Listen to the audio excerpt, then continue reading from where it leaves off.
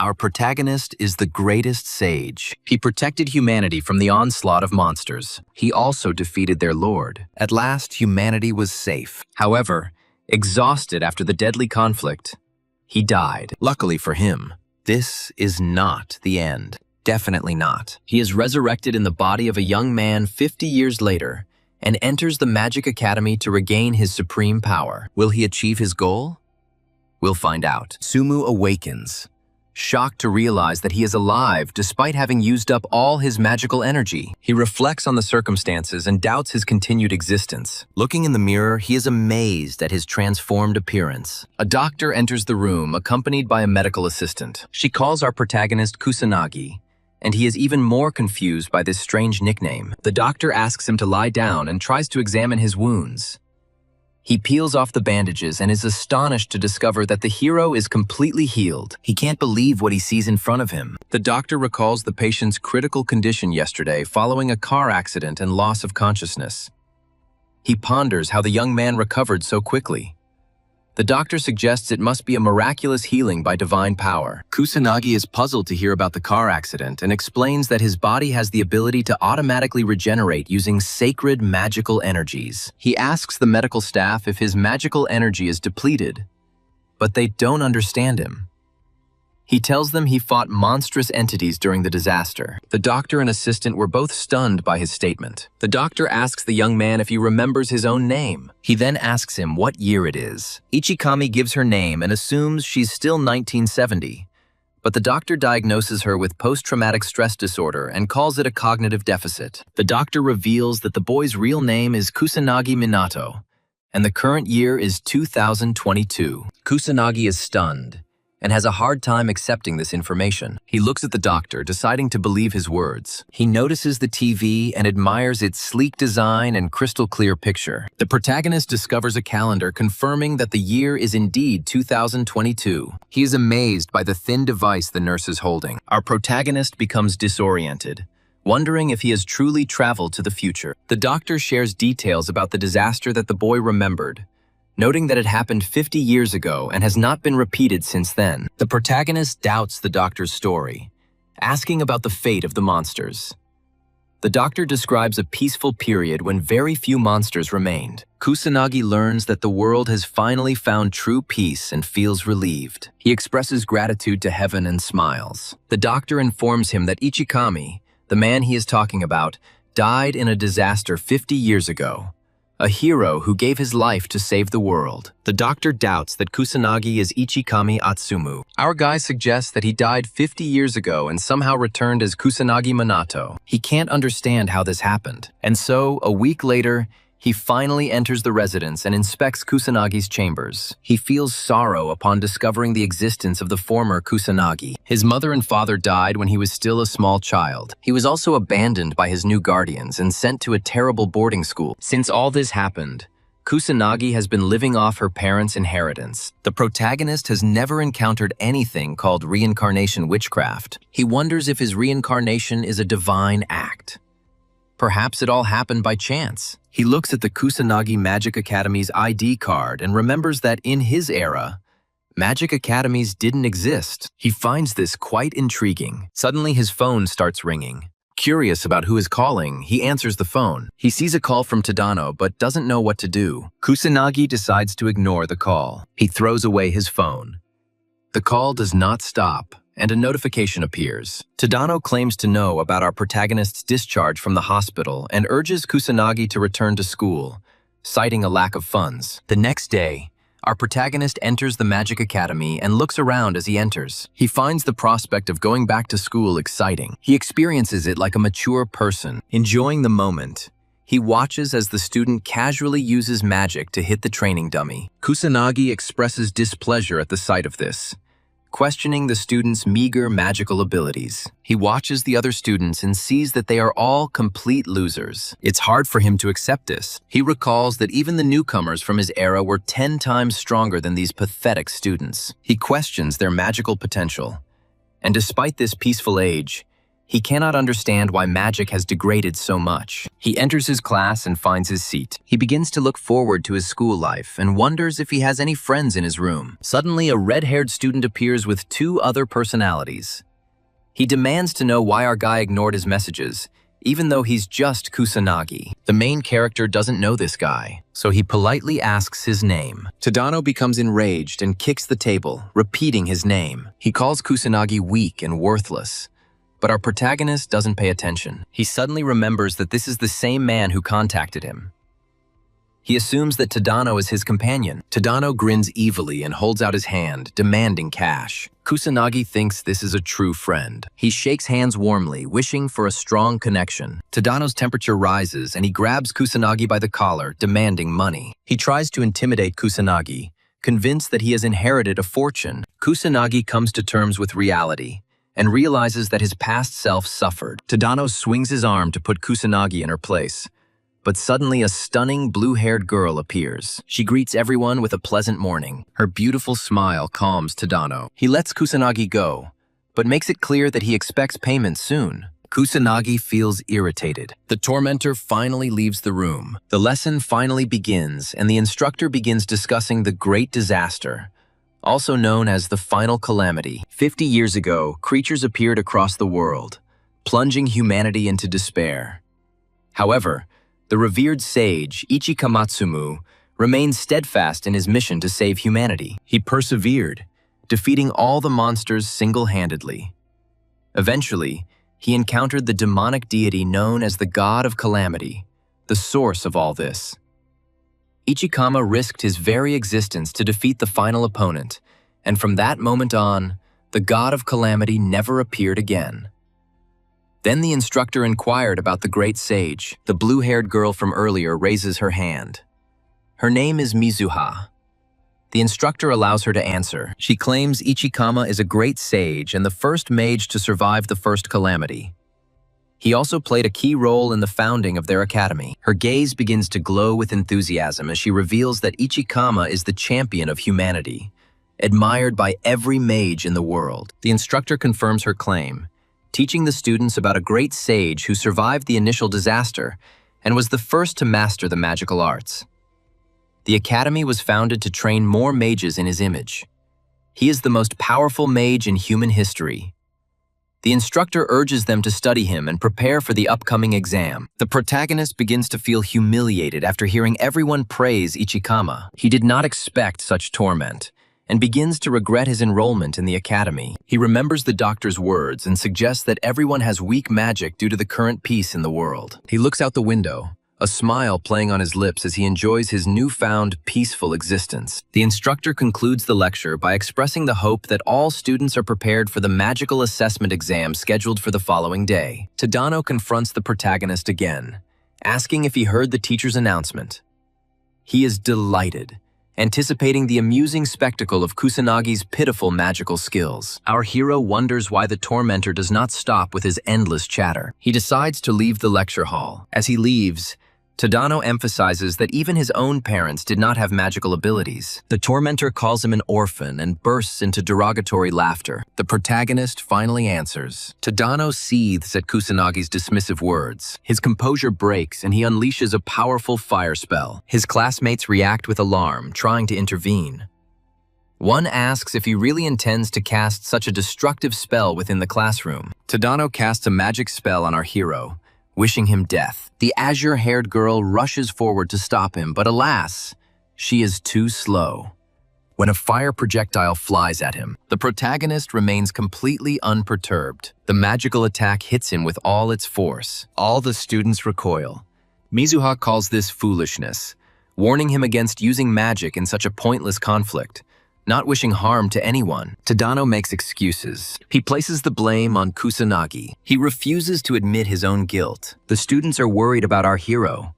But when the dust settles, Kusanagi emerges unharmed. The students are amazed, and he admits that he was caught off guard. Tadano, horrified, asks why Kusanagi continues to stand after taking the magical barrage directly. Our hero can easily reflect a first-level spell with his shield, even without using your abilities. He endured the ridicule because Tadano was just a young man, but now he feels that Tadano deserves retribution. With a stern look, he advances towards the tormentor. Tadano trembles in fear as Kusanagi unleashes her power. The students stand paralyzed, all perplexed by the unfolding events. Mizuha reflects on the current circumstances. She wonders about the scenario that is happening. Kusanagi approaches Tadano, extending her hand. Tadano is horrified, but the instructor intervenes, entering the room and asking about the noise.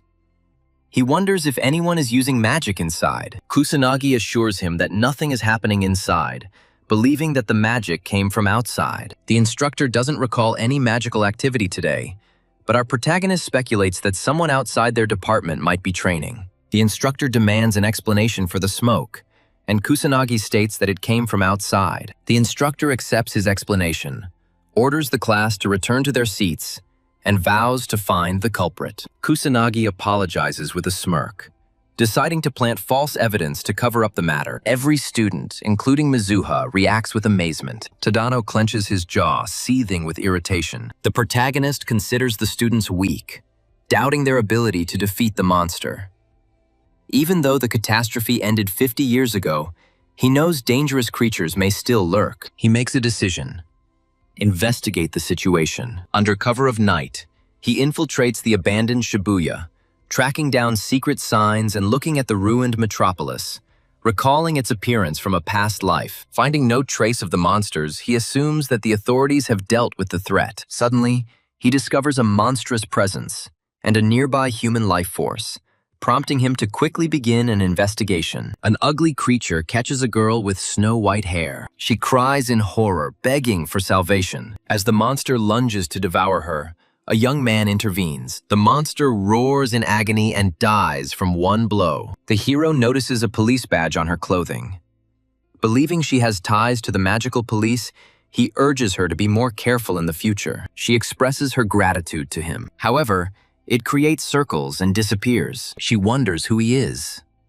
She considers him a powerful mage, but doubts his ability to defeat the beast without spells. Kusanagi feels lucky that his face is hidden, as he doesn't want to draw attention to himself since he was recently reincarnated. He is surprised to see a police mage nearly killed by a weak monster, and concludes that even the authorities have become weak. He doubts the ability of people of this age to defeat monsters. The entire current generation, including students and law enforcement, is significantly weaker than in previous times.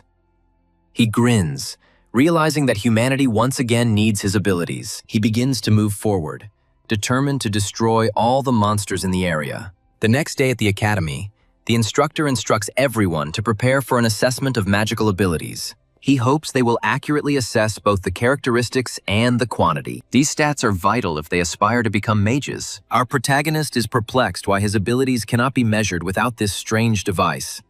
Recognizing its importance to the students, but wondering how the instructor could not know that the perception of magic is the basis of magic. Mizuha approaches and asks if now is the right time.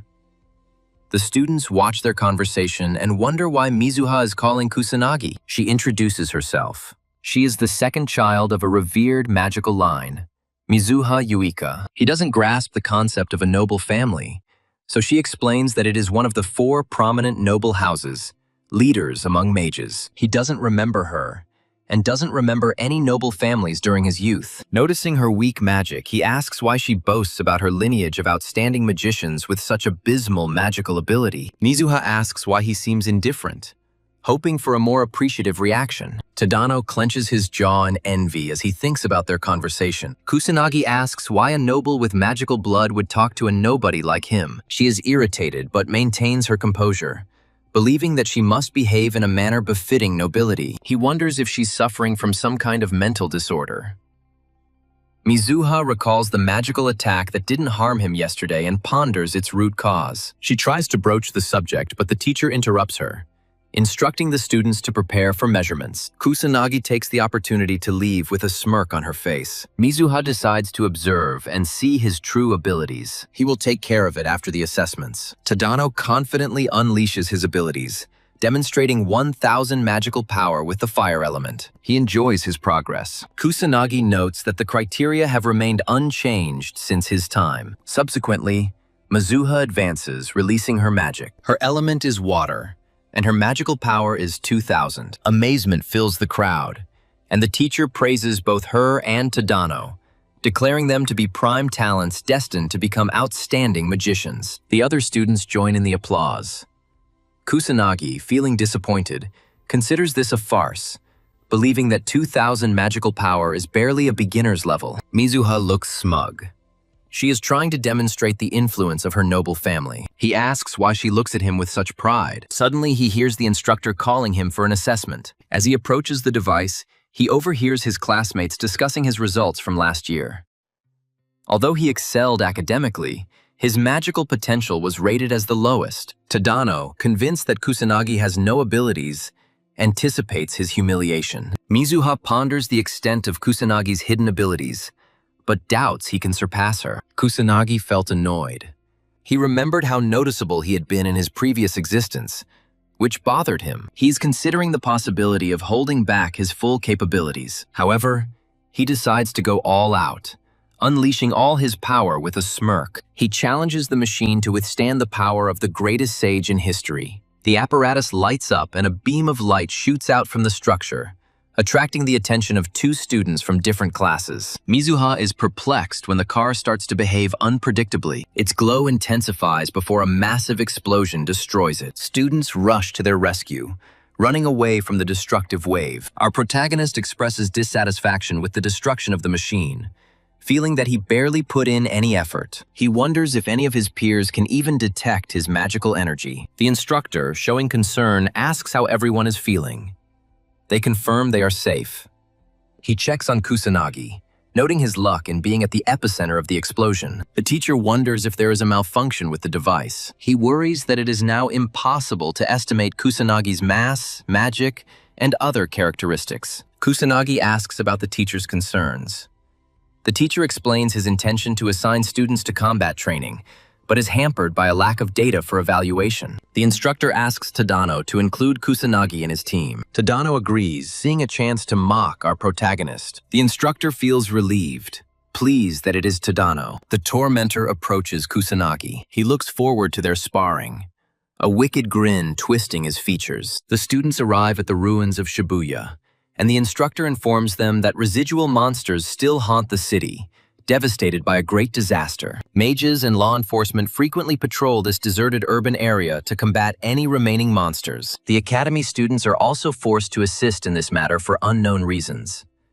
The instructor assures them not to worry, as experienced mages and officers have largely dealt with most of the creatures. Our protagonist wasn't expecting a practical lesson.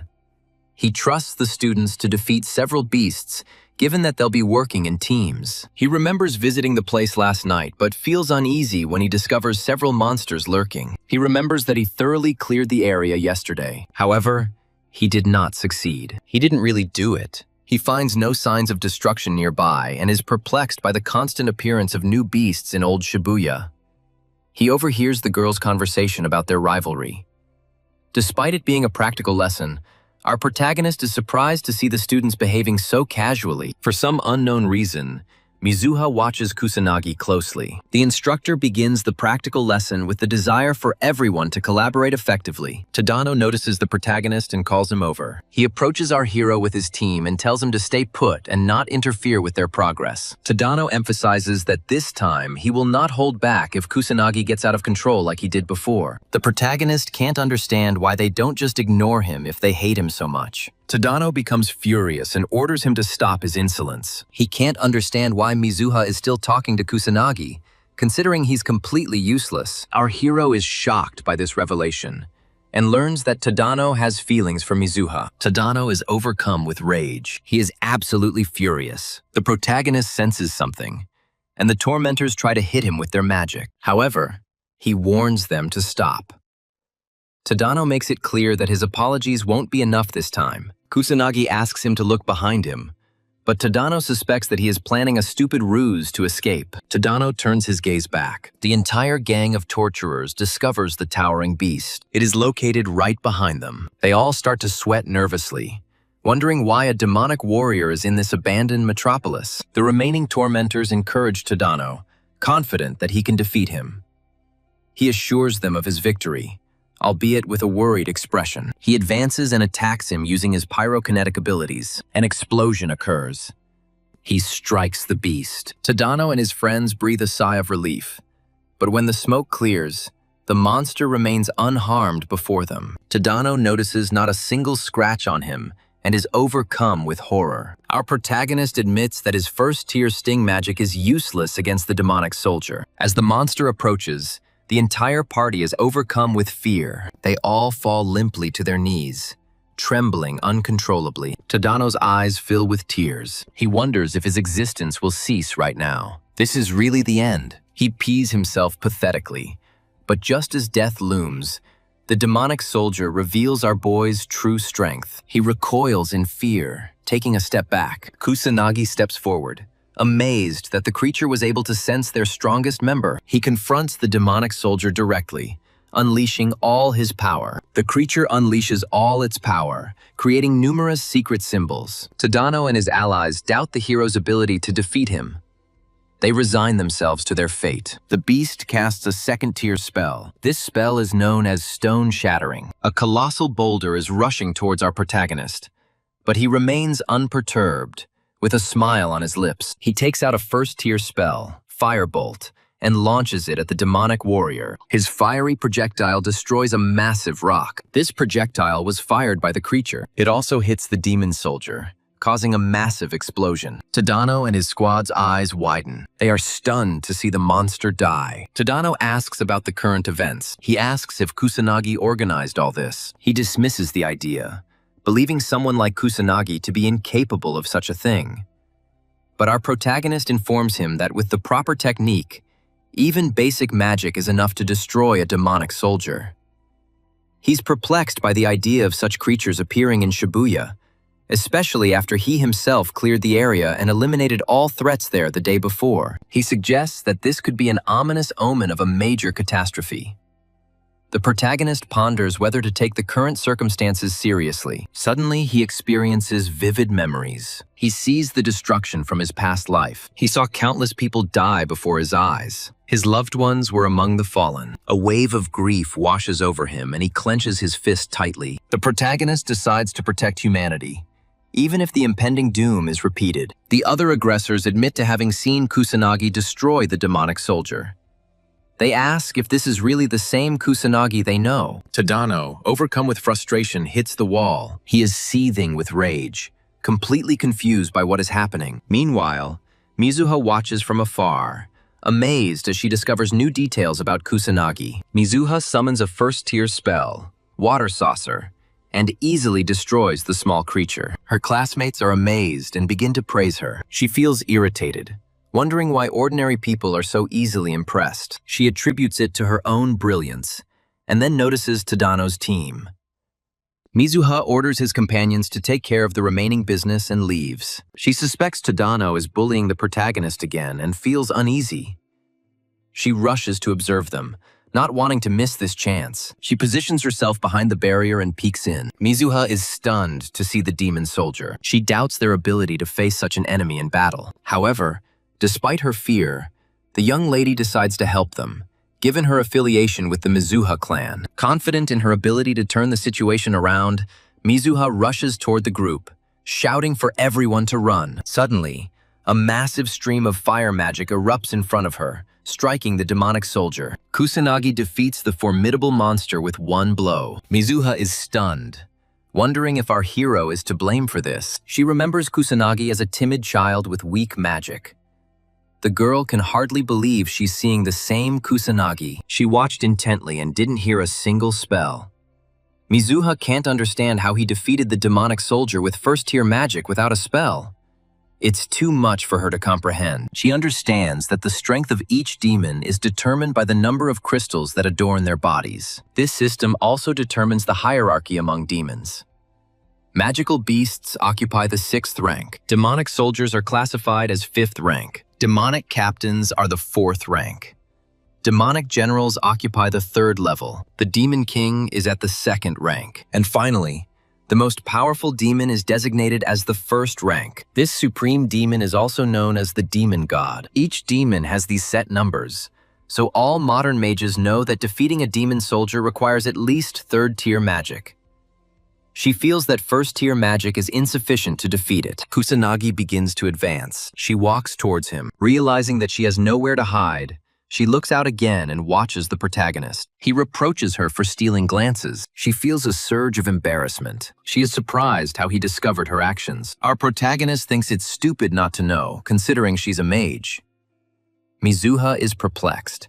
He is dismayed to realize that they really can't detect any magic. The young man begins to leave. She tries to stop his progress. However, he ignores her and continues to move forward. Mizuha demands an explanation and rushes after him, but she doesn't find anyone in the alley. Kusanagi jumps onto the roof of the building. He is irritated to see the girl trying so hard to find him. He decides to scout out the area for monsters and discovers that there are no demonic soldiers left nearby, although there are still many magical beasts. After witnessing Tadano's pitiful performance against the demon soldier, he wonders if the other students can handle the magical beasts. The protagonist decides to destroy several magical beasts. His body suddenly begins to emit light as he releases his magic. He can cover the entire area around the abandoned city, so he takes out 2 magic circles and casts his second-tier spell, Barret. Multiple rays of light shoot into the sky, spreading throughout Shibuya. Tadano and his companions observe the rays of light, mistaking them for falling stars. Mizuha recognizes it as magic, wondering who could have performed multiple magical abilities at once. Somewhere in Shibuya, 2 students find themselves surrounded by mystical creatures. Despair grips them as a multitude of monsters rush toward them simultaneously. Both students give up, resigning themselves to their fate. But just as the monster lunges to kill the girl, he suddenly stops, writhing in pain as a powerful beam of light hits him. Students ask each other if everything is okay. The protagonist observes the entire scene from above. He feels great satisfaction in destroying all the creatures. He sees them die and suddenly realizes that he went too far in destroying almost all the monsters in Shibuya. Kusanagi begins to worry, wondering if class will even start after this event. He expresses regret. He regrets his lack of self-control. He deploys his secret seals to navigate the metropolis, finding a hidden passage for his descent. He doesn't like to hide his abilities any more than necessary, but the close attention gets tiresome. He reunites with his classmates and instructor. The instructor examines the slain magical beast, puzzled as to why so many remain. He assumed that most had already been destroyed or died. He suspects that it was done by an arts master, as destroying a monster with one swift blow is no easy task. He recalls the magic that defeated the beasts. He realizes that releasing such a barrage of magical projectiles is attributed to a 0 attribute. Shocked, he admits he's never seen anything like it. He admits that without the magic projectiles, the situation would have become even more acute, knowing that releasing even 2 is a remarkable achievement.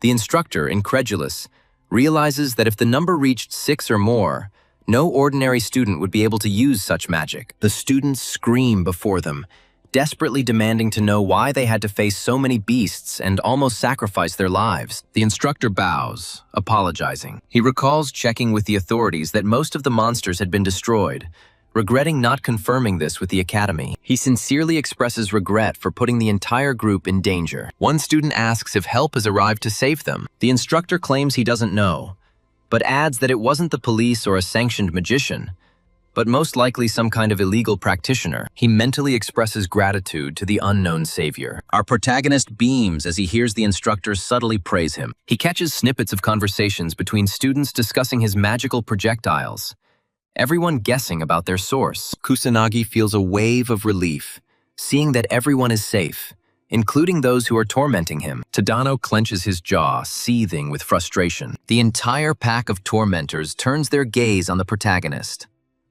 Mizuha recalls witnessing Kusanagi single-handedly defeat a demonic warrior using only basic sorcery, and then using some form of limitless enchantment. She wonders if Kusanagi orchestrated both events.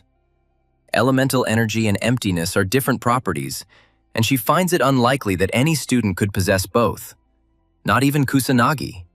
She reassures herself that it is impossible for him to possess 2 different energies, and suggests that someone else is responsible for the void-based phenomena. She still can't understand how Kusanagi managed to defeat the demonic warrior single-handedly. Tadano's team speculates that it may also be a creator of energy beams. Tadano dismisses this as absurd, but his comrade reminds him that Kusanagi also defeated a demonic warrior. Tadano is furious, threatening his comrade to remain silent or face destruction. His comrades are paralyzed with fear. They are absolutely terrified. Tadano makes it clear that he refuses to believe that someone like Kusanagi could accomplish such feats, suspecting that he is hiding something. His henchmen agree, remembering what a coward Kusanagi really is. Tadano roars in rage, vowing to expose Kusanagi's deception. He is determined to corner Kusanagi and force him to reveal his true identity. After finishing his classes, Kusanagi goes out and finds himself surrounded by a huge crowd of tormentors.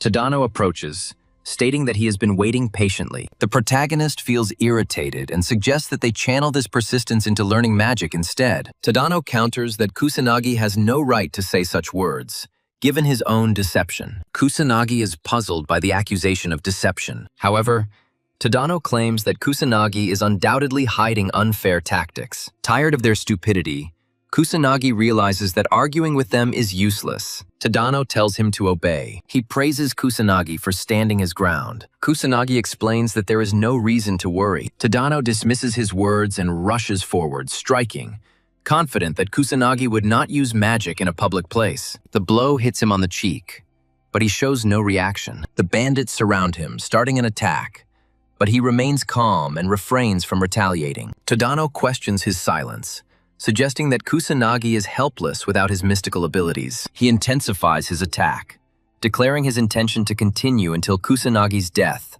regardless of her pleas. The protagonist expresses his disappointment. Their blows barely leave a mark. His mystical energy instinctively protects him from all physical attacks. Annoyed, he decides to pretend to be injured to calm Tadano down. Suddenly, a figure materializes behind them, asking the reason for the attack on Kusanagi. Tadano turns around and notices Mizuha. The tormentor becomes embarrassed and tries to explain. He tells Mizuha that they are just fooling around. She sees through his lies and accuses him of bullying Kusanagi. She is disappointed with the behavior of her classmates and asks if they are ashamed of their actions. Tadano feels strange but blames Kusanagi for everything. He believes that Mizuha now despises him, and it is entirely his fault. She takes the hero's hand and begins to lead him away from this situation. Tadano watches as she takes Kusanagi's hand. He experiences envy and reaches his breaking point. Tadano loses all self-control and loses control. He tries to deal a magical blow to our hero. Kusanagi is irritated. He is unhappy. Tadano prepares to commit suicide, and his minions unleash their magic as well. Mizuha questions their actions. The entire group unleashes a fiery assault on the protagonist. Mizuha realizes the danger and tries to cover Kusanagi, but she can't intervene quickly enough. He takes all attacks on himself. Tadano smirked smugly, confident that no amount of pathetic tricks would help Kusanagi survive against such overwhelming odds. His subordinates begin to worry, asking if he's dead.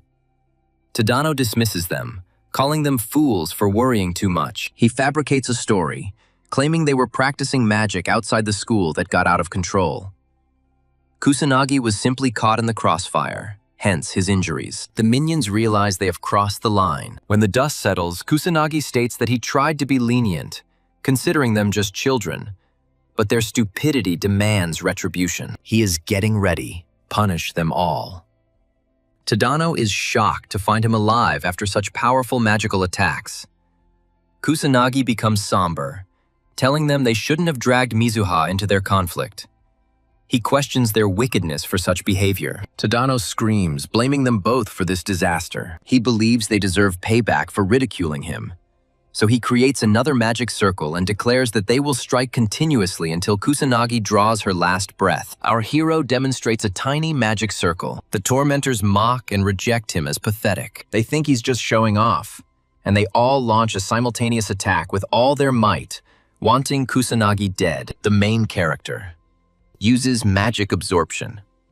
Strange green tendrils emerge from the tiny circle and entangle the entire group. They are all overcome with fear and trying to escape. However, they fail to do so, and in spectacular fashion. Their life force drains, and the tormentors begin to lose consciousness.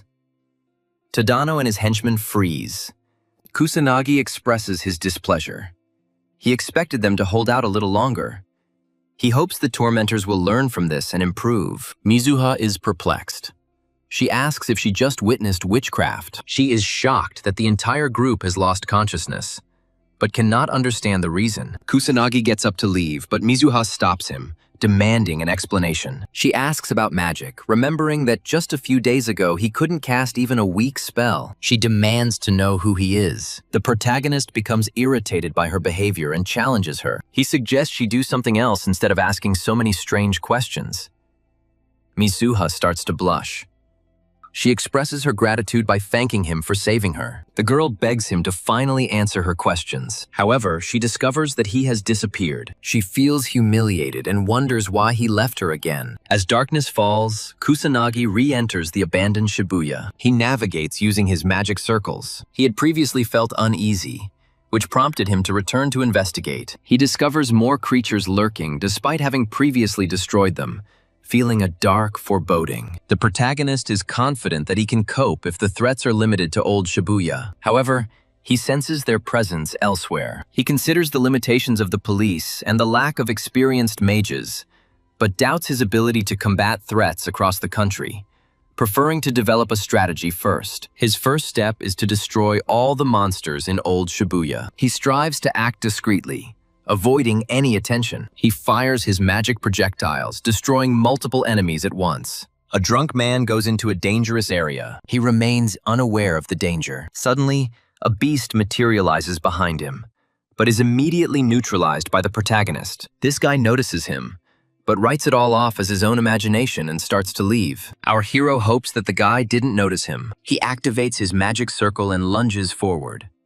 Someone grabs him, filming the entire incident on a phone. The guy remains in shock, certain that his recording will undoubtedly become a sensation. Without hesitation, he uploads it to the internet. The next morning, Tadano, Kusanagi, and Mizuha is summoned to the principal's office. Their homeroom teacher reports that he knows of students using magic outside the school walls. He issues a stern warning of immediate expulsion to any violators and allows them to present their case. Tadano points to the main character. He tries to shift all the blame onto him, claiming that our protagonist was looking for the conflict himself. Kusanagi is amazed at the ease with which Tadano lies. He understands that he must protect himself, even if it irritates him. Just as he's about to speak, Mizuha steps in and comes to the boy's defense. She informs the principal that their words are lies and exposes Kusanagi as a victim of bullying by Tadano and his minions, who were the first to use magical attacks against him. The teacher listens carefully and discovers that the protagonist has also used magic. She considers it self-defense,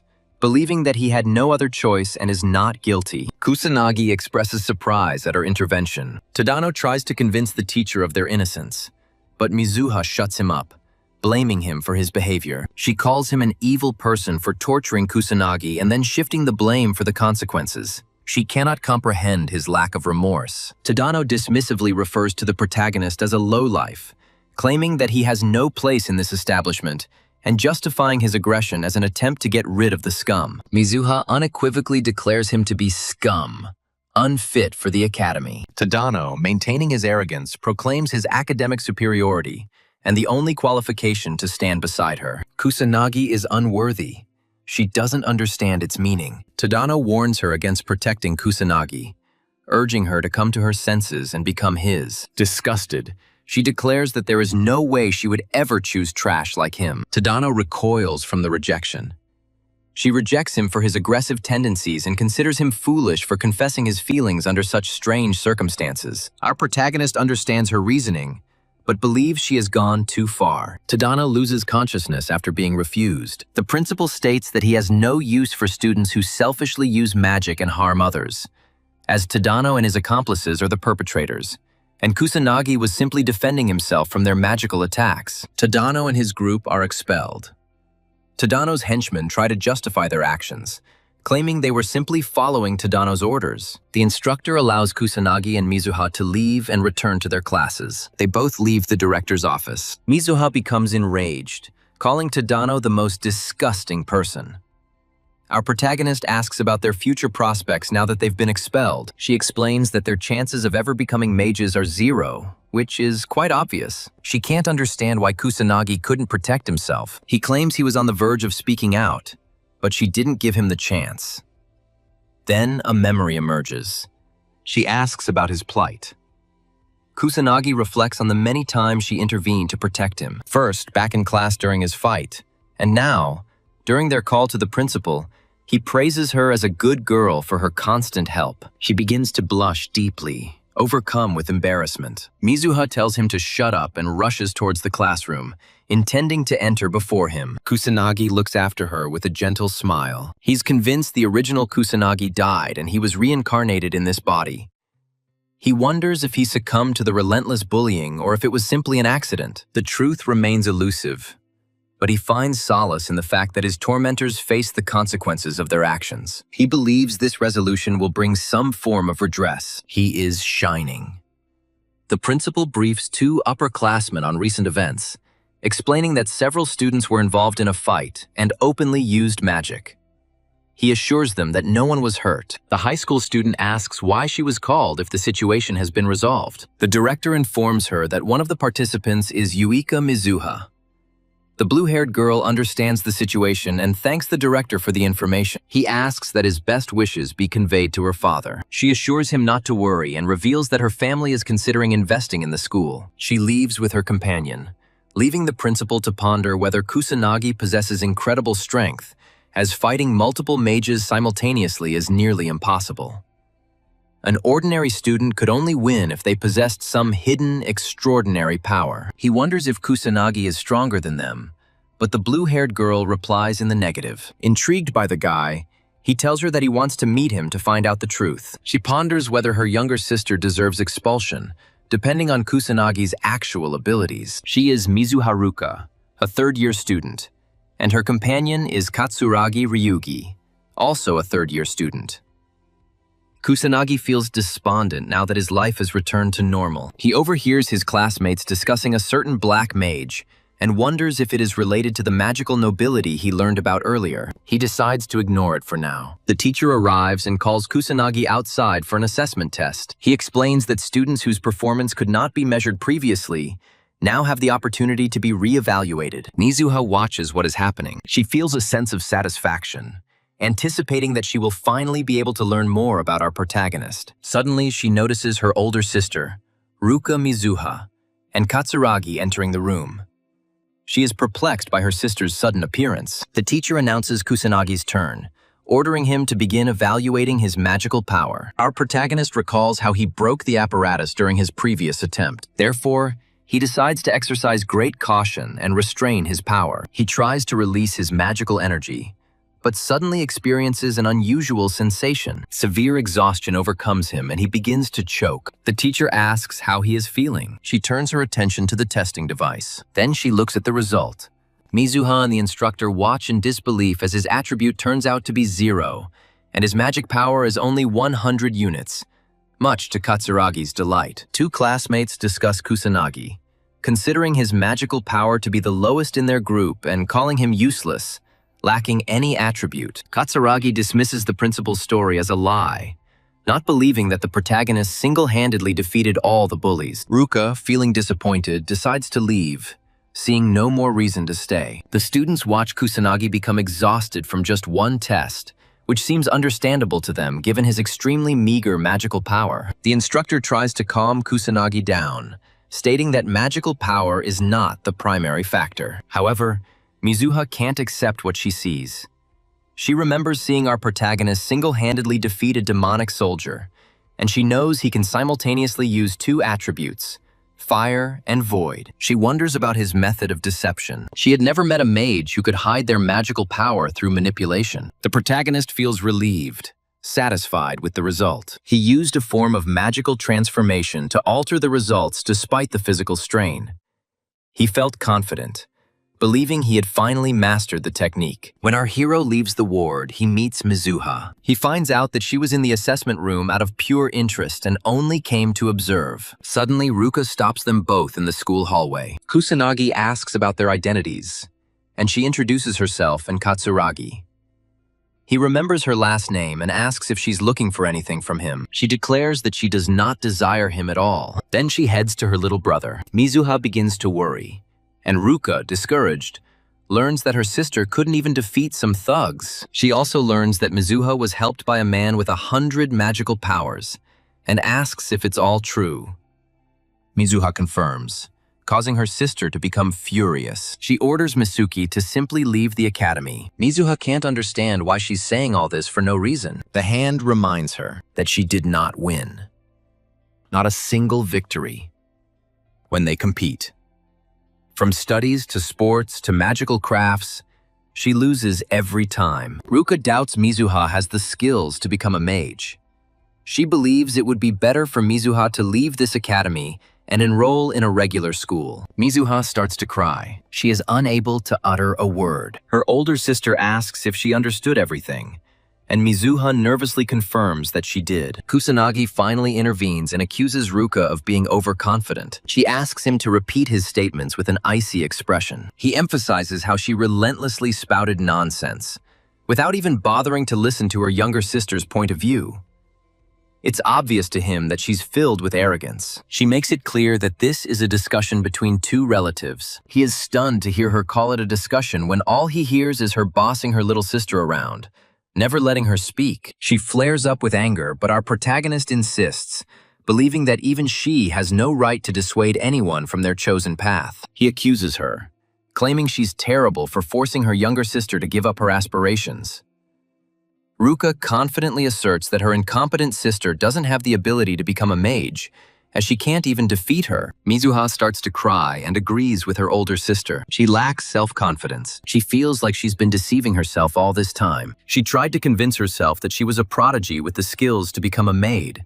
However, she couldn't beat her older sister even once. Kusanagi confidently states that she can defeat Ruka. He breaks into a smile, leaving everyone puzzled. Ruka asks if he's challenging her, and he asks for a little time since it's currently impossible for Mizuha to win. The hand gives them 2 weeks, proposing a magical duel between the two couples. He is amazed, but agrees. He dismisses it as absurd. With a smile, he asks Mizuha if she is ready, and she calms down, stopping crying. Mizuha plucks up her courage and agrees to take part in the competition. After the decision is made, Kusanagi begs them not to mention it again if he emerges victorious. Ruka bets that her sister will leave the academy if she and Katsuragi win the duel. She issues a stern warning, stating that she will not hold back, and they will have to prepare diligently and face reality. After some time, Mizuha and Kusanagi head to the roof. She begs for his help, expressing hope that he can impart more magical knowledge to her to speed up her growth. Now he understands the reason why he was called to the roof. He asks if she really has confidence in learning witchcraft from someone as pathetic as him,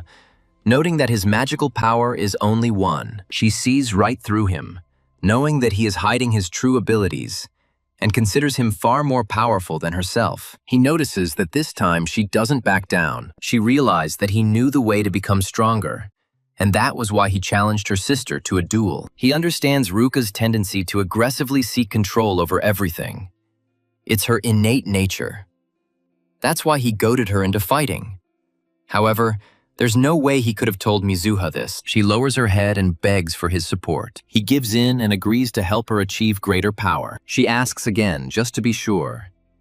He issues an advance warning, emphasizing that she must follow every instruction and there will be no deviation once the training begins. She readily accepts all his conditions. It's hard to refuse Kusanagi given her sincere pleas. Considering he already has preparations to make after observing the monster population in Shibuya, training a mage could prove fruitful. He decides to start her training today and considers finding a suitable training location. Mizuha begins to blush and, looking timidly, invites him to her home. After some time, they arrive at her home. He is amazed by the sprawling mansion, but she finds it suitable given her father's status as a prominent mage. Mizuha suddenly remembers that this is the first time she has invited a man into her house. She wonders if her invitation seems strange, even though she had no ulterior motives. Kusanagi suggests starting. However, he notices that she is lost in thought, so he calls out to her, addressing her as Wick. The girl flinches when she hears her name, but he explains that he's just trying to avoid confusion as her sister is also named Mizuha. She feels a pang of disappointment at his explanation. He asks if she has another name he could use, but she agrees to Yuika, so he decides to start training and asks her to help him. His first question concerns her magical energy. She dismisses it as simple and replies that it is the power necessary for spells, present in every being. He then asks her about spells. Yuika confidently states that they work like a program, converting magical energy into an offensive maneuver. He asks if there's a way to increase her magical reserves, but she replies negatively, believing it's predetermined at birth and stops growing after a certain point. Yuika beams with confidence, feeling satisfied that she answered all the questions flawlessly. He tells her that absolutely every answer she gives is wrong. Looking dejected, she begins to cry, asking if he is trying to label her as stupid. The protagonist sincerely feels remorse and reflects on the ignorance of modern magicians. He is astonished by such a dramatic change in just 50 years. He goes on to explain that magical energy isn't limited to physical form. It's also found in nature and the environment. Spells are simply mechanisms for properly supporting the art of magic. Moreover, it is indeed possible to intentionally enhance one's magical power. She finds it difficult to believe his words, considering them lies that contradict the Academy's doctrines.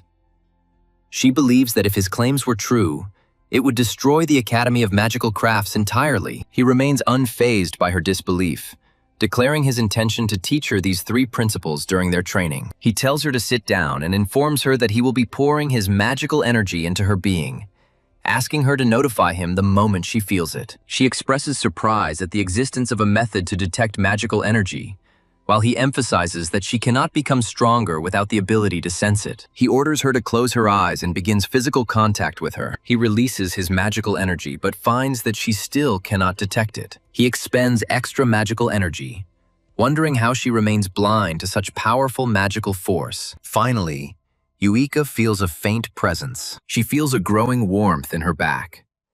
He enlightens her about this phenomenon, identifying it as the perception of magical power. She finally grasps the meaning of his previous explanation. He tells her to remember this sensation forever, emphasizing its importance for detecting magical energy. He further explains that this energy is also present in the natural world, making its detection and familiarity with it her primary goal. She beams with self-confidence, promising to quickly achieve mastery using her status as a respected daughter of the Misuha clan. Our hero doubts whether she will be able to keep her word, because she could not feel him even when he filled her with his enormous magical power. He resigns himself to the idea that perhaps she is not cut out to be a sorceress. 1 week passes, and Yuika bursts into tears, confessing to our hero that she still doesn't feel magic. She's a huge disappointment, leaving the protagonist unimpressed. He's shocked that a whole week hasn't helped her master something so basic, despite her diligent training. He concludes that she's simply grasping the concept very slowly. Time is running out, and he decides to fill her with magic again. He places his hand on her back and begins to channel his power. He orders Yuika to open her eyes. She carefully lifts her eyelids, but gasps in surprise, now feeling a magical aura enveloping her body. A smile spreads across her face as she finally comprehends the nature of magical power. That's right. Yuika admires her newfound ability.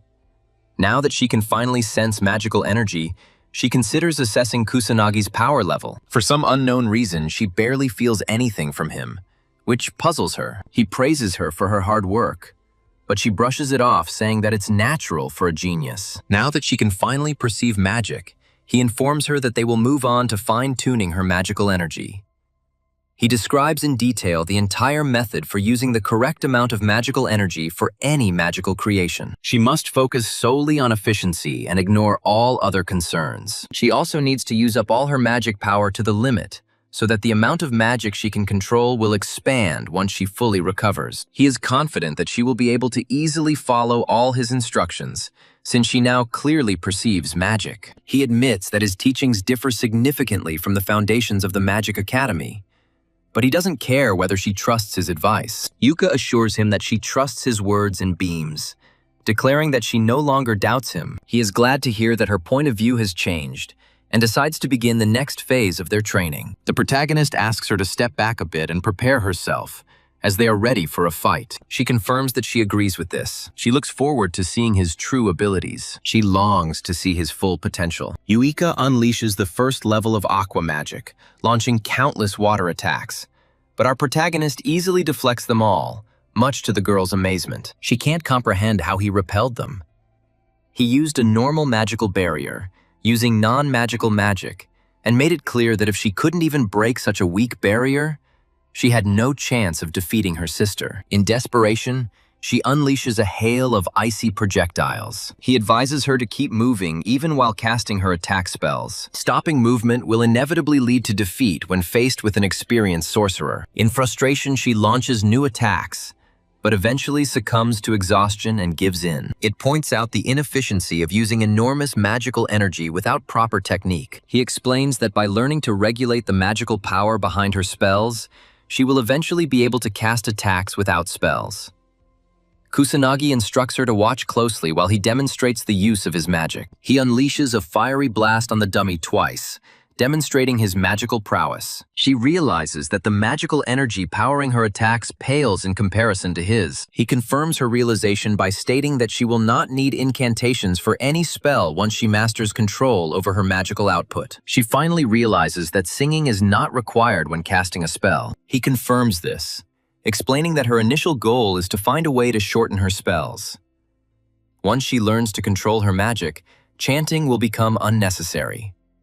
He emphasizes the advantage of shorter spells, which save both effort and magical power. This will undoubtedly enhance her magical abilities. He orders her to get up and meet him again. She feels it is premature, but he dismisses it as useless, his expression becoming stern as he orders her to train with the utmost urgency. Hearing this, she's overcome with fear and collapses. He asks if she's okay, declaring that these training sessions will be daily. He notices that she's not even registering his words. As night falls, our protagonist arrives in Harajuku. Having recently discovered the presence of several monsters there, he also discovered several monsters in the area and came to investigate. Despite his constant efforts to eradicate them, their numbers remain inexplicably unchanged. Suddenly, he witnesses a magical beast attacking someone. He does not hesitate. He moves quickly towards the child. He arrives just in time, effortlessly destroying the creature in an instant. The boy checks the baby, asking if everything is okay with her. Instead of gratitude, she starts taking pictures of him. He quickly leaves the scene, puzzled by her lack of gratitude and sudden desire to take photographs. He reflects that modern people are truly strange.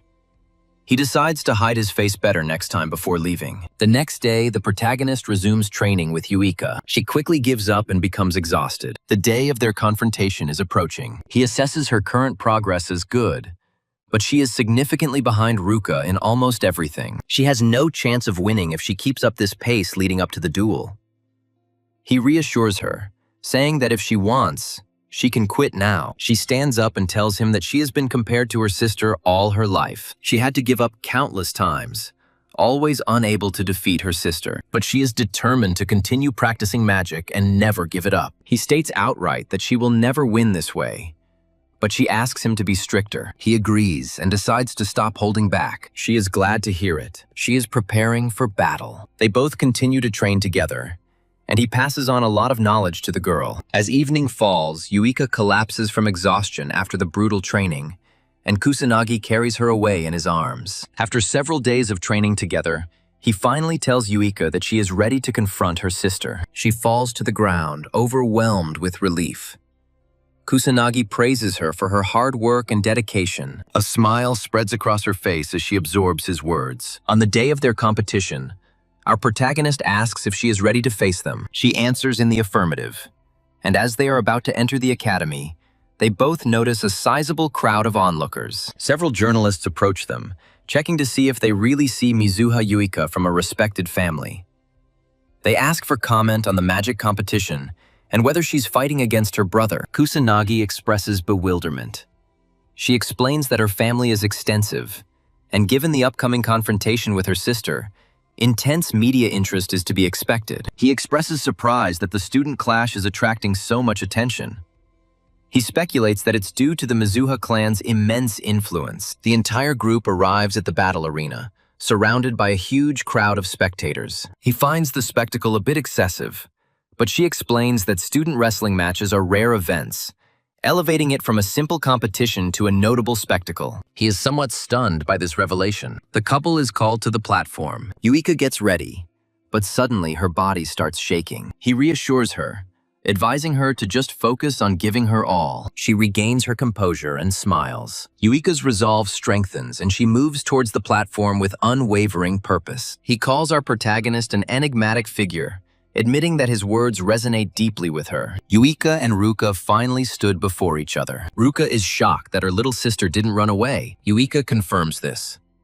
She says this with confidence. Ruka calls Yuika insolent for thinking she could defeat her older sister, but Yuika states that her victory is certain. Ruka gives Yuika a chance, acknowledging her significant transformation over the past 2 weeks. Yuika acknowledges her older sister's formidable strength. She is aware of this fact. She understands that their magical abilities differ greatly, but still believes in herself and in her inevitable victory. The start of their battle is announced, and both opponents are given the green light. Yuika immediately deploys her magic circle, trying to shorten the casting time of the spell. The hand begins its attack. Kusanagi watches the fight and understands that maneuvering during casting is the foundation of combat. He thinks Ruka must understand the basic principles of a mage-on-mage duel. In contrast, Yuika was so confused that she completely forgot the basics and stood still during the fight. She no longer has an advantage even if she reduces the cast time. Ruka and Yuika exchange blows using elementary-level water magic. Yuika manages to withstand the onslaught of her older sister. She admires her own abilities, convinced that she has become stronger. Ruka admits that her strength has actually increased in just 2 weeks. Yuika is happy to hear that her older sister wishes this for her. Ruka scolds her, telling her to stop giggling, as it was just a comparison. She gets no praise. The hand increases its magic level, this time unleashing a more powerful attack. She uses a level 2 water blitz. Yuka can't withstand the pressure. She is knocked down and falls next to the protagonist. He watches her, realizing that her enchanting skills have improved, increasing her chances of winning. However, her older brother proves to be overwhelmingly strong. Ruka calls him heartless for not lending a helping hand despite his previous defense. He states that there is no reason to help her, leaving Ruka confused. Suddenly, Yuika manages to get up. She shocks her older sister. Ruka can't understand how Yuika stays on her feet after a level 2 attack. Yuika declares her unwavering determination to win this fight. Creating magic is Yuika's sole purpose, a pursuit she will never give up, even if she loses everything else. Yuika resumes her attack. The hand responds with its own counterattack. He enters the fray. The battle reaches its peak.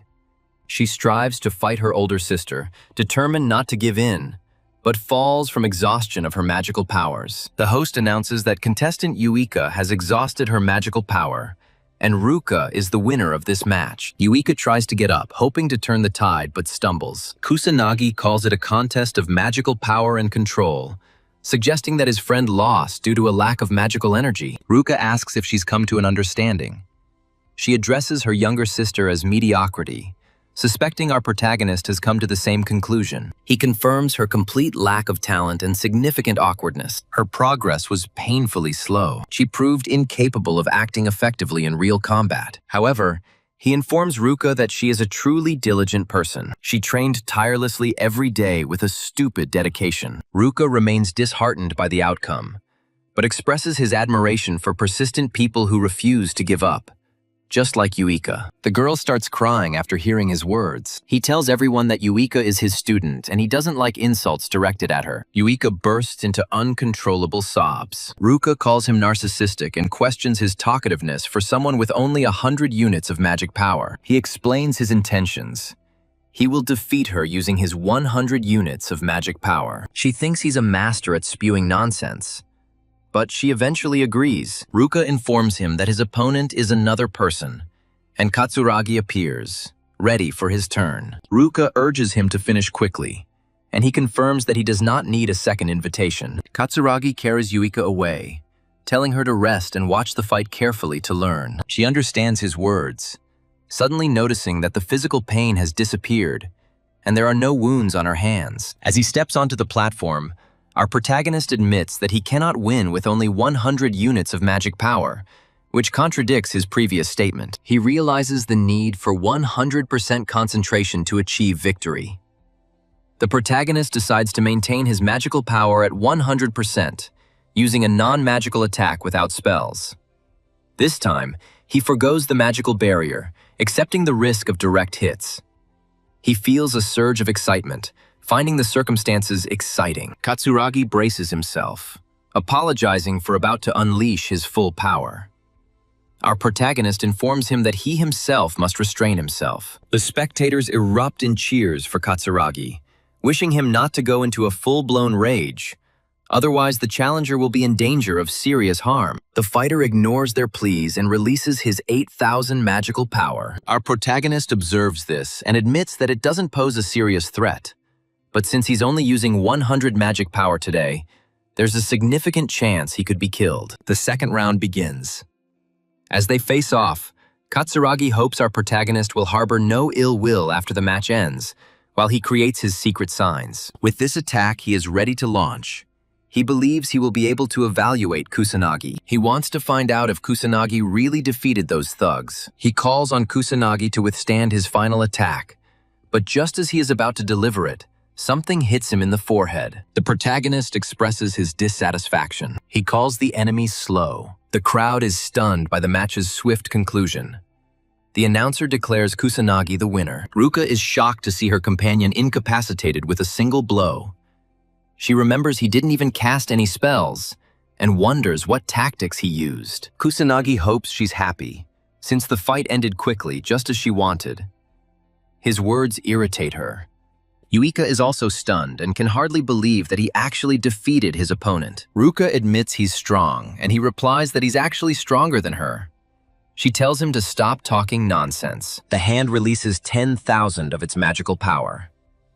Kusanagi senses this with his magical senses and realizes it is stronger than the one he fought before. The announcer informs the audience that something unusual is happening, as Kusanagi has switched to a different fighting method, attracting considerable attention. The next fight will determine the true champion.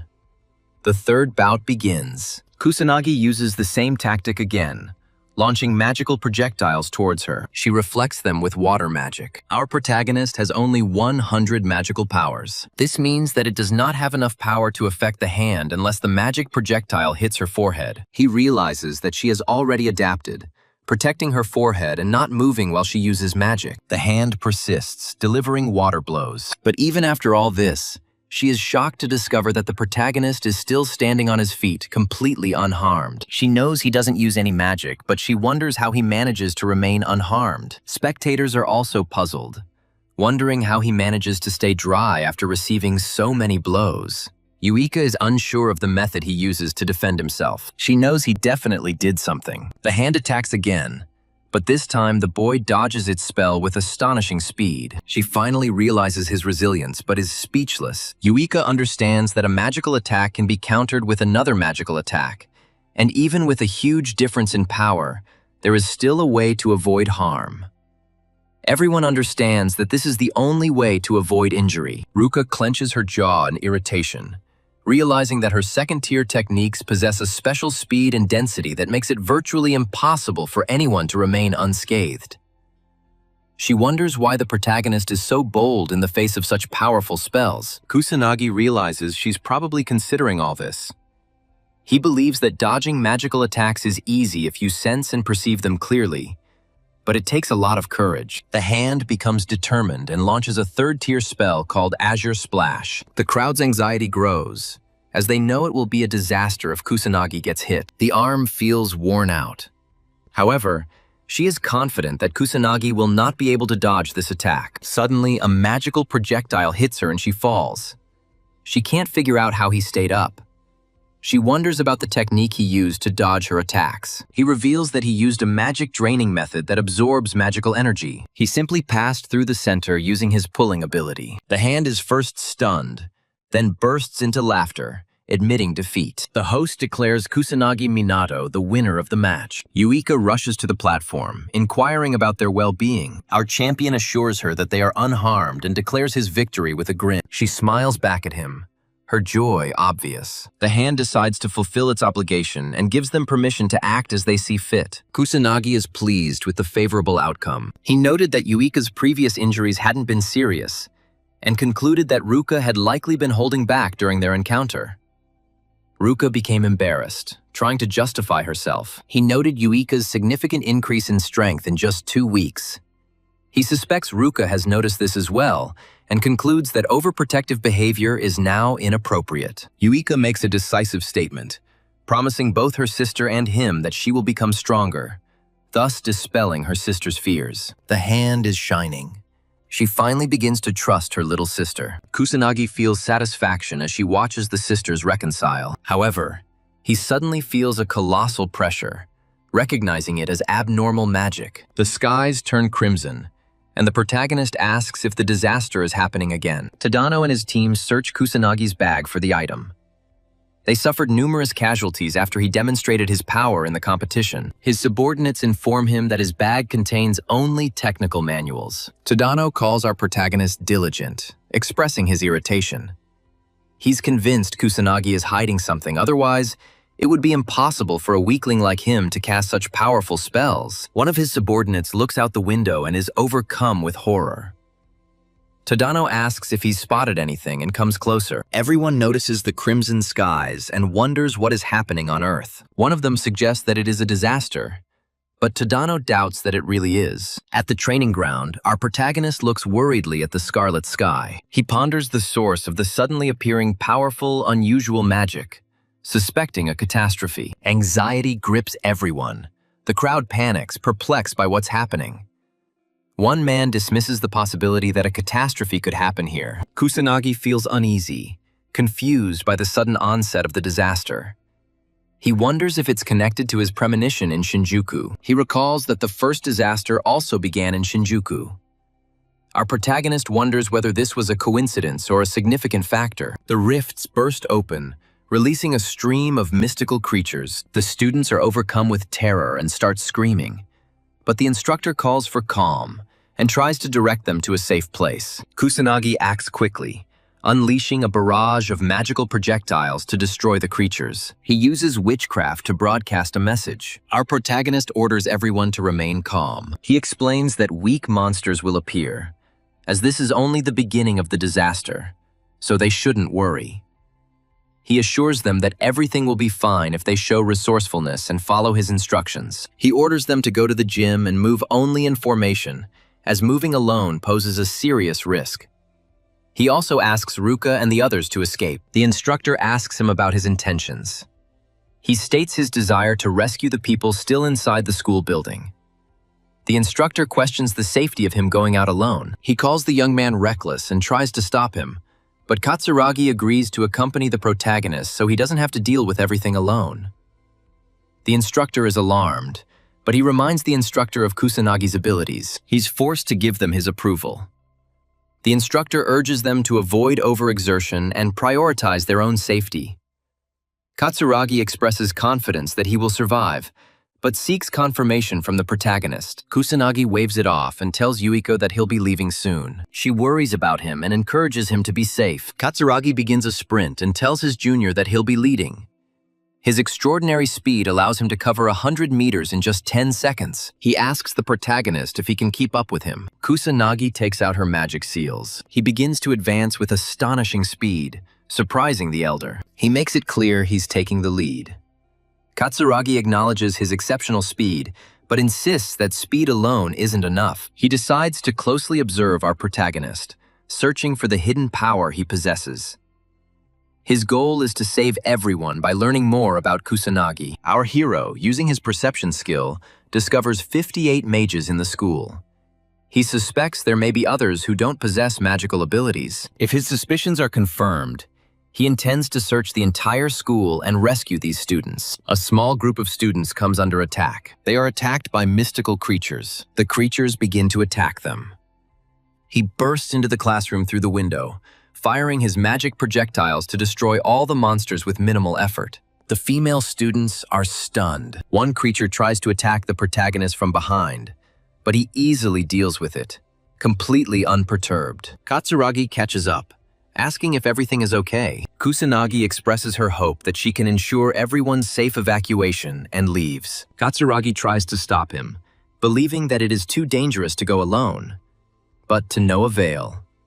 The protagonist moves at a blinding speed, making it impossible to keep up with him. Katsuragi suggests he was a nuisance, admitting his own uselessness. Perhaps that's true. He still can't comprehend how the boy easily defeated the magical creature.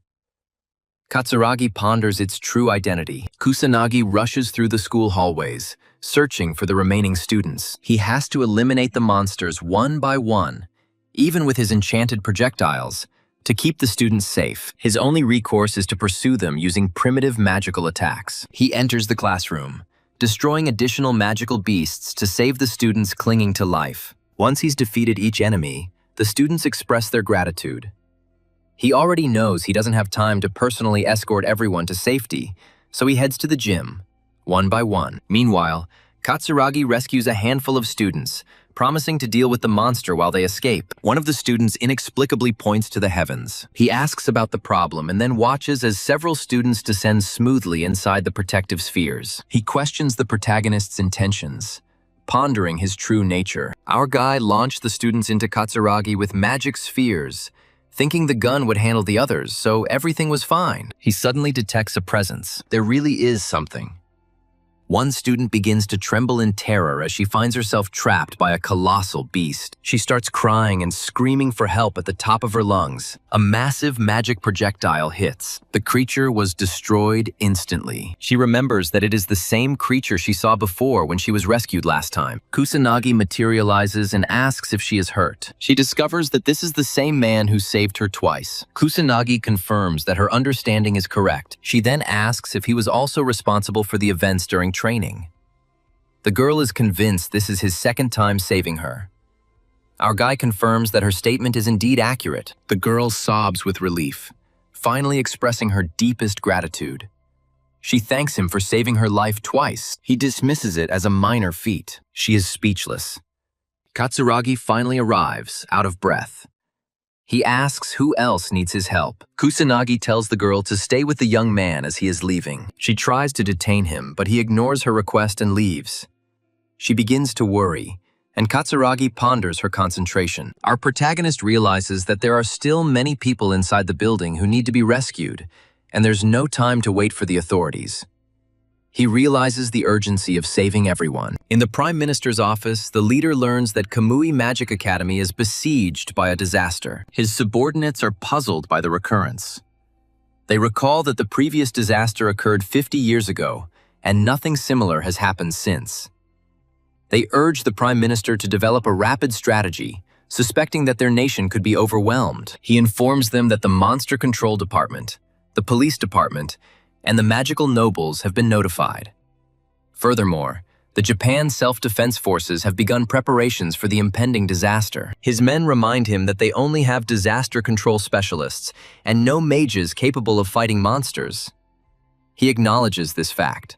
This outcome is predictable, given that the population enjoyed a long period of calm, free from catastrophic events. Their military expenditures were almost entirely spent on defense in international affairs, leaving them with only one option: to entrust the beasts and demons to the police and noble mages. He becomes desperate when he discovers that the same disaster that happened 50 years ago is happening again. But this time, Ichikami Minato won't help them. Meanwhile, in the car, a young woman asks her boss if another disaster is really unfolding. He confirms it, convinced it's a genuine one. She begins to feel uneasy and uncomfortable. Despite 50 years of safety, she is shocked to realize that their world was only fleeting. The man reassures her, saying that it is their duty after all. He introduces himself as Shido Shugo of the Tokyo Police Department. A young woman decides to put in the effort too. She is Sergeant Sonata Karen of the police. News reporters arrive at the Magic Academy by helicopter. One of them thoroughly informs the audience that a disaster is unfolding at the Magic Academy. He details the situation, stating that monsters are constantly appearing and the skies have turned a deep crimson. A female journalist reveals that magical beasts appeared without warning, forcing all the students to take refuge in the gym. The instructor leads the students, believing that their defense against ordinary magical beasts shouldn't be too difficult. He assumes they can overcome the creatures through effective cooperation. The world watches unfolding events through the news. A small group of children also watch, suddenly remembering that the academy is very close to their home. They both decide to run as fast as they can. Outside, chaos engulfs the population as people flee in panic for their lives. Two onlookers watch the unfolding pandemic from afar, aware of the critical nature of their situation. Viewers watching news broadcasts are starting to get worried. Our protagonist notices a massive horde of creatures emerging. He remembers that the second phase is just around the corner, and with it comes the appearance of more formidable enemies. As you progress through subsequent phases, the situation will become increasingly difficult. There's no point in defeating them, as the creatures will keep spawning. As long as the boss monster remains undefeated, magical beasts will continue to spawn. He understands that the boss will only appear in the final phase, so he needs to keep his cool until then. Irritation begins to set in, but he continues to save more people. He saves 20 people and uses his magic spheres again, lifting them into the air towards safety. He has difficulty finding the students as they are scattered all over the place. He decides to move on to the next phase. In an inconspicuous classroom, Tadano mercilessly unleashes his pyromantic abilities. He gives up, finding his attacks completely ineffective and his magic drained. Before the demonic soldier, the entire group burst into tears, questioning their double misfortune. Tadano's followers remind him that they had previously warned him about this situation. Sadira despairs, remembering our hero's ability to defeat the monster with a single blow. He struggles to understand why he can't repeat the feat. The protagonist arrives and states that it is because the bully is pathetic trash. Tadano opens his eyes to see a magical attack rapidly destroying the demonic soldier. He is puzzled, but then notices Kusanagi entering the classroom. Our hero begins to leave.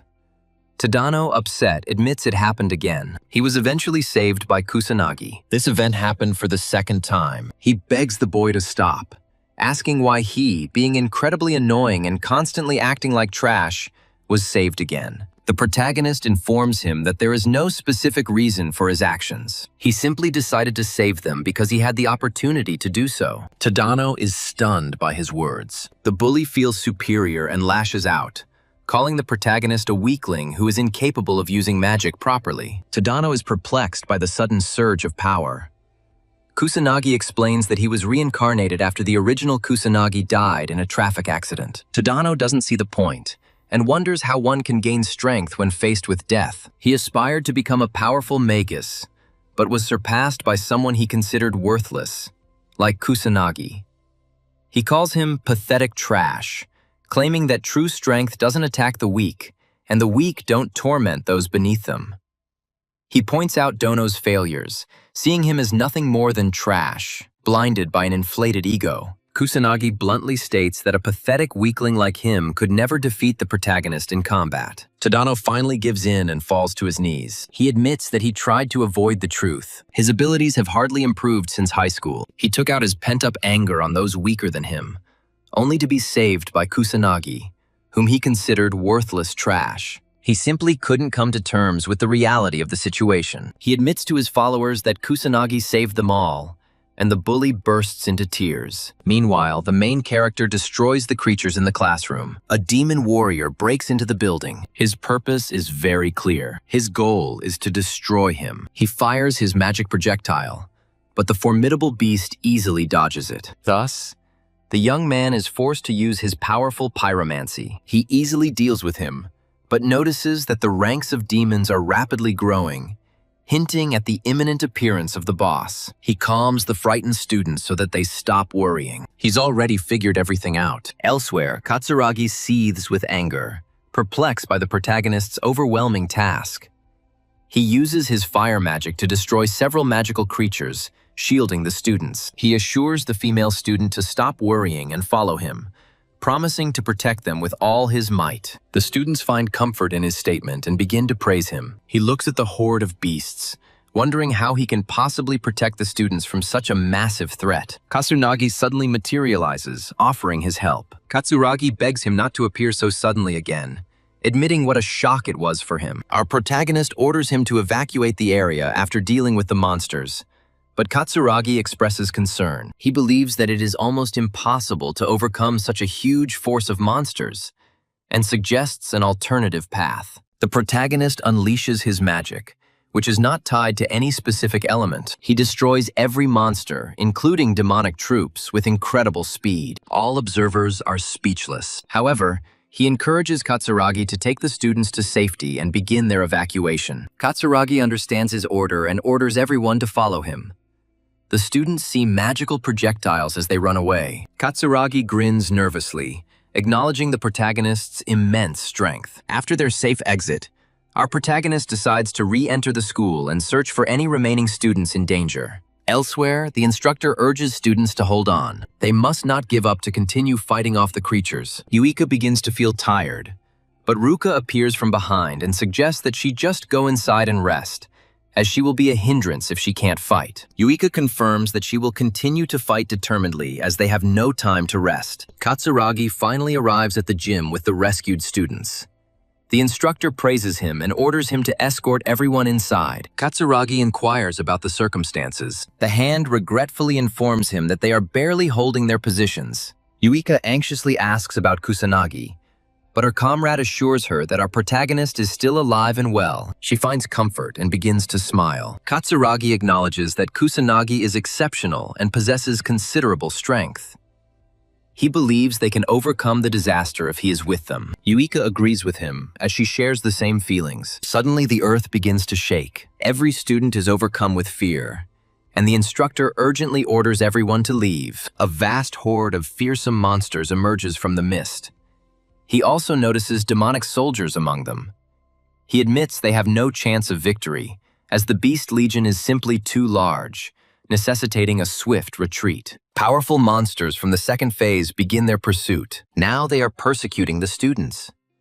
Yuika tries to escape to safety, but narrowly avoids being devoured by a mystical creature. The figure kills the monster, saving Yuika. This is the police department. Saito quickly instructs his officers to destroy the creatures, and the police do their best to protect the citizens. The students breathe a sigh of relief when they see the police, believing that they are finally safe. Saito reassures them, telling them not to worry anymore because the police are here. He tells them to obey orders and evacuate the school thoroughly. However, Yuika steps forward, informing him that the students are also prepared to fight. Shida reiterates his directive, but Yuika clarifies that they are not ordinary civilians. Ruka joins them, claiming they are mages. Shidu understands them and calls for reinforcements, ordering an attack from the rear. He acknowledges their limited numbers, emphasizing the urgent need for mage assistance. He expresses his frustration with the police's ineffectiveness. Rada uses her healing magic on the wounded students. The protagonist watches the police arrive and decides to leave the situation to them. He expresses surprise at the timely arrival of the police, ahead of the arrival of the defense forces. It seems absurd that the country has no action plans or precautions in place to deal with a national disaster. He considers this a valuable lesson for those who take peace for granted. But he decides to continue and help save the remaining students. The news anchor reports the arrival of the police, but the monstrous entities spread at an unprecedented rate. She questions the police's ability to handle this disaster and hopes for the intervention of magical aristocrats to resolve the crisis. Several students watching the broadcast are excited at the prospect of seeing the aristocrats in action. The elderly couple mentions fulfilling their tax obligations, claiming that magical aristocrats are thus obligated to resolve the situation. The reporter conveys his anticipation of their speedy arrival. In a luxurious estate, an aristocrat orders his valet to ignore the ongoing disaster. His name is Fuka Jin, the head of the Fuka clan and a magical aristocrat. The butler asks again for confirmation, and Fuka claims that it is just a minor disaster. The constable must handle this. The butler inquires about Fuka's destination, and the noble mage decides to retire for the night. The butler wishes him a good night's sleep. Returning to the academy, Shidu realizes that the situation is getting out of control. He asks one of his subordinates if they can handle the magical creatures at the entrance, but receives a negative answer. There are simply too many of them. Shidu watches the growing number of beasts and wonders if they will be able to quickly rescue the civilians. The defense forces are expected to take over the rear, but they haven't arrived yet. There's no other option but to contact the noble mages. But that's odd. He can't make contact with them. They should be the ones to do this, but they're being ignored. While the students help the police fight the creatures, Shido recalls everything he learned about the disasters. He wonders if the population 50 years ago would have encountered something similar. He hopes the boss doesn't show up. Suddenly, the number of monsters increases dramatically, and a massive beam of purple light engulfs everything around. The demon captain appears, plunging everyone into pure terror. Shido is stunned. It's the demon captain, their worst enemy. Ruka remembers that a demon captain is a rare creature, rarely encountered these days. Only noble mages possess the power to defeat one. Yuika realizes that they need magic higher than the 5th tier, and she panics, crying over the lack of anyone capable of wielding such powerful magic. The demon captain unleashes his power, creating numerous secret symbols. Yuika is paralyzed. Fear overcomes her. The hand intervenes, directing all its strength to parry the attack, but its strength proves insufficient. She rushes forward to protect Yuika. It serves as a shield.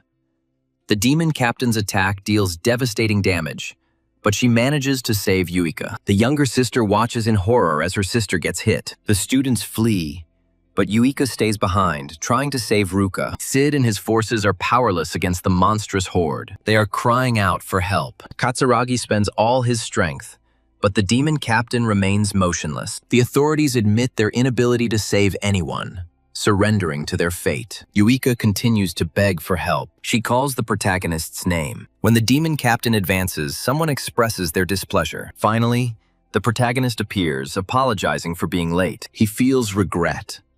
He made the girl wait. Yuika tells him about her brother with a worried expression. However, he reassures her, stating that she only lost consciousness. He quickly heals her wounds, gritting his teeth in frustration at the destruction the creatures had caused. He tells the young lady to put her worries aside. He is ready to fix this whole chaotic situation. She trusts him. Suddenly, numerous magical symbols materialize. Each injured student begins to receive restorative energies. Yuika sees her older sister's wounds disappear and watches in amazement as the recovering students regain consciousness. Sanada discovers magic while tending to the injured. She's shocked by the sight of a 3rd-tier divine spell, admitting that even she can't cast it. She wonders who this benefactor is. Sanada finds his boss and asks how he is feeling. He assures her that he is unharmed. He has simply exhausted his magical reserves. She herself cannot understand it, but she believes that they should first and foremost take care of the protection of civilians. Sanada begins to cry and tries to dissuade him, considering it overly reckless, but he remains adamant in the fight, realizing that inaction will lead to the death of everyone. Sanada stops him again, claiming that victory is impossible since everyone has already died. She emphasizes that the police force has already been defeated. Since the defense forces and the magic noble were still missing, he had to admit that there was nothing more he could do. As the demon captain advances, the reporter learns that the entire police department has been overwhelmed. Despair overwhelms her, and she believes their end is near. Students watching the broadcast consider the nobles to be completely ineffective and express a desire to survive. The population closely follows the news, learning that no one is able to defeat the demon captain. The protagonist approaches the demon captain alone. Sanada watches him and asks if he's seeking death. She tries to warn him, but our protagonist ignores their pleas. Kusanagi arrived to stop the monster from carrying out his will. The demon captain chillingly formulates his intention to kill and destroy. Everyone is gripped by horror. Several students are on the verge of losing control. Chido and Sanada are paralyzed by fear and enormous pressure.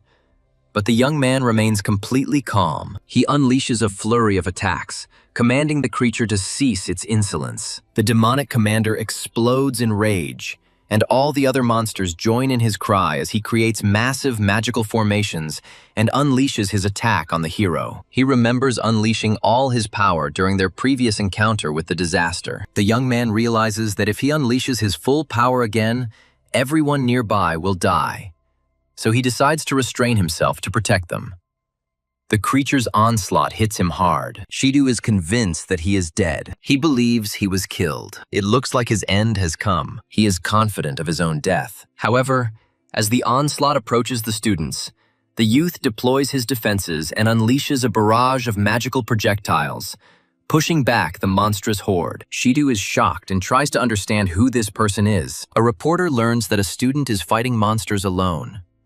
She approaches, unable to discern his features. The camera suddenly explodes. Yuika smiles, knowing that the protagonist has gone to great lengths to hide his identity. Now she believes that he will be able to release his full power without distractions. The young man tirelessly fires magical projectiles. There is finally a glimmer of hope for the students. They explode with joyful cries, anticipating his victory. Several magical beasts attack from behind, nearly hitting the students, but Shido destroys them and decides to help Kusanagi from behind, as it is their only option at the moment. Our protagonist smirks as he watches the diligent police officers.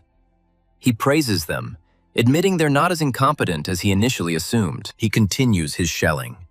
Magic projectiles fly through the air. The demonic commander roars and summons several arcane runes. He unleashes his full power, summoning a 6th-tier sorcery, stunning Shida. He falls into despair, believing that they are finished, as his powerful spell matches the nobility spell, and all hope fades away. The demonic commander unleashes 6-tier dragon bonfires, burning the entire area. A colossal whirlwind of fire consumes everything as everyone struggles to survive. Shido tries to cover for his comrade, Sanada, but the students become despondent, resigning themselves to their inevitable death. Sanada begs the deity for help, praying that at least the students can survive. Shido doubts any student, no matter how strong, can defeat the demonic commander.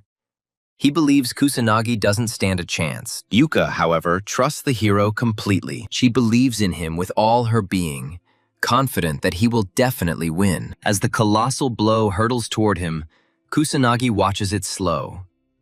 He realizes it's because the demonic commander is straining to cast a 6th-tier spell. He admits that there is no way to resist him using only 2nd-tier sorcery. So, despite wanting to remain unnoticed, he decides to unleash more power. Kusanagi creates 4 magic circles and begins using water elemental powers. Yuika is beaming. She starts to root for him. The water turns into a colossal snake, and Shido is amazed and asks if this is fusion magic. Water and fire attacks clash, and Kusanagi begins to dominate the demon captain. However, the demonic captain refuses to give up. He tenses up even more, shouting his intent to kill. He seeks to destroy humanity. The fire magic intensifies, but Kusanagi infuses more energy, and after a brief skirmish, the demonic captain realizes his death is inevitable. The creature reflects on how he fell at the hands of a mere youth. Kusanagi calmly replies that it is due to the demon captain's lack of practice. He had expected a more difficult duel, but was disappointed to find it less formidable than expected. The heavens finally return to normal. Kusanagi grins, satisfied that the catastrophe is over, having vanquished his greatest enemy. The students are stunned, finding it difficult to accept that Kusanagi has surpassed the demon commander. They all stand up and start cheering. Even the journalist and cameraman join in, finally feeling safe. Sanada reassures the student that safety has returned since the disaster has passed. She looks at Kusanagi, finding it unthinkable. She can't understand how a mere student could have stopped the crisis single-handedly. She wonders if even a nobleman could have defeated a demon captain with 6th-tier magic, and ponders Kusanagi's true identity. His limbs are giving way from extreme fatigue. Kusanagi finds Yuika. He tells her that he has put an end to everything. She beams, declaring her unwavering faith in him and expressing her gratitude. This makes him smile. Suddenly, the students pounce on him, praising his actions. They all express their gratitude, but Kusanagi, irritated, asks them to give him space. He laments the fact that he attracts so much attention, reminding him of his past life, and wishes that his life in the future would be less troublesome. Yuika watches his irritated expression. An announcement comes in. The crisis at Kamui Magic Academy has been resolved. The academy is keeping quiet about the identity of the person who single-handedly defeated the boss. While there were no casualties, several people were injured. Kusanagi's classmates break the news to him. He's irritated, but they believe he deserves recognition as a powerful savior. Kusanagi is also promoted to S-class, and his former classmates are despondent, realizing that their interactions with him will no longer be the same. Several female students inquire about the source of his power, speculating that he may have the bloodline of a noble mage. An S-class student notes Kusanagi's obvious irritation at the attention. He questions the very existence of such a powerful student. Kusanagi's classmates vouch for him, confirming that he is the only one to defeat the demon captain. The S-class student remains skeptical, finding the story improbable from any perspective. Kusanagi takes this opportunity to leave the classroom, feeling a sense of liberation as she leaves. Yuika intercepts him, playfully asking if he's having trouble, a mischievous smile on her face. He wants to avoid further ridicule, but she insists. She considers this outcome predictable. He is a powerful savior. He defended the entire academy. Kusanagi recalls Yuika's promotion to S-class as a result of her actions during the disaster, but she appears indifferent. When asked, she assures him of her happiness, attributing it to the presence of another person in the S-class. Suddenly, Kusanagi remembers Ruka and asks how she's feeling. Yuka answers affirmatively, noting their increased communication. Kusanagi finds this positive, and Yuika shares this satisfaction. She expresses her gratitude for his help. Suddenly, Kusanagi gently strokes her head, causing her to blush and question his actions. He explains that he doesn't like repeated thanks, considering one sufficient. Yuka starts to smile. During the summit, the gentleman concludes his remote discussion with international colleagues. They acknowledge the difficulty of obtaining assistance for the looming disaster, given their current overload of strategies and agreements. One participant cites reports of a student overpowering a boss. Others detail the strange circumstances, including the complete incompetence of the police, suggesting possible misinterpretation and anticipating international skepticism. The gentleman instructs his subordinates to select respected sorcerers to prepare for the next disaster. On the school roof, Ruka and Katsuha Tatsuragi meet Kusanagi and Yuika. Their eyes briefly lock. Ruka then expresses a desire to question Kusanagi. She wants him to take her as an apprentice. A few days later, Ruka talks to her sister. She recalls that the disaster was prevented by the protagonist. Her sister confirms this, reminding him that Kusanagi defeated the demon commander using 4-tier synthesis magic. The hand is struck by this revelation. She remembers that even masters of magic cannot possess such power. Yuika confirms the truth of her words, and Ruka accepts her little sister's story, beginning to glow. Yuika ponders why her older sister considers her incapable of lying. Ruka remembers Yuika as an honest child, still obedient, never lying, kind, but also diligent. She finally admits that her little sister has talent. She admits that she was the one who was stubborn. Yuika understands her sister's concerns, stands up resolutely, and promises her older sister that she will become incredibly strong and ease her worries for a while. Ruka listens attentively to her sister and realizes how much she has grown. Yuka hears her praise and can't help but smile. Ruka knows that no student can compare to Kusanagi, and suspects that even her father may be weaker than him. She asks Yuika for help, realizing that simply following her current path will only make her a top-tier mage at most. Therefore, she absolutely needs Kusanagi's help to truly increase her power. Meanwhile, in the present, Ruka apologizes for all her disrespect.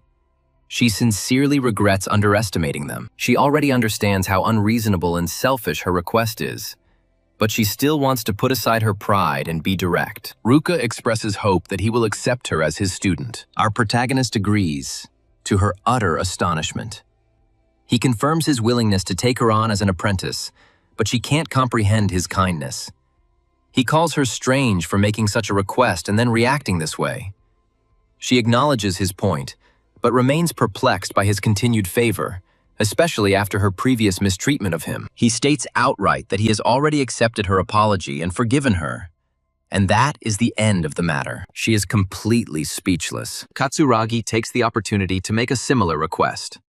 The protagonist agrees, as training 2 people isn't particularly difficult, and the man is pleased to hear it. Yuika tells her older sister that her friend is just very kind. Katsuragi also calls him mysterious. Later that day, the protagonist is called into a conference room. Shido introduces himself as a member of the Tokyo Metropolitan Police Department's Monster Control Unit.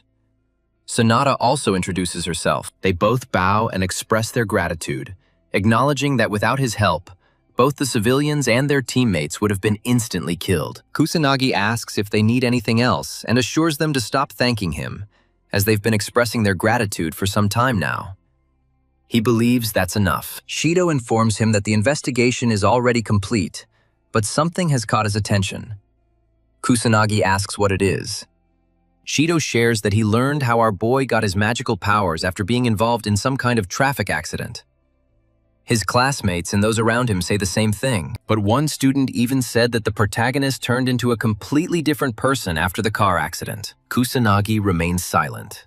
He listens to the investigation. Shido found out that his personality had completely changed, and suddenly his magical power became extremely strong. So strong that he was able to defeat the demon captain with ease. Yuika asks him to stop and asks about his intentions. Saito decides to rephrase and asks if he knows about a certain black magician. Our protagonist doesn't remember his name, but his interlocutor shows him a video explaining that a black mage destroys magical creatures, cleanses territories, and protects citizens. This figure conceals his identity, appearing only after sunset. Saito is shocked that such a well-known video has escaped his notice. The protagonist gets their hint. Yuika intervenes, asking why this information is being passed on to Kusanagi. Saito responds with a smirk, stating their similarities not only in age, but also in build and height. Saito determines that the black mage is a powerful and skilled being. He doubts there's anyone with similar abilities among the students his age.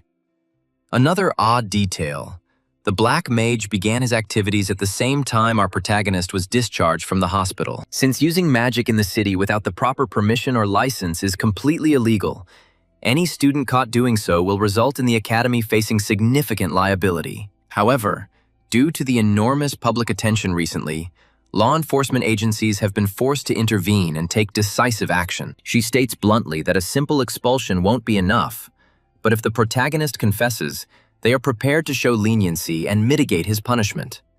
Therefore, he must respond with caution. Saito repeats the question, asking if he is a black magician. Kusanagi denies this with a complete lack of emotion. Shido looks relieved and smiles. She is glad to hear that our protagonist is not a dark sorcerer. The man expresses gratitude for everything and decides to leave for now. When he leaves the cell, Shido is amazed to see our guy remain completely unfazed.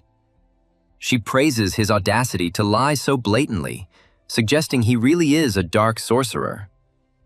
She acknowledges that Kusanagi is far from an ordinary student and suspects he's hiding something. Sanada already suspects Kusanagi is a dark sorcerer due to the similarity of their voices.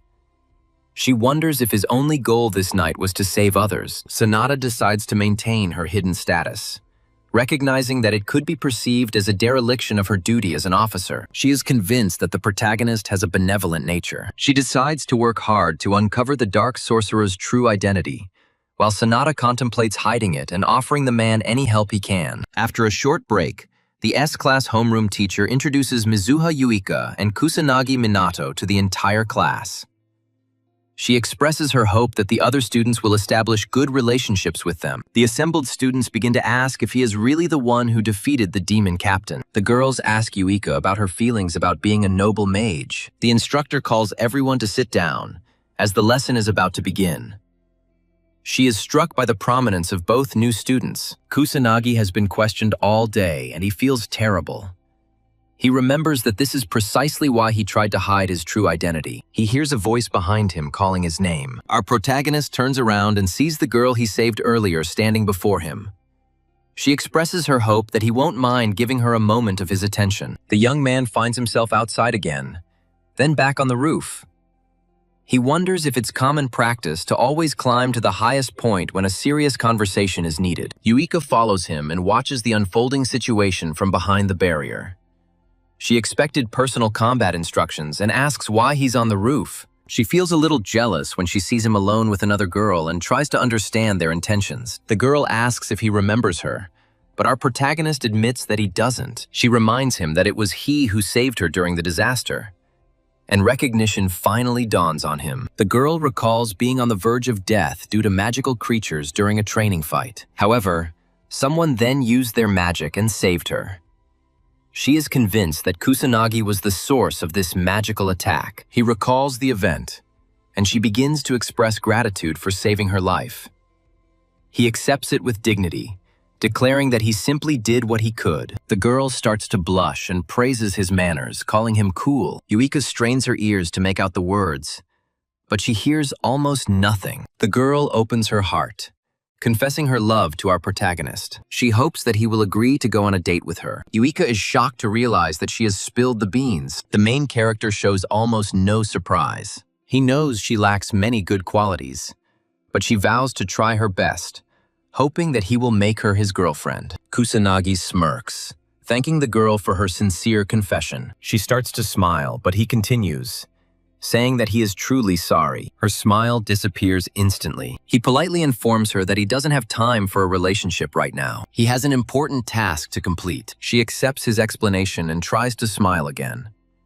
Grateful for his honesty, she decides to move on without him. The girl leaves the roof with tears welling up in her eyes. Kusanagi encourages Yuka to stop hiding and show herself. She's discovered, and she emerges with an apologetic smile.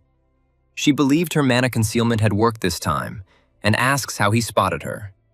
He claims her mana control is terrible, pointing out that it's literally leaking everywhere. This is the second time he's caught her spying. He asks if she has voyeuristic tendencies.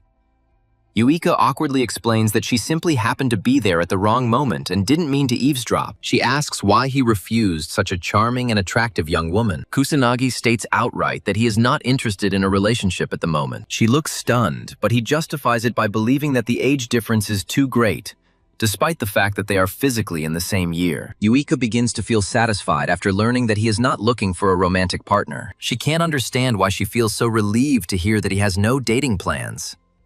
She looks at him with a worried expression. Kusanagi advises her to start honing her mana control, claiming that it is absolutely terrible. He is convinced that she needs significantly more training. She confirms her awareness and decides to dedicate herself to intensive training, striving to surpass her current capabilities so that he can eventually notice her. Under cover of night, the protagonist arrives in a new zone teeming with monsters. He wonders if another disaster is brewing, given their growing numbers. Suddenly, he hears a young woman crying for help. A man illegally uses his magic to torture a young woman. He tells her that screaming is useless because no one else is there. Kusanagi intervenes. It shows the aggressor that there is someone out there after all. The tramp is stunned, but our hero wastes no time, delivering a quick blow to the stomach. He uses his magic to render his attacker unconscious. He discovers that he is merely a novice mage and a brute whose melee combat skills are simply terrible.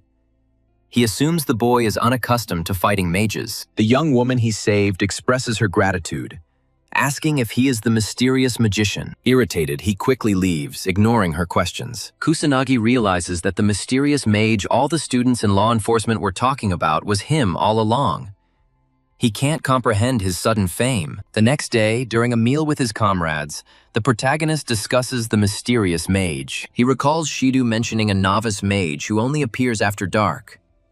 He's heard countless stories and is simply intrigued. Katsuragi speculates that this is due to the mysterious mage's significant online popularity. Our guy innocently inquires about the internet, asking if it looks like a fishing net. Everyone is shocked by this revelation, doubting his sanity.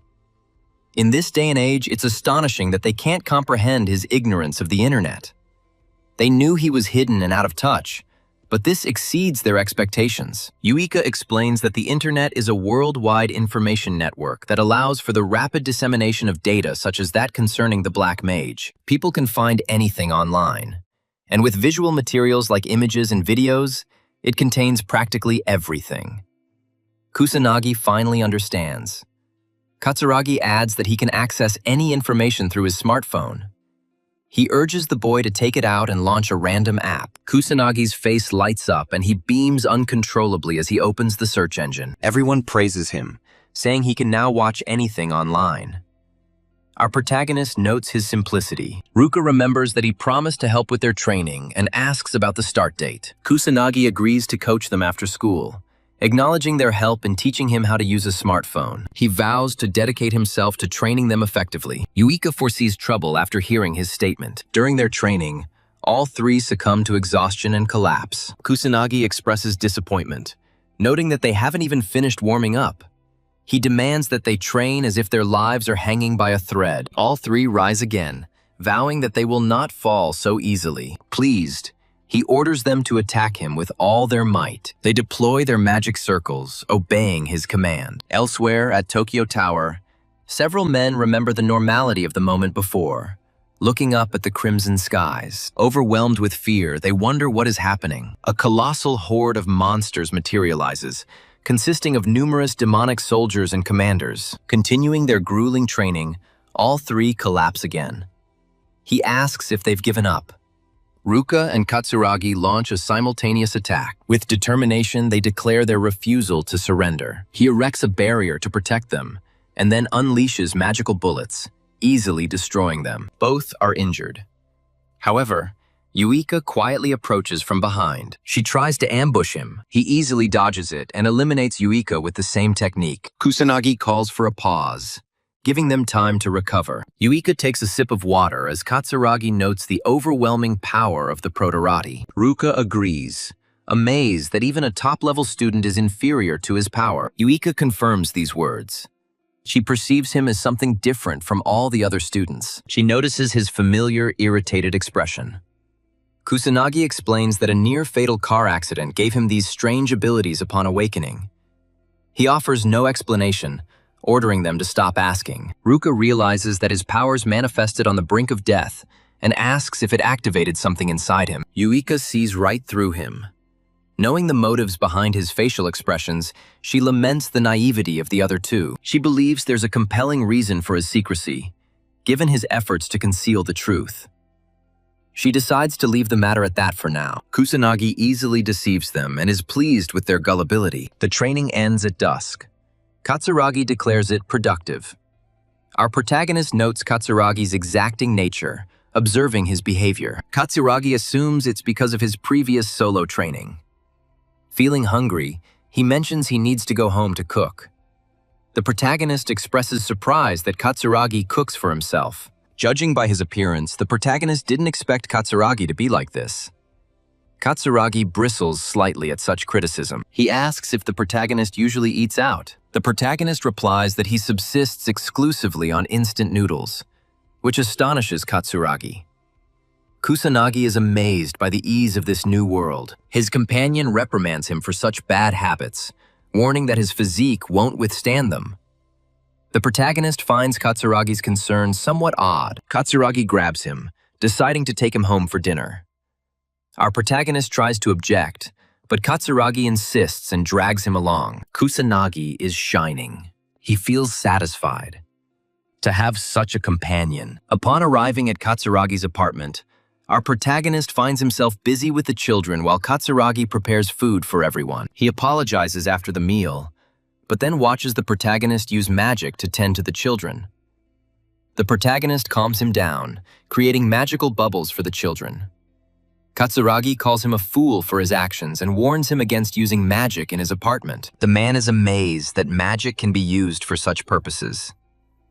A small child consoles our hero after his reprimand. Katsuragi is shocked to discover his exceptional skills in caring for children. The protagonist suddenly remembers a disaster from his past life. He states that children are precious. Katsuragi calls him an old man because of his tone, but our hero orders him to shut up. He begins to find joy in helping children with reading. They all begin to eat together and express gratitude to the deity for the food. The children eat their food with pleasure. They enjoy delicious dishes. The protagonist tries it and is amazed by the quality. He's touched, trying to remember the last time he enjoyed a proper meal. He laments neglecting himself by focusing solely on fighting for so long. Kusanagi asks about his friend's parents. The man reveals he doesn't have a father. Since his mother has to work late, he takes on responsibility for housework and childcare. He even takes on extra work in his free time. Kusanagi is stunned by his story, but he assures him that he finds joy in caring for his family. The protagonist comprehends the situation by remembering himself as a rude person who craves difficult challenges. They all end up sharing a bed. He apologizes to Kusanagi for having to put up with him because of the demanding children. He doesn't mind and finds satisfaction in this activity as a change of scenery. Katsuragi feels relieved and expresses his gratitude. The protagonist is puzzled by the gratitude, but he explains that it concerns Ruka. She's been looking more cheerful lately, and he attributes this entirely to Kusanagi. Our protagonist wonders if this relationship is connected to romantic feelings. He asks if he feels affection for Ruka, but Katsuragi replies in the negative. He mentions that they are both outcasts who have difficulty connecting with others, which is what led to their strong bond. Kusanagi sees a parallel with her own circumstances. The next morning, Kusanagi and his companion walk side by side. Their destination is an educational institution. Yuika desperately asks why they're late. Katsuragi explains that the protagonist overslept. They discover the boys spent the night together. Yuika, feeling envious, asks if they trained together. Kusanagi ponders why their meeting seems so ordinary. He admits he finds pleasure in it. Sidhu arrives with Sonata and asks the protagonist to give him a minute. The protagonist is irritated by their reappearance. She apologizes for disturbing them again, but states that it is an emergency. Sonata reports that animals are suddenly appearing near Tokyo Tower. She suspects a connection with the disaster and asks Kusanagi for help. He tries to refuse, citing his status as a student, but Sidhu rejects this, acknowledging his strength to cope with adversity alone. He bluntly states that the police are overwhelmed and need his help. Kusanagi questions their ability to reveal such information, but Shido insists they have no other choice, being completely trapped. He formally begs the protagonist to help them fight the creatures. Kusanagi agrees to their request. He hoped to remain unnoticed, but circumstances continue to escalate. Shido assures him of decent compensation and that no connection with the academy is necessary. Uika and her companions vow their assistance. Ruka expresses confidence in the rear, and Katsuragi agrees. Shido expresses gratitude for their willingness, but refuses their participation, considering it impossible. Ruka tries to convince them, but Shido doubts their combat readiness, seeing them as only the academy's elite. He asks if anyone can compare to Kusanagi. Shame makes them all shut up. Shido suggests that they return to the academy. He invites Kusanagi to come with him. The protagonist wishes for his companions to eventually reach his level. By responding with the conviction that they will do it, everyone gains new determination. At the police station, our hero finds himself at a briefing. A man reports the appearance of numerous magical beasts near Tokyo Tower, requiring quick planning and action to prevent civilian casualties. He mentions the presence among them of a student who played a key role during the previous disaster at the Magic Academy. He asks the protagonist to get up. He obeys the man's orders, and some individuals discuss him behind his back. One asks why a child is interfering in their affairs. Another explains that it was Kusanagi who single-handedly defeated the demon captain during the recent disaster. He dismisses it as nonsense.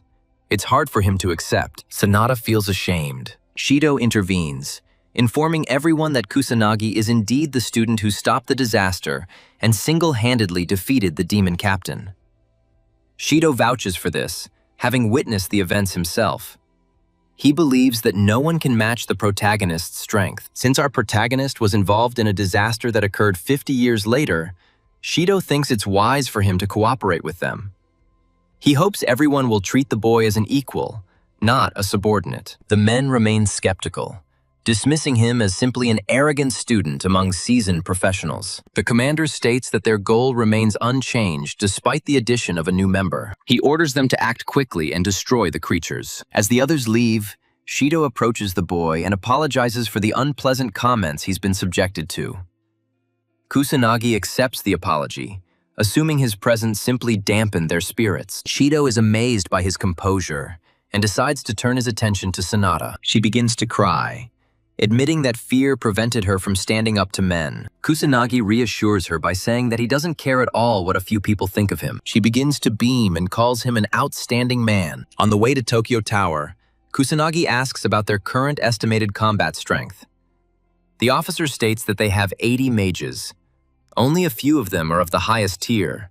The rest are only mid-tier mages. Our young man knows that mid-tier mages are capable of using second-tier magic, while high-tier mages can use magic up to third tier. Sidhu admits that it sounds rather pathetic, but the protagonist is the most powerful mage present, possessing the ability to use fourth-tier fusion magic. Kusanagi asks if they are going to stick to a specific strategy. However, Sidhu disappointingly informs him that everything will come down to a magical duel, making any careful planning impossible. He believes they could easily defeat simple demonic soldiers and magical creatures, But any opponent above the rank of a demonic captain requires careful strategy and countermeasures, given their keen intellect and formidable power.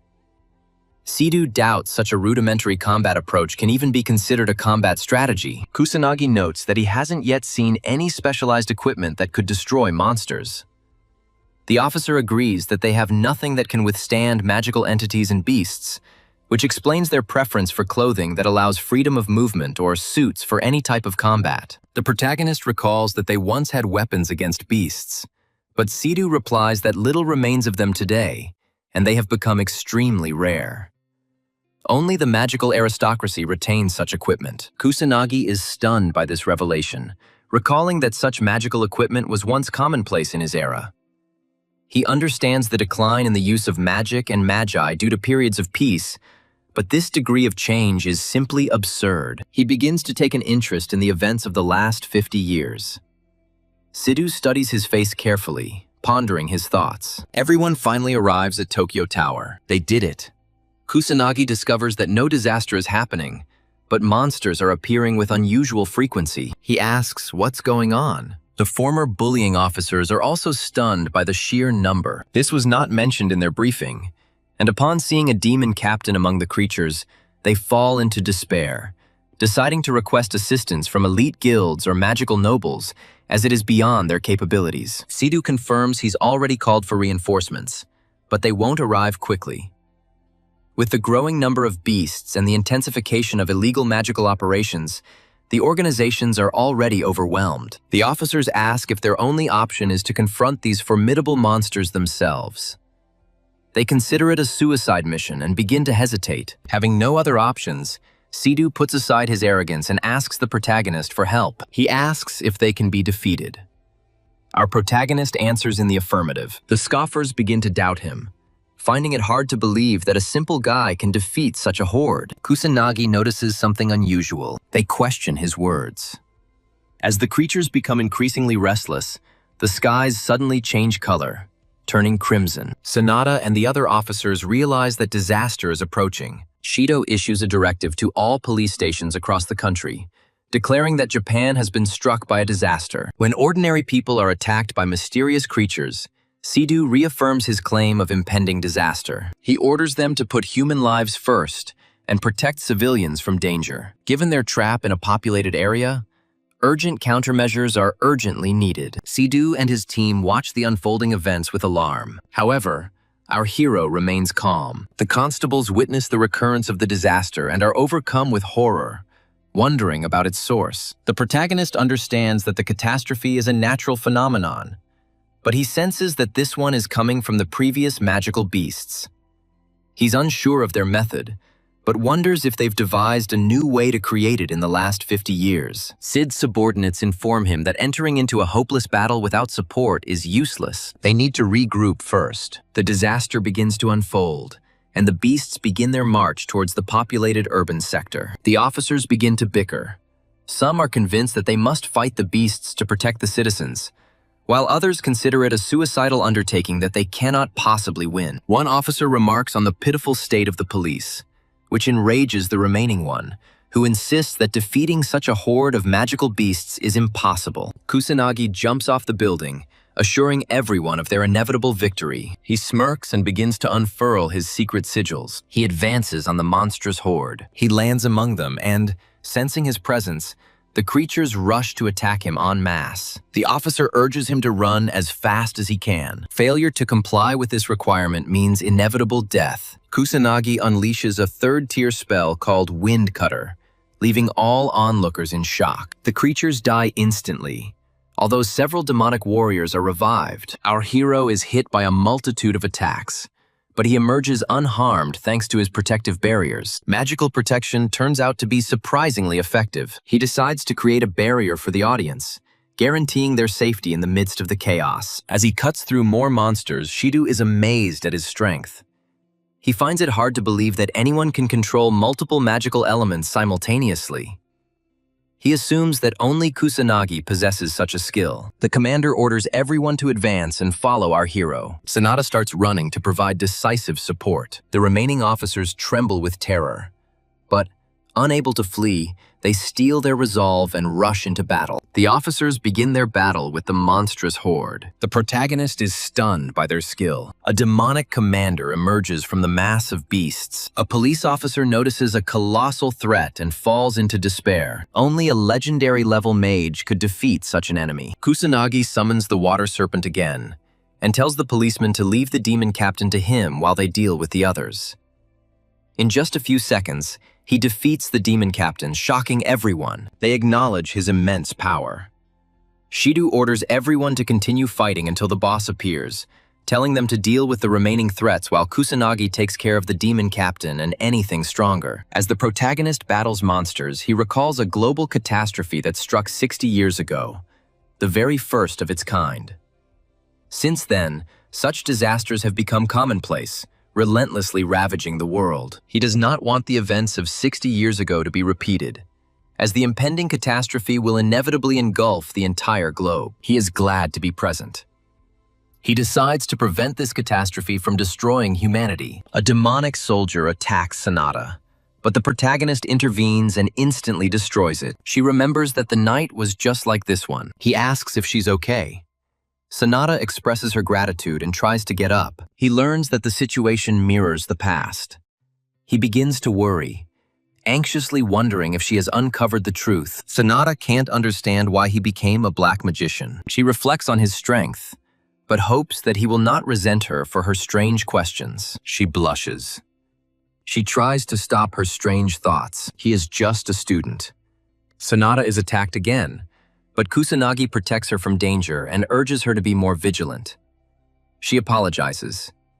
He asks her to stay close so he can keep her safe. He notices that she cannot use combat magic. Sanada begins to blush again and obeys his orders. She wonders if he is really a student, because his words sound more mature than hers. Suddenly, all the police mages feel an overwhelming force. They begin to tremble in horror, wondering what is happening. A creature materializes from the glow. Shido identifies him as a variant of the demon captain. He ponders why this superior type of demon captain is manifesting now. The officers understand that their victory is unattainable. They doubt that even noble mages can defeat such a formidable beast. Kusanagi is advancing.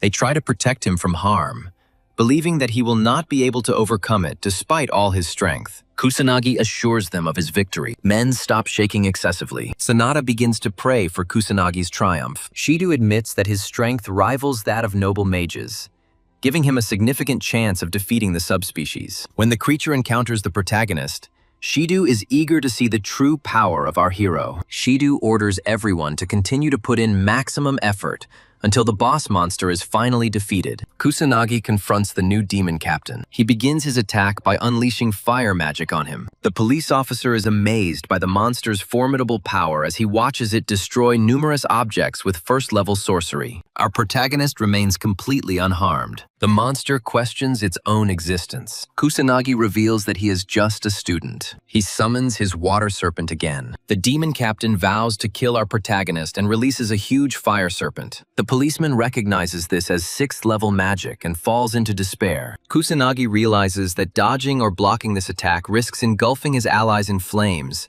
and he considers his next move. All the monstrous creatures begin to converge. It happens without warning. The police are puzzled. While the creatures attack Kusanagi, Sanada tries to warn him. He remains unperturbed. A multitude of powerful attacks rush towards him. He remains completely motionless. He destroys the demon captain's fire serpent with his water abilities and repels the magical beast's attacks using his non-elemental barriers. Water begins to cascade down. The protagonist feels a slight sense of disappointment, realizing that the battle is already over. Shido's mouth hangs open in surprise as he sees the sheer power of our hero. Sanada is having a hard time comprehending the events that just happened. Shido, still in stunned disbelief, clutches his head as he watches the impossible unfold before his eyes. Only a noble mage can use 6th-tier sorcery, an advanced art comparable to remote activation. Sanada doubts Kusanagi has truly achieved all this. Shido reveals another astonishing event he just witnessed. The protagonist simultaneously cast a second form of magic while fighting the demon captain. Normally, there's a cooldown period between casting the two spells, but Kusanagi cast them simultaneously. Even mastering a single spell proves difficult. making the simultaneous use of two spells a sign that the protagonist is superior to even the most accomplished mages. Shido is pleased that events have unfolded according to his predictions.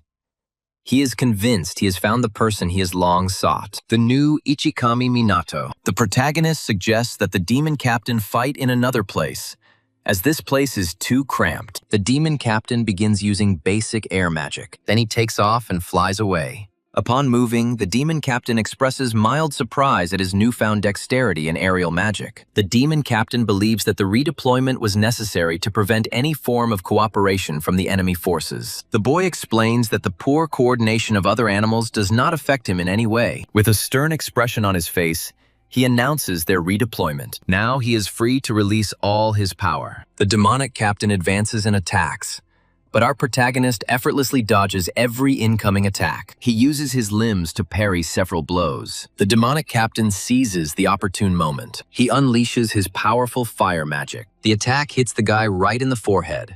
However, the creature hits him again. Without wasting a second, it throws him to the floor. When the smoke clears, Kusanagi appears unharmed, shocking the demon captain. He rushes forward, realizing that the demon has switched to close combat because his magic is completely ineffective against him. He finds the demon captain's attempts futile and demonstrates that he is unable to land a blow on him, while he himself lands a powerful blow to the demon's head. The demon captain is thrown back, but he saves himself by creating a magical shield. He asks if his blow can do any damage, believing him to be merely mortal, but then his entire body begins to shake. The demon captain cannot comprehend his true strength. In a rage, he demands to know his identity. Kusanagi chuckles, revealing that magic isn't the only thing he can do. He decides to demonstrate one skill to the demon captain. This is a skill that he invented himself. The protagonist grins and unleashes his powers. The demon captain is stunned. Shido and Sanada sense tension and notice a presence above. Kusanagi controls the energy he projects. This energy protects its form. He begins to feel the power, but the demon captain finds human blows useless, despite using magic to defend himself. Kusanagi holds a different opinion. He decides to test his own power. He unleashes a flurry of blows, pushing back the demon captain, who is stunned as attacks converge from all sides. The creature weakly tries to defend itself, but Kusanagi relentlessly strikes with his new method. Saito watches the confrontation and sees the young man defeat a true beast in close combat. He is surprised by this feat, considering that human attacks are ineffective against monsters. He gradually wounds the creature with just his bare hands. The demon captain takes damage and cannot understand how a human attack could have reduced him to such a pitiful state. Kusanagi knows that normal attacks or any weapons are useless against monsters, but if she invests a huge amount of magical energy, her attacks become effective. A strike that envelops the entire body in magical energy is known as a synthesis of martial techniques and witchcraft. He called it witchcraft martial arts. The demon captain cannot comprehend how a mere human could surpass him in strength. He is furious.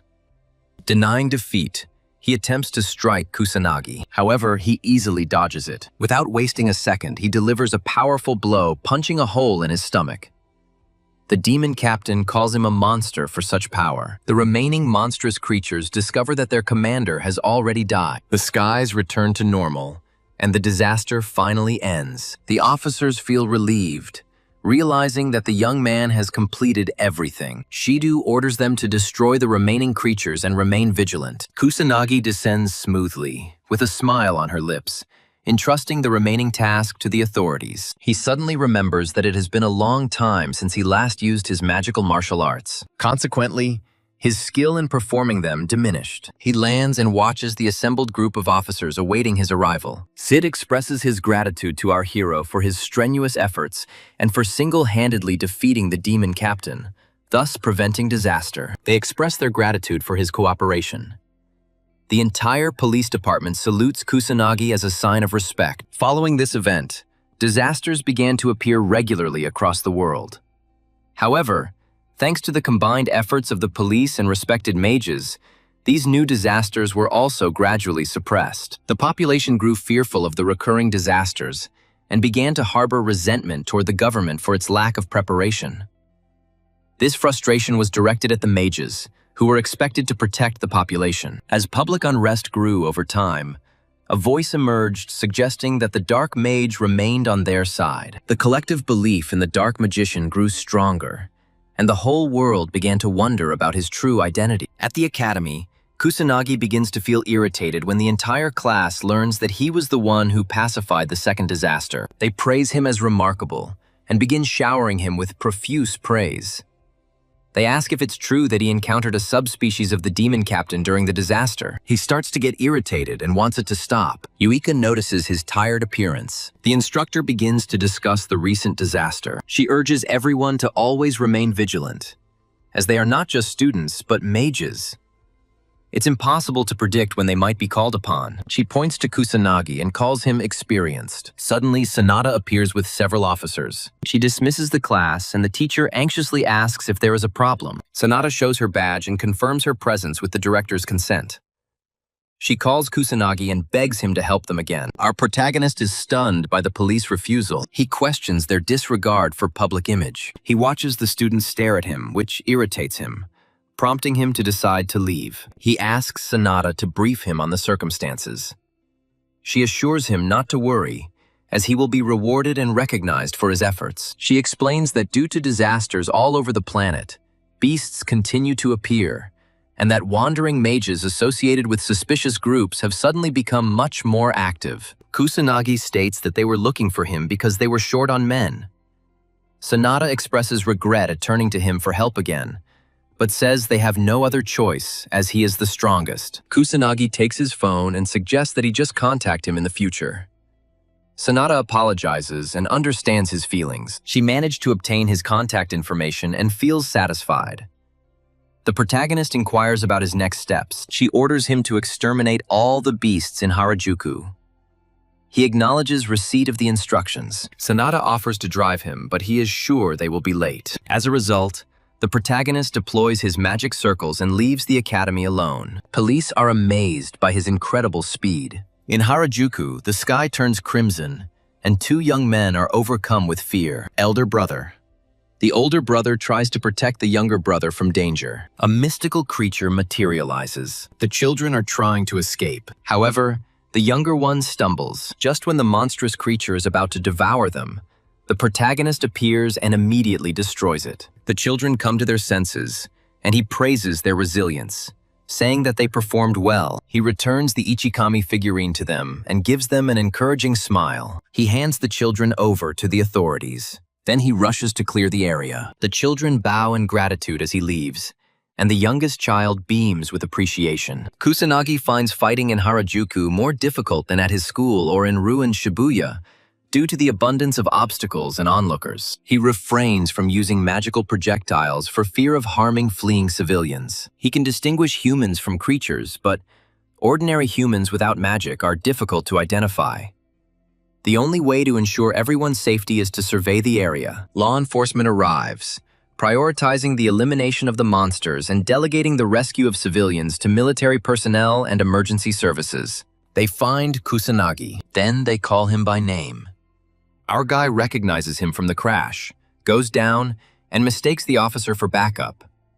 He finds this helpful and asks about the circumstances. The officer reports that they haven't yet managed to rescue half of the civilians and are having trouble penetrating the eastern sector. Kusanagi fires several bursts. After this, he decides to explore the eastern sector. The officer warns him about the presence of illegal mages there based on intelligence, but realizes that warning Kusanagi is useless given his unrivaled strength. The other officers watch him and speculate about his identity as he easily defeats many creatures. They see him as a ray of hope in these difficult times. Kusanagi destroys the demon captain using her level 6 explosion stream. He expresses surprise upon meeting the demon captains despite the lack of disaster. This didn't happen even 50 years ago. As the beast population grows, Kusanagi notices their increasing strength, and the dire circumstances become a challenge even for him. He decides that strategy is crucial before the situation escalates further. Kusanagi rescues 2 more civilians, handing them over to the firefighters. He has several options, but he's unsure which one to choose. He uses his bubbles to save even more people. Sanada and several officers arrive, helping to calm the civilians. Police again express their gratitude, crediting him with mitigating the damage. Kusanagi disputes this, attributing the success to police and firefighters, saying they only helped. The officer recognizes him as an outstanding student. They apologize for their past discourtesy during the previous disaster, admitting that their arrogance led to it. Kusanagi reassures them, urging them to let go of past regrets. The officers are impressed by his composure and again express their gratitude. Sanada steps forward, also expressing gratitude and noting her continued dependence on his abilities, despite his status as a student. He reassures her, reminding her that he's committed to helping. Kusanagi emphasizes the growing number of monsters and their increased power. Sanada agrees, believing a counter-strategy is necessary for the disaster. She mentions that her superior is actively working on a solution. As she speaks, the children who were here before approach Kusanagi and express their gratitude for saving him. He feels satisfaction seeing that they are unharmed. The younger child asks if he is a great sage, and the older one apologizes, explaining his brother's fascination with the great sage. Kusanagi notices the toy. He recognizes it as the figurine of Ichikami. He assures the children that he is indeed a great sage, and the child beams, already knowing it. Kusanagi remembers a past life where someone asked Ichikami for permission to create a doll in his likeness. The man excitedly announced that he would create not only a doll, but also photographs and keychains. Ichikami expressed skepticism about the demand for such items. The man insisted that people needed the support of the great sage in their souls, and these items were ideal for the youth. Ichikami remained unconvinced, but the man objected, believing that this would ensure protection for 100 years, not just 50. He begged Ichikami-kami's consent. Kusanagi grins, acknowledging the man's foresight. He understands that simple toys cannot truly protect people, but humanity needs his help again. In a dark club in the capital, several men report to their boss, Kuroya Kuto, head of the secret magical organization Black Riot, about a fugitive sorcerer. He rises upon hearing of an illegal mage operating outside of any known guild. In his rage, he discovers that the dark sorcerer Day dares to challenge him. He asks his subordinate if his assessment is accurate, and the trembling subordinate confirms it. Kuroi orders them to discover the dark sorcerer's true identity, authorizing military intervention if necessary. Someone asks if there is permission to liquidate it. This is the executive director, Kagashugi. Kuroi declares that they can only destroy him by torturing him. Kaga grows impatient, and a sinister grin spreads across his face. Ruka asks about Kusanagi's magical power. Yuika echoes his words, having long harbored the same curiosity. She speculates that his power level reaches 100,000, or perhaps even 500,000. Yuika admits that's plausible for someone of his caliber. With a straight face, he states that his power level is 99,999,000. Everyone is shocked at first. Yuika is doubtful, and Katsuragi shares her disbelief. Ruka recalls that even Ichikame's magical power hovers around 1 million, making her skeptical of his claim. Kusanagi is stunned by this revelation. They explain that 1 million is considered the absolute limit for precisely this reason.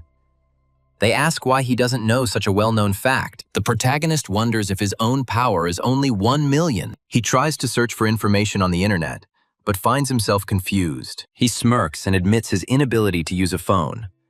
Finding it too much of a hassle, he decides to give up the attempt. The call comes.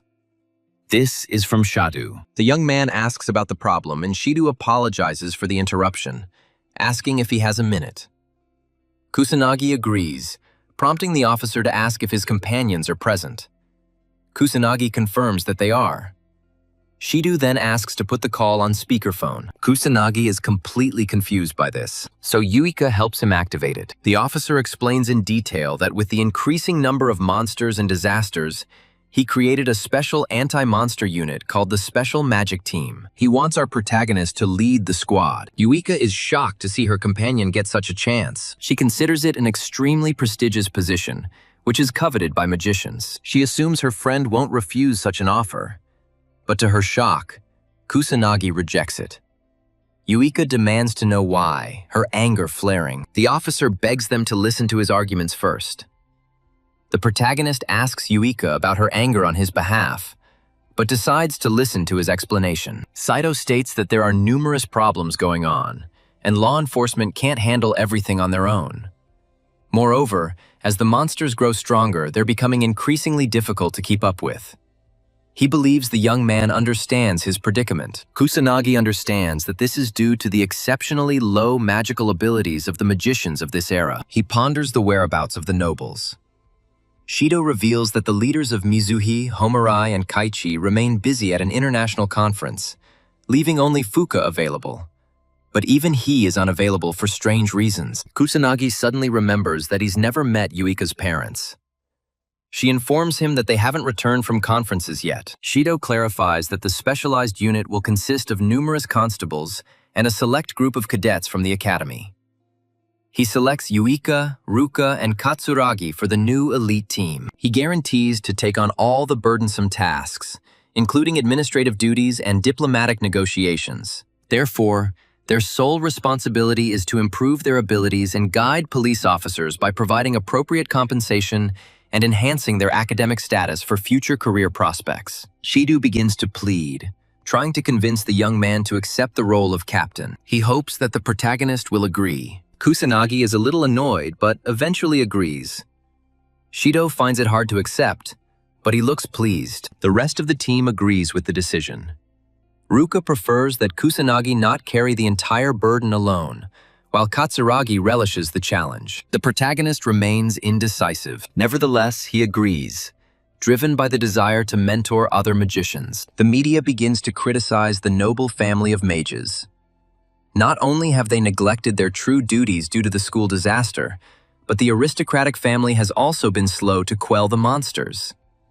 A nobleman overhears the reports and dismisses the journalists as fools for assuming noble mages can handle any situation. A challenge comes, prompting the noble mage to grant entry. His servant materializes and announces that the Metropolitan Police Department has sent an official document. A noble mage examines the details of the formation of a special magical unit.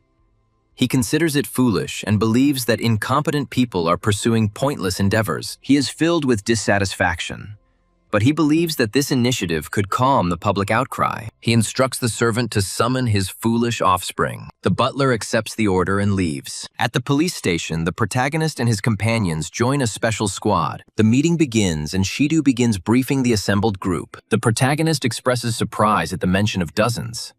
However, Shido apologizes, explaining that although they had potential candidates, for some unknown reason, no applications came in. Shido expects more applications once our hero achieves significant success. Kusanagi was turned on. He hadn't foreseen this turn of events. Given the oddity of the team being led by a mere student, some conflict was inevitable. Shido presents the item, claiming it is a temporary mage ID. He acknowledges that this is an external agreement, but clarifies that they are all government employees now. Therefore, if anyone expresses doubt, they will be able to produce this identification if necessary. He mentions one more detail. These identification cards are issued only to squad members, and since none of them are currently mages, the identification is only temporary. Shido officially ends his interaction with student Kusanagi, addressing him as Captain Kusanagi. He hands over all responsibility to the young man. The protagonist smirks, as it has been a while since he stood in front of his peers. He steps forward and introduces himself again. He declares himself the leader of a special squad of magicians and promises to give each member of his team the power to surpass even the leaders of respected families. His comrades and officers are stunned and find it difficult to accept this situation. Kusanagi understands their skepticism, but decides to provide irrefutable evidence to dispel their doubts. He asks if the police station has any devices to detect magical energy. The man answers in the affirmative, but looks puzzled. Kusanagi takes out several measuring instruments. He orders Ruka and Katsuragi to come forward and test their strength, and they comply. As they both channel their magic into the device, the protagonist informs the assembled group that Ruka's magical energy was previously only 10,000, while Katsuragi's was 8,000. The hand becomes speechless after receiving a reading of 30,000 magical energy. Katsuragi expresses surprise upon seeing 28,000 on the dimension screen. The constables are astonished, recognizing this as the magical energy of a high-class mage. Kusanagi urges them to remain calm and tells Yuika to evaluate her abilities. She obeys his order, but feels some unease. Yuika ponders her next steps, convinced that the gap between her and her older brother is too great. She knows she's worked tirelessly, but ultimately, she sees herself as just an ordinary person, lacking any innate talent.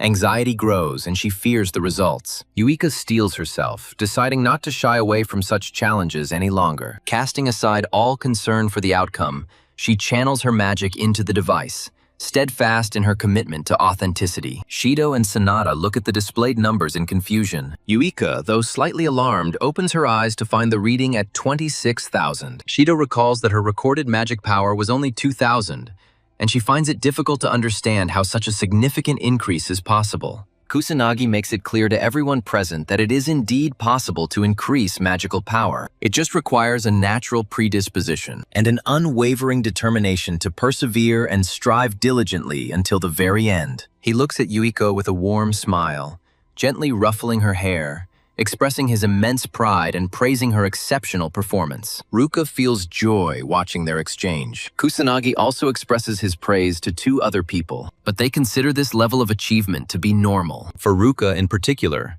such progress is standard for someone of her kind, the Mizuha family, so praise is unnecessary. He brushes off her words and ruffles her hair as well, praising her for her hard work. Katsuragi acknowledges his friend's otherworldly presence, but is stunned by his fearless behavior. Yuika becomes nervous, knowing the terrifying aspect her sister displays when she becomes enraged. The hand tells the protagonist that she is not a baby, and he, realizing this, removes his hand. Katsuragi just experienced a moment of fear, and Yuika also expresses gratitude for her sister maintaining her composure. Our protagonist tries to pat Katsuragi on the shoulder, but he hesitates. Ruka remembers that she's never been treated like this in her entire life before this day. Even her father never showed her such affection. A portly, unattractive man enters the room, finding everyone there. He claims to have been looking for Shida and asks why he wasn't properly greeted. Shido tries to justify himself by telling the fat man that he thought he wouldn't show up today. The fat guy informs him that his intentions have changed, which is what prompted him to come. Shido ponders introducing himself to the group and announces himself as Shu, a noble mage from the Fuka clan. Shido secretly tells our guy that he had no choice, as the noble mage's approval was necessary to form the special team, which is what forced him to enter their names. He expresses regret over the situation. Kusanagi recalls the Fuka family's refusal to send aid during the disaster at his academy. Shido tries to explain that this was because nobles have a particular tendency to assert their power, making them feel embarrassed by such requests, as it is uncharacteristic behavior for a noble mage. Shu speaks up, stating that he learned he'll be meeting with Japan's leading magic unit. He wonders why there are so many students in the room. Shido introduces Kusanagi, revealing that he was the one who defeated the boss monster and ended the school's disaster. In recognition of his outstanding achievements, he was chosen by the team commander as the division captain. Shu looks at him closely. He reflects on how a worthless student, not even from a noble family, managed to stop a disaster at school. He deliberately steps on the protagonist's foot and arrogantly declares him nothing more than trash. He seethes at the sight of our guy as captain. This man makes it clear to him that he shouldn't be arrogant, even if he's just a student. Yuika and Ruka question his behavior, ordering him to back off, while Katsuragi threatens to destroy him. Shu is perplexed by the commoner's attempts to dictate his actions. He recognizes the two sisters, recalling their connection to the Mizuha family. He is stunned. Not everyone present is just scum. Shu begins to smirk, stating that he will lead the division, but Shido tries to make him understand that Kusanagi has already been appointed as the division leader, making any changes impossible. Shu decides to challenge the protagonist, declaring that whoever defeats the boss of the next disaster will receive the right to command the squad. Shido tries to intervene, but the fat man decides to make his own rules, thinking the issue is settled. Shido apologizes for his behavior, but Kusanagi reassures him, saying anything he might say would be completely useless against such a fool. He considers this acceptable, as his only demand is victory. Yuika and the others are energized. She's determined not to let this man become their leader. The other two are also determined, deciding to do their utmost. He wonders about the reason for their ardent enthusiasm. Why are they so infatuated with such a simpleton? At the police station, Kusanagi ponders his next steps. He remembers a police officer. Officers typically possessed around 10,000 magical powers. He foresaw this and decides to focus on the magical power first. He begins his explanation by discussing the meaning of magical power. He informs everyone that he understands that they are solely using it for magical attacks, but it has additional uses. He summons Katsuragi and instructs him to strike with all his might. Katsuragi looks somewhat perplexed, but the young man urges him to begin. Katsuragi tries to strike with all his might, hoping that the protagonist won't object later. The blow is stopped by an unusual shield. He reveals that he is using the power of a mystical shield. Individuals with vast reserves of magical energy can naturally create a magical shield. Katsuragi continues his attack, but his blows miss. He explains that huge magical reserves allow one to cast spells subconsciously, which he calls an innate power. Katsuragi eventually succumbs to exhaustion, finding his attacks completely ineffective. The protagonist instructs everyone to remember one important point. Expanding one's own magical energy is a primary goal for any sorcerer. He begins to channel his magic into the officers individually, helping them sense the magical energy. Everyone begins their rigorous training, dedicating themselves to achieving greater strength. Kusanagi recognizes the need for specialized equipment beyond simple practice. He considers acquiring anti-monster equipment. Based on Shido's answer, our young hero realizes that obtaining such an item currently seems extremely unlikely. Shido assures him that he will find a solution with a little more patience. Kusanagi realizes that finding skilled artisans in this era is unlikely, so he decides to create the item himself, despite his lack of previous experience. Confident in his ability to forge it himself, he opens his desk drawer, searching for a suitable item. He discovers an inexpensive ring, noting that its immaculate condition suggests it is of considerable value. He's confident it will work, but it's still not enough. The protagonist thinks about a store where he could buy something. His phone suddenly rings. He understands that the call is from Ruka. He asks about her intentions, as she rarely calls him. Kusanagi answers, but is perplexed by her silence. She expresses confidence that only he is worthy of commanding the squad. Confused, he asks if she's trying to motivate him. She confirms he's right. Kusanagi grins, recognizing her shy nature. He decides to ask her a question. Kusanagi invites her to go shopping with him tomorrow if she has time. He admits he's not very knowledgeable about buying accessories and needs some help. Ruka asks if he's going to invite the others too. He answers negatively, believing that large group outings are unnecessary. She shows some hesitation, and Kusanagi asks if she wants to go. She agrees to go with him. He calls her his savior and asks where they're going. She suggests Harajuku, and he agrees to meet her at the station around noon. She expresses anticipation of their meeting tomorrow and ends the call. Kusanagi is pleased that he'll now be able to buy rings for his entire team. He's considering whether to spend the day crafting monster-repelling equipment with the ring he just received. He begins to channel his magic into it. He believes that this will somehow bring results. Yuika calls her sister for an evening meal, but receives no answer, becoming worried as her sister's behavior is out of character. Vika decides to investigate and announces her arrival. She discovers her sister holding a charming dress, which astonishes her. The hand asks what the problem is. Yuika apologizes and tells Ruka that the food is ready. Ruka says he'll be there shortly. Yuika has never seen her sister so enthusiastic. She assumes Ruka is going somewhere, thinking it's a date with that young man. The next day, Kusanagi arrives at Harajuku Station. Yuika watches him from behind the barrier, trying to maintain anonymity and distance so that he doesn't recognize her. She feels awkward watching them like this and silently apologizes to them. Ruka eventually appears in a stunning dress, attracting the attention of all the onlookers. She asks if the protagonist had to wait. He replies that he just arrived, so no problem. The audience comments on how stunning she looks and assumes she's talking to her boyfriend. Yuika feels a little jealous as she tries to figure out the situation and learns that her sister and Kusanagi are on a romantic date. Ruka asks him about his purpose. Kusanagi replies that he's looking for a ring. She assumes it's for a gift. He confirms her guess, but adds that he needs several. Ruka is surprised, having misinterpreted his intentions. She asks if he has multiple romantic interests. He confirms this, but she points out that Japan does not permit polygamy. He assures her that he knows this. Ruka suggests choosing inexpensive options if he's planning to buy in large quantities.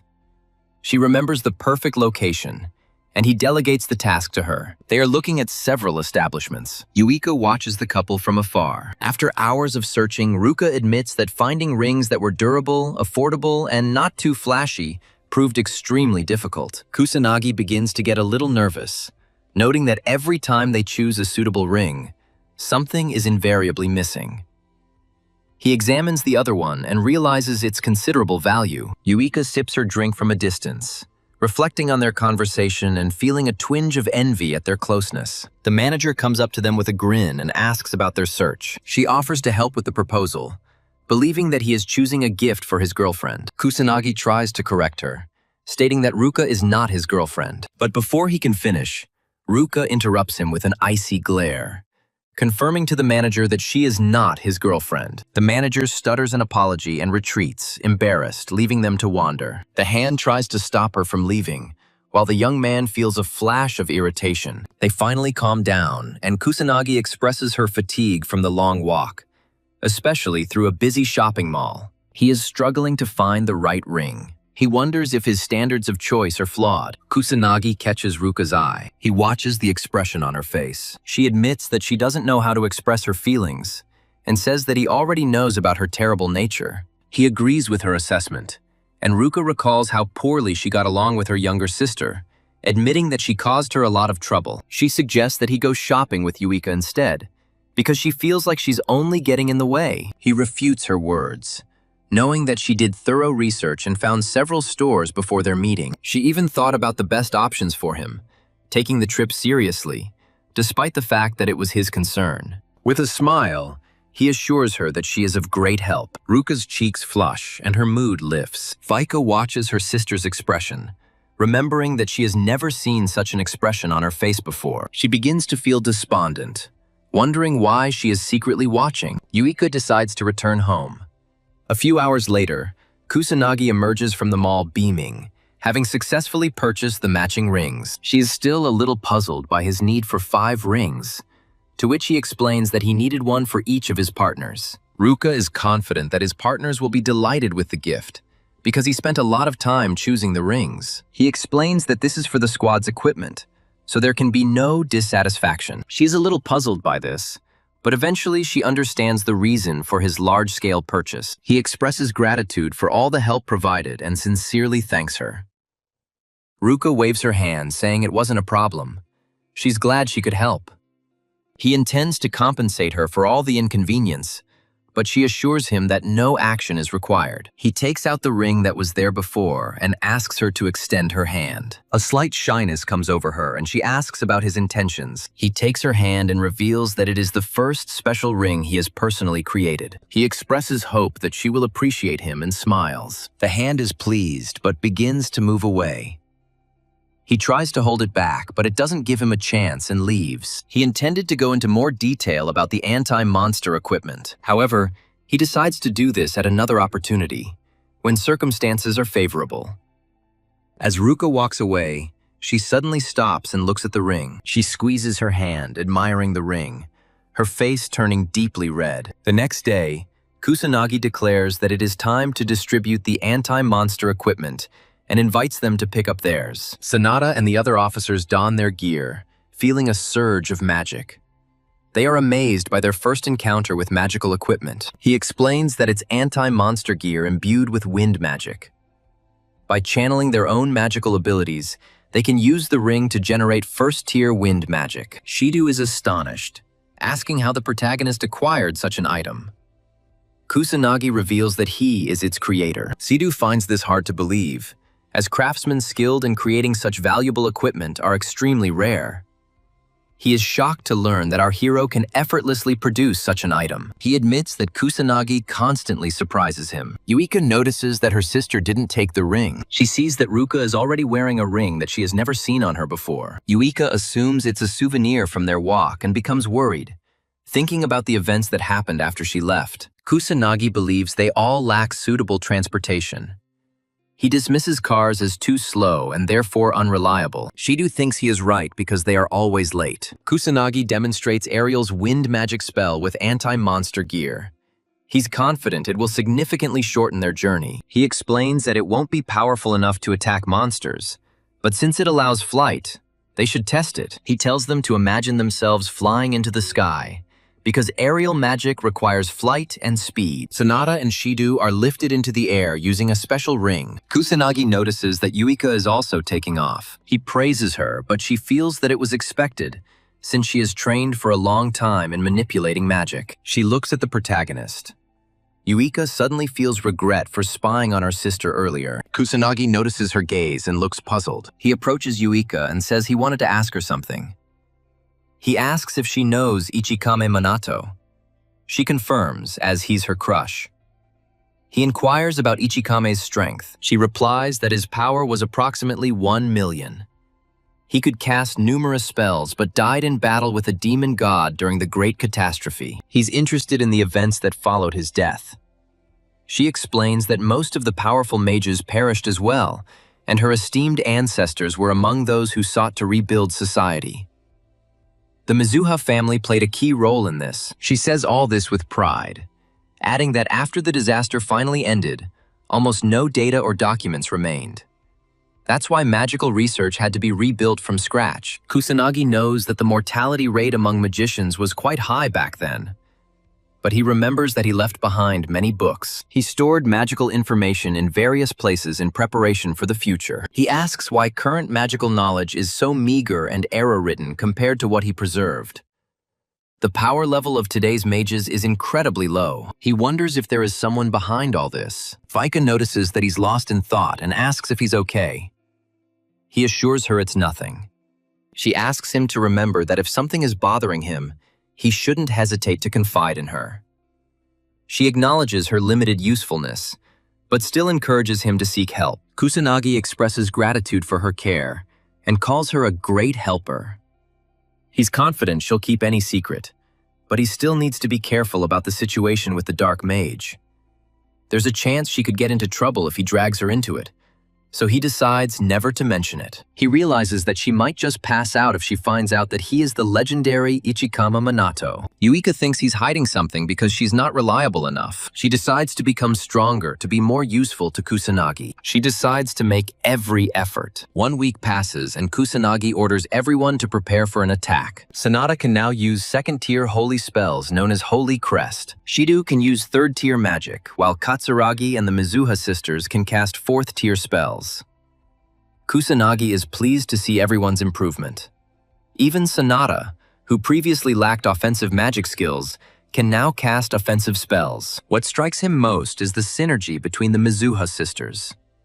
He admits that people would consider it natural given their family ties. Yuika and Ruka destroy the training ground. Their fourth-level magic brings complete destruction. Yuika is suddenly struck by unpleasant memories. However, she begins to smile, finally winning her sister's admiration. Kusanagi praises everyone for their dedication, but warns against becoming complacent due to their increased magic levels, as higher levels do not automatically guarantee greater power or mastery of magic. He decides to demonstrate this and orders the hand to target him with a fourth-tier spell. She understands his intention and carries out his instructions. The hand casts a fourth-level spell on him, but Kusanagi only responds with a first-level earth spell. When the two magical strikes collide, everyone is shocked that the first-tier magic was able to neutralize the fourth-tier magic. He explains that magic levels only affect the amount of magical energy invested in an attack. This doesn't mean that higher-level spells are more powerful. Even with first-level magic, if the caster invests the maximum amount of magical energy, a fourth-level spell can be easily overcome. He notes that magical attributes are also significant. Water, by its very nature, is vulnerable to earth. He tells everyone not to limit themselves to the concept of levels. He explains the need to understand magical energy and master existing spells. Following his instructions will lead to increased power. Everyone listens intently as Kusanagi explains the importance of keeping an eye on your allies. Synergistic abilities can provide even greater power. Everyone cries out with renewed determination. But suddenly, the fat man appears again, taking pity on them. Shido asks the reason for his uninvited appearance. Shido believes no disaster is expected, and he becomes bored. She offers to take down a few monsters if he doesn't train, but Shu dismisses the idea as too tiring. He shifts the blame to the police, a sinister grin appearing on his face. Kusanagi's comrades are irritated, but he remains unperturbed. Shu wishes for the disaster to accelerate until the skies begin to turn red. Vika is the first to notice this and announces that something is wrong. It's really a disaster, and he gets inspired. He reminds everyone that the squad that can defeat the boss first will be chosen as the vanguard of the special forces. He announces the start of his competition. The Kusanagi squad is fired up with determination. Determined not to give in to a disgusting glutton like Shu, Fatty and his subordinates deploy their gear, taking flight with the help of their wind magic. He becomes arrogant, branding everyone losers before departing. Yuika protests his injustice, but Kusanagi reminds her that they have the same abilities. He orders everyone to get ready and put on their communication devices. As the entire contingent rises, Kusanagi warns them that this is their first encounter as a unit, requiring vigilance. They begin their advance. Shu abandons a vehicle moving along the highway. He finds it slow and smirks. Katsuragi comments on his speed, and Yuika finds it difficult to understand how such a corpulent individual could achieve such speed given his considerable mass. Kusanagi thinks that their mastery of wine magic will make it difficult for the team to match their pace. He could easily outrun them, but he refuses to undermine the team's goal.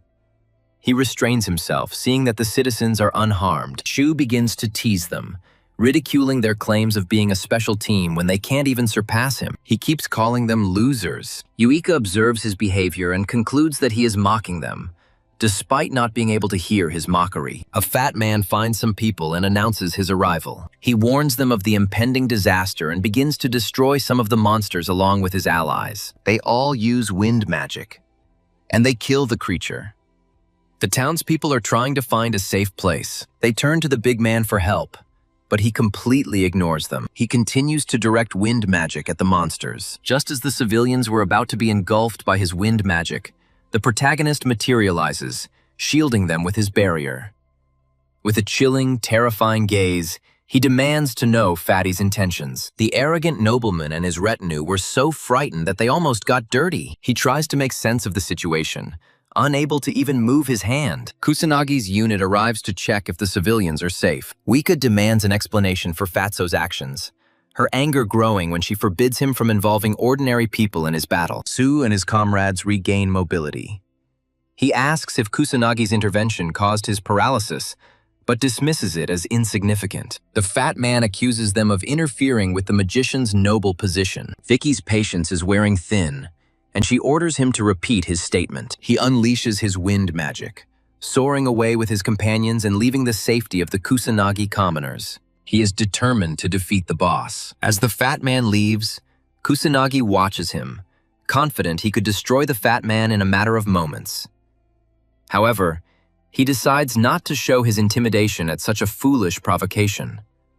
Suddenly, he realizes the potential advantage of this turn of events. Kusanagi instructs his squad to eliminate the monsters while he ensures the complete safety of the citizens. Shido asks how confident Kusanagi is in his ability to protect so many civilians alone, given the enormous odds. Kusanagi reassures Shida, stating that his confidence comes from leading their elite squad. Shido accepts Kusanagi's words, considering his questions stupid. Yuika encourages the team, urging them to begin their assault on the monsters, acknowledging that the citizens are relying on them. The team agrees with Yuika, prompting our protagonist to order them to move forward. They rush forward, unleashing wind magic to engage the hordes of monsters. Yuika unleashes third-tier magic spells, destroying the fearsome monsters. She recalls a previous encounter when she was paralyzed with fear in a similar situation. However, now she admires her own strength, easily defeating demonic soldiers. Yuika has finally achieved greater power. Kusanagi detects the surrounding magical energy, realizing that both friends and foes are present, and numerous civilians are still in danger. He acknowledges the gravity of the situation, but trusts in his ability to resolve it. As he is Kusanagi Minato, he moves forward, channeling wind magic to ensure everyone's safety. Shu and his subordinates continuously unleash wind magic, ignoring the civilians. Ruka and the others hold the line, Determined to keep up with the glutton, Yuika begins to sense an unusual magical aura emanating from an unknown source. She turns around to find the demon materializing behind her. The deluded fat man unhesitatingly charges at the demon to prevent disaster and achieve his foolish goal.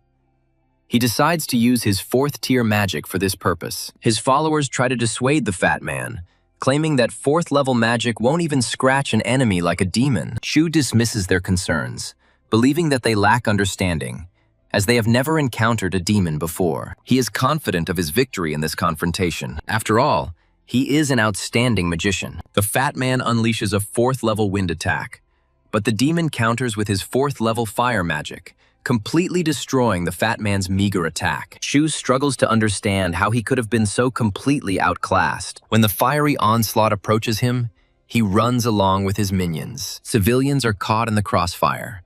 They cry out for help, but Shu abandons them, concerned only with his own survival. Kusanagi arrives and uses earth magic to stop the onslaught. His team supports him, and together they protect civilians from the firestorm. Kusanagi smirks, praising their bravery. Yuika approaches the obese man. He sighs with relief, glad to be alive. With a chilling gaze, she demands to know why he ignored the civilians, focusing only on his own survival. He shifts the blame, blaming them for their failure to save themselves. He believes that they are unworthy of life if they interfere with a magical aristocrat like him. Hearing his stupid remarks, Uika's rage spirals out of control. Unable to contain her anger, she strikes him with all her might. The fat man is thrown back with a powerful blow. She calls him a spineless and pathetic excuse for a magical aristocrat. Shu asks why she hit the aristocrat. Yuika orders everyone to abandon his worthless body and continue destroying the remaining monsters appearing in the city. They agree and move forward, while Sho laments how she completely ignored him. Kusanagi observes them as he escorts civilians to safety, noting their boisterous behavior in front of the enemy. He considers this acceptable, given their rapid recovery. Kusanagi decides to search for other survivors who need his help, while remaining vigilant for the possible appearance of the boss. When the demonic entity materializes, Shu and his minions retreat behind the barrier, admitting their inability to defeat such a formidable enemy. His companions urge Fatty to begin their retreat. Shu acknowledges the demonic monster's overwhelming power, believing that even his noble status does not give him an advantage against it. The fat man hatches a plan. He'll allow the other squad to weaken the monster during their clash. Then, once the creature is exhausted, he'll step in to claim the glory by delivering the finishing blow. His henchmen praise his brilliant strategy. He considers it typical of a mind like his, and decides they should remain hidden until the right moment. His men agree. Shu and the entire squad are confronted by an approaching demonic monster. Yuika takes in the monster's immense power, doubting their victory but deciding to give it her all. The entire squad begins its attack on the demon. They relentlessly attack the demon. They ask if he has finally died, but when the dust settles, the demon appears unharmed. Uika discovers he hasn't taken any damage. Ruka suggests using fourth-tier magic or lower-tier spells enhanced with sufficient magical energy. The demon begins to send fiery attacks from his secret signs. He attacks them, and while they try to dodge, Uika realizes that he has become stronger than before, twice as powerful as her own magic. Uika admits the difference in strength is simply enormous. They have no chance of winning in their current state. She considers her next steps. Kusanagi watches as his squad finds itself in a dangerous trap. He decides to give some advice. Kusanagi orders them to cooperate. She counters that they are already collaborating. He urges her to combine their powers as much as possible, hinting that she and Ruka hold the decisive element for victory. Yuika is puzzled and anxiously asks about his intentions, but he tells her to figure it out herself. Uika tries to stop him from shutting down, but she is struck by pyrokinetic magic and is busy defending herself. Ruka believes that Kusanagi's words carry great weight and require collective consideration by the squad. Yuika agrees with her sister, considering that Kusanagi has consistently led them to remarkable achievements. She suddenly understands everything. She understands her next move. Yuika notes that the demon's casting time is long, suggesting to dodge its attacks and go around it for now, prioritizing smaller enemies. Uika directs Shida and the officers to take the eastern flank while their group attacks from the west to signal when the demon begins its attack. and everyone understands her plan. When the menacing demon begins its attack, Yuika warns and signals everyone. With Yuika's help, they all dodge the creature's attacks. Kusanagi watches the events unfold, rescuing civilians. He expected Ruka or Katsuragi to step forward, but he discovers Yuika's talent, noting her ability to read people. He believes she can lead. Yuika begins to feel tired, realizing that their magical energy and fighting level may not be enough to win. She is thinking about her next step. Yuika tries to remember Kusanagi's words and suddenly realizes her complete misinterpretation. She doubts whether such an absurd approach will save them, but having long abandoned her usual thinking, she decides to act. She understands that this is a critical moment, one that will decide everything. Vika implores everyone to contribute their magical energy. The fat man watches from afar, curious about their intentions. The whole team is preparing for the upcoming event. Shido is trying to see if this is really feasible. Uika isn't sure herself, but she understands they have no other choice. Ruka trusts Uika. Katsuragi and Sanada also decide to put in their best efforts, believing that they can come up with another strategy if this one fails. The demon raises a limb and casts a 5th-level fire spell, Blazing Pillar. A huge stream of flame begins to fall upon Kusanagi's squad. Fatso and his subordinates call the squad worthless losers, but his henchmen urge him to watch the unfolding events. He expresses surprise as he sees the entire squad advancing on the monster. Sanada uses her 3rd-tier holy healing magic to heal all party members. Kusanagi praises the strategy as ingenious, noting the difficulty of dodging a 5th-level spell. This allows Sanada to heal everyone of any injuries they sustain, which is exceptionally clever. Yuika and Ruka stand united against the creature, stepping up their attacks. They unleash their water magic.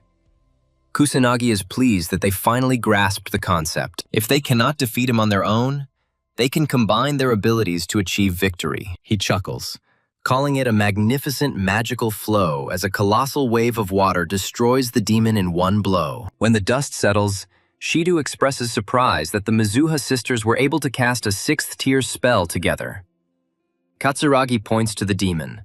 They are shocked to see that he is still clinging to his miserable existence. Shu and his subordinates take advantage of the moment, trying to deliver the decisive blow and achieve victory. Kusanagi intervenes, stopping them with her extending tentacles. Fatsu is stunned by the situation, as his entire mana supply is depleted. He instantly loses all his strength. Kusanagi appears from behind, retracting his magical tentacles. He feels slightly irritated by their actions. The demon finally dissipates. Katsuragi and the others breathe a sigh of relief. Shido reflects that he must have been on the brink of death after such an attack. The catastrophe is finally over. The heavens return to their normal state. The entire squad rejoices after a hard-won victory. Sanada praises the Mizuha sisters and expresses her gratitude. Ruka and Yuika lose consciousness and fall. Katsuragi worries and asks about their condition. They are completely immobilized, having exhausted all their magic. Yuka informs her sister that they have indeed won. The hand agrees and feels relieved. Kusanagi praises his team for their hard work. A smile crosses his face. He confirms that it was they who stopped the disaster. He states that this was their first real mission, and is glad that they demonstrated their true capabilities and did not let him down, despite fighting together for the first time. He is confident that his team will continue to improve. He applauds Yuika for her impressive progress so far, and notes that she gave excellent orders during the crisis. She even caught his thought about the great magic art, and he asks if she already knew about this method. Yuika confidently replies that no, and now she knows that it is called the Great Magic Art. He is shocked to learn that she didn't know and can't understand how she achieved this without prior knowledge. She expresses gratitude for his excellent offer and reveals that the rest was simply instinct. Kusanagi is stunned, realizing his misjudgment of Yuika.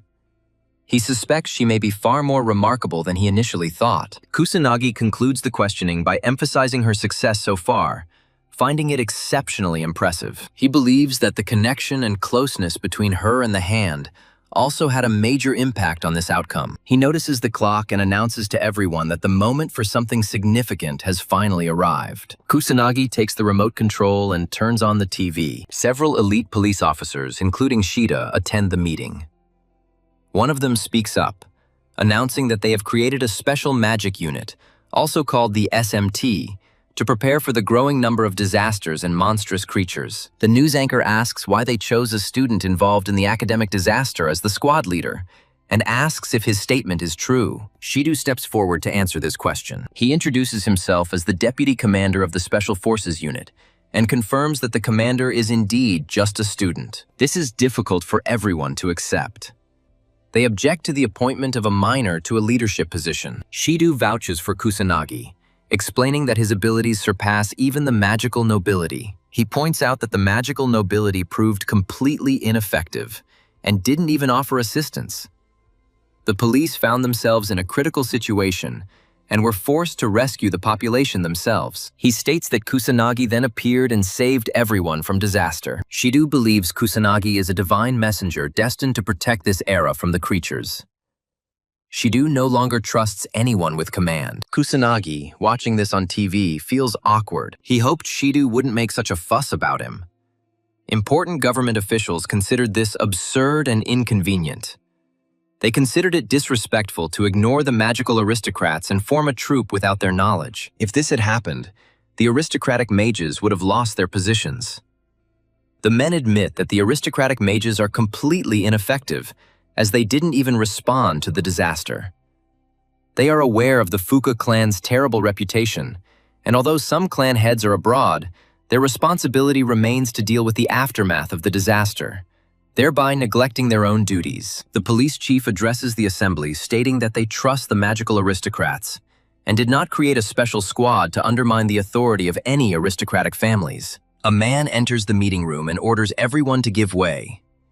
It is an ugly, fat man and his entourage. He calls the current leader a bumbling loser and claims that a magical aristocrat like himself deserves to be a true leader. He accuses them of being rude, holding a press briefing while completely ignoring it.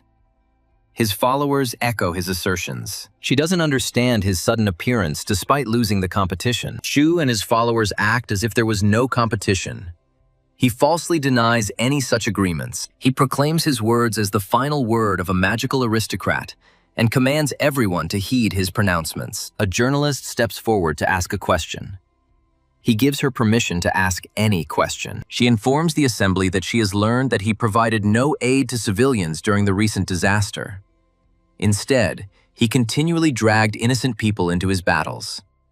She asks if this is true. Shidu becomes uneasy and denies that such events took place. However, other journalists expose his lies, presenting evidence of his misdeeds. Officials question whether the magical nobleman could truly have committed such atrocities. They find this intolerable, as citizens are always the top priority.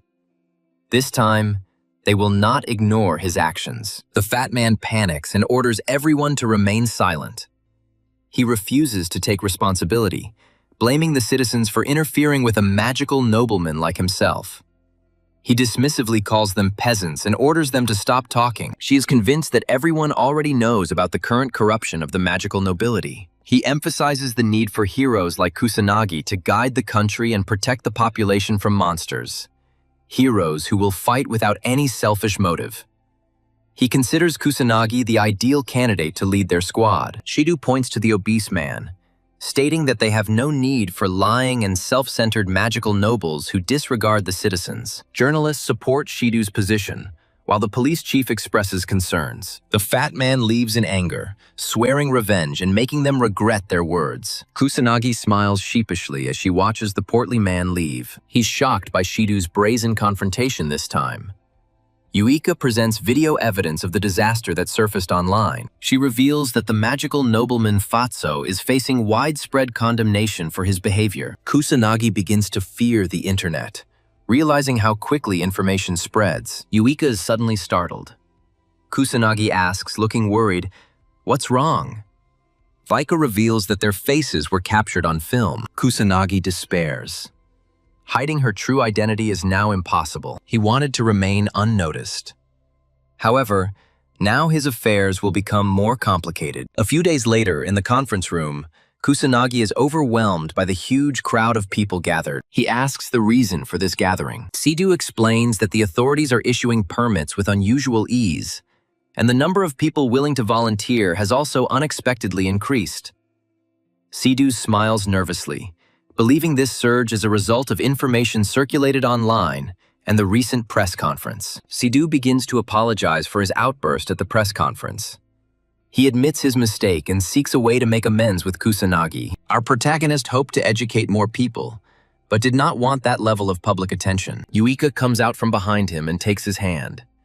She advises him to simply adapt, as the world will find it hard to look away from someone as remarkable as him. He considers it an annoying nuisance and hopes to avoid close attention in the future. In the dead of night, in a mysterious place, a tied man sitting on a chair is interrogated. The figure raises a blade over the captive's neck, demanding full disclosure or death. The red-haired man is overcome with horror. He is questioned about the dark sorcerer, but he tries to explain that he has already given away all his knowledge, claiming that the sorcerer is a young man capable of powerful magical feats. The man slashed the red-haired captive with a blade, threatening to kill him if he didn't confess. The victim succumbed to fear and begged for his life. He finally recalled additional details. The red-haired man revealed that law enforcement agencies were aggressively investigating the Magic Academy for information about the dark sorcerer, fueling rumors that he might be enrolled there. He swears he knows no further information about the dark sorcerer. The kidnapper accepts his assurances but finds them unsatisfactory. The prisoner awaits his release now that he has revealed everything. The mysterious man assures him of his release, but then takes his life, explaining that instead he will be freed from the shackles of existence. The victim bleeds out and dies. A mysterious man with 4 eyes is furious when a scarlet liquid splashes on him. He calls it unclean and begins wiping it away. He managed to find out that the dark sorcerer could potentially be a student. He becomes delighted and grins menacingly as he thinks about the magnificent sound of a small child's cries. He expresses hope that the dark sorcerer is awaiting his arrival. Kusanagi arrives in Shinjuku wearing a mask to hide her identity. After defeating the monster, he looks around and notices a group of teenagers with cameras. One of the youths begins to film the dead creature that Kusanagi had just destroyed. They attribute this feat to a black magician, and one laments that he was unable to photograph Kusanagi. Our protagonist expected that public interest and notoriety of the black magician would have died down by now, but he realizes that his assumption was completely wrong, as numerous people are actively searching for him even in these residential areas. The police are also present. He's pleased that the police are now effectively dealing with monsters and disasters, a stark contrast to the situation after his reincarnation. He suggests that the population no longer needs a black magician.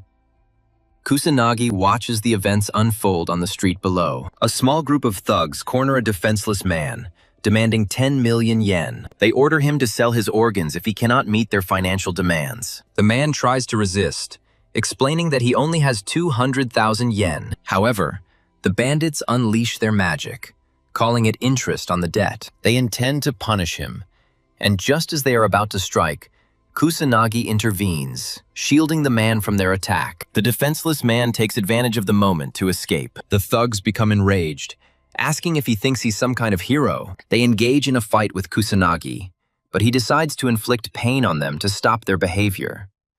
After the beating, they apologize and promise not to resist again. The dark sorcerer ponders why the authorities still haven't addressed the problems of illegal magicians. The bandits recognize the dark sorcerer and recall the quiet whispers. One notes that our protagonist is being hunted by underground syndicates. They begin to worry that they are encroaching on another faction's territory. Kusanagi overhears their conversation and asks about the syndicate. They become afraid and feign ignorance, begging to be let go and claiming they know nothing. They swear to keep their meeting with him a secret. The dark sorcerer, intrigued by their knowledge, offers them freedom in exchange for full disclosure. The gangsters agree, and one of them reveals that the Black Riot is an underground community of mages, hidden from the public eye. He reveals their deep involvement in sinister activities, including illicit finance, control of the Yakuza, street gangs, and organized crime. This community controls everything. The gangsters reveal that the Black Riot's influence extends to the media and government, giving them unlimited power. The bandits force a forced smile as they inform him of the nearest Black Riot branch. They've come there looking for work. He defeats them and leaves the dark alley. Kusanagi recalls Sonata mentioning the rise in illegal activities. He finally discovers that the Black Rebellion orchestrates everything. Our protagonist finds this intriguing and becomes somewhat impatient. He decides to delegate the chaos and escalation of monsters to his student self, vowing to cleanse the criminal underworld himself as a black magician. He believes he should start with the Kabukicho branch since it is the closest. Our protagonist arrives at the scene and observes a crowd of people engaged in illegal transactions. He is struck by the lively atmosphere of the modern entertainment center. Kusanagi feels a twinge of irritation but continues, beginning with detecting the surrounding magic. He struggles to identify the organization's members, as his current targets are humans. Our protagonist decides to apprehend several criminals involved in questionable activities in the area. He discovers two people selling drugs in a dimly lit passageway. They notice him and prepare to attack, but the protagonist quickly disables them, trying to get any available information. He receives minimal information, but decides to notify the authorities so they can deal with the remaining cases. He subdues a few more people and discovers that the organization is meeting at a place called the Western. The man insists that he is telling the truth and asks if he can leave now that he has shared all the details he knows. Kusanagi attacks him. Then Kusanagi leaves. He trusts the information he receives, believing it to be accurate. Inside the Western bar, an attractive woman with purple hair appears and sits down at the bartender's table. He asks what drink she would like. She gives him some currency and expresses hope that he can provide information. He accepts the money and lets her talk. The mysterious young woman asks the bartender about the Black Rebel Shrine. The bartender declares her question incorrect. She becomes a little uneasy.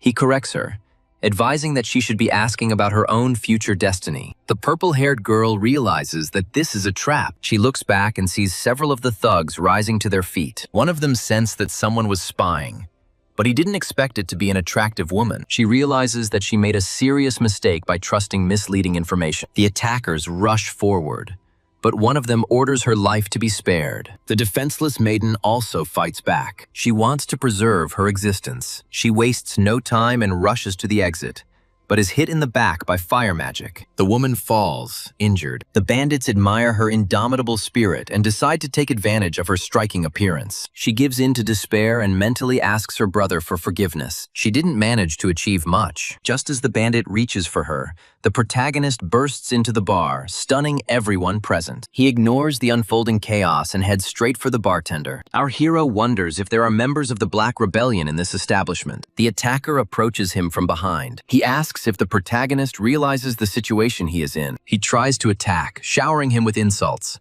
but our hero lands a precise blow to his jaw. The thug flies back, crashing into the wall of the establishment. He tries to rise, losing consciousness.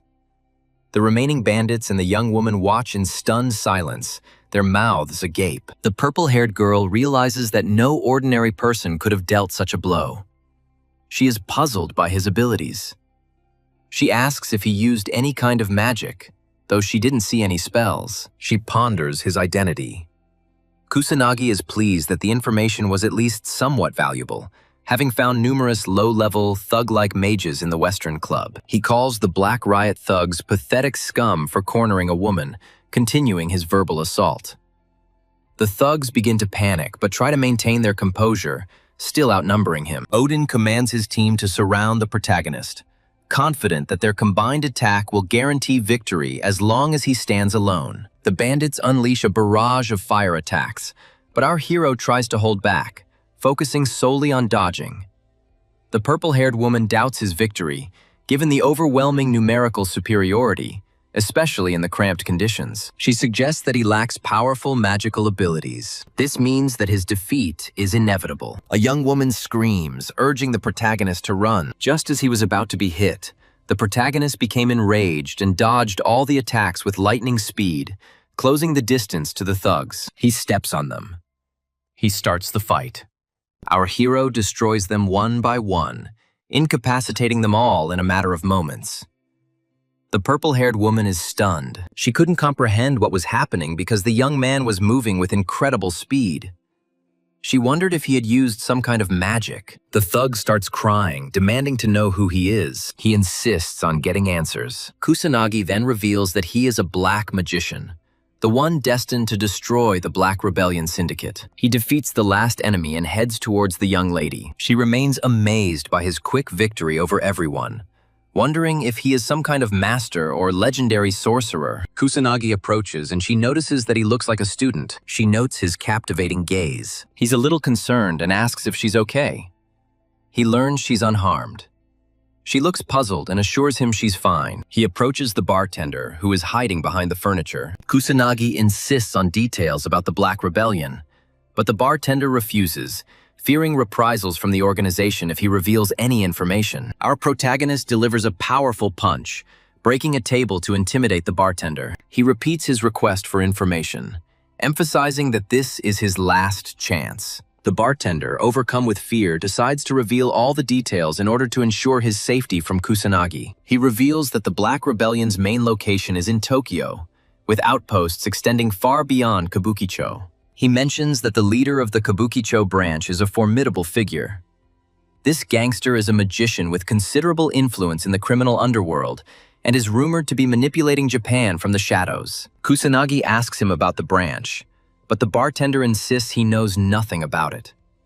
He explains that people of his standing only carry out minor errands and remain ignorant of the branch's location. The protagonist feels some disappointment. Realizing that he is back to the beginning, he decides to start searching for other outcast magicians. He needs to collect information about the branch. As he prepares to leave, the woman stops him, expressing her deepest gratitude for saving her life. She can only imagine the horrors she would have endured if he hadn't intervened. He reassures her, saying he was just passing by. He believes she brought the danger on herself by voluntarily engaging in such a risky undertaking. She calls him cruel, and he readily agrees, admitting that he reserves his severity only for adults. The woman assumes he intends to track down the Black Rebellion. She curiously asks about his ultimate goal after discovering the syndicate. His expression turns icy as he declares his intention to destroy him. She looks a little taken aback by his unwavering seriousness. She understands his desire for the gang's complete destruction, but doubts his ability to act alone, despite his obvious strength. Recognizing her limitations, she decides to propose an alliance. A woman approaches our protagonist with an invitation, asking if he would like to join forces with her. With unwavering confidence, she reveals her profession as a detective, with extensive access to crucial information and a vast network of contacts. She acknowledges the downside of his formidable power. The woman is greatly surprised to discover that the Black Magician's abilities far exceed those rumored. She is convinced that their goals can be achieved through joint efforts.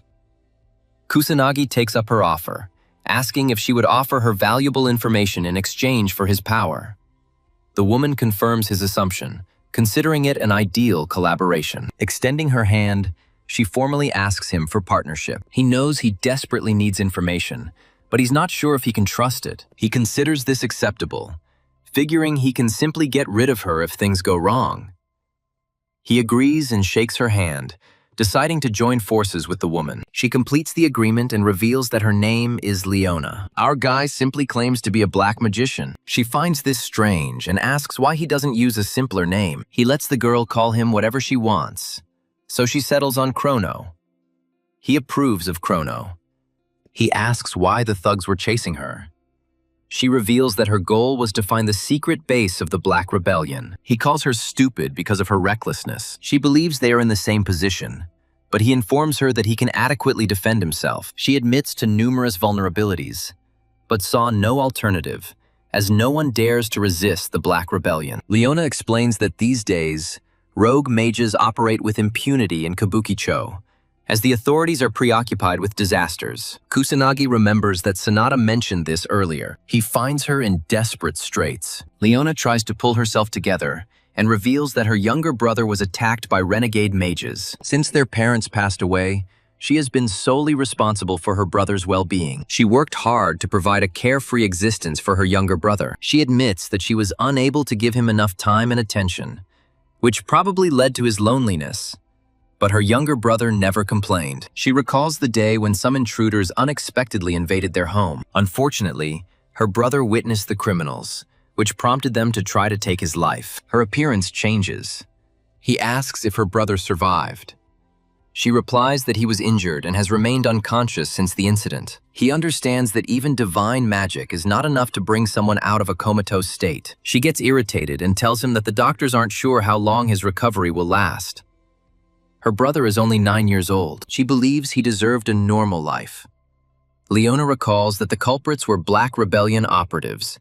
She managed to find and capture every single one of them, but she will not find peace until the entire organization is destroyed. He asks if revenge is her only goal, but she rejects him, firmly stating her desire to make things right so that no one has to go through what she did. She admits her current powerlessness, but is confident that he will be able to decisively resist the Black Riot organization. Kusanagi assumes that her story is true, but wonders if she is trying to prevent his future betrayal by revealing it. He acknowledges her tenacity in her endeavors, but smiles, finding desperate women attractive. He warns her against interfering with him, but she assures him that she has discovered many possible safe houses and urges him not to dismiss her intelligence sources. She has an extensive list, and she suspects they could even be the Yakuza or Mafia, so she proceeded with caution.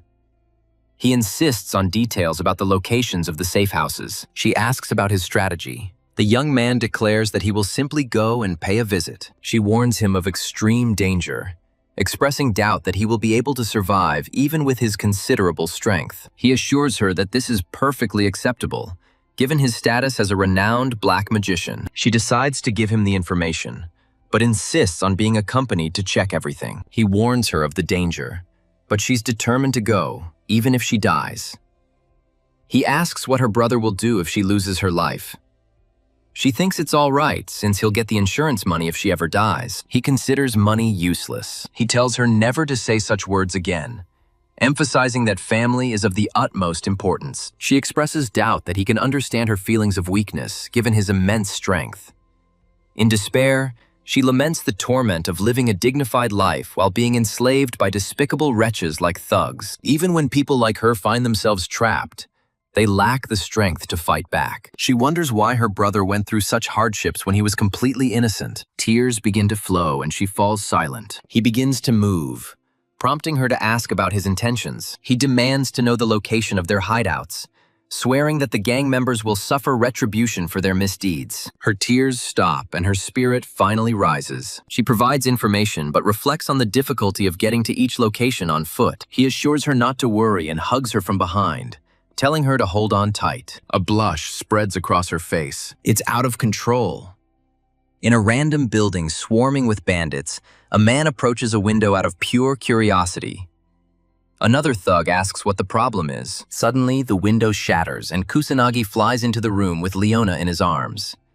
He delivers a swift kick to the thug standing by the window, stunning everyone. The assembled bandits recoil in shock as one of their number is quickly neutralized. Kusanagi wonders if this is truly the Black Rebellion's lair. Leona tries to pull herself together, but she is overcome with intense anxiety, as she believed that her death was inevitable. The bandits demand an explanation, asking who they are.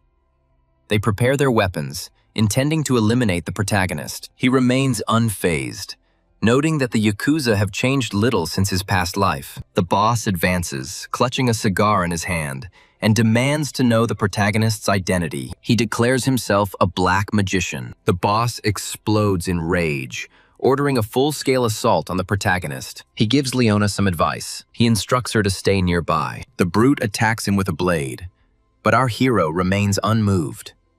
The brute recoils in shock as his weapon splits in two.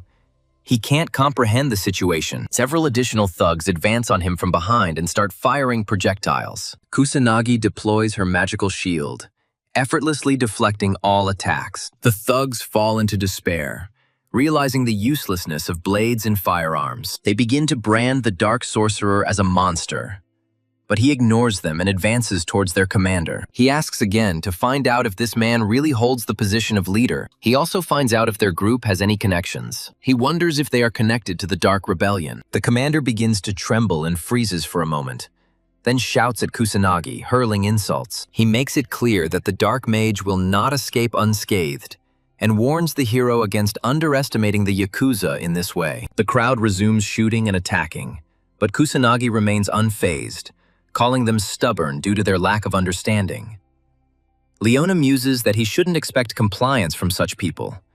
She can't understand how they remain unharmed after being shot at repeatedly. He feels that none of them are real mages, so he assumes that they are not connected to the Black Rebellion. Kusanagi decides to sort out this whole situation. The boss warns him that he provoked the wrong people, but our protagonist doesn't let him finish and kicks him. He completely destroys them, sending them flying with one blow. The Yakuza finally admit defeat. Leona is amazed by the quick completion. Our protagonist is annoyed that they didn't understand anything, so he decides to move on to the next place. Leona understands the Black Mage's true power.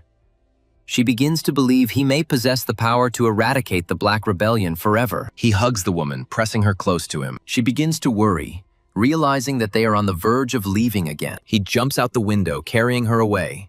She screams in terror, begging him to stop, but he continues forward. They arrive at their next target and again make a spectacular entrance through the window. In just a few moments, our hero wipes out the entire team. They all fall prostrate before him, begging for mercy. Back outside, he wonders why they're constantly being attacked. He thinks the Yakuza are completely stupid. She agrees with his assessment, but notes that no gang member would ever listen to his words. Leona irritably begs him to stop his destructive window entries. She feels like they're practically ambushing the Yakuza, and she's fed up with the constant aerial maneuvers. He admits she is right, explaining that he disregarded all the conventions when dealing with the Yakuza. She calls him unreasonable, so he agrees with her point of view and decides to stick to established procedures this time. They both arrive at another location and knock. A bald man appears and asks who they are. A young man declares his intention to investigate the Dark Rebellion. The bald man slams the door, telling them to leave immediately. Kusanagi loses her patience and kicks the door down. The gang members become wary, asking if the lone operative is about to launch a raid.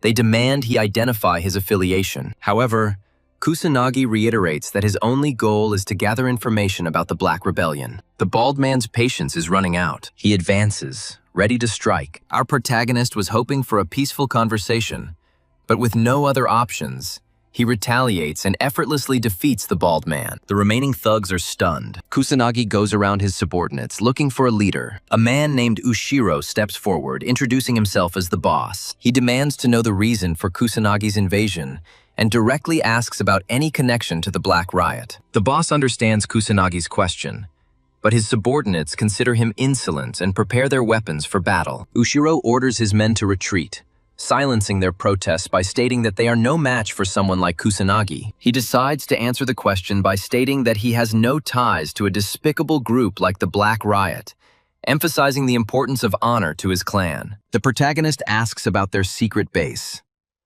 Ushiro seeks confirmation that Kusanagi will leave after receiving the location. Kusanagi assures him that this will be so. Leona and our protagonist sit across from Ushiro, surrounded by a gang of thugs. She feels uneasy, wondering how she ended up here. Ushiro introduces himself again, prompting Kusanagi to state his name, Chrono. Leona also states her name. The leader points to the map, noting that the Black Rebellion hideout is in the area he has designated. He ends their discussion by claiming that he knows nothing more. Kusanagi checks and finds that this matches Leona's previous suggestion. He understands. He finally admits that she is much more reliable than he expected. The Dark Sorcerer asks if the Elder is confident in revealing such information, given their shared profession. Ushiro clarifies his innocence and states that they are, in fact, adversaries. He assures our hero that his clan's honor forbids them from attacking decent people. Kusanagi speculates about the reason for the initial attack, but the Elder suggests that he doesn't come across as a respectable man when he robs Yakuza establishments. Ushiro informs him that his clan adheres to strict codes and principles, making any comparison to the Black Rebellion unnecessary. Kusanagi expresses surprise at meeting a Yakuza member like Ushiro in this era. He decides to leave as he promised, having already achieved his goal. As he prepares to leave, Ushiro asks if Kusanagi intends to confront the Black Rebellion. He warns our hero that among their allies are powerful figures who influence the country, making this a difficult undertaking. Kusanagi grabs the woman and tells the old man that he has defeated many enemies similar to her. He flies away, Leona in his arms. The old man watches him go, praising his daring spirit. He believes that the young man has the potential to defeat the Black Riot. In an inconspicuous warehouse, several people gather to complete a deal for a unique weapon. One of the henchmen inspects its caliber, confirming that it is superior to his superior's weapon. The red-haired man orders his subordinates to make the payment. Some mysterious figures in dark suits accept her. One of them shakes the red-haired man's hand, sealing their agreement. A man in a suit notes Japan's surprising hospitality towards criminals. Another man agrees, saying it is truly a remarkable country. As they exchange chuckles, Kusanagi descends from the heavens, Leona still in his arms. The men are stunned, but they all instantly prepare their magic circles and firearms. Kusanagi realizes that he has finally found the syndicate. This was the very syndicate he was looking for. He uses magical perception and discovers that all members of the Black Riot are magicians. At the Mafia gathering, there are also several mages present among their ranks. Leona takes cover behind a container, taking out her phone to document everything that is happening. The red-haired man is interested in Kusanagi's identity. Our protagonist, tired of the repeated questions, declares himself a black mage, intending to destroy the Black Riot. The men are puzzled by his statement. They burst into laughter, not believing that a young man like him could achieve this on his own. He ignores their mirth and unleashes a massive fire attack. Several of them were destroyed by the explosion. He makes it clear he will deal with this whole gang. The bandits become enraged, unleashing a hail of magical attacks on him. Our hero easily repels every attack with his protective barrier. He figures they won't risk using magic higher than level 2, fearing it would destroy the warehouse. He considers using offensive spells, but dismisses the idea, as there are too many of them. The minions are shocked that their attacks have been completely ineffective. Even bullets are useless. They begin to wonder how he remains unharmed, having never seen such magic. Kusanagi chuckles, knowing he's not even using his true strength. He finds their fear amusing. The man in the suit suddenly remembers the special weapons he brought earlier. Their arrogance returns as they confidently warn our hero not to be too overconfident. He senses a change in their behavior. When the bandits put on masks and take out special weapons, Kusanagi recognizes him and quickly tells Leone to run. She obeys his order. Then she leaves. The bandit throws a gas grenade, but our protagonist uses his magic to stop it in flight. It explodes, releasing toxic fumes. The attackers ask if he can survive such an attack, despite his strength. They consider the battle over and are relieved that the dark sorcerer is dead. They begin their offensive. They look at his lifeless face. When the smoke clears, both are amazed when the youth reappears unharmed. The bandits find it hard to believe, asking how he survived. He explains that no spell will protect him from the poisonous fumes, but it is merely steam, allowing him to use his aeromancy to disperse the air around him. He thinks this is stupid and informs them that a powerful wizard like him will not be defeated so easily. The bandits begin to get scared and try to call for reinforcements, but receive no answer. Kusanagi states that this is pointless. He has already dealt with this matter. He announces that he has already destroyed all of their secret bases, so they are the only survivors. Kusanagi orders them to get ready and brutally attacks them. Feeling satisfied after destroying the Black Riot in Kibukicho, he decides to look for Leona. Our protagonist suddenly feels a presence behind him. A figure appears from the darkness, holding Leona captive. He expresses surprise that the protagonist eliminated everyone single-handedly. He admits it's impressive and grins evilly, declaring his desire to negotiate with the Black Mage. At the moment when Minato, also known as the Black Mage, finishes eliminating the members of the Black Riot organization and neutralizes the toxic fumes, he rushes to the warehouse entrance to check on Leona, but finds that she has been captured by the evil sorcerer. The attacker insists that Minato must bargain for her freedom. Minato quickly analyzes the situation. The distance is too great for him to reach her quickly, even with combat magic, unless he finds an opportunity. Just as he prepared a first-tier spell to force the attacker to release his blade, the latter spots him and warns him against acting rashly if Leona's life matters. Surprised that his opponent can sense his magic, Minato acknowledges him as a capable opponent and praises his skill. Based on his observations, Minato suspects that the man is hiding his true strength. He estimates his magical potential at around 40,000, defining him as a powerful sorcerer. At the same time, Leona tries to express her regret to Minato. She also addresses him as Chrono,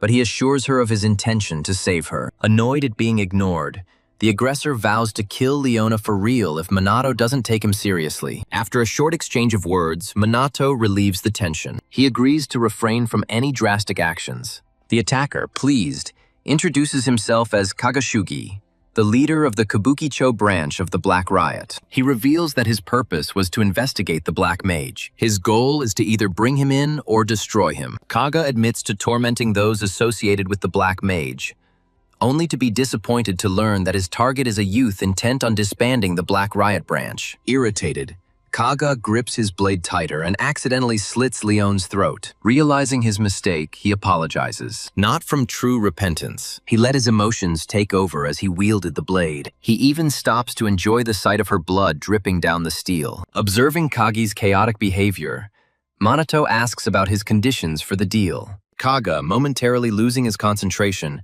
then states that he would rather torture and kill Minato to obtain ransom for Leona's life. If Minato refused and tried to escape, he vowed to kill her instead. With these words, he forces Minato to choose between his own existence and Leona's life. Without hesitation, Minato agrees. He will endure the torment. Inspired by his determination, Kaga taunts Leona, asking if she finds Minato's courage unshakable. Deep down, Minato knows that no attack will affect him thanks to his magical shield, making his consent to torture the best choice. However, Kaga insists that he deactivate the shield, claiming that otherwise his agony will be in vain. This revelation astonishes Leona, who now understands how Minato has managed to fend off his attacks so far. She worries about the possible consequences if he truly lets down his guard. Minato, on the other hand, is amazed that Kaga knows about his shield and realizes his mistake in using it so prominently earlier. Despite the danger, he turns it off. He asks if Kaga is happy. Without wasting any time, Kaga unleashes a first-tier lightning spell, targeting Minato's vital areas. Leona begs him to stop, but Kaga, consumed by his own cruel joy, refuses. After a brutal series of blows, Minato feigns unconsciousness, while Leona blames herself for being too weak to intervene.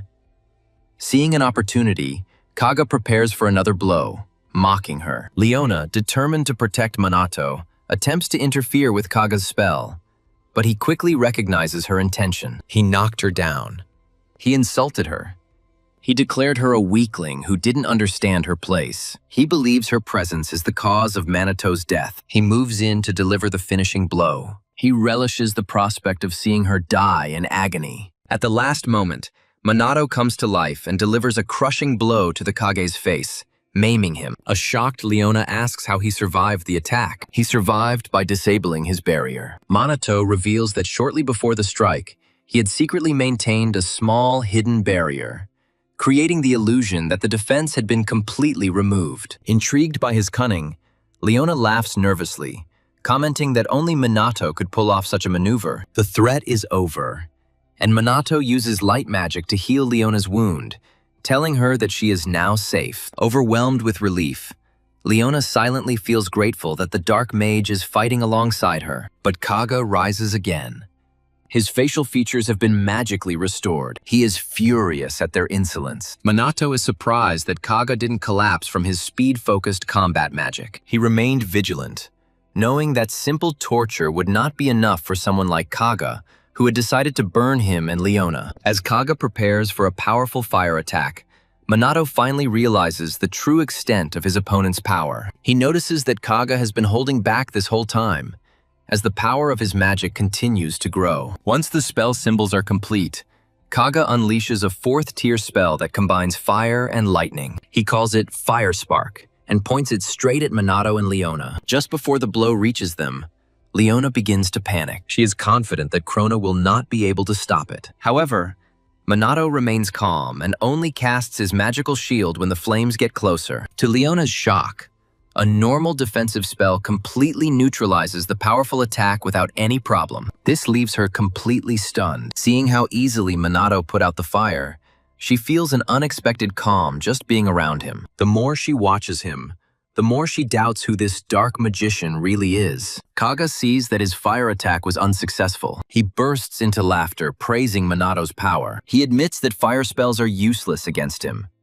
but he still has options. Meanwhile, Leona, still confused, asks why Kaga's magic persists since it should have disappeared by now. Minato explains that Kaga uses channeled magic, allowing him to keep a spell active by constantly refreshing it. He compares this to his own use of wind to support flight spells. Leona, tired of his long speeches, tells Minato that now is not the time for lessons. No sooner does she warn him that the barrier may soon disappear than she notices that it remains indestructible and asks how so. Minato assures her that, like the Kage, he can also use support magic, so there is nothing to worry about. Hearing this, Kaga becomes furious. Sensing his hesitation, Leona boldly orders him to surrender. She begs him to do it while there is still such a chance. Kaga feigns fear, then drops his mask and resumes his attack. Ignoring the Minato's power, he finally reveals his hidden trump card, strengthening his continuous fire magic around the Minato's defense. Suddenly, Leona begins to feel weak. Her body becomes heavy and she has difficulty breathing. Kaga explains that by surrounding the barrier with flames, it consumed all the air inside. Without oxygen, they will suffocate. And as the heat of the fire increases, even Minato's barrier won't hold forever. He gives Minato an ultimatum: die within the barrier, or be consumed by the flames outside.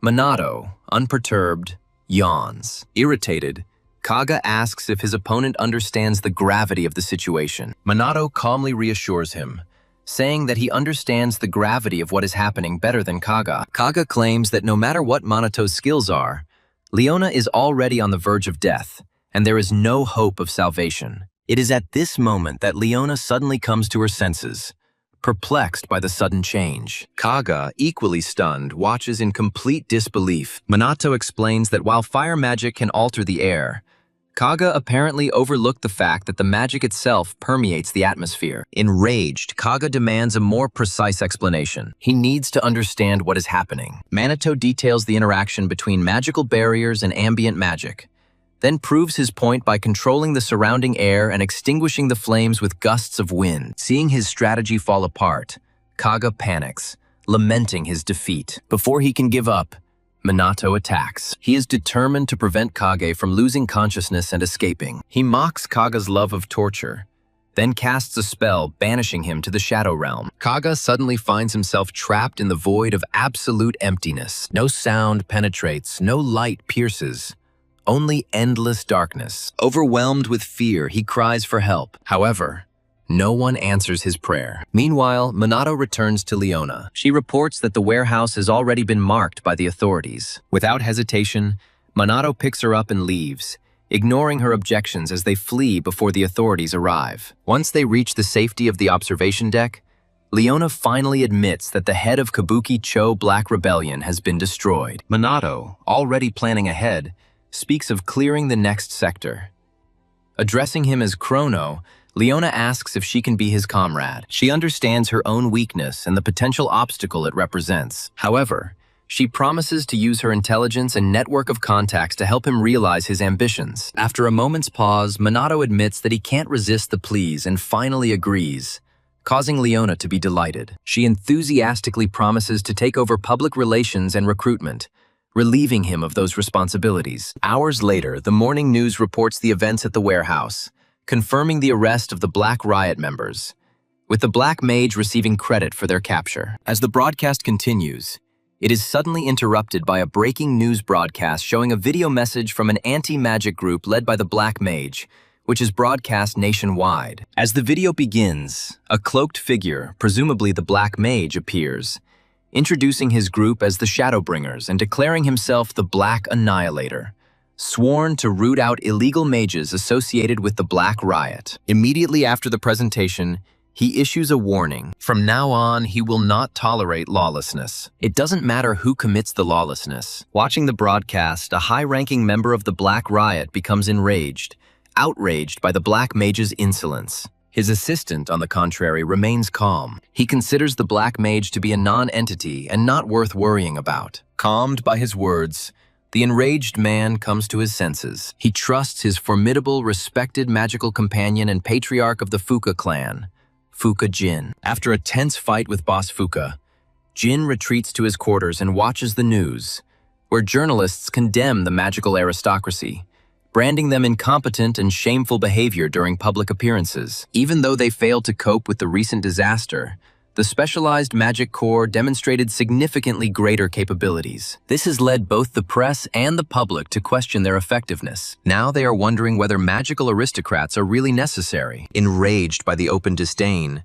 Jin smashes his teacup against the television and orders his servant to summon Shaw. As the butler quickly leaves, Jin blazes with rage, promising to make these insignificant commoners understand the consequences of mocking the so-called useless magical nobility. Simultaneously, across the globe, busy New York City avenues are plunged into panic as creatures materialize without warning, attacking innocent citizens. What was once a thriving urban center is transformed into a spectacle of horror as people try to flee, risking their lives. Within moments, the first response forces appear, transmitting updates to their command center, trying to control the attack. Despite their efforts, the sheer number of monsters proves overwhelming. One officer holds off the beasts while another desperately calls for SMAT reinforcements, only to discover that the disaster is spreading everywhere and help will not arrive for a considerable time. Explosions shook the metropolis. They led to hundreds of deaths, and countless others were injured. The damage caused was colossal. A monstrous commander appears from the ruins,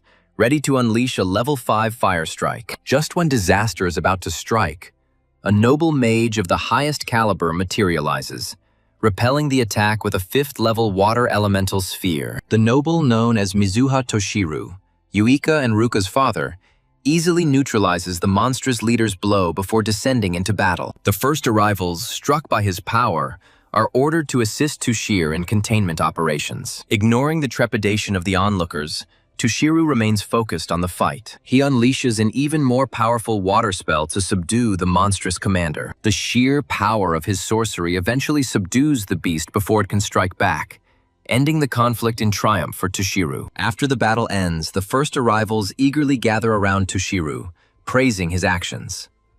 Remaining a reserved professional, he dismisses their thanks, claiming he was simply doing his job. Soon, the mayor of New York personally expresses his gratitude for his role in limiting the damage. Toshiro is preparing to return to Japan. Rumors begin to spread among the gathered crowd. Doubters ridicule the idea that a low-ranking Japanese nobleman would act arrogantly, mocking Japan's weakened state. Toshiro, catching their whispers, decides to ignore them, focusing instead on the upcoming trials back home, his daughter's entry into a special magic unit, and Japan's tarnished global standing. Elsewhere, Yuika, Ruka, and their companion are recovering at the training grounds, still recovering from their brutal sparring session with Minato Kusanagi. Ruka complains about his overwhelming strength, noting that Minato isn't even fighting at full strength. Before they can even consider the injustice, Sonata and a group of trainees appear, proposing a new approach. They believe a coordinated attack on Minato by all of them might give them a chance. Encouraged by their numbers, Yuika calls for the group, confident that even Minato couldn't withstand an attack from over 100 trainees. Unfortunately for them, Minato catches wind of their discussion.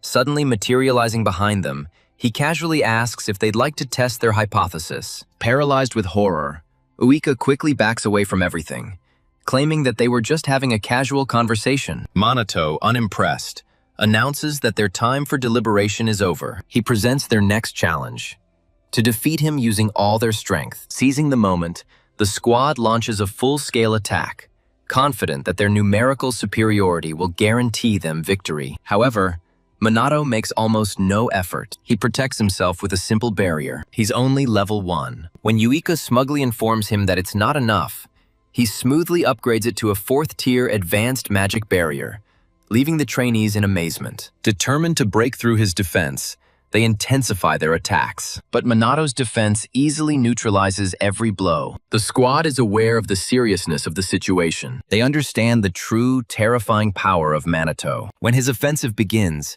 Minato unleashes pure agony, easily dominating each of them. As the chaos subsides, the trainees scream in agony. They lie scattered on the ground, completely defeated. When practice ends, Yuika and Ruka check their phones, their faces turning pale. Minato, seeing their reaction, asks about the problem. Both sisters look at him with utmost seriousness and inform him that their father has returned to Japan. The Misuoha sisters leave their father's residence. They arrive at the family estate for an important conversation. A short, awkward silence hangs in the air before Toshiro finally breaks it, asking them about the specialized magic squad they recently joined. Yuika confirms their participation in the group. The tension between them increases. Toshiro insists that they reveal more details about their squad. Relieved that their strict father is at least interested, they enthusiastically talk about the positive impact the troop has had on the community. They mention that their new comrades are outstanding individuals. Ruka readily adds, boasting of the significant improvement in their magical abilities and spell proficiency in a short period of time,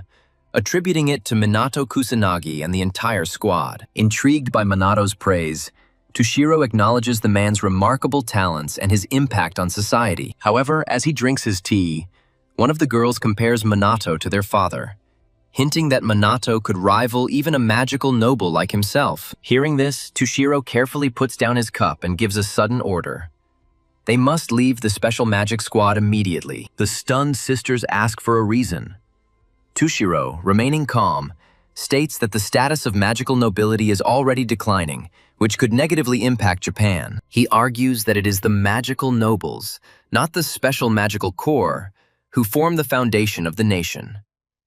Consequently, their leader, Minato, is doing more harm than good with his very existence.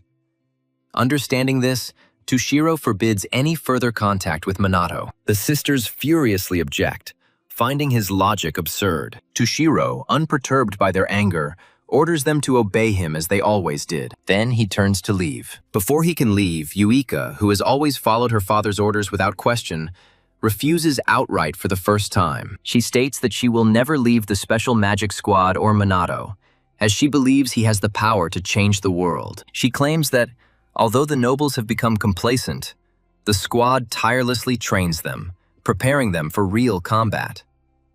If their father asked them to cooperate, they would gladly agree.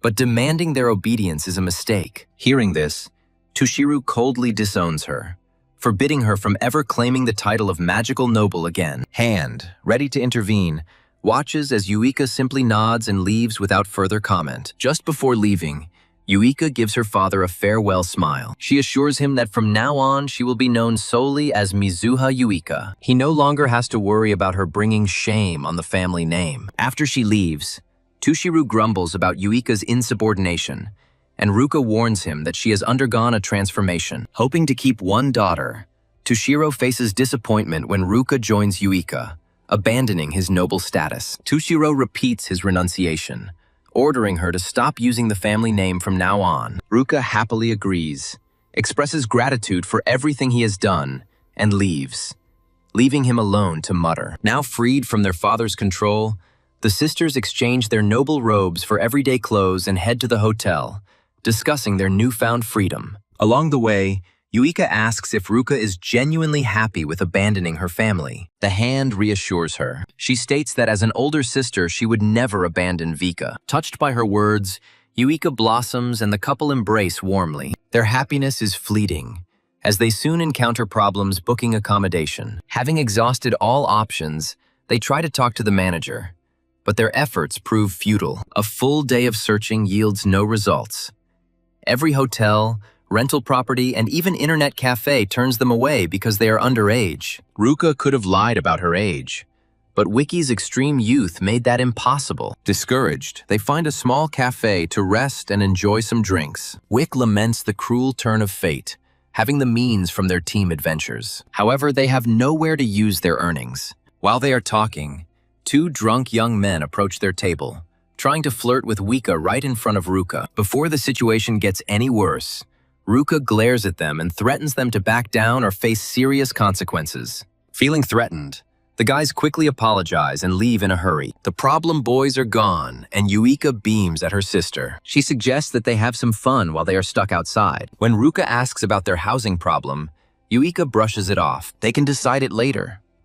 Determined to make the most of their first evening as independent sisters, they spend it shopping for new outfits and stuffed animals, singing karaoke like wild parties, and simply enjoying the moment. Dusk falls and the real world reasserts itself. However, Yuika expresses gratitude to Ruka for this unusual evening, admitting that his company relieves their worries. Accepting the praise with a knowing smirk, Ruka points out to Yuika that finding a place to stay remains an unresolved problem. While they're pondering potential hosts, Yuika receives a message from Minato.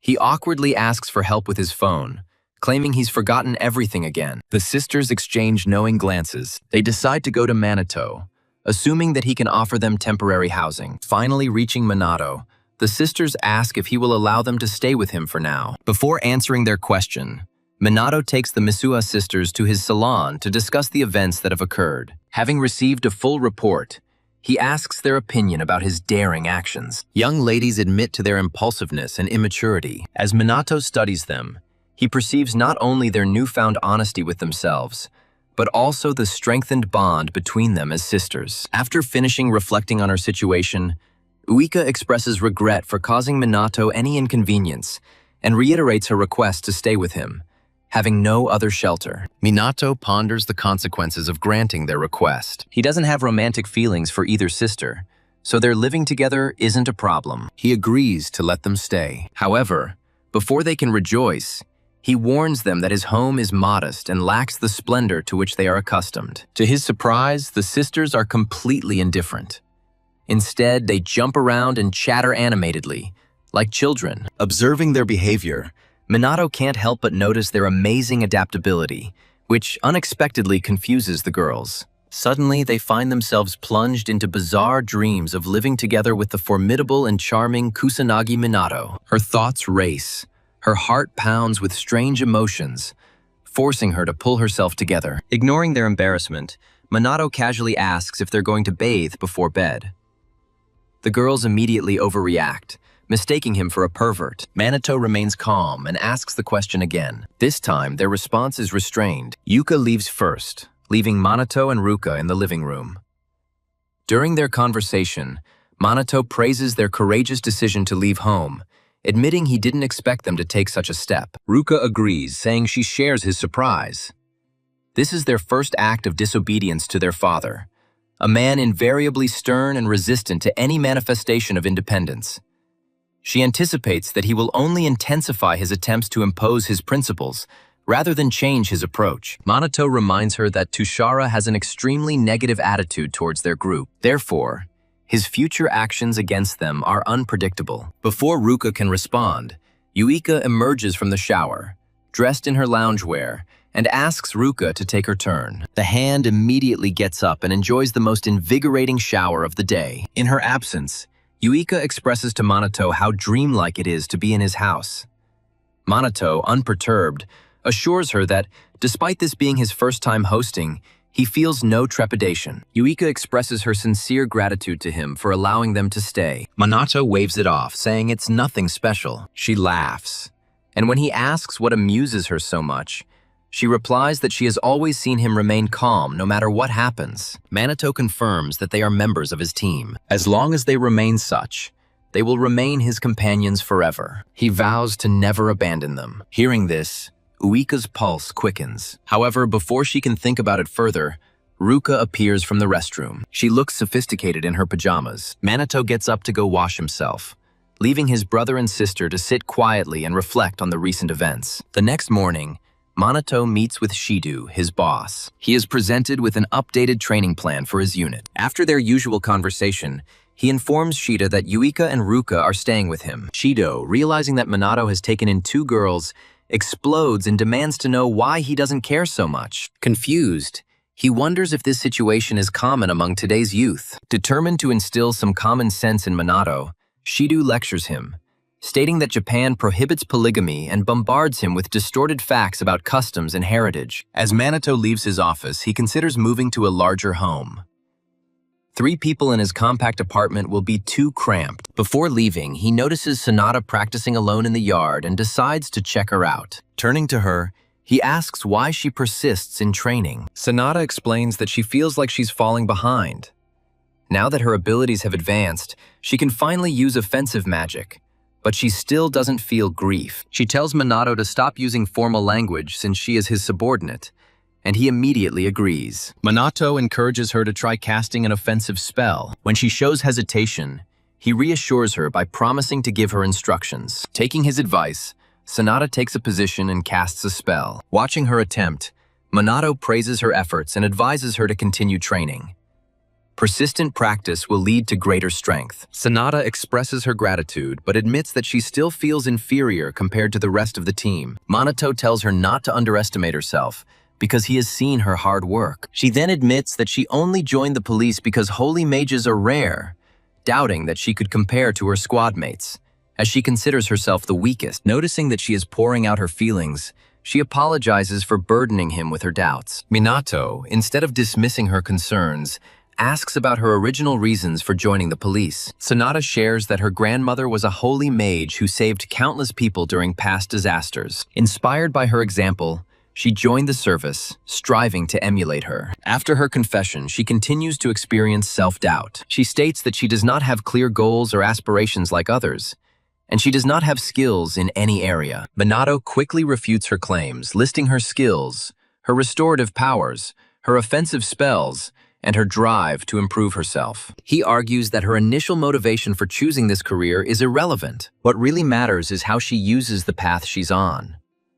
His words resonate deeply, and Sonia recognizes tangible progress from her training. Overwhelmed with emotion, she bursts into tears of relief and happiness. Having calmed down, she apologizes for being a pathetic adult. But Minato dismisses this thought, telling her that age doesn't matter. Grateful for his support, Sanada begins to see Minato as her hero. He repeatedly saves her from self-doubt. Later that night, Minato prepares to begin his secret mission. He will start as a black mage. Before he leaves, he meets Leona. She informs him that she has gathered information about the dark rumors surrounding the magical nobles. Impressed by her efforts, Minato asks Leona to share information, but she insists that he put on his Shadow Thief uniform first. After the Black Mage's refusal, she reports her findings regarding illegal mages and shadowy magical organizations. She reveals that the magical nobles are allegedly involved in numerous criminal activities, including money laundering, conspiracy, and embezzlement. It is rumored that some clans,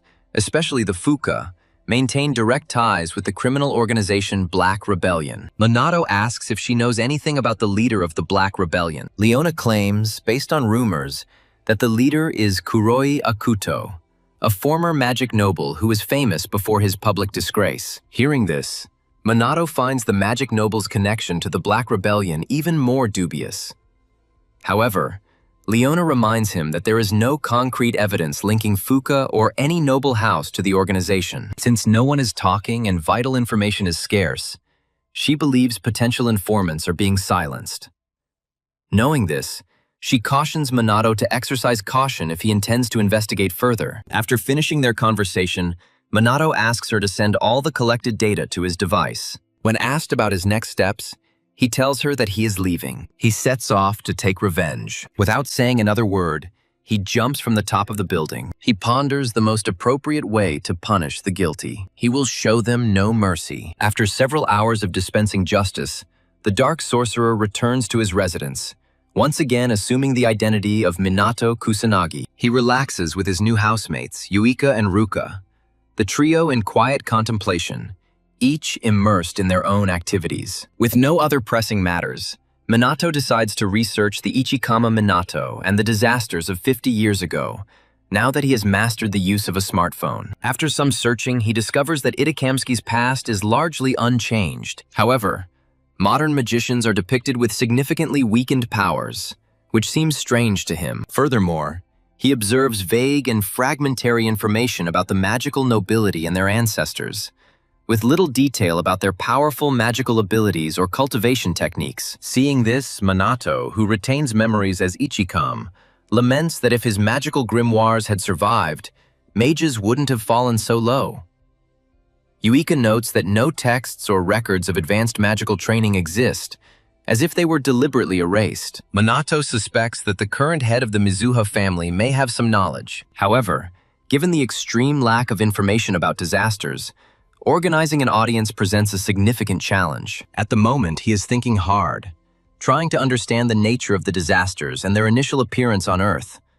but no clear revelations are emerging. Wika acknowledges his irritation, but decides to ignore it and continue her work. The next day, during training for the elite magic squad, Minato and his unit receive an urgent message about a disaster being detected and are immediately ordered to engage in combat. They rush to the scene, only to find Shufuku, Jinfuki's offspring, and his minions standing over the remains of the recently slain monster of disaster. Despite his confusion, Minato remains calm as Sho condescendingly chides them for their tardiness, boasting that his team defeated the beast before they arrived. Noticing Minato's gloomy mood, Sho assures him that no one was hurt and encourages him to relax. He then boasts about how dire the situation could have become without his intervention, and then arrogantly advises them to be more vigilant in the future before leaving. After Sho leaves, Yuika asks about his strange behavior towards Minato. However, Minato has no idea. In the following days, new disasters arise, and each time Sho and his companions arrive shortly before the special magic squad, taking the victory. Sho constantly ridicules them for their slowness, proving his point that the world still needs magical nobility. Yuika is furious when Sho belittles their squad, calling them incompetent. After he leaves, she seethes, saying this is the 5th time he's pulled this maneuver, clearly indicating covert action. Around this time, Sidu reveals the possibility of sabotage, citing constant delays in their intelligence reports. Since Minato is unable to detect disasters from a distance, he does not know how to find a solution. Meanwhile, Yuika throws a tantrum, pointing out that Seo constantly dodges confrontations whenever a demon-class enemy appears. At a dead end, Sanada pulls out his mobile device and shows his comrades the immense popularity the Fukas are receiving online. This raises doubts, given their recent harsh criticism. She also learns that Jin Fuka has scheduled a press conference that is about to begin. Minato and the rest of the team gather. They listen attentively to his statement. During the press conference, Jin expresses his gratitude to everyone present and states that the purpose of the meeting is to counter the recent shortcomings and failures of the magical nobles, specifically mentioning his son, Shaw. Unexpectedly, Jin bows deeply and publicly apologizes for Shaw's disgraceful behavior. The journalists, who never expected an apology from the magical nobleman, are speechless. Jin continues, accepting responsibility for his failure in raising Shaw and promising to make things right. At the same time, news outlets begin to spread stories about how Shaw dealt with numerous disasters before specialized magical forces intervened. Jin realizes his strategy is succeeding. He stands up confidently and speaks of the shortage of capable magical nobles. However, he assures the public that steps are being taken to address the issue. As the conference gains momentum online, 50% of the comments support Fook, which irritates Yuka. She complains to her colleagues, wondering if all their efforts were in vain, only to be ridiculed by the public. Before she completely loses control, Minato advises her to remain calm, reminding her that their goal remains the same, regardless of public opinion. He begs them to believe in his ability to handle the crisis. A few days after the conference, Shadow received a call. He was summoned to an important high-level meeting. His superior reveals that the special magic unit is in danger as complaints against them continue to mount due to their increasing clashes with the magic aristocracy. When Shidu tries to justify Shu's questionable behavior, his superior dismisses his concerns, accusing him of provoking the magical nobles. He holds Shidu responsible for supporting the formation of a special magical unit and making enemies among the nobles, claiming the consequences are entirely his fault. Shidu then asks if there is any understanding as to why their operations are failing. This time, his superior reprimands him for hinting at sabotage, making it clear that the unit's survival depends on improving public opinion and re-establishing ties with the magical nobility. If they fail, the special magical unit will be disbanded. Meanwhile, Jin Fuka watches the proceedings, pleased that everything is going according to plan. He knows that the crowd, easily swayed by sensationalism and deception, will accept any story he presents. With public opinion on his side, Jin is confident that he will soon completely destroy the special magic unit. It was about a week of silence before Minato and his team found themselves on the roof of their school, lamenting their inactivity over lunch. At one point, Ruka reminds them that the Fuka are dealing with recent disasters, but then Ryuji Katsuragi interrupts, saying that there are moles within the police force that are undermining the work of the special magic team. Minato agrees, revealing that some officials are directly connected to the magical aristocracy and see the SMP as an obstacle to their plans. The ever-unsuspecting Uika questions the feasibility of this. Minato explains that their actions were intended to tarnish the reputation of the magical nobility. He mentally acknowledges the connection between the nobles and the Black Rebellion, implying that the growing popularity of the SMP is extremely detrimental to their agenda. Exasperated, Uika explodes, accusing the magical nobles of incompetence and declaring that they should work harder to restore their image. Calming down, she ponders her father's possible involvement. But Ruka reassures her, expressing his disbelief. At this point, Minato finishes his meal, stands up, and informs the team that they will personally visit the residence of Mizuha to investigate. The siblings express reluctance, claiming that their relationship with their father is strained. Minato allows them to stay if they choose, but, giving in to the inevitable, they agree to accompany him. The group soon reaches the Mizuha villa and encounters two female guards at the entrance. After they gave their identities, they were immediately denied entry. When Yuika and Ruka ask for special consideration, the guards deliver their message. Their patriarch forbade his disinherited daughters from setting foot on the territory. Just as the brothers accept their defeat, Minato steps forward, declares himself the commander of the SMT, and states that he has questions for Tushar. The guards tell him to make an appointment. However, Minato insists that he only wants a short conversation. Irritated, he considers breaking in by force. But before he can do so, Tushiro himself appears. He is inspecting the scene of the crime. Then, he allows them to enter. As they head to the conference room, Minato jokes about Toshiro's youthful appearance, asking if he's the sibling's brother. The young women quickly correct him, declaring that despite his appearance, he is their father. Having sat down, Tushiro begins the conference by accusing Minato of corrupting his offspring. Minato responds by blaming someone else for his children's independence is a poor fatherly trait. He then asks Tushiro why he's not proud of his daughters now that they've reached adulthood. Tushiro watches him silently, realizing that Minato didn't come for small talk. Without further hesitation, Minato gets down to business and asks if Tushiro is being coerced by a special witchcraft squad. Tushiro denies any involvement. He claims that magical nobles rarely work together, implying that Fuka acts on her own. Commenting on Minato's determination, Tushiro acknowledges his fame as a student with the power of a noble and a hero who has prevented many disasters. Doubting these claims, he confronts Minato. This is a test of strength. Tushiro unleashes a colossal burst of mana to demonstrate his power, and, to his surprise, Minato easily deflects it. The rest of the group, including the sisters, remain trembling. They tremble under the onslaught of enormous magical power. After the demonstration is complete, Toshiro praises Minato for matching his strength. Minato dismisses it as simple mana manipulation, but notes that Toshiro was holding back considerably. Impressed by Minato's keen perception, Toshiro confirms his understanding. Minato then asks why modern mages are less powerful than mages of the past. Toshiro questions the basis of Minato's question, and when Minato mentions the events of 50 years ago, Toshiro states that magi were deliberately suppressed for control and surveillance. Confused, Minato asks for further clarification. However, Toshiro mysteriously replies that understanding will come soon. He then insists that magic-born aristocrats are necessary, which causes Minato to ask if Fuka are also indispensable. Remains silent. Seeing no further responses, Minato stands up, thanks Tush for his time, and ends the discussion. Before they leave, the others mention their ongoing difficulties. They are still moving at a slow pace due to the mana surge they experienced earlier. Minato helps them up, and as they leave, he tells Tushu that he appreciates not having to expose any wrongdoing in his family. If he had been forced to, Minato would have acted differently. In conclusion, Minato tells Tushiro that his daughters are his dear companions. When Tushu asks for clarification on its meaning, Minato simply leaves without answering.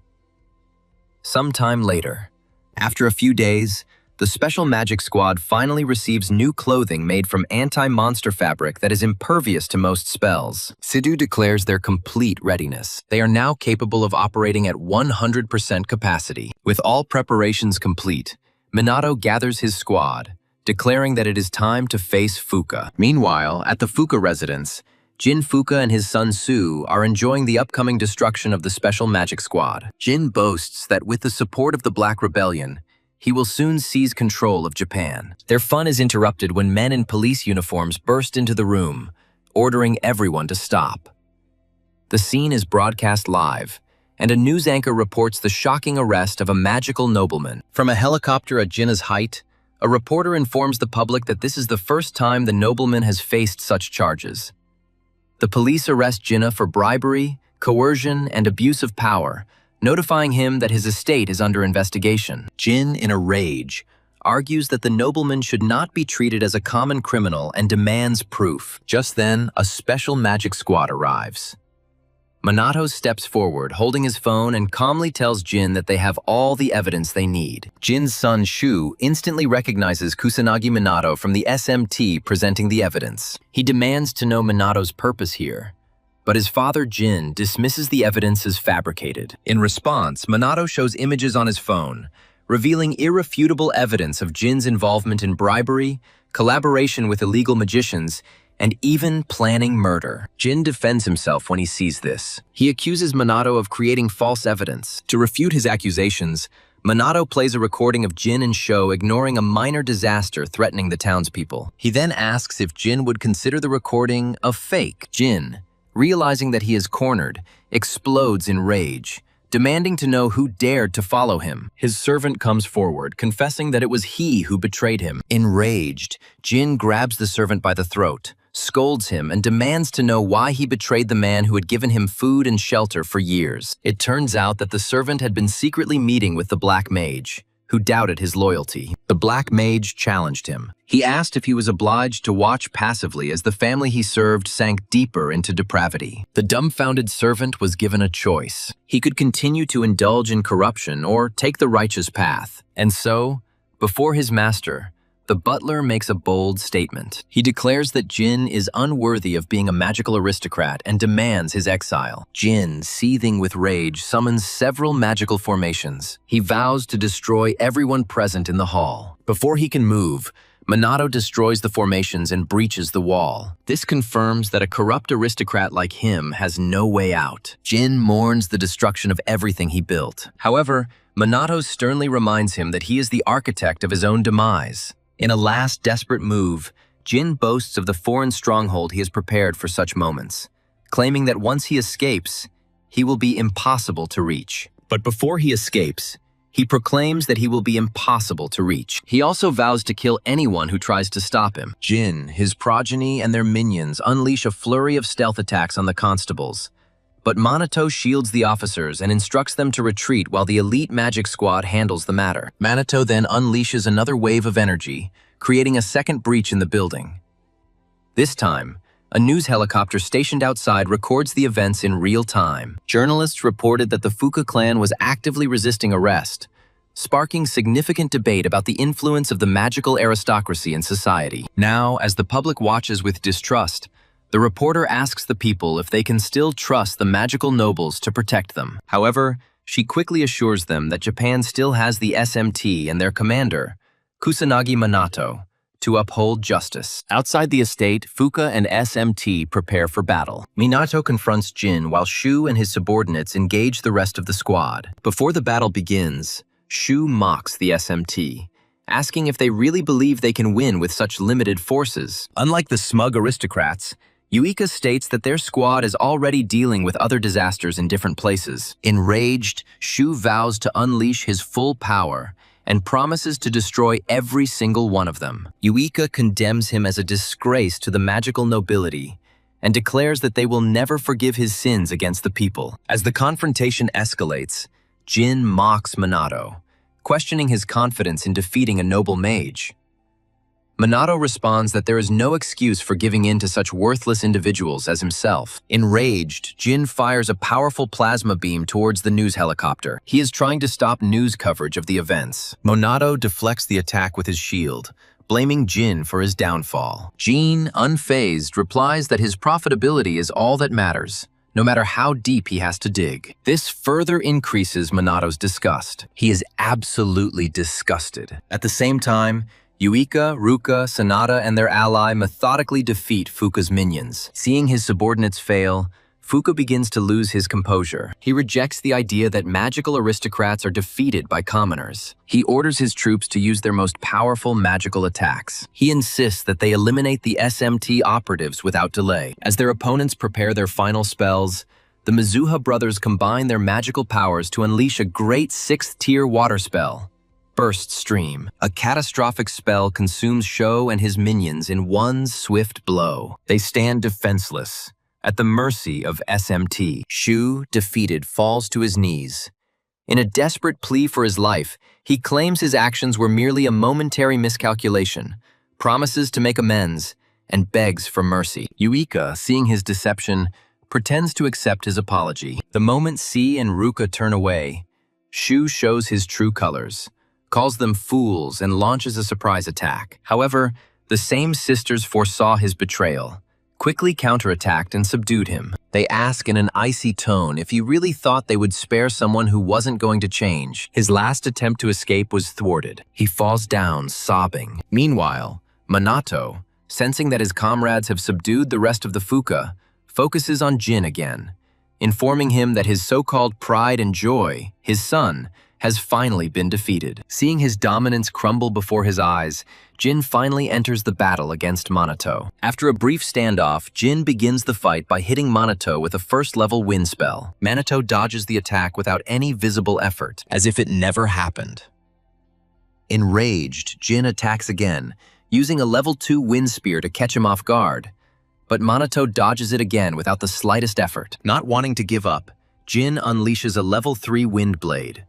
But Minato dodges it again. By this point, a reporter in a helicopter broadcasting the battle live is amazed by the magical power that Jin is demonstrating. But then she becomes concerned about Minato, asking the audience if they believe he can withstand the constant attacks. Determined to end the battle, Jin increases his magical power. He unleashes a 4th-tier storm spell, creating a vortex that threatens to engulf everything around him. As Minato dodges again, Jin powers up the spell, turning it into a level 5 Great Typhoon, powerful enough to tear apart everything in its path. Around this time, Minato's team, fully aware of the danger of the attack, begs him to stop the fight and capture Jin later. Ignoring their pleas, Minato creates a 4-layered advanced magic shield and successfully neutralizes the typhoon before it reaches him. Ruka remains stunned, trying to understand how their leader just deflected such a devastating spell. Ryugi, already familiar with Minato's bold nature, watches in awe. Meanwhile, the livestream's viewers are speechless, finally grasping the immense power of the magical aristocrats, especially after seeing Jin effortlessly cast a 5th-tier spell.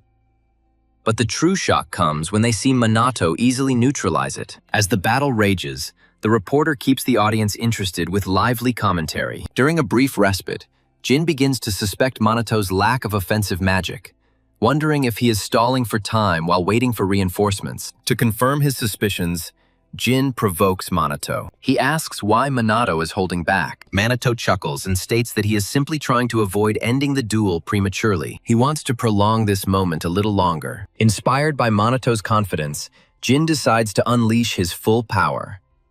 He claims his current magical energy is approximately 200,000 mana points, and warns Minato against panicking at the realization of their difference in power. Hearing this, the SMT members sneer, convinced that Jin is making this figure up. After all, even a sorcerer with 100,000 mana points is extremely rare in Japan. This detail alone highlights its significant potential. Alarmed, Ruka and her brother consider intervening, but Minato gives them a stern look, signaling they should stay out of the way.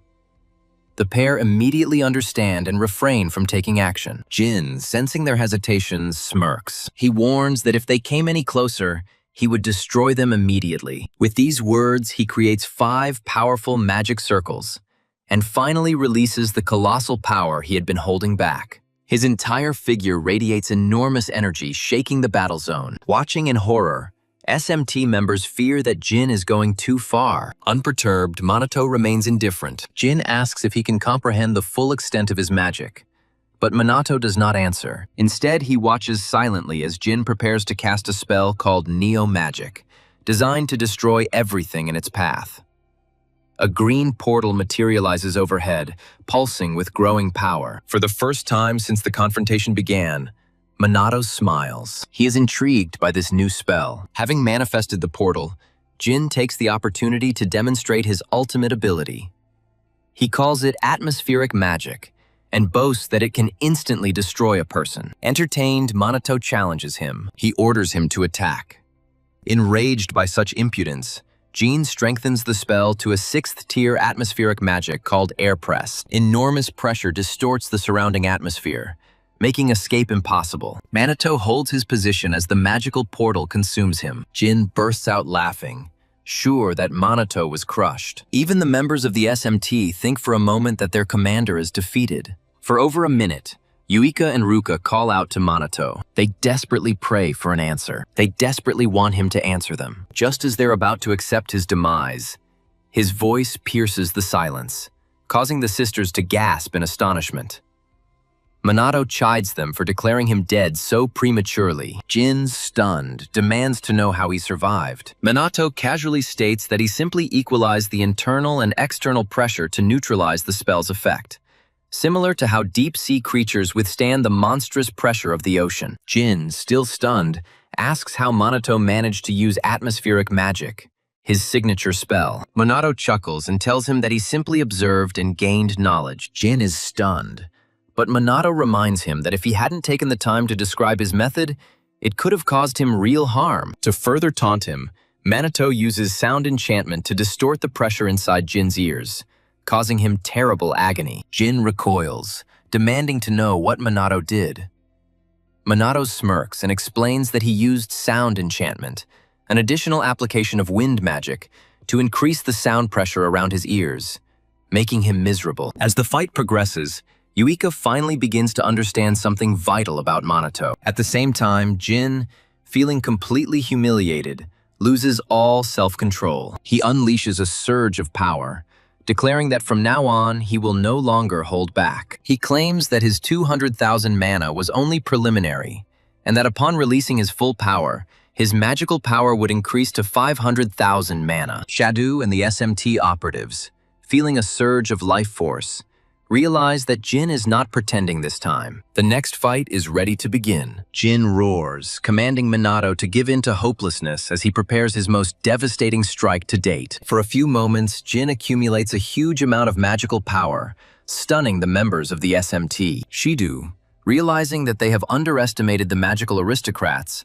warns that Minato may not be able to handle this colossal power. Jin, now fully empowered, begins to boast about his power. Minato, unperturbed, yawns, causing Jin to stop in confusion. The magical aristocrat asks if Minato is too stupid to understand his power. However, Minato remains silent. Jin continues to boast about his final spell. He releases a small green atmospheric vortex towards Minato, who remains motionless. Annoyed that his attack doesn't frighten Minato, Jin increases his energy, creating 6 more green magic symbols. The immense power emanating from them alarms the members of the SMT, marking the first 7th-tier spell they have seen this year. As the pressure mounts, Yuika places her faith in Minato, silently pleading with him to defeat Jin. With his ultimate spell complete, Jin taunts Minato, saying that he should have struck earlier while the spell was still forming. Now he tells him that it is too late to regret. Despair is his only option. Irritated, Minato asks if he's finally going to attack. Instead of answering, Jin continues his meaningless speech. He finally unleashes his most powerful spell, the 7th-tier atmospheric magic, Plasma Rupture. The sheer force of the spell destabilizes the helicopter hovering above. Meanwhile, members of the SMT are looking for a way to resist him. Ruka desperately screams at Minato to run, but he stands his ground.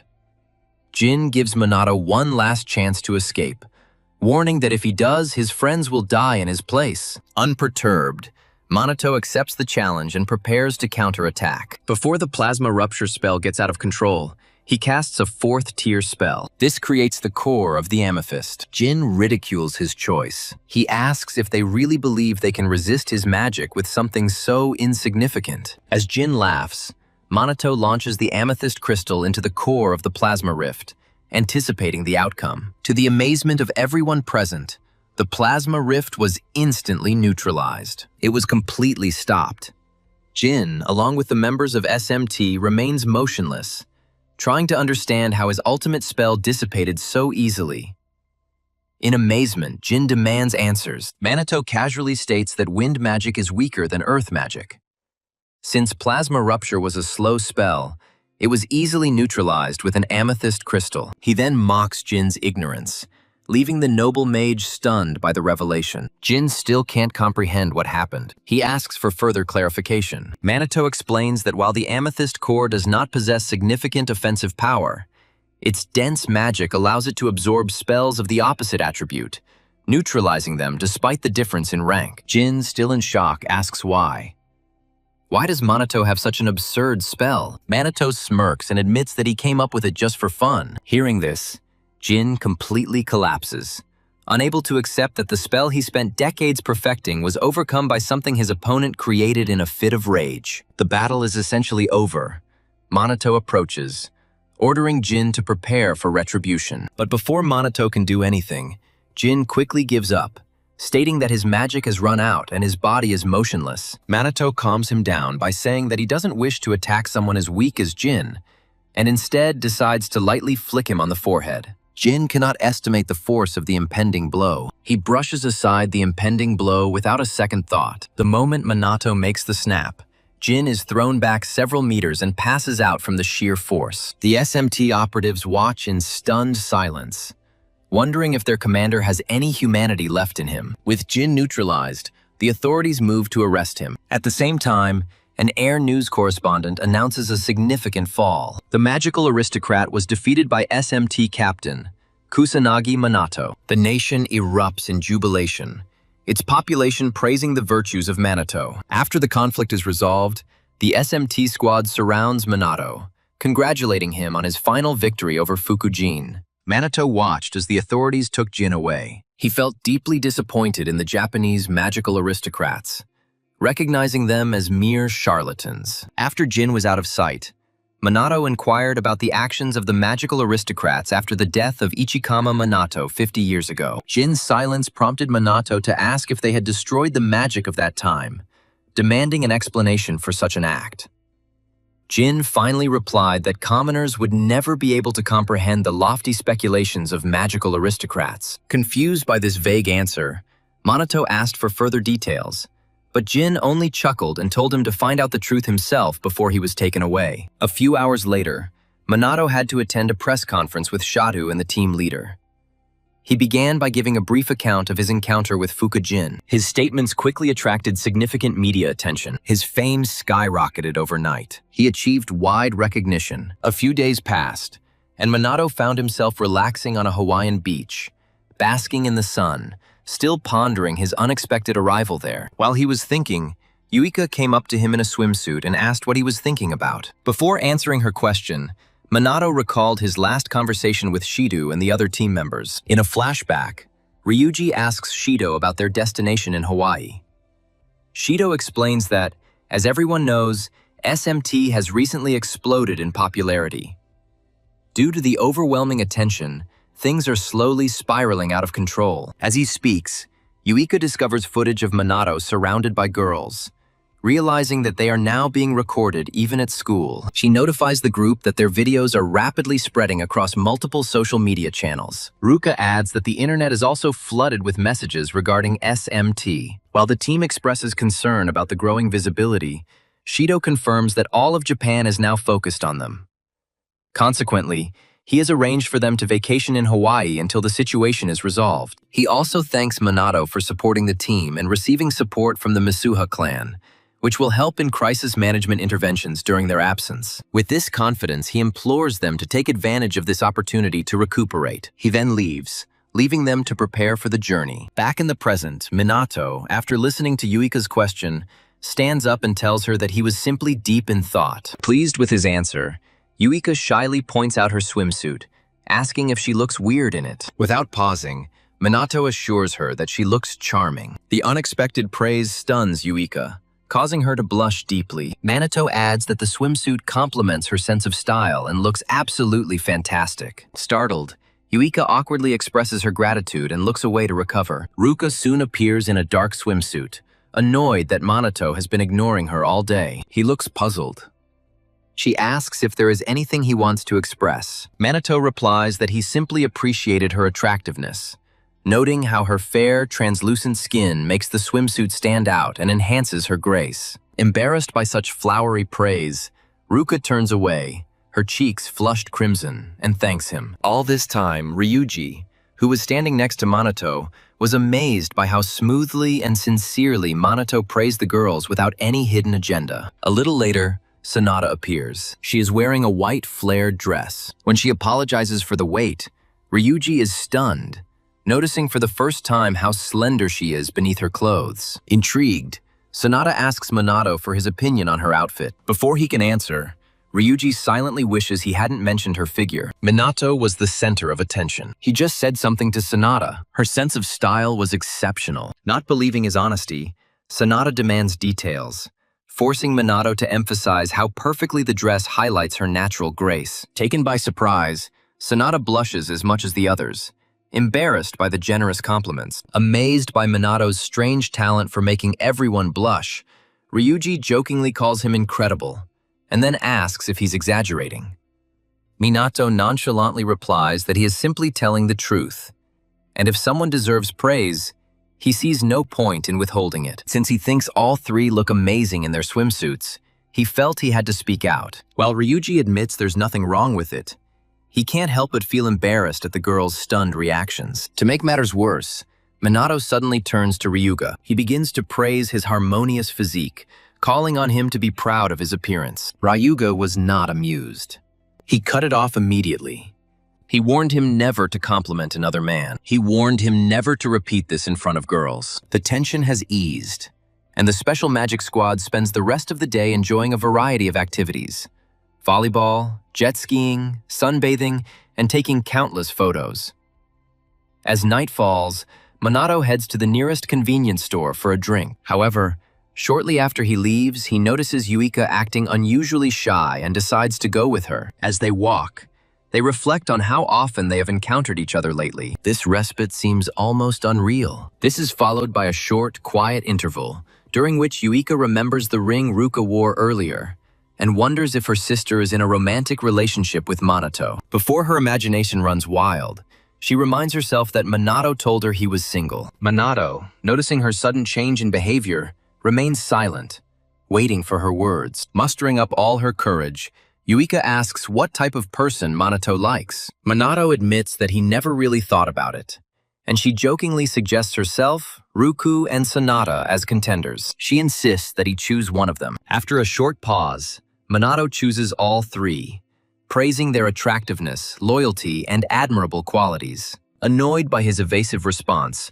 Yuika notes that his words lack genuine romantic feeling. Minato, confused, states that he thought admiration and affection were similar. After pausing to collect his thoughts, he says something to Yuika. If he had to choose, she is his preferred choice. Hearing this, Yuika freezes in shock while Minato sincerely lists how much he appreciates her. Her face turns red and she sinks to the ground, overwhelmed with emotion. Concerned, Minato sits down next to her and asks if she is okay. Still confused, Yuika mutters that even though she knows Minato doesn't see her in a romantic light, his words bring her great joy. If anything has changed, it's that it has strengthened her deep attachment to him. Meanwhile, in Japan, Shidu studies social media trends and becomes aware of a growing crisis. Not only is there growing disapproval of the magical aristocracy, but the public is increasingly calling on SMT to control monsters and disasters. Furthermore, the mysterious Avenger, Shadowbringer, is gaining popularity, fueling online discussions about a possible showdown between him and Minato to determine their strength. Against this backdrop, Shidu finds himself at a critical crossroads. A certain plane lands at an international airport in Japan. On it are two leaders of magical aristocratic families, clearly angry at the commotion that occurred in their absence. The first is Homurai Hinata, head of the Homurai clan.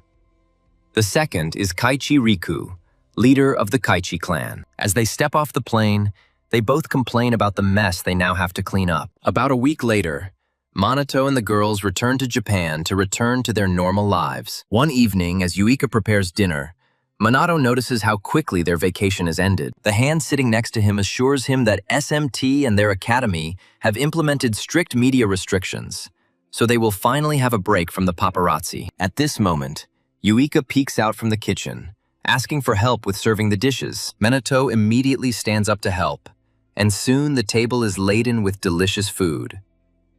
During the meal, Yuika asks if they're ready for school, which resumes tomorrow.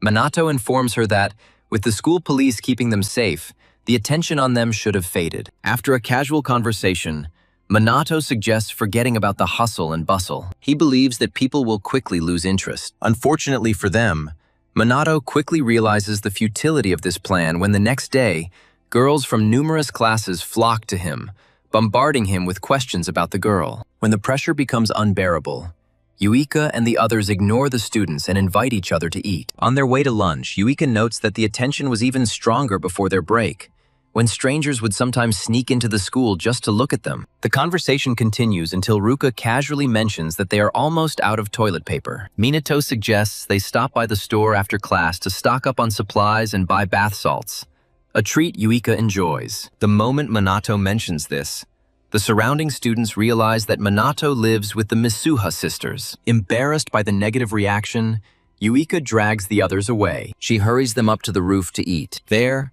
Ryuji confirms that the three are indeed living together, and decides that it is acceptable since they are with their team captain, Minato Kusanagi. In any case, he assures them that if they face any difficulties, they can count on his support. The girls express their gratitude for his generosity, and after this, Ryuji suggests that Minato should avoid formalities in his communication with them. He asks if Minato minds them using his name. Minato is a relaxed person. Therefore, he tells them to address him as they please. He doesn't mind at all. Just as Yuika is about to speak, she suddenly stops, realizing the profound implications of the trio's cohabitation. Before her thoughts can run wild, she quickly dismisses them, reassuring herself that everything is fine as long as nothing out of the ordinary happens. Ryugi and Minato, puzzled by her sudden change of mood, exchange glances. Having regained her composure, Yuika turns her attention to Minato. She asks if he ever feels uneasy about living with the two of them. Without an immediate response, they finish their meal and calmly continue their day. As darkness falls while Ruka and Minato are fast asleep, Yuika remains awake, confused by their ability to sleep so soundly. She wonders if she's the only one who feels uneasy about their shared space. When the silence becomes oppressive, she throws a small tantrum before forcing herself to rest. Moments later, Ruka also wakes up, pondering the same fears as her sister earlier. She admits to herself that she is still not used to sharing a room. She still wasn't used to sharing quarters with Minato. Unable to fall back asleep, she gets up, trying to understand why their current circumstances are troubling her so much. When no solutions are found, she glances at Minato. He sleeps peacefully on the floor. The sight of him makes her blush, and when inappropriate thoughts begin to invade her consciousness, she quickly pulls the blanket over her head. Reflecting on how Ryuji and the others casually call Minato by his first name, Ruka wonders why she continues to call him by his last name, Kusanagi. Her mind goes back to the moment when she almost choked. She tried to use his name on the way to school. In the end, she could only say Kusanagi before muttering nonsense that puzzled Minato. Another time, she found herself alone with him on the roof during lunch. Even at that moment, she still couldn't bring herself to say his name. She recalls even more humiliating incidents. She winces, chiding herself for being too timid to do such a simple thing. The next morning, on the way to school, Minato notices Ruka's gloomy mood and asks if she is sick. Ruka assures him that she is fine, but addresses him as Kusanagi again. This time, Minato stops her, reminding her that they are no longer strangers. He begs her to stop using his last name and just say Minato. Blushing, Ruka finally gathers her courage and says his name. Elsewhere, the magical aristocracy gathers in a secret location to discuss their recent failures and situation. To begin the meeting, Homarai Hinato expounds on the waning favor of the magic nobles, attributing it to the specialized magic squad. As she ponders the solution to this dilemma, Kaichi Riku asks her strategy for dealing with the commander. A dejected boy, Kusanagi Minato, awaits her answer. Unable to answer his question, Hinato turns to Mizuha Toshiru asking for his point of view. Tushiru informs them that he only seeks to comply with their sovereign's decree, and Hinato is irritated by Patriarch Mizuha's mysterious nature. When she presses for details, Tushuru reveals that Minato doesn't recognize him. This makes Hinato wonder if Minato is ignoring their existence, to which Tushuru confirms. Finding Minato unaware of their presence, Riku decides to test him, assessing his potential usefulness to their cause. If they find it useless, they will not hesitate to eliminate it. The next day, Minato informs his team of the location of the next major disaster, which is expected to occur in Osaka. By now, the disasters reflected events that had occurred 50 years earlier. This pattern does not cover minor disasters. Despite widespread media coverage, Yuika notes that the interval between disasters has shrunk dramatically, and major catastrophes, once annual occurrences, are now unpredictable, even with police vigilance. Moreover, with disaster response in disarray and lacking a dedicated team like the SMT that exists elsewhere, their situation will only get worse. Around this point, Shido's eyes sparkle with pride as he proudly announces to Minato that the police have established a second SMT in Osaka. It turns out that collaboration with the self-defense forces and police could improve disaster response,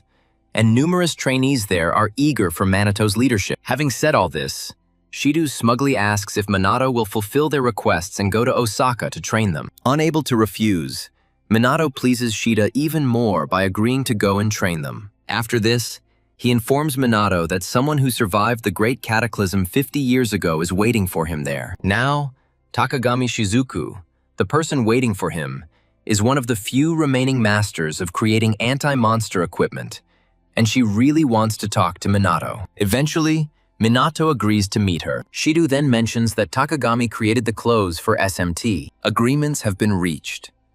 Minato heads to the airport. He stops briefly to say goodbye. He reunites with his squad. Then he boards the plane.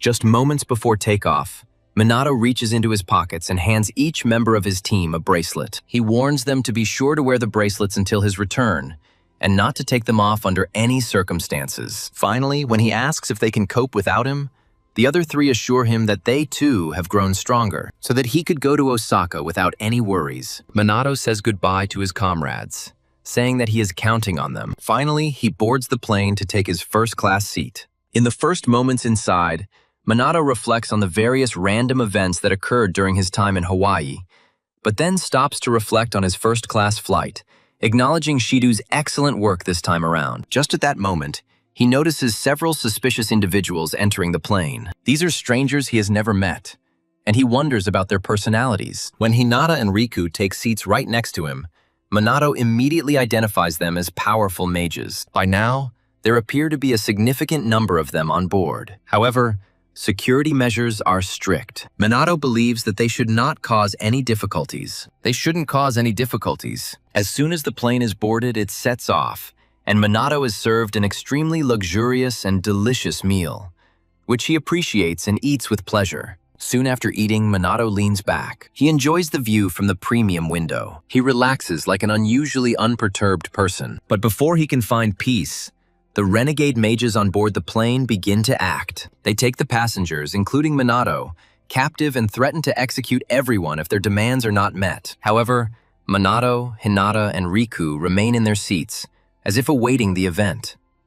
As the hijacking unfolds, Minato counts the number of missing nin, quickly determining there are 10 of them. If he encounters them individually, the remaining passengers will be in serious danger. Advanced magic could endanger the plane, causing Minato to decide that he can't handle these fools alone and needs outside help. At about this point, the entire plane descends into chaos. The passengers beg the kidnappers for mercy, but the magician hijackers silence them to avoid death. Once they have full control of the plane, one of the foolish sorcerers approaches Minato, demanding the release of the other BR members, stating that they will not tolerate unfair treatment from elite magicians. Having received no answer, the individual gives Minato 5 minutes to contact those on the ground and force them to release their comrades immediately.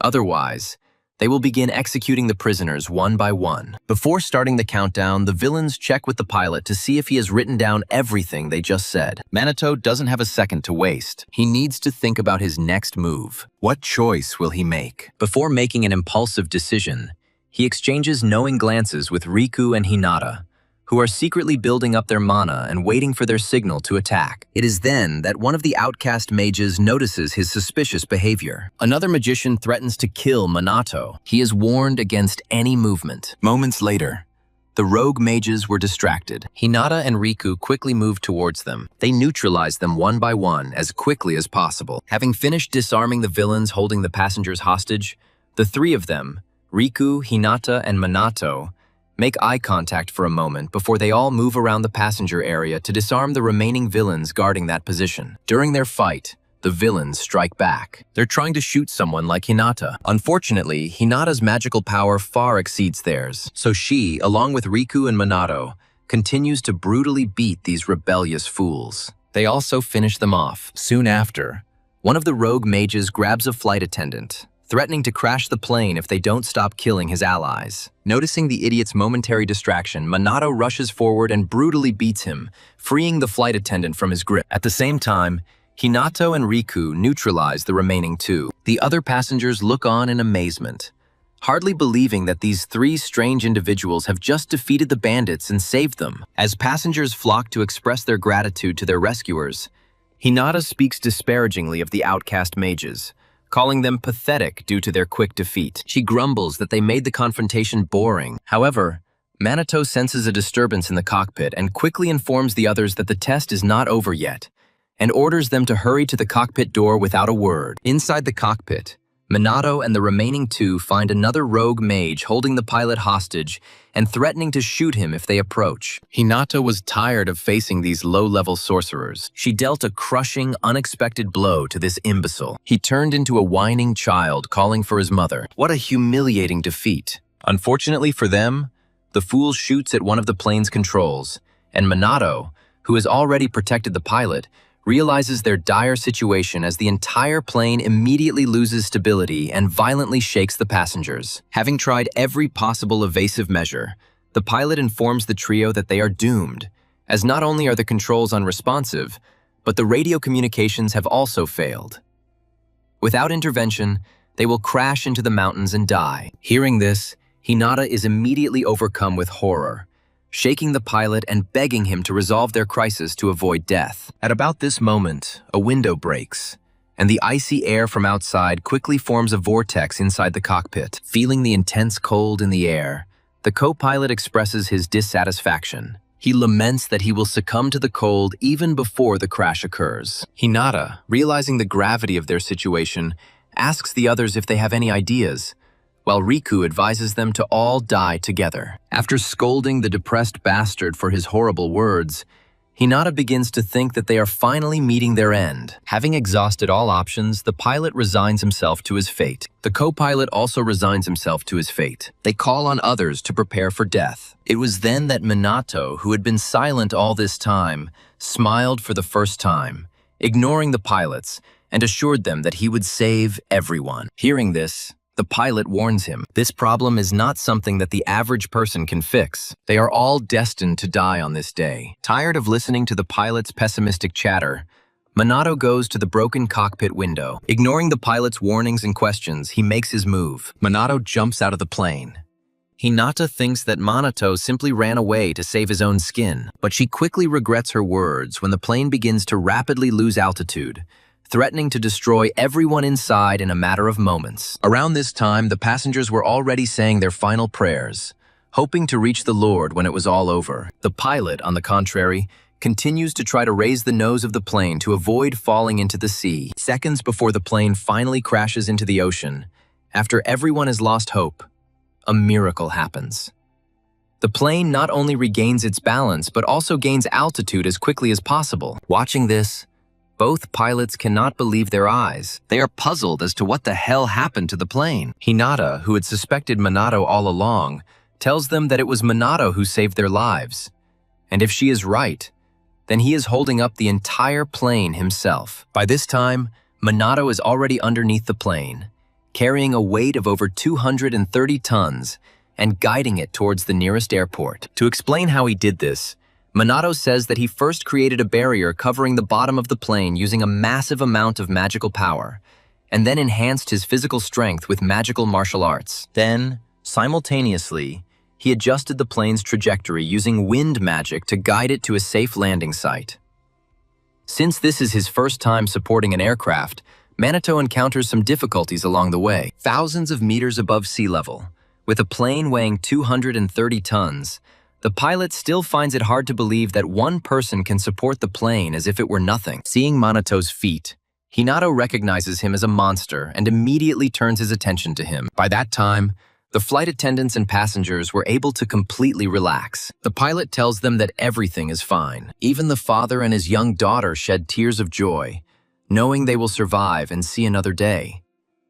Despite the jubilation and happy tears, the pilot cautions everyone not to celebrate too soon, as he has just learned that their landing gear is completely unresponsive. In other words, if they wish for a safe landing, their fate is entirely in Manato's hands. With these words, the pilot identifies the landing strip of the nearest airport. He points the nose of the plane towards the runway. He trusts Minato that he has a landing strategy ready. The badly damaged plane approaches the runway. Minato, still underneath him, casts a 6-tier void magic spell. He deploys a magical barrier of a high wall to soften the impact of the plane. It then slows it down quickly enough to come to a complete stop. As soon as Minato somehow lands, the entire cabin erupts in jubilation.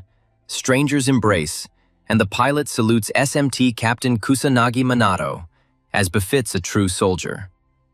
Riku and Hinata simply stare at the captain, unmoved by his actions and awaiting their final meeting with him. The moment he steps off the plane, reporters pounce on him from all sides, asking for a short statement so the world will know how he prevented the plane from crashing. At this point, Minato simply becomes furious at the villains for disturbing his peace. He had just experienced the most nerve-wracking flight of his life. Luckily, before he breaks down, security arrives to disperse the media, assuring them that a press conference will take place later, and then escorts Minato to Takigami's abode so he can visit her. Just before he leaves, Hina and Riku intercept him, offering him praise in hopes of softening him up for future endeavors. To their disappointment, Minato declines the praise. Instead, he praises both. He states that they performed equally well. Realizing their plan is failing, the pair make a few more casual comments and part ways cheerfully, Hinata firmly wishing for a future meeting. Soon after they leave, Minato is shown the way. He is escorted to the Takigami conference room. Inside, he is greeted by an elderly Miss Takagami. She gives him a warm welcome as an invited guest. After settling in, Takagi reveals to Minato that she invited him solely out of admiration for his recent accomplishments and magical skills, noting that many of his techniques mirror those of her mentor and comrade, Ichikami Minato. Void magic is a rare discipline, and Ichikami has mastered it to perfection. Its complex features mean that few people practice it effectively, and it is often dismissed as ineffective. However, Takagami expresses surprise that Minato has the ability to use it. Her curiosity prompts her to ask how Minato gained the ability to use the same magic as Ichikami. Hearing her words, Minato lets out a quiet laugh. He comments on its immutability, echoing what Ichikami might have said in life. Confused, Takagami asks if they have met before, to which Minato confidently states that they have met many times. Minato answers her question.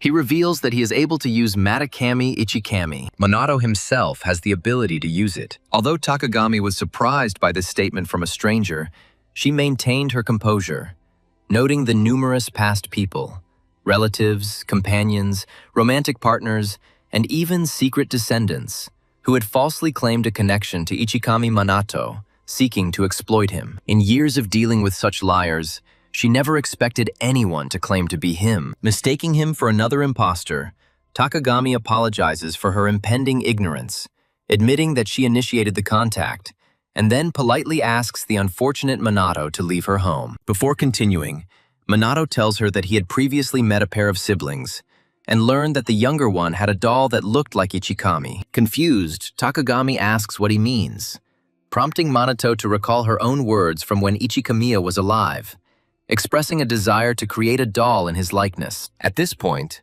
Takagami starts sweating, asking Minato how he knew such a personal detail. After a short pause, Minato tells Takagami that she once said that his doll gave strength to children, and even to this day, Ichikamami continues to help people. Given everything Minato has conveyed, Takagami gradually begins to accept that he may be the real Ichikami Minato, and even questions whether he is truly the true Ichikami. Minato expresses his disappointment that she still has doubts. He decides to tell her a story. After several minutes of reminiscing about past events, Takagami finally accepts that Minato is the reincarnated Ichikami Minato. Minato slightly reproaches her for her lack of faith. Takagami states that believing in reincarnation is not so easy in our world. Ichikama finds it hard to accept that he returned while she was alive, even considering her unusual nature. Takagami told him about the disasters that befell the world after his death. She then expressed her great joy at being reunited with him in her time. She even shed a few tears. When she finished crying, Minato turns to her, knowing full well that she is aware of the events of the last 50 years. He then details his findings regarding the decline of magical understanding, the weakening of the Magi, the false narratives surrounding Ichikama Minato, and the rise of the magical nobility, before asking about the events that occurred in his absence. This time, a worried Takagami receives the message and studies it, only to exclaim in shock, prompting Minato to ask what's bothering her. Realizing that this is something she cannot reveal, Takagami abruptly ends their meeting, citing the late hour, and then begs Minato to stay the night so that their conversation can resume the next day. Luckily for her, Minato agrees. Soon, he retires to his chambers for the night. Around midnight, Riku silently enters Minato's chambers, aiming his blade at his body with a swift strike, intending to end his life. Against all odds, Minato pulls off a stunning turnaround, materializing at the bedside and mocking Riku's clumsy attempt to strike his sleeping enemy. At that moment, Minato had no idea that his attacker was Riku. However, upon seeing his face clearly, he immediately recognizes the attacker as Riku. But before Minato can start a conversation, Riku launches another attack. This time, Minato dodges the blow. Soon after, Riku throws Minato out the window of his quarters. Minato lands unharmed in the garden below. Without wasting a second, Riku reappears in front of Minato in the courtyard and uses his initial earth skill, Rock Destruction. At the same time, Minato uses his initial void magic and the magical barrier. He tries his best to repel Riku's onslaught. However, after the first few blows, Riku skillfully breaks through Minato's initial magical barrier, forcing him to retreat so the real battle can begin. Before the second round begins, Minato praises Riku's blade for breaking through his barrier. He then asks if this is anti-magic equipment. Receiving no answer, the pair charge their mana for a second fight. But just as they were about to clash, Minato appeared and ordered them to stop fighting. At this point, Minato tells her that he foresaw her involvement in this nonsense. However, Minato ignores his stupidity. She begs him not to ignore their call. To control him, she shows live feeds of her subordinates suspiciously close to Minato's companions at their homes, and threatens to end their lives in their sleep if he refuses to comply. Minato realizes he's been tricked.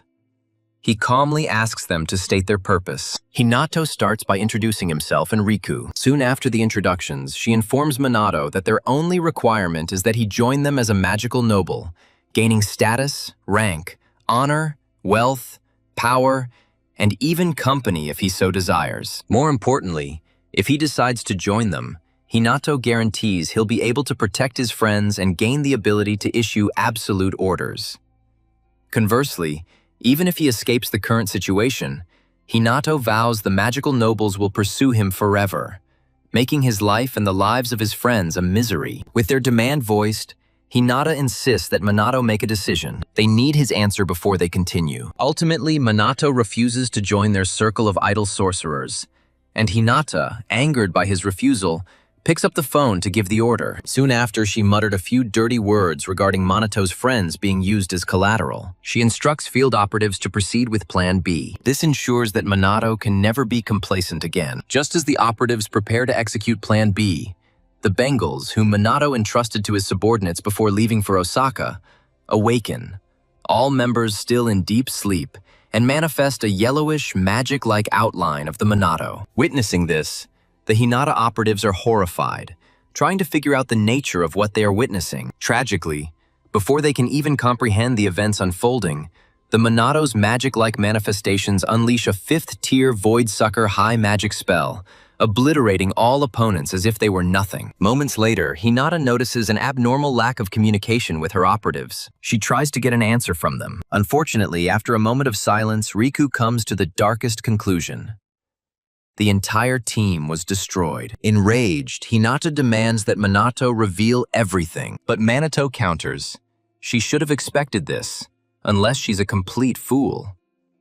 While recognizing Minato as a nuisance, Hinata still praises him for resolving the hijacking and hostage crisis, stating that despite all his accomplishments, he has passed the first test. Confused by her statement, Minato asks if the hijacking was their operation, but Hinata clarifies that they wouldn't have staged such a stupid act to force him into participating in their scheme. Having established this, she invites him to move on to the next test. She channels her mana along with Riku, preparing for the second true clash. At the same time, Minato, eager for a worthy confrontation, jokingly asks if he can refuse. As expected, Hinata objects just before lunging at him. She advances along with Riku. With her first move, Hinata launches a kick towards Minato, which he easily deflects. Then she jumps back to safety to launch her next attack, a 4th-tier fire spell she calls Flash. The moment she releases the magical blow, a deafening explosion is heard. Unfortunately for her, the Minato remains completely unharmed. The explosion had no effect on him. Amidst the chaos, Riku slashes at Minato's neck with his sword, but fails to land a single blow. The captain easily parries the attack with a miniature barrier that appears around his neck.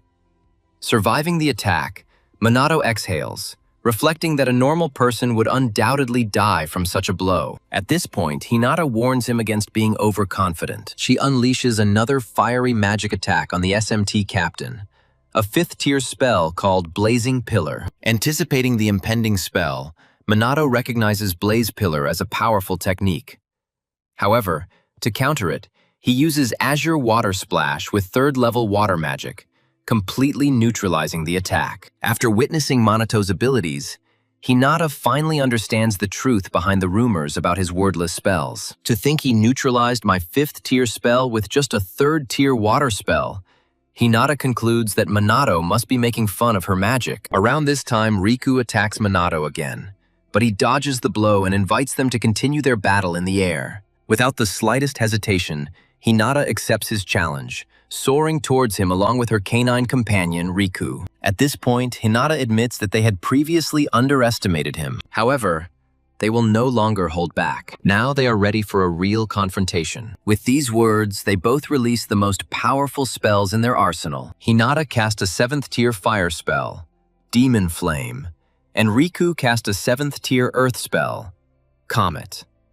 Soon after bragging and loudly declaring that he wouldn't be able to defend against her ultimate technique, the pair direct their attacks towards Minato. Their goal is to deal double damage. Unimpressed by their pathetic magic spell, Minato casts a 7th-tier void magic spell, Vanish, which absorbs both ultimate techniques and dissolves them into nothingness. Around this point, Hinachi, Hinata, and Riku are stunned, as their minds can't even process what just happened. To help them realize their defeat, Minato informs them that he simply dispersed the magical energy to minimize harm to the environment. Hearing this, Hinata calls it nonsense and even disqualifies him, as she feels that Minato is simply cheating to avoid a real fight. She claims that everything that happened before was just a farce. Now that the moment has come, she vows to show Minato her true power. Unfortunately, before she can demonstrate how powerful she is, there is a sudden change in the atmospheric energy around them, and everyone feels it. As they try to figure out what's happening,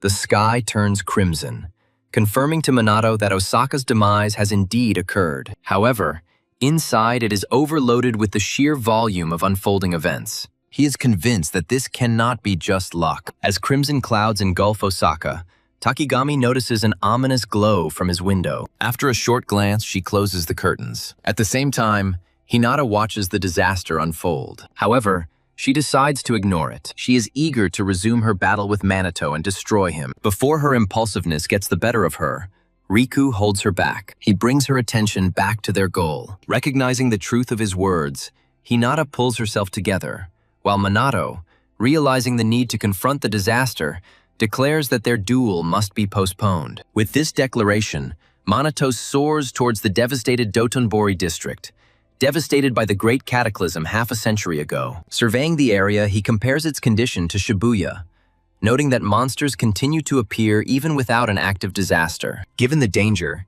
he assumes no one would be foolish enough to hide here. Discovering swarms of small monsters throughout the city, Minato quickly realizes he can't handle them alone. If left unchecked, these creatures could infiltrate human settlements and wreak havoc. He needs a solution, and fast. Just when he's thinking about calling for backup, Riku and Hinata arrive, offering their help. Minato greets them, teasing that they must have given up trying to kill him. Riku explains that their previous battle was merely a test, and since Minato passed it, they are willing to work together ever since. With a sigh, Minato accepts their help, knowing that his problems with them are far from over. The streets are filled with monsters. The trio moves in to intercept them. Hinata, eager for battle, makes a dramatic entrance and prepares for what she calls a monster bloodbath. She unleashes her 5th-tier fire pillar magic, incinerating an entire horde of creatures in one blow. Riku, equally skilled, deals with his share. Meanwhile, Minato, hovering above, unleashes 5th-level void magic in the form of a bull. A barrage of bullets destroys smaller monsters while they wait for the boss to appear. While surveying the battle area, Minato notices an elderly man walking with a cane. Concerned, he goes down and asks if the man is okay. The old man does not answer. This motivates Minato to take action. He offers to take the old man to a safe place. However, before Minato could extend his hand, the man pushes him away and frowns. After a short period of time, he expresses gratitude for the care shown, but he claims to be unharmed. There was something familiar about the old man. But before Minato could identify him, the assistant helped him into a dark car, which immediately drove away. Soon after, emergency response forces and the Osaka Self-Defense Force arrived, cordoning off the exit from Dotonbori to contain the unfolding disaster. Minato is impressed by their teamwork, recalling Shido's words about their readiness despite their inexperience. As the troops take up positions, Minato lands next to an officer who mistakes him for a lost youth, but realizing that he is facing the commander of an elite magical unit, the officer immediately allows him to help. The creature suddenly sneaks up on the officer from behind, but Minato quickly incinerates it, saving the officer's life. He warns them to remain vigilant before inquiring about the current situation. The officer informs him that the police and self-defense forces have secured Dotonbori and are focusing on protecting the public. Unfortunately, he admits that they do not have the means to confront the main monster, as their own troops are no match for him. Minato calms them down. He promises to deal with the main threat. He can handle this alone. The troops express their gratitude, and Minato further astonishes them by revealing that he has reinforcements. Riku and Hinata, respected mages from the Homarai and Kaichi clans. The shocked troops ask if the SMT and the magical families are now cooperating. Minato, without saying a word, sees the officers' morale rise, their faith resting on powerful groups. Suddenly, a menacing, dark purple fog begins to fill the sky. The soldiers are under crushing pressure, finding it difficult to even move. Lost in the haze, a colossal figure gradually appears. The officers instantly recognize him, the main demon, the boss. This single entity possesses the power to raze Osaka to the ground, and as mere humans, they are hopelessly outmatched. Minato, however, is completely unfazed.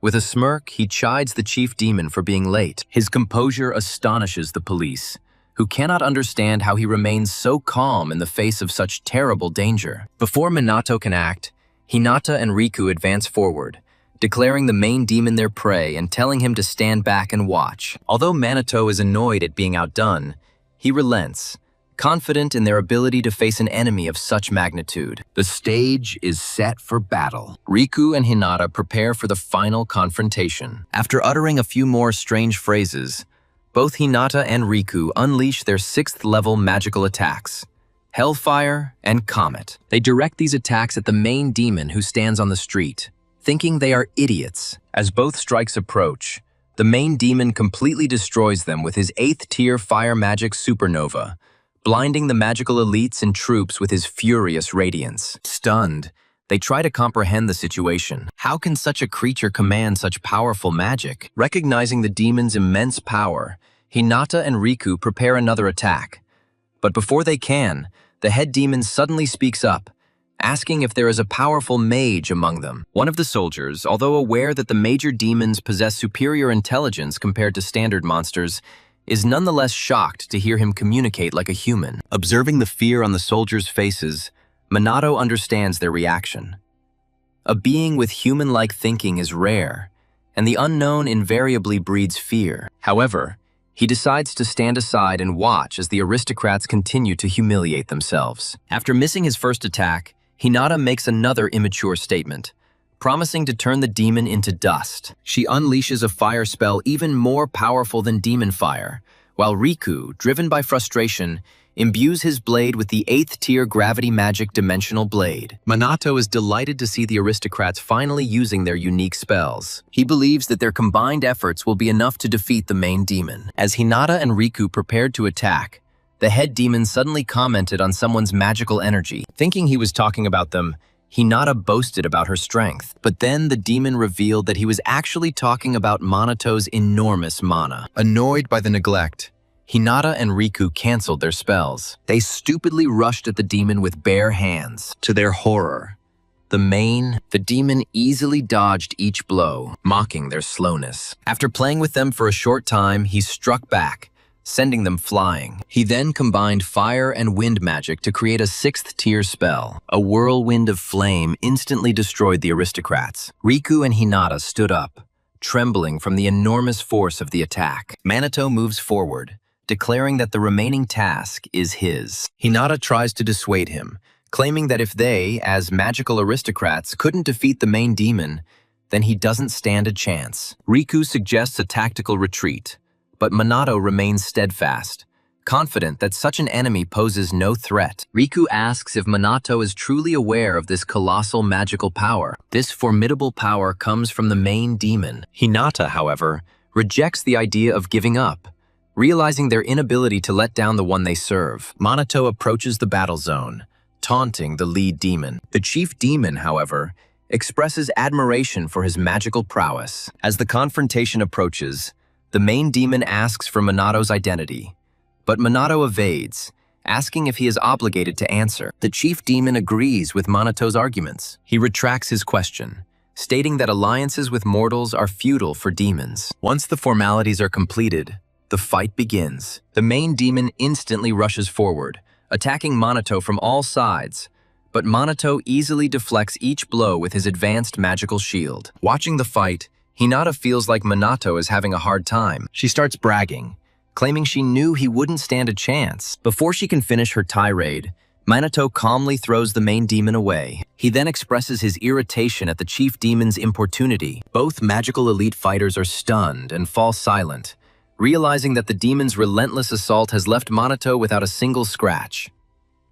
Riku, studying Manato's tactics, fears that a defensive stance will be futile, as the chief demon also possesses exceptional defense. Meanwhile, Minato considers using a new spell he recently developed, but is held back by the noble's observation. Instead, he chooses an alternative tactic and unleashes a 9th-tier void spell, Magical Radiance, as a prelude to his counterattack. Hinata, having witnessed the 9th-level spell, is shocked. She always believed that 8th-level magic was the pinnacle of achievement. Minato then traps the main demon in the glowing golden void seals he created earlier, and destroys it in one swift move.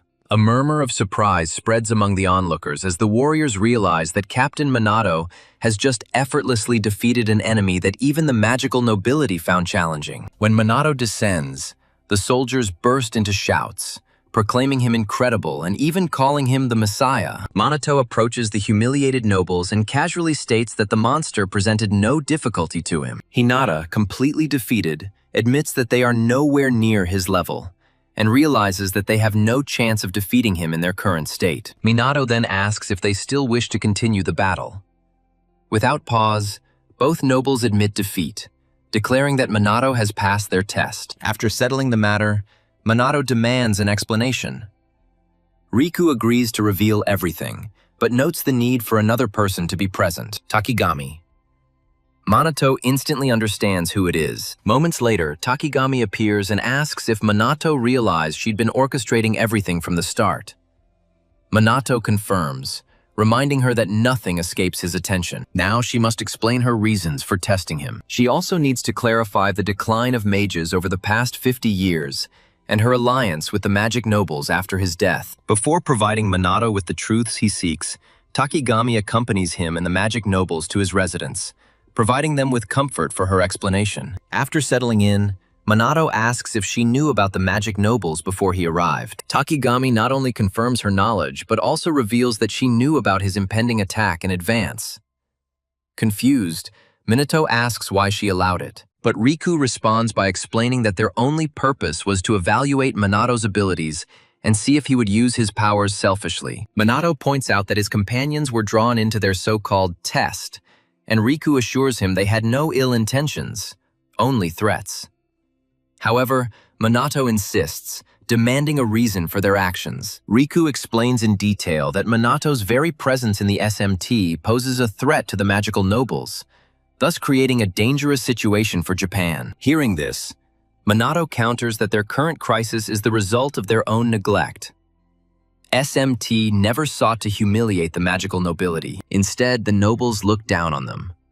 Overwhelmed by the accusations, Hinata felt bad, but Riku, showing greater maturity, told her to stop, because Minato was right. Acknowledging their passivity during the initial disaster, Riku argues that the world still needs nobles to maintain order. Takagami then intervenes, explaining that the source of the conflict goes back 50 years after Minato's death, which led to the current state of Japan and the creation of the magical nobility. After the death of Ichikami Minato and the disappearance of most demons, Japan was overrun by rogue mages. Their ranks grew to such an extent that even the police and self-defense forces were exhausted, making law enforcement impossible. Japan became an ungovernable country, and the few remaining legitimate mages fought against the illegal ones, but were eventually defeated and killed. The country was on the brink of destruction, and optimism seemed to have disappeared. In conclusion, Takagami states that Japan's collapse was triggered by the death of Ichikami Minato. Without him, the remaining mages found it difficult to restore hope. After much discussion, they decided to form the Magic Nobles, an organization designed to gain the people's trust and become a new symbol of hope. Like Minato. Since magic posed a significant danger in peacetime, the aristocrats confiscated all magical texts and records, recruited those with abilities, and eliminated those who resisted joining. By controlling knowledge of magic exclusively, they banned oral stories and rumors about magic, guiding Japan towards tranquility. However, as a result, Japanese mages became less powerful, and domestic politics led to a decline in innovation and understanding. A cycle Minato understands all too well. Recalling the events of 50 years ago, Minato remembers chaos, the deaths of people and mages, and the use of magic for evil purposes.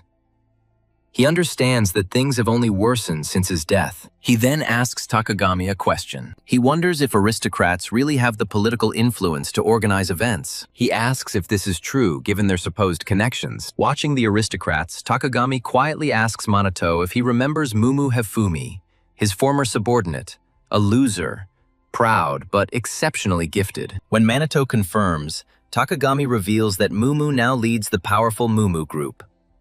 Originally known as the successor to the Mumu conglomerate, it has financially supported the Magic Nobles since their founding 50 years ago. Minato finally grasps the reach of the aristocrats, even though he didn't know Mumu was the heir. Takigami laughs, seeing that Ichikami Minato is unmoved by influence, wealth, or fame, noting that he has only ever been interested in magic and people. Takigami continues, stating that during Minato's time, Japanese magicians were world leaders, but since then, their abilities have declined. Hinata interrupts, claiming that Japan only achieved peace thanks to their ancestors. Minato, irritated, asks what she would do if another disaster happened.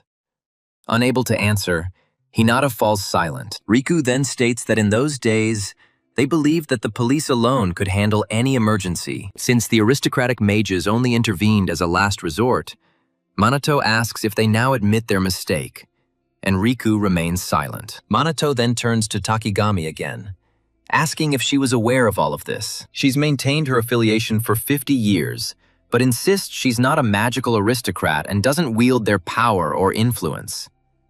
Now she's simply a craftsman, creating equipment to fight monsters, content with her position. Having discovered the truth, Minato observes everything, but suspects that Takigami is still hiding the details. To test this, he asks if she has any more hidden affairs, and she assures him that she has revealed everything. With this, Minato shifts his focus and proposes a pact between the magic aristocrats and the SMT to more effectively manage DR. He explains that if they agree, he will not obey them. It will be a partnership. Given their track record during the last disaster, working together is clearly necessary. Hinata snorts, not believing that someone as powerful as Minato needs their help. He states that he has his limitations, and if the nobility unites with the SMT, he will put past disputes behind him. He then asks if they have any doubts about helping the population. Riku realizes that they won't be able to defeat the main demon on their own. He admits that relying on Minato is their most viable path. Takigami offers his experience as a creator of anti-monster equipment. Minato accepts her into the group. After much hesitation and another outburst of emotion, Hinata finally agrees to the pact on the condition that Minato never brings up the incident with the head demon again. He agrees to their terms, but also guarantees that they will take no prisoners when they need his advice, to which they agree. With all matters resolved, the SMT and the magical nobles form a pact for the first time in 50 years. Soon after, Minato feels like he's missing something, but unable to remember what it is, he pushes it aside and continues on his way. Around the same time, the remaining SMT members awaken to find the men in suits beaten and tied up near their sleeping areas. At first, they thought they were intruders. However, they soon suspected that it was related to their bracelets. By noon the next day, Minato finally appears. He is heading to the Osaka Prefectural Police Academy. Many students are eagerly awaiting his arrival. In his first moments there, Minato is stunned by the sudden attention the cadets show him. Luckily, the instructor on site tells Minato's fans to line up since they are no longer cadets, and then apologizes for their bad behavior. The instructor explains that many join the police force out of respect for Minato, and that he understands their enthusiasm given the SMT's remarkable feats during disasters. Hearing this, Minato exhales and immediately begins training the new recruits. A moment later, he gathers several cadets and orders them to prepare their first-tier spells. He then commands them to shoot at the wooden targets in front of them. As the training continues, Minato notices 3 girls looking at him and realizes that social media and the press have had a strong influence on many people. Knowing this, he concludes that even if their reasons are not entirely pure, they are determined, so he won't hold back. With this in mind, he intensifies their training, making them run while feeling their magic, which helps them increase both their physical and magical strength. After a few minutes of running, the recruits begin to grumble. They ask what he will do if they fall unconscious. To allay their fears, Minato declares that he can use divine magic to heal them in any condition, so they should stop complaining and keep running, as the enemy won't take their position into account in battle. After this, the recruits show tenacity, training as if their survival depended on it. After 1 week of grueling, identical training, the average magical power of the Osaka Police Department shows an increase. This improvement is significant. On the final day of training, Minato gives a farewell speech, praising the new recruits for enduring the rigorous program and significantly improving their abilities in just 7 days. He implores them to continue training even in his absence, for they are now the guardians of Osaka's peace. After finishing his speech, he leaves, leaving the recruits and their mentor in tears. Soon after, it is revealed that Osaka's magical potential has increased significantly, becoming equal to that of Tokyo's officers, all thanks to Minato Kusanagi. Soon after leaving the training area, Minato becomes wary of returning to Tokyo. He anticipates that he will be faced with another press briefing or some similar unpleasantness. As he travels, national broadcasts cover the pact between the SMT and the magical elites of the Hamurai and Kaichi families, formed to combat natural disasters and creature threats. As countless people respond to the message, the journalist mentions rumors that large corporations may support SMT. Those concerned about its influence on the police insist that the SMT is not an official branch of the Tokyo Police Department. As word of SMT's beneficial effects spreads, citizens across Japan are beginning to recognize the group's growing influence. In separate developments, journalists note that the Mizuha family has not yet appeared in public, which is strange given their past collaboration with SMT. Theories are circulating that they may abandon the partnership just as Japan is beginning to unite against disasters. When the plane arrives, Minato asks if the girls can contact their father. Yuika explains that she has tried to contact him several times, but since they were disinherited, he may refuse to answer. However, Minato expresses concern that the patriarch has not publicly endorsed the partnership. Ruka expected him to speak out after they joined forces with two other aristocratic houses. Minato realizes that Sushiro's silence is arousing suspicion. He decides to check it later. Noticing his deep thoughtfulness, the young women bring him back to reality, congratulating him on his triumph in Osaka and expressing their admiration. Minato realizes the full depth of his situation. He joins in their discussion. Meanwhile, Shadu, nearby, notices that Chrono hasn't appeared the night Minato was absent. Despite his suspicions, he reasons that if Minato is truly the leader of the Shadowbringers, Chrono, and the rogue sorcerer, he will be forced to arrest him. However, with all his being, Shidu wishes that his suspicions were wrong. He is convinced that Minato is destined to become the savior of the world. Later that evening, while strolling home and grumbling about his busy comrades, Minato is suddenly intercepted by two of Toshiro's assistants.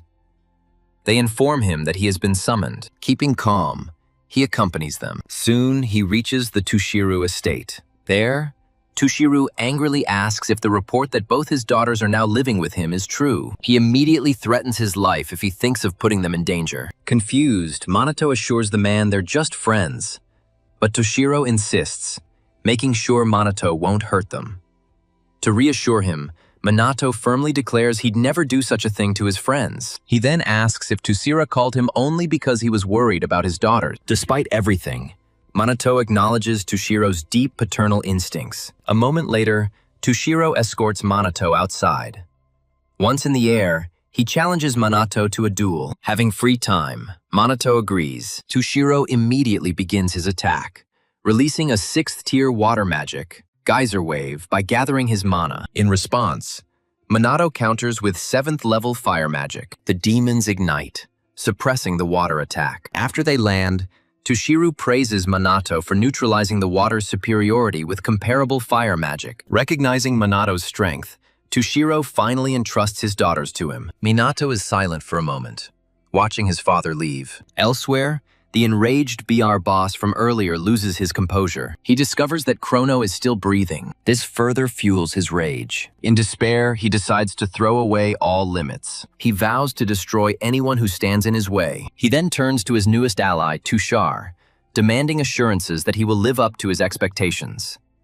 Surprisingly, Tushar vows to destroy Chrono. Around this point, an enraged boss, later identified as the former rebel magical noble Kuroi, declares the next stage an all-out conflict between BR and the Shadow Guardians. He begs the Black Mage to foresee his arrival. A few days before the BR attack, Minato and his SMT comrades return to school and are met with even greater adoration than before, especially now that their media profile has skyrocketed.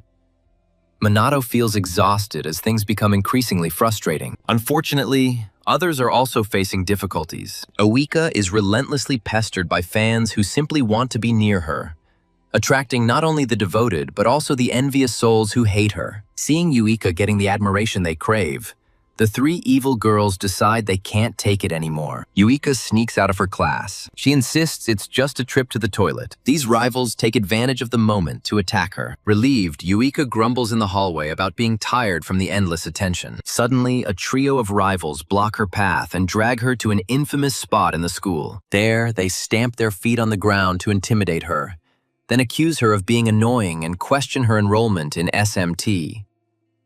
When Yuika remains silent, a plump, overweight girl suggests that she must have received special treatment as a magical aristocrat. As if that wasn't enough, the simple-minded green-haired girl adds her own, claiming that Yuika charmed her way into SMT. Unable to bear the ridicule, Yuika explodes, shouting that she worked hard to get into SMT and would never use underhanded tricks. Noticing her wariness, the red-haired leader of the disgruntled losers presses harder, ordering Yuika to swear on her status as a magical aristocrat that she does not harbor feelings for Minato. Yuika hesitates, but before she can show weakness, Minato appears, demanding an explanation. The frightened girls quickly claim they were simply discussing how unfair it is that Yuika is getting special treatment. Their leader even has the audacity to accuse Minato himself of succumbing to supposed favoritism. Minato is silent.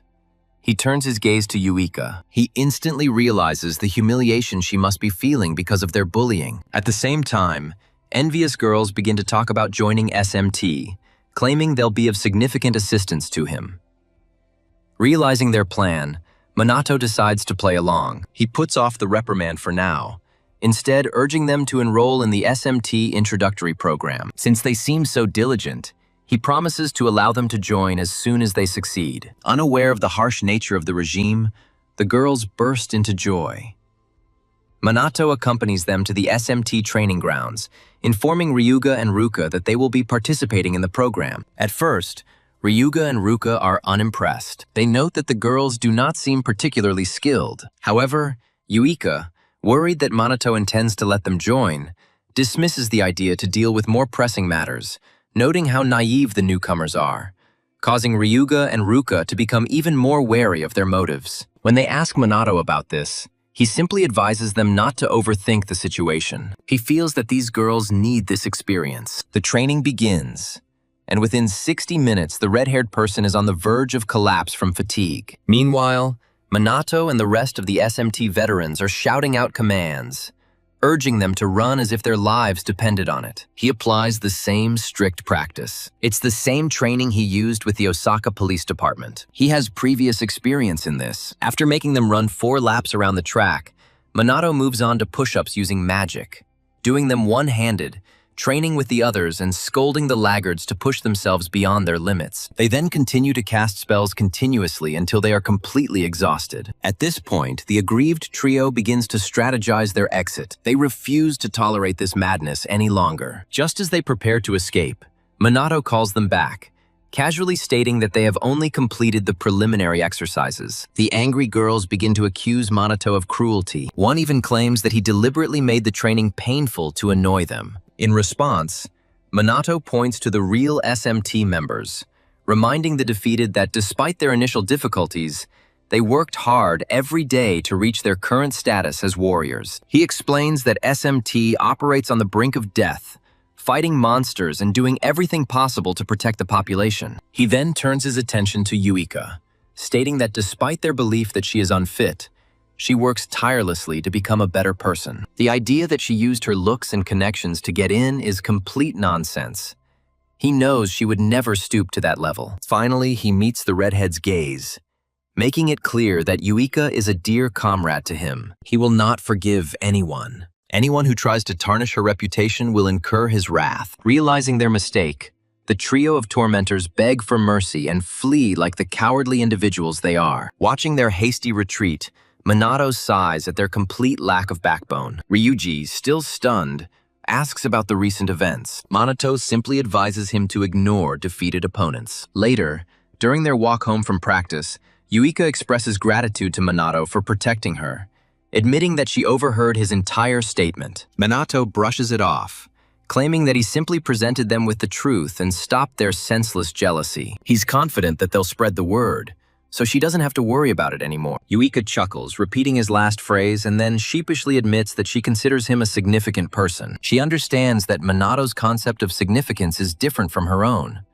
But for now, she is content. She is confident that with time, she will gain the strength to stand by his side. Then, she will finally win his favor. With renewed determination, she tells Minato to prepare for the day when she becomes strong enough to surpass him.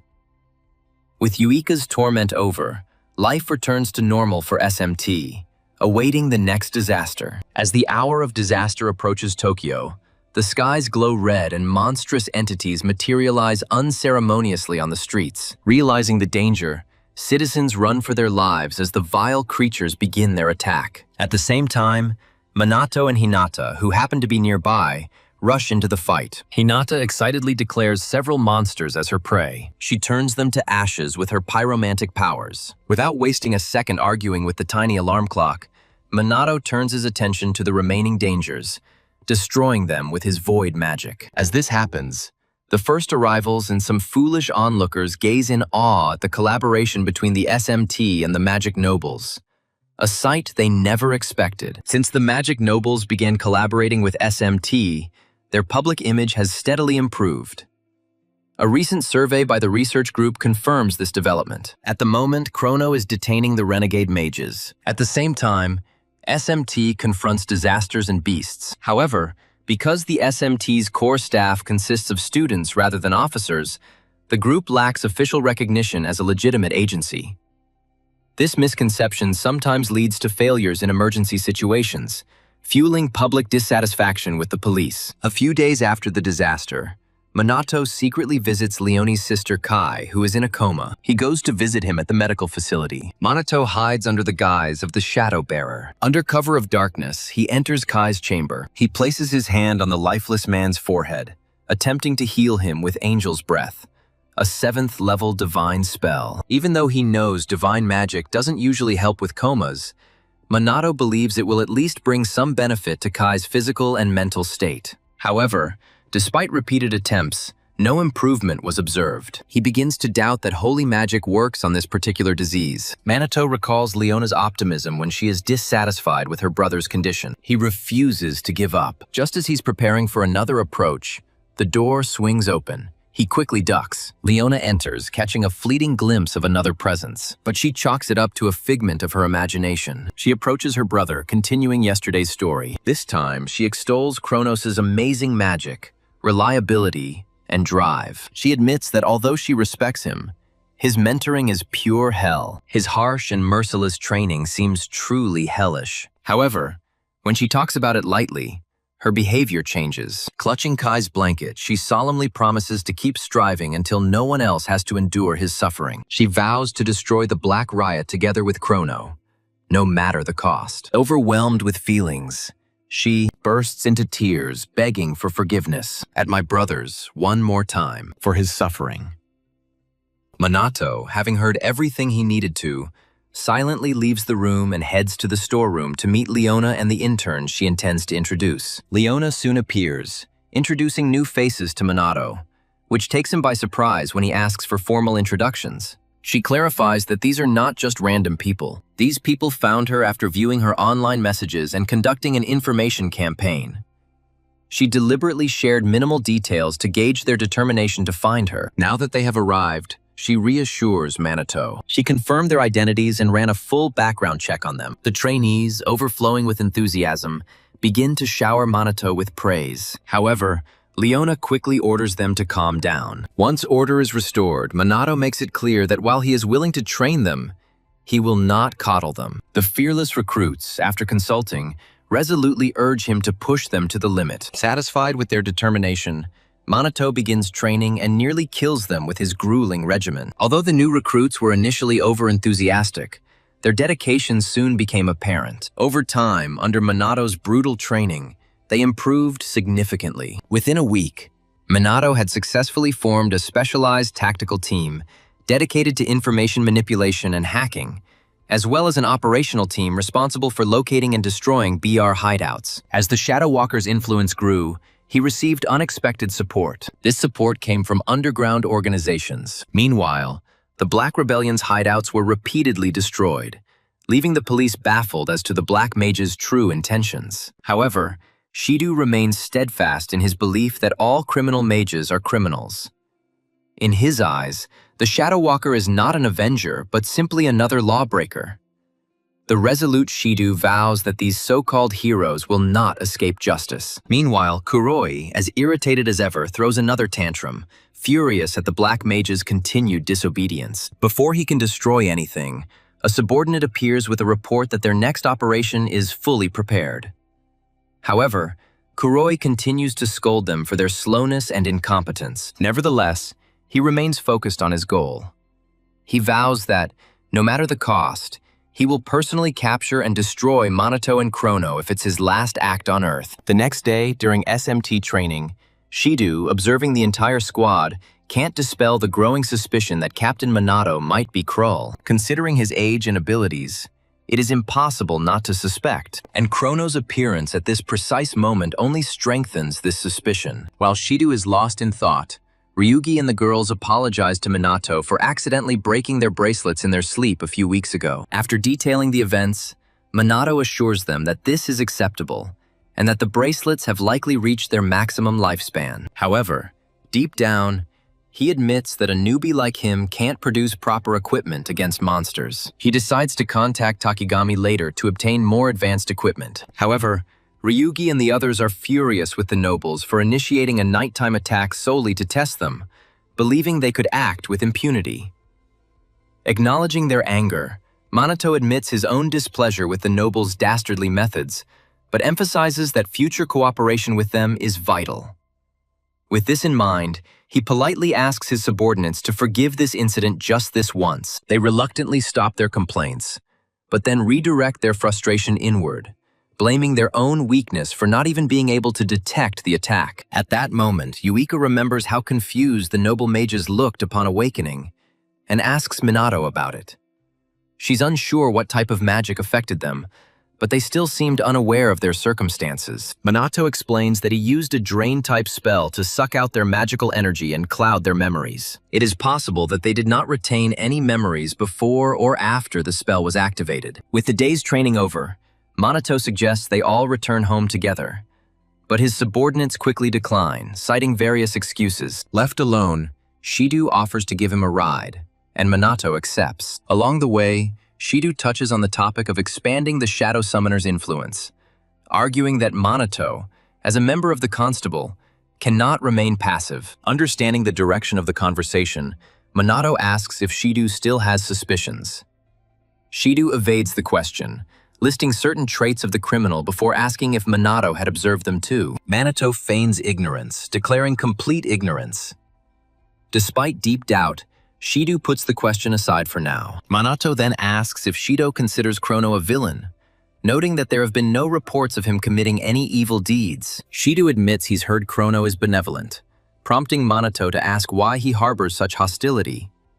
Shido replies that it's because Chrono remains a criminal. To help Minato understand his point of view, Shido tells his story. His father was an outstanding law enforcement officer, guided by an unwavering moral compass. While the populace condemned lawbreakers, his father consistently maintained that they possessed inner integrity, and that approaching them with respect could lead them to correct their wrongdoings. Shido admired this conviction, which prompted him to join the police. But his father died while trying to negotiate with a criminal who was holding hostages. He was brutally attacked with magic, unarmed and unprotected.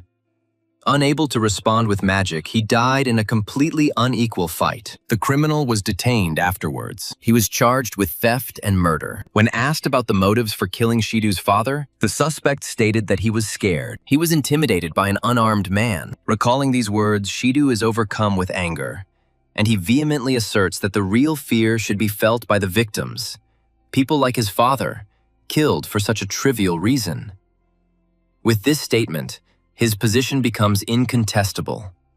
He will show no mercy to criminals. Even if they try to save others, they cannot be forgiven. Without this principle, honest citizens will have no faith. Shido is once again plunged into her grief. Minato realizes that this conviction is deeply rooted in him. After his outburst, Shido apologizes for his lack of restraint and then leaves Minato, saying that tomorrow, as always, he will rely on him. The next morning, the SMT members gather for training, but to their disappointment, Minato is late, which is highly unusual. After waiting a few moments, he runs out of the classroom, muttering about teachers who drag things out too much. As he rushes towards the training ground, he ignores two suspicious individuals watching him from a hidden spot. Just moments after Minato leaves, the giant screen broadcasting the news is suddenly intercepted. The image changes and Kuroi, the head of BR, appears on all the main screens across Japan. When he appears, people immediately recognize him as the former magic nobleman Kuroi. However,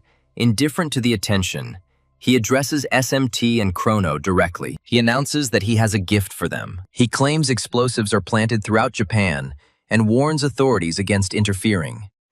Failure to do so will result in their sequential detonation. To demonstrate his sincerity, Kuroi snaps his fingers. The building flies into the air, engulfed in flames. This incident takes place near the location of the Minato. Minato immediately leaps into action, deploying a powerful magical shield to protect citizens from the shockwave.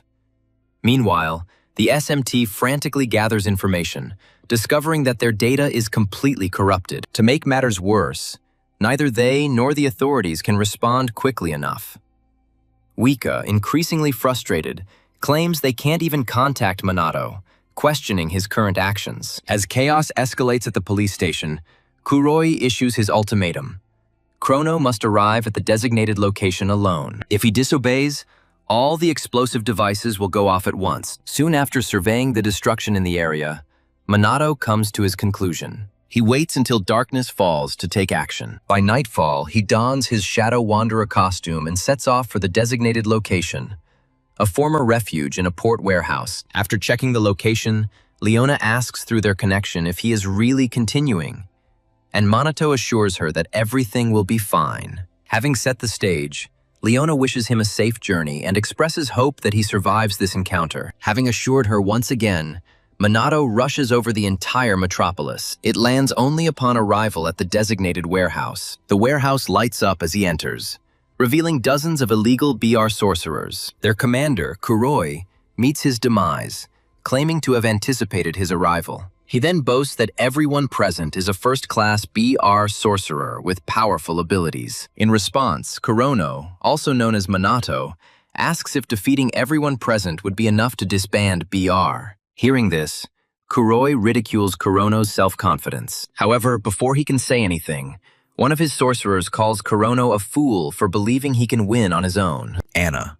Kuroi grabs the fool by the neck and lectures him, noting that people have fallen at Kurono's hands because they underestimated him, just as he underestimated him. Since he is present now and claims to be different, Kuroi not only promises to do his best, but also vows to flawlessly eliminate Kurono without lowering his guard. Confused, Kurono, on the verge of engaging in combat with Kuroi, asks if he really believes he can achieve this. However, before he can take any drastic action, Kuroi stops him, warning him that if he resists, the explosive devices surrounding the city will be detonated. Chrono, knowing full well that Kuroi is serious, remains in place and waits for his next move. Kuroi then orders his mages to kill him. Almost instantly, they unleash their attacks on Chrono. When none of the attacks hit their target, Kuroi initially suspects that Chrono has erected a magical shield, and therefore orders them to continue the attack. When the result repeats, Chrono informs them that their attacks are useless. Third-tier magic has no effect on him. In rage, Kuroi loses his composure. He even beats his own soldiers. He calls them worthless for not even being able to wound Chrono. Chrono, on the other hand, calls them trash, causing Kuroi to swear that these trash soldiers will brutally destroy him. Despite Chrono's might, Kuroi remains confident, declaring that normally he wouldn't stand a chance. But now that he has his new weapon, the circumstances will change. Noticing the weapon in Kuroi's hands, Chrono assumes it is a regular firearm and arrogantly claims that guns will have no effect on him. But the moment he finishes speaking, Kuroi fires a projectile that scratches his right cheek. To his complete surprise, Chrono is wounded. Enjoying the surprise on Chrono's face, Kuroi laughs evilly and reveals that his firearm is a magic nullifying artifact imbued with enchantments that destroy arcane energies. After detailing the capabilities of his projectiles, Kuroi fires 3 shots at once, all of which lightly wound Chrono's body. Kuroi then admits that it had been some time since his last shot, so he expected his accuracy to be somewhat off. However, he is surprised. Chrono unconsciously heals his wounds with his innate magic. Misinterpreting it as divine magic, Kuroi accuses him of using it, but Chrono corrects him, explaining that it is indeed natural magic that activates autonomously to restore him. In any case, Kuroi proclaims that recovery will not change the circumstances. This means that he can cause further harm to Chrono. It has the capacity to cause more serious harm. Kuroi then fires 3 more projectiles, taunting Chrono, but soon notices that all of his bullets, as before, only slightly grazed him. Despite this, Chrono is easily restored again. At this point, Kuroi begins to suspect something is wrong.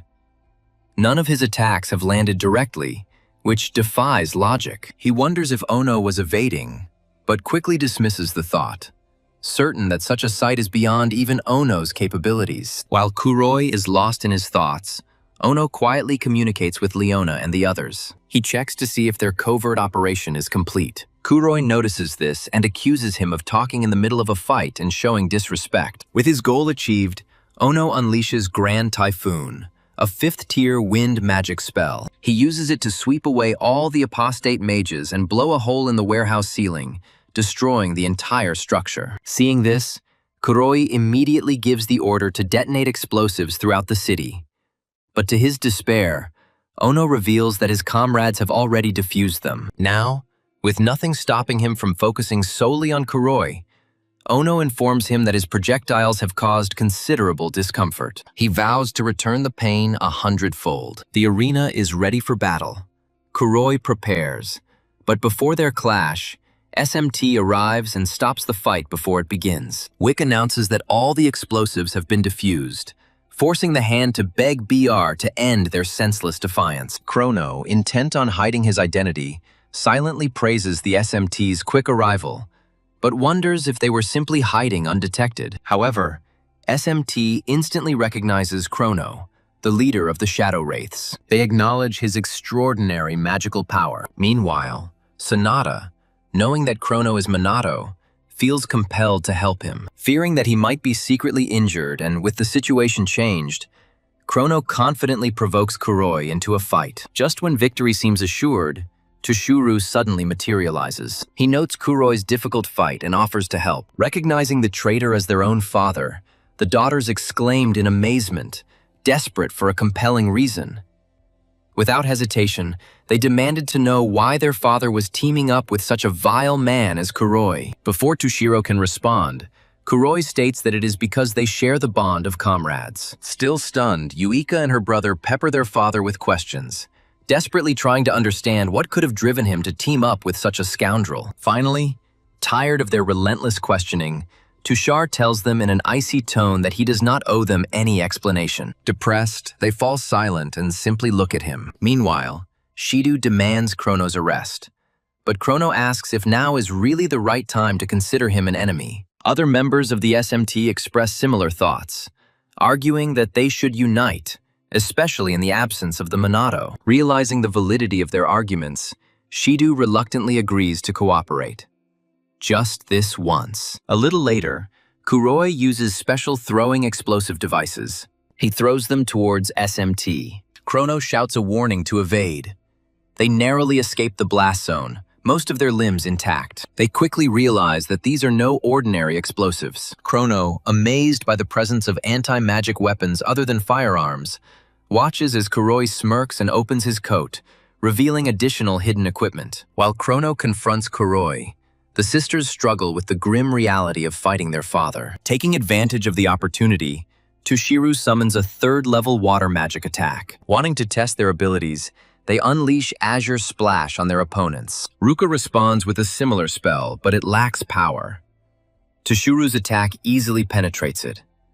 With no other options, the girls brace themselves for the strike. Just when all hope was lost, Ryuji enters the fray with a 3rd-tier earth spell. A wall of stone prevents them from drowning. Afterwards, the sisters express their gratitude to Kryuga, and Toshiro notes their progress and coordination. However, he warns them that they are still no match for him, as his magical power is equal to that of Manatos. Despite this, Uika refuses to give up. With determination, she and Ruka merge their mana to unleash a 7th-tier Great Water spell, Geyser Wave, upon him. Toshiro effortlessly counters with an 8th-tier spell, Tidal Wave, completely overpowering them. He notes that they managed to neutralize some of his magic, but they are still significantly inferior. As the sisters lie defeated, Kuroi complains about the one-sided nature of the battle in his favor. He mocks Chrono, proclaiming that even a powerful shadow summoner is powerless against anti-magic weapons. He grins.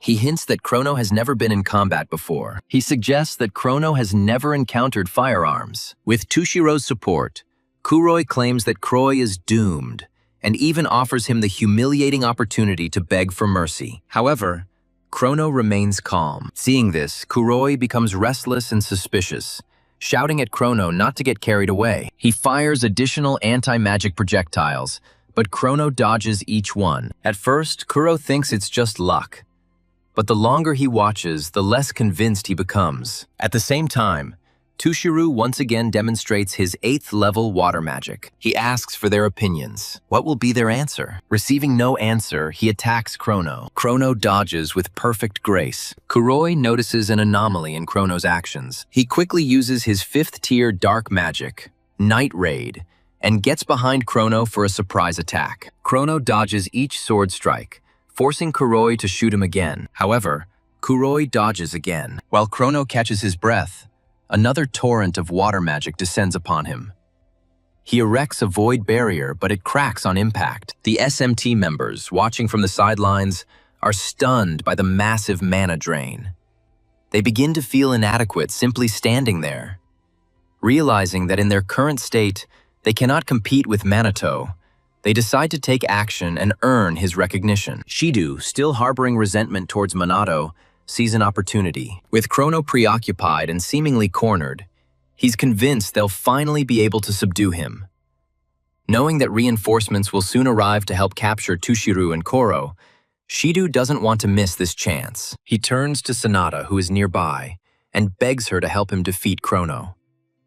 Sanada hesitates, questioning his logic. Shido states that Chrono, a rogue mage fighting alone, must be captured immediately. At first, she refuses, but Shido insists, almost begging. Unable to refuse outright, Sanada clenches her fists and looks forward, which Shido takes as her agreement to his request. But instead of attacking Chrono, she suddenly uses white magic on him. Kuroi, seeing this, mistakenly assumes that the police have turned against their only ally, Chrono, and taunts them. However, as Shido is about to strike again, he realizes that Sanada has just given Chrono first aid using 5th level holy magic. Around this time, Kuroi accuses the police of helping Chrono, an illegal mage. But then Chrono, who can heal his wounds with passive magic, ignores him and asks why Sanada used magic on him that she knows he doesn't need. After further reflection, Chrono comes to the conclusion that Sanada must be trying to convey her feelings to him through magic.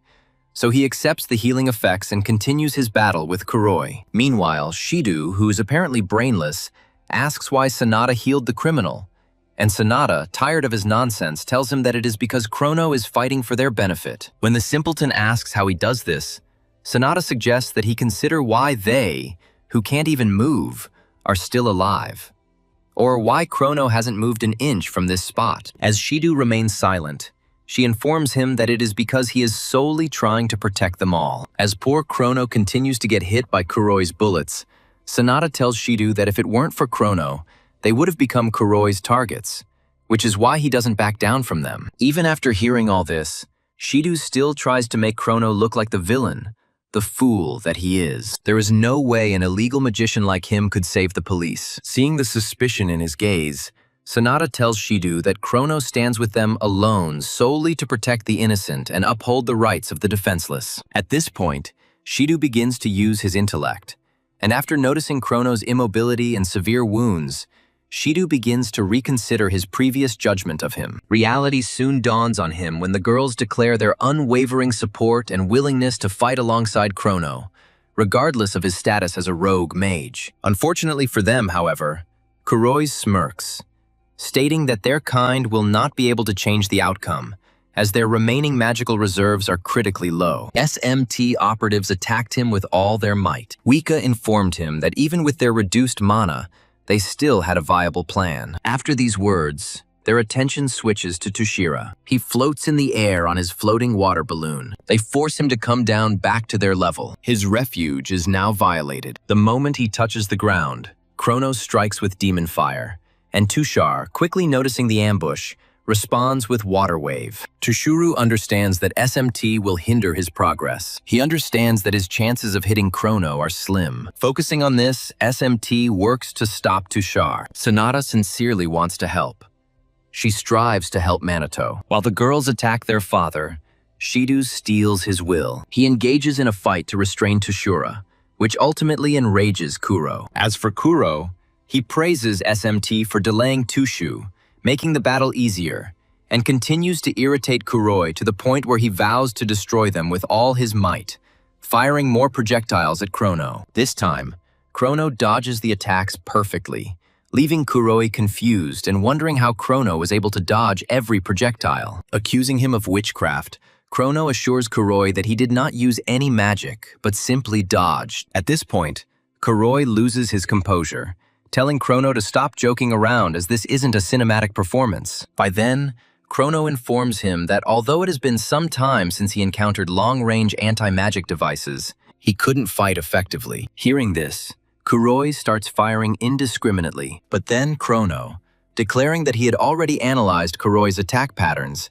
flawlessly dodges each shot and moves towards him. Kuroi realizes that his bullets are now ineffective. He takes out his anti-magic weapon. This is a flare gun. He aims it at everyone present. He is ready to destroy them all. Unfortunately, before he can even fire, Chrono uses Night Raid to quickly close the distance, shocking Kuroi, and unleashes Cruel, a unique dark magic different from normal spells, inflicting 3 days and 3 nights of torment on the villain as just retribution. Having tamed Kuroi, Chrono turns his attention to Tushura, preparing to engage him in battle. His allies are immobilized by fatigue. Chrono smirks, acknowledging how effectively they detained Tushira. He tells them to leave the rest to him and focuses all his attention on Tushura. But before facing him, Tushiru gives in. Chrono requests a report of events. At that very moment, Leona radios in, reporting that there is trouble. Law enforcement and magical nobility are descending on BR's safe houses in Tokyo, noting that the timing has clearly been rigged. Moreover, she claims that she is sure that Mizuha Tushiru is the source of the information leak. This revelation causes Crow to ask Tushiro about his role as a spy in BR, to which Tushiro confirms. Before their exchange, Kuroi stands up and orders everyone to stop their antics. Observing his condition, Chrono concludes that he must have neutralized the threat with anti-magic equipment. His reinforcements accompany him. Kuroi clutches the detonator. He threatens to detonate all explosive devices. He strategically placed them in close proximity. Seeing this, the remaining SMT operatives lament their inability to evade the explosives in the allotted time. But then Chrono and Tushara, still agile, simultaneously release Firewall and Emerald Aqua, both 7th tier spells, to protect the SMT members from Kuroi's projectiles. However, no matter how many times he pressed the detonator, nothing happened. Kuro just stands there, dumbfounded, and insists that he planted explosives everywhere. While he is wasting time thinking, Leona, who has just appeared, informs him again that they have already defused the explosives he had hidden nearby. The moment he recognizes Leon as a Shadowbringer operative, he makes disparaging remarks about them. He calls them his slaves and orders them to bow down and obey him. In a rage, Leona strikes unexpectedly and finally declares that she has taken revenge. However, the imbecile confidently claims that he is just a component of an organization called BR. This means that the true leaders are still at large and continue their evil deeds. Immediately after these words, Kuro dies. This makes Chrono wonder about the identity of BR's real architect. Chrono realizes that further investigation is required to determine the true identity of this man. He dismisses the thought and carries Leona away, planning to leave before the authorities arrive. It is then that Uika tries to stop him to clarify something, but Chrono brushes her off and disappears into the night darkness, never to be caught by SMT again. Shortly after his departure, Ruka, Yuika, and Ryuji are left confused as they ponder the true nature of the Shadow Summoner's leader. In any case, Sanada, knowing Chrono's true identity as Kusanagi, is overwhelmed with gratitude to her savior for saving so many lives that night. By dawn the next day, national news outlets report the capture and arrest of former Magic Noble and BR President Kuroi, who faces charges including conspiracy to terrorize the city. Moreover, authorities have received considerable praise for quickly solving the bombing cases and demonstrating elite counterterrorism skills. Watching the broadcast, Hinata and Riku, who are somewhere in the city, ridicule the media's attempts to take credit for their achievements. Meanwhile, Minato resumes his regular duties as SMT captain. That same morning, he and his squad head to the Mizuha house to visit Susura. Along the way, they inquire about his absence during the operation against Kuroi the previous night. Minato fabricates a story, claiming a family emergency. Fortunately, they accept his explanation, but still insist he inform them next time. Upon arrival at the Mizuha residence, they are greeted warmly and escorted to the conference room. Inside, the daughters ask their father for a detailed account of the events. Sushiro begins by stating that he pretended to be obedient to Kuroi. He infiltrated the BR with the goal of erasing the shame of the magical nobility and stopping the spread of illegal sorcerers. Continuing, he reveals that Kuroi was once a member of the magical nobility. He was also involved in countless crimes and grew in power without limit. Unable to bear it any longer, Toshiro took drastic measures. Yuika then asks why he only infiltrated BR now. Toshiro reveals that he received direct orders from the police, who believed his position as the head of a family of magical aristocrats would make it easier to infiltrate BR, especially given Kuroi's previous dealings with Fuka. Toshiro used psychological manipulation tactics. He easily won Kuroi's trust. He concludes his story by detailing his circumstances. He was not an official law enforcement officer, but he was treated as an undercover special agent. He will not face any consequences for any misdeeds. Hearing this, the young women breathe a sigh of relief and scold the police for their treatment of their father. Meanwhile, Minato ponders the various factions in this scheme. The SMT, the police force that seemed to be subservient to the magic nobles, and even Mizuha Toshiru, who went to such extraordinary lengths. He also questions the police's decision to intervene at that particular moment when they could have acted much earlier. To him, their justification for their actions now seems unconvincing. Everything looks suspicious. A flashback to the night Kuroi was subdued shows Chrono and Leona discussing how the police, despite limited information, discovered that more than half of the explosive devices used were fakes. When Chrono asks if the criminals had the resources for real bombs, Leona admits it's possible, but considers it too amateurish to be a serious threat. However, the police acted with uncharacteristic speed, as if they had been warned in advance. They suspect foul play, but so far have no evidence. Returning to the present, Toshiro admits his wrongdoings, begs for forgiveness, and declares his intention to openly help SMT and reverse his daughter's disinheritance. Upon hearing this, the young ladies immediately rejoiced, knowing that they could once again proudly bear the name Misuoha. On the way back from the Misuha family gathering, Ryuji notes the fortunate turn of events, finally feeling relieved that the situation has been resolved. Sanada, on the other hand, calls Minato and Chrono her saviors and expresses a desire to repay their kindness. Sid, knowing that Chrono is an unlicensed magician, still cannot deny the fact that he saved them on that fateful night. If Chrono turns out to be Kusanagi, Sidhu is unsure about the morality of arresting him. Meanwhile, Yuika grows increasingly alarmed as she remembers Chrono's eyes that night, recognizing their striking resemblance to Minato's. Unable to tell them apart, she begins to suspect they may be the same person.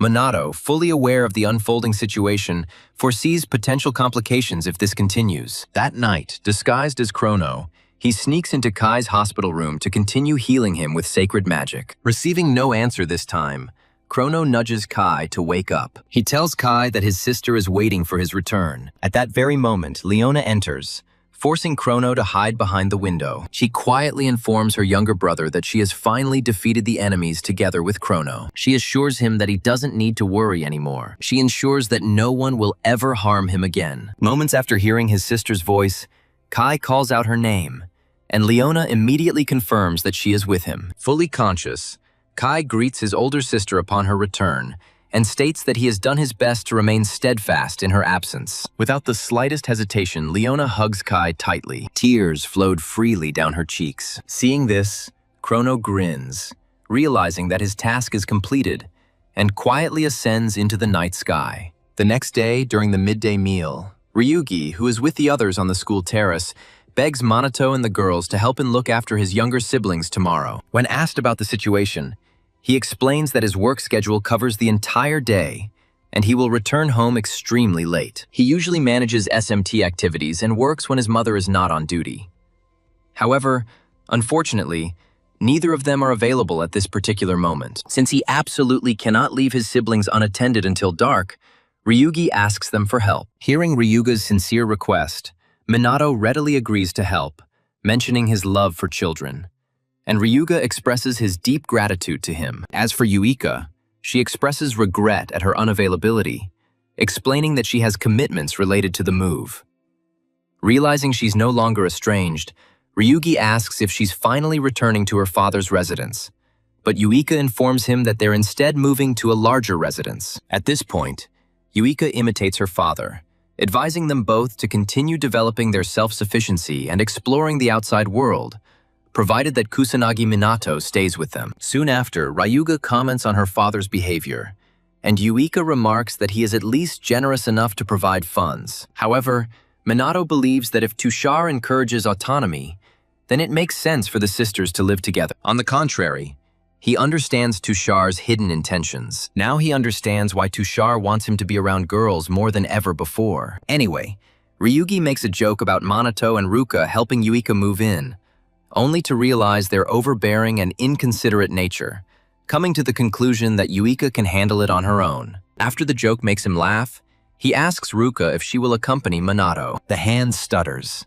Eventually, she volunteers to help Minato look after the children. With that, Ryuji expresses his gratitude to both of them and vows to repay their kindness. The next day, Minato and Ruka accompany Ryuga's 3 younger siblings to an amusement park, since they haven't been there in a while. The children are excitedly talking about riding the carousel, roller coaster, and Ferris wheel one after the other. To reassure them, Minato assures them that they will try out all the rides. Just as they are about to board the ride, he notices that Ruka is lagging behind and asks her to join their group. By this point, Ruka's face looks so menacing that the children feel intimidated, and Minato asks why she isn't smiling. To avoid being seen as a bore, Ruka apologizes, then makes things worse by forcing a forced smile and asking if things are better. Unfortunately, children find it even more frightening. Minato strokes the children. He wants to stop them from crying. He ignores the dark hand for now. Later, the 5 of them ride a roller coaster, a Ferris wheel, and a carousel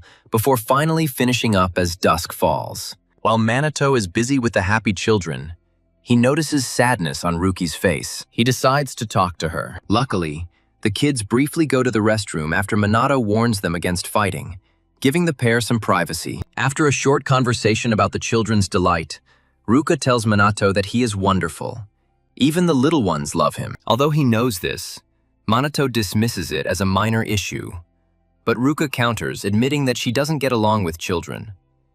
It's not that she doesn't like them, she just finds it difficult to talk to them. Minato understands this, and she expresses regret for her arrogant behavior. Changing the subject, she remembers telling Uika that she could never surpass her. But now she feels inferior in every way. She can't cook, communicate, or be as caring as Vika. Even in magic, her former strong point, she lags behind. On the contrary, she realizes that she is far from perfect. She is just an incompetent woman who is unable to handle things on her own. While Minato remains silent, Ruka apologizes for her childish complaints, begging him to ignore her words as the children return from the restroom. As the children make their way through the crowd, the eldest accidentally runs into one of 3 thugs threatening the other children and trying to film them. Realizing the inevitable confrontation, Minato prepares to intervene, but before he can move, he sees the hand step forward to protect the children and decides to watch. She quickly snatches the boy out of danger. Then she asks if he is okay. The boy starts to cry, and she breathes a sigh of relief that he is not injured. At this point, the bandit and his accomplices insist on an apology from the little child for simply existing. Ruka rejects their demand, claiming that the child has done nothing wrong and that the aggressor should be the one to apologize. Acting like a typical thick-headed bully, the bully tries to hit Ruka for crossing his path. But just as his fist moves, Minato catches it, calling it a scumbag who only causes trouble. He points out that they are in a public place and tells them not to ruin everyone's mood for their own amusement. When the bully screams in pain, begging for release, Minato releases him and grumbles that there's no escaping those nasty people. Once the bullies leave, he checks on his companions, making sure they're all safe. Noticing that Ruka had gone to great lengths to protect them, the trio immediately took a liking to her. They cried and expressed their gratitude for her rescue. At first, Ruka froze in fear, but after Minato's look, she hugged them warmly, assuring them that everything was okay. After the incident was resolved, they enjoyed the rest of the day in peace. When darkness fell, Ryuji finally reached home. He apologized, hoping his younger siblings hadn't caused any trouble. To his surprise, he finds all 5 of them sleeping peacefully side by side. They look like an ordinary happy family. Over time, It became clear that while SMT Captain Minato and Shadowbringer leader Chrono, along with the Japanese twin mages, attracted considerable attention, the police's authority continued to decline. Despite their swift intervention in the BR explosion incident, which received some praise, the SMT's accomplishments completely overshadowed the police, leaving their reputation in ruins. During one of their so-called meetings, the members of the Tokyo Police Department declare that they cannot allow Shadowbringer to continue to act out and desecrate their police honor. The chief superintendent acknowledges the validity of their argument. He issues a directive to arrest criminals masquerading as fighters for justice and bring them to justice. Meanwhile, in the Kaichi family's martial arts hall, Minato and Riku engage in a duel with wooden swords. They evaluate each other's swordsmanship. For nearly 10 minutes, the pair, without uttering a word, attack each other with deadly intent, striking, stabbing, and dodging only when necessary.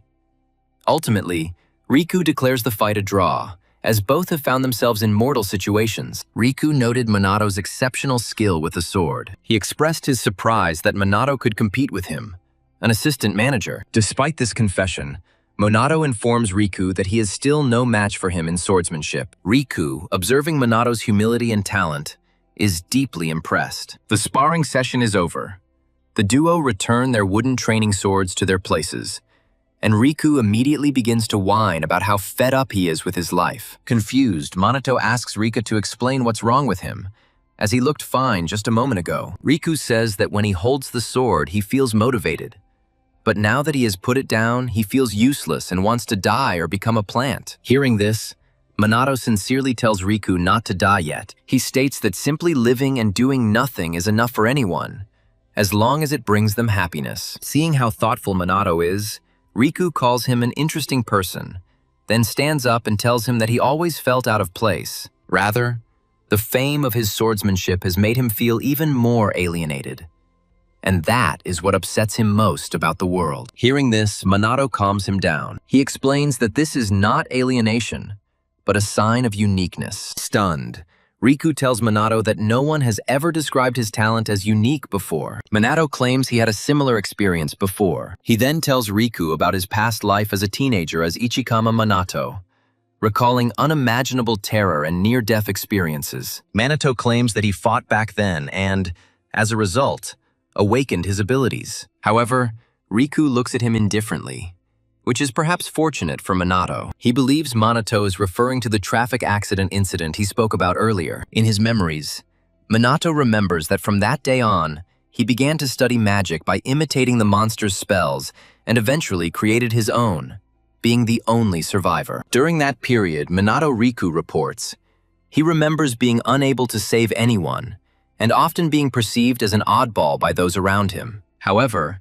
now he made sure that his power and strength were used to help others. With this statement, he asks if Riku has anything he seeks to protect. And Riku, acknowledging Minato's point, confirms that he does indeed have something he wants to protect. Realizing this, Minato happily advises him to use his power for this purpose, as the uniqueness already lies within him. And Riku, deciding to follow Minato's advice, expresses gratitude for his help. After this, the couple clasps hands. They promise to collaborate on their next endeavor. Shortly after leaving Riku's dojo, Minato reflects on Kaichi Riku's character up to that point, concluding that for the leader of a magical noble family, he is quite respectable despite his eccentricities. Minato believes that current satellites are far superior to others. The rest are arrogant, spiteful, and completely incomprehensible. Continuing on, lost in thought, Minato bumps into someone on the street and immediately apologizes for his clumsiness, only to discover that the person he bumped into is none other than Homarai Hinate, a petite troublemaker. Recognizing Minato as the one who bullied him, Hinata demands an explanation, hoping that he will be able to give one. She tells Minato that she encountered an annoying person earlier. She was furious from the moment of this meeting. Minato then asks why she isn't wearing her usual bright clothes for this day. Hinata states that there is no way to wear such flashy clothing on a daily basis, and since it is anti-demon equipment, it is reserved solely for official missions and no other purposes. At this point, Minato hints at her fascination with such things, only to realize after a short pause that this is indeed the case. Soon the couple notices passers-by on the street looking at them. To avoid unwanted attention, Hinata abruptly invites Minato to accompany her to a secluded spot around the corner. Minato, tired of the girl who lives according to her own schedule, follows her. Having reached the place she had chosen, the couple quickly found a free table. They take their seats to avoid the attention of other cafe patrons. Unfortunately, it is too late, as people start whispering and staring at them, and some even assume that they are on a romantic date. After a few angry glares from Hinata, the gossips become scared. They resume their business. Minato, remaining calm, begins to perceive Hinata as a wild animal, but remains silent to avoid conflict. After dealing with the onlookers, Hinata asks about Minato's previous meeting with Riku. Sensing her possible resentment over his relationship with Riku, Minato regrets not inviting her to the dojo. Understanding the true meaning of his words, Hinata loses her composure and insists she's not upset about not being invited. After all, from her point of view, their connection is just a temporary phenomenon and not a real friendship. Immediately after these words, she watches with envy as a family celebrates their child's first birthday. Minato assures her that he is happy with everything she says, provided that they can continue their cooperation. Hinata, irritated by his overconfidence, demands to know the source of his power. When Minato makes up a story about gaining his powers through a traffic accident, Hinata dismisses it, stating that it is impossible to gain such power just from an accident. She is aware of Minato's extraordinary magical abilities, and such power does not manifest itself in such a way. However, in his thoughts, Minato admits that he is actually holding back his magical energy even more than before. Furthermore, Hinata reasons that if simply facing death was the key to strengthening magical power,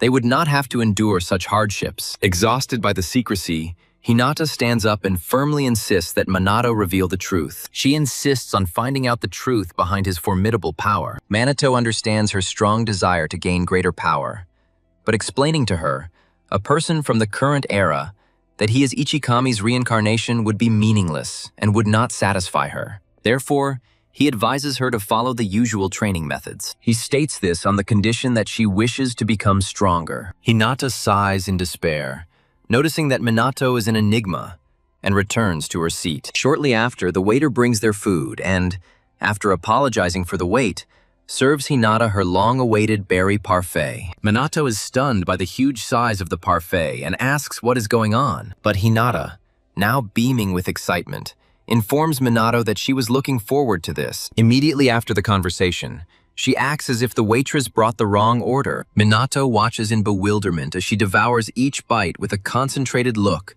savoring its rich flavor and smooth texture. After finishing, Hinata exhales slowly and admits that she always wanted to try a parfait at this place, but was too shy to come alone. Her pleasant walk with Minato went wonderfully. It was a complete triumph. Minato realizes that she has a weakness for sweets. She checks her mana flow and sees that it is completely full. When Hinata realizes she has let her guard down, she abruptly ends the conversation, stating there is nothing more to talk about, and hurries out of the cafe. After she leaves, Minato realizes he's briefly sensed her hidden magical energy.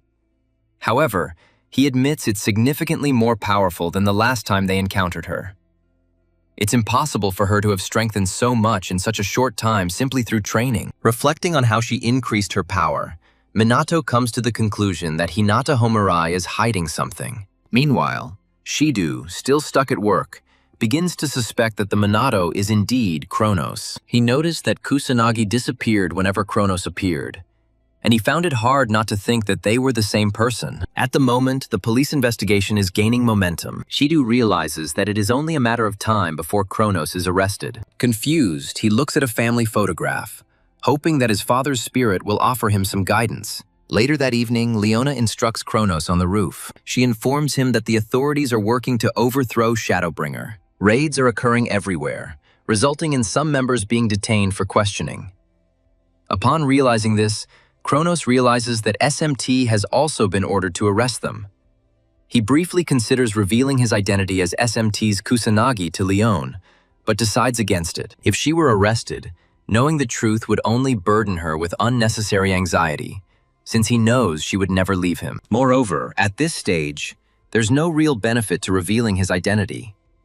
He can still hint at inside police knowledge without revealing everything.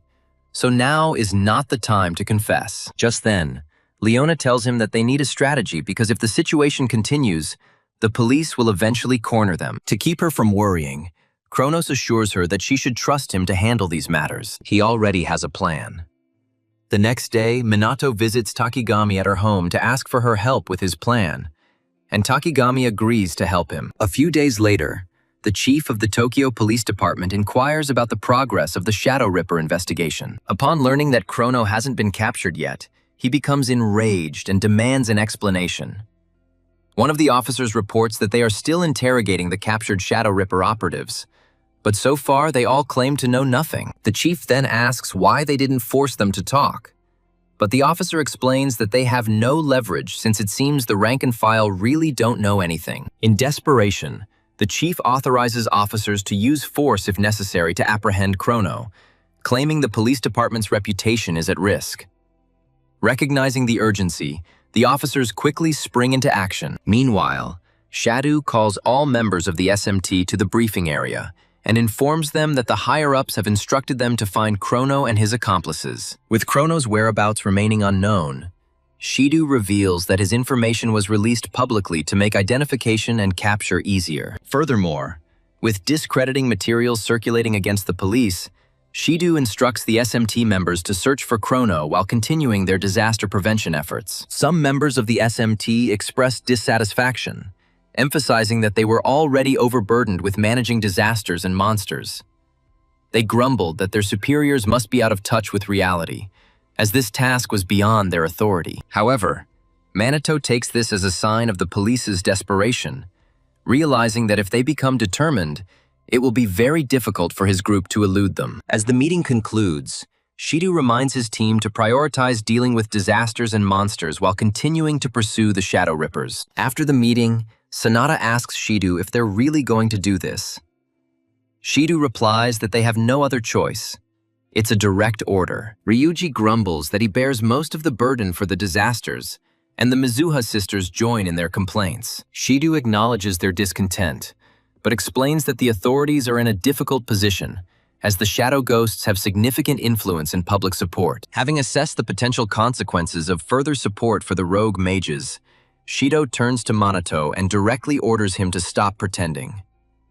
Shocked, Minato asks for clarification. Without a pause, Shido declares him Chrono and orders him to surrender immediately. The accusation shocks the entire squad, and the women quickly rush to Minato's defense, claiming that there is no way he could be Chrono. Seeing their zeal to protect him, Shido begins to have doubts. He suspects that Yuika and Sanada are in cahoots with Chrono. When they try to object, Shido argues that although Chrono saved many lives, he should give in now for a more lenient sentence from the judge, which is far preferable to persecution by the authorities. To support his claims, Shido points to the parallel timing of Chrono and Minato's arrival, their comparative builds and skills, and the fact that Minato is consistently absent when Chrono arrives. He challenges the team, asking if they can really dismiss all of this as a mere coincidence. Silence reigns in the cell. Shido demands an answer from Minato. He longs for Minato to reveal his true nature. Just as Minato prepares to respond, Sanada intervenes, displaying a live feed on her device. The Shadow Specters have once again taken over the broadcast center. The recording begins with Minato still in the hall, and another person announces himself as Chrono. Apologizing for the interruption, the imposter Chrono addresses the growing public interest. He discusses the supposed dominance struggle between him and Minato. To settle the dispute, he boldly challenges Minato to a public fight in broad daylight, shocking the entire world. The group stared in amazement. Shido wonders how Chrono could dare challenge Minato if they are truly the same person. At the same time, Sanada and Yuika begin to waver in their doubts, as the circumstances defy logic.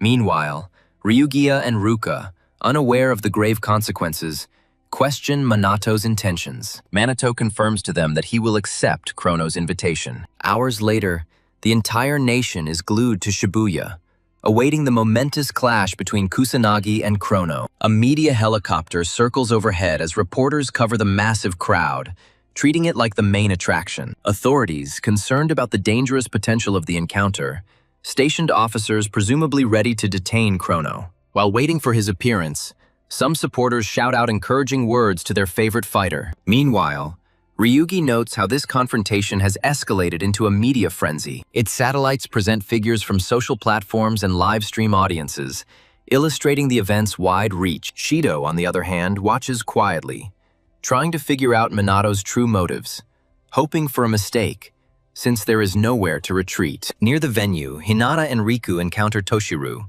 who surprisingly came to watch the match, and they ask about the reason for his presence. Toshiro replies that this is a confrontation he must see with his own eyes. Immediately after he finished his statement, a bright glow materializes in the sky. It hovers right above the stadium. What could this mean? While the audience is wondering what it is, a beam of blue energy suddenly descends, narrowly missing the helicopter and causing a powerful explosion that nearly knocks the audience off their feet. As the debris clears, an imposter, the leader of the Shadow Wraiths, Chrono, appears. News agencies immediately broadcast his appearance. Shadow, stunned by Chrono's actual appearance, begins to doubt his initial hypothesis. Sonata and Yuika also begin to reconsider their doubts, now wondering if Minato and Chrono are truly separate entities. Just before the collision begins, Minato lets out a sigh. He admits that while he's not usually one to put on a show, it seems inevitable at this point. Seeing that the fake Chrono is silent, Minato decides to abandon the pleasantries and get straight to the fight. With countless onlookers watching, Minato starts the conflict by releasing Zero Magic, an inorganic cannon blast, a 6th tier spell. In response, the fake Chrono unleashes Dark Magic. This is Chaos Raven. When their attacks collide, the resulting shockwave is so destructive that the pilot of a helicopter overhead is forced to move it out of the direct impact zone. He ignores journalists who are eager for a closer view, lest they crash and die. As soon as the first attacks fade, both fighters rush forward. They exchange blows, officially starting the fight. After this, they engaged in close combat,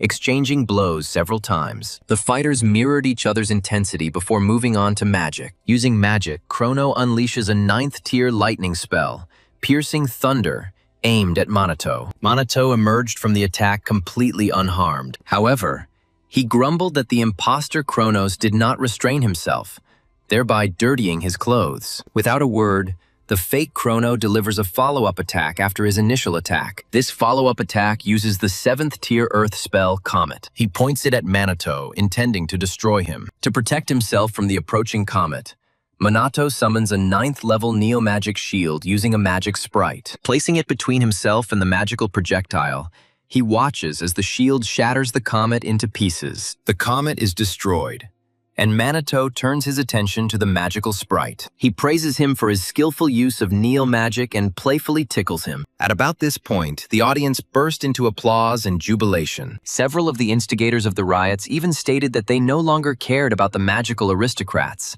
as Chrono and Minato operated on a completely different level. At the same time, several of Minato's female fans faint from the aura he emits, while Hinata, always irritated, tells Riku and Toshiru that ignorant Zero Magic users always show off their showy spells. Hearing this, Riku reminds her that both Chrono and Minato can use 9th tier magic, but Hinata elaborates, noting that their mana reserves are as unique as their vast arsenals of spells. Even when using high-tier spells, the fact that they still have reserves for other spells is astonishing. However, at this point, Toshiru notes that Minato's magic is more astounding, as his continuous magic, which he considers far superior to theirs, moves with an independent will. If anything, Hinata states that few mages can control continuous magic, let alone automatic magic in combination with it. However, given the sheer absurdity of Minato's abnormal physical prowess, Tushu speculates that Minato likely channels magical energy not only to strengthen his body, but also to enhance his offensive and defensive capabilities. At this point, Hinata asks if Tushu is suggesting that Minato is like a bastion of magical power, and Tushu confirms, likely to her annoyance. When asked about his uncertainty regarding Minato and Chrono's strength, Tushar explains that their magic is simply too unconventional. Essentially, he implies that the Minato and Chrono are true anomalies. He claims that they have surpassed the magical aristocrats in every way. They are truly better in every single aspect. After all that has been said, The duel between Chrono and Minato reaches its climax. Minato somehow manages to catch Faith Chrono off guard by hanging in the air. Then he brings it down to the ground. The moment Fate Chrono is hit, he jumps up to confront Minato. This causes the rest of the SMT and the entire watching world to gasp in amazement. The conflict escalates.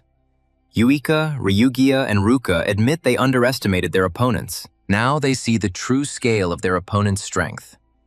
This explains the incredible public attention. Sonata informs SMT members that the battle's popularity is rapidly growing across all platforms. Shido confirms that the confrontation has reached its zenith, captivating the world's attention. Meanwhile, events are unfolding around the world, from New York to South Korea, as crowds watch their devices. The world is captivated by the live broadcast of the epic battle between the most powerful sorcerers on the planet, Chrono and Minato Kusanagi. After their duel shakes the planet, Minato praises the imposter Chrono's performance, declaring the fight over. Just when Minato thinks it's all over, fake Chrono unleashes 9th-level dark magic. He attacks Minato with the Shadow Scythe. Seeking victory, Minato unleashes his first Tier 10 annihilation spell, Giant Hex, not only neutralizing Chrono's Shadow Scythe, but also slamming him into a nearby structure. After witnessing the attack, the SMT members are amazed by Minato's use of 10th-level sorcery and the display of his immense magical power. Yuika questions the true limit of Minato's power. At that moment, Minato lunges at the battered Chrono, causing the news crew in the aircraft to track his every move, anticipating the final blow. Despite his best efforts, the pilot tells the reporter he can't keep up with Minato's speed.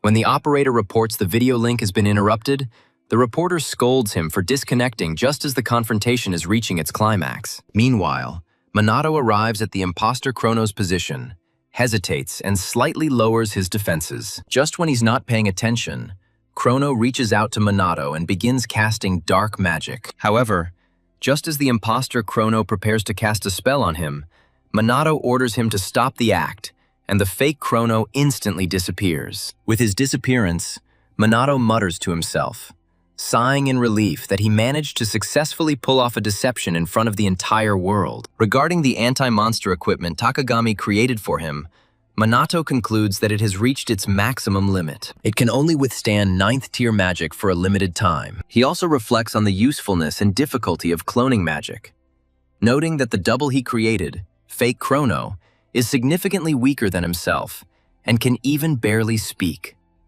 While Minato assesses the consequences, Takagami, who is nearby, expresses gratitude that the whole matter was successfully completed. Previously, upon discovering that Minato was secretly Chrono, she was shocked, never expecting him to resort to such measures. Since 2 spells can't be activated simultaneously, she assumes the Minato had only a minimal amount of time to attack the doppelganger again. It was a fleeting enchantment. Forced to continuously cast magic, it had no opportunity to cast other spells. That's why she developed anti-monster equipment with automatic magic. Using equipment that automatically casts spells, even while unconscious, it became possible, at least in principle, to use multiple types of magic simultaneously. Despite this understanding, Takagami admits that Minato still required significant magical power and control to mentally control his dual personality. Otherwise, it could spiral out of control and attack passers-by. Taking all factors into account, by expending a huge amount of magic while maintaining his skill, Minato managed to stage a thrilling duel with himself. Only Ichikami Minato, she claims, has the capacity for such wit. After the competition concludes, Minato contacts Leona, posing as Chrono, and orders her to stop interrupting the broadcast. Leona asks if the event is over, and Minato confirms it is. She then addresses Chrono by his real name, Minato, and informs him that after this performance, no one will come after Chrono anymore. Frightened, she realized this. Minato asks about its opening time. She admits that she knew for some time, but saw no reason to mention it. When asked why she was revealing this now, Leona explained that she believed that today would be the last time she would see Chrono. Acknowledging the truth of her words, Minato silently praised her. After a short pause, Leona expresses her gratitude to Chrono, the Minato, for protecting her, the planet, and their comrades, and states that she is happy he was there. With the number of crimes committed by rogue sorcerers at an all-time low, Minato explains that the shadow emissaries will cease their activities. They will wait until the situation calms down. Before ending their conversation, Leona offers to take on any of Minato's responsibilities under the family's wager, and Minato declares he'll be happy to assist her if necessary. After exchanging these words, they part ways and return to their normal lives. The moment Minato switches off, his SS and SMT's subordinates rush to him, Yuika asking about Chrono, and Ruka asking if he was injured. Minato informs them that Chrono has escaped, but he will need bandaging and will not be seen for a while. She then appears, embarrassed, and apologizes for wrongly accusing Minato of being Chrono. Hearing this, Sanada and Yuika also express regret for doubting him, hoping for his forgiveness. Minato feels remorse for deceiving them, but begs them not to blame themselves. Everyone makes mistakes. Just as he's about to leave the arena, Hinato screams again, asking no one in particular where Minato and Chrono got their power from. Realizing that she is far from their level, she admits that she must become stronger. Otherwise, she will never reach their level. While Hinata is throwing a tantrum, Tushara is amazed that Minato still has energy left. He ponders what the true limit of Manito's magical reserves is. Meanwhile, Minato reflects on how he demonstrated that Chrono and he are different individuals, and quickly breathes a sigh of relief, seeing that his deception has succeeded.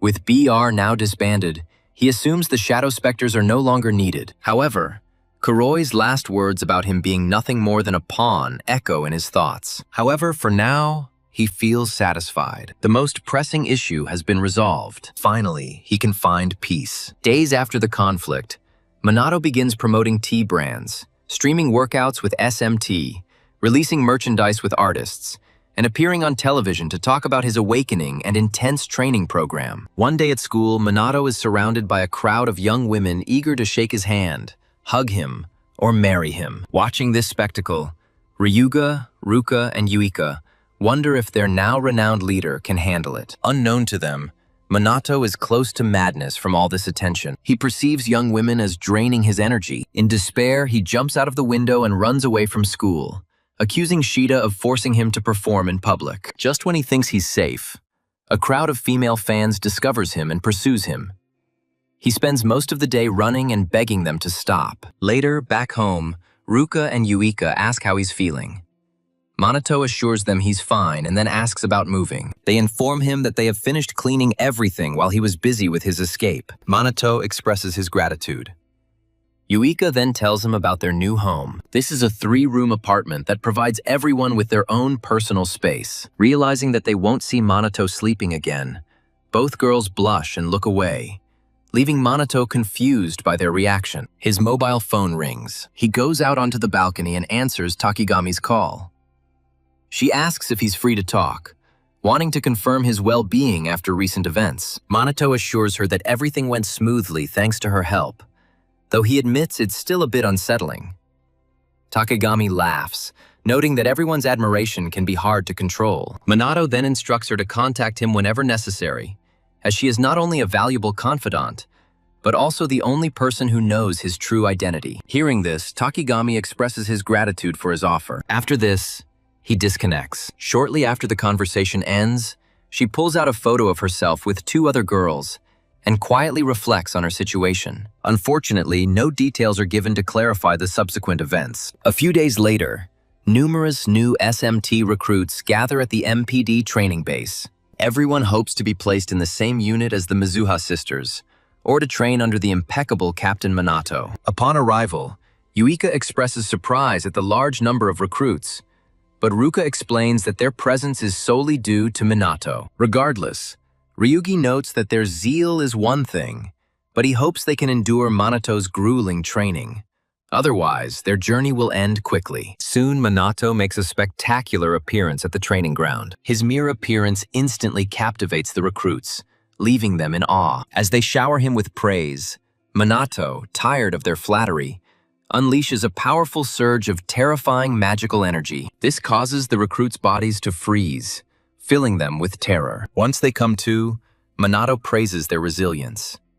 He mentions that, although he intended to spare them on the first day, he now sees no reason to do so. Other SMT members notice their leader's displeasure, but the new recruits remain unaware of the danger. As a result, when Minato subjects them to his usual harsh magical, physical, and mental regimen, the recruits quickly become exhausted and begin to grumble, with some even accusing him of bullying them to break them. Just when they think it's all over, Yuika and her companions continue to launch magical attacks at Minato's barrier. Witnessing this, the recruits look on in amazement. They understand that this is superior to any standard training. Finally, Minato concludes the day's exercises and tells everyone, including the new recruits, that they will next have their magical energy measured. He gives them a 5-minute rest before proceeding to the evaluation chamber. Watching him walk away as if the training was nothing, the recruits decide that Minato is a demon. Meanwhile, Ryuji and the Mizuha brothers reflect on their own failures and strategize for success in the next lesson. Seeing this, the new recruits also label them as demons. One devoted follower even cries as his idealized vision of the good Mizuha brothers crumbles. A moment later, the magical power of each SMT member is assessed. Yuika shows 120,000, Ruka, 118,000, Ryuji, 105,000, Sanada, 100,000, and Shidu, 112,000. These numbers stun the new recruits, causing them to doubt whether the SMT members can rival the might of the magical aristocracy. Minato explains that Yuika's initial magical power was only 2,000, but through dedication and effort, she reached her current position. The enthusiastic recruit asks if such power is achievable for them. Minato confirms that it is, provided they are committed. The trainees, inspired again, strengthen their resolve to improve. After the performance, Minato evaluates the HP of the others, determining that they could handle the main demon alone, or the group could destroy the demon general. Despite their success, Minato realizes that it is not enough, as the Demon King and Demon God still pose a threat. Lost in his thoughts, Shido approaches, wanting to talk. Minato's expression signals impending bad news. He feels it.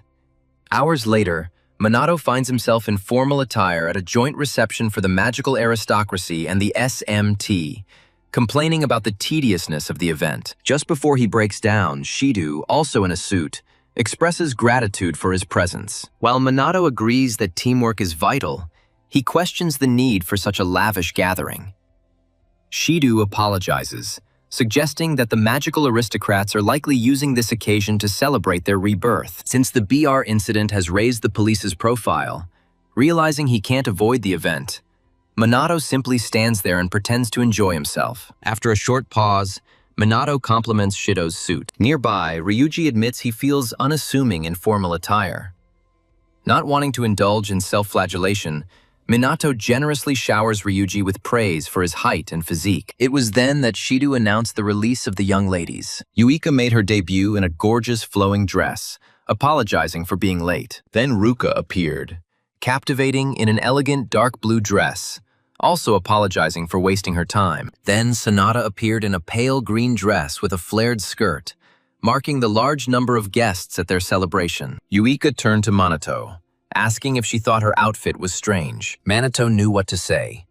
He told her that she looked even more charming than usual. He then showered all three with compliments, causing them to blush at the richness and splendor of his praise. Rugi, watching the scene, decided that Minato always went all out with his flattery. Soon after, Hinata approached Minato, her usual irritation present, but she was dressed in a stunning scarlet dress, accompanied by Tushuru and Riku, the patriarchs of their esteemed families. Unable to contain himself, Minato showered her with the same admiration he offered to others. This made Hinata furious, and she insisted that he stop. Irritated, she leaves with Riku, and a puzzled Minato asks about Tushiro's presence. Tushiro reminds him of their cooperation agreement, declaring that this incident is part of it. Wanting to dispense with the pleasantries, Tushiro apologizes, leaving Minato stunned by the disrespect. The young ladies apologize for their father's frankness, mentioning that he is not given to talking. Minato assures them that he holds no grudges. Suddenly he senses a strange presence passing nearby. He turns to investigate. He notices a young woman.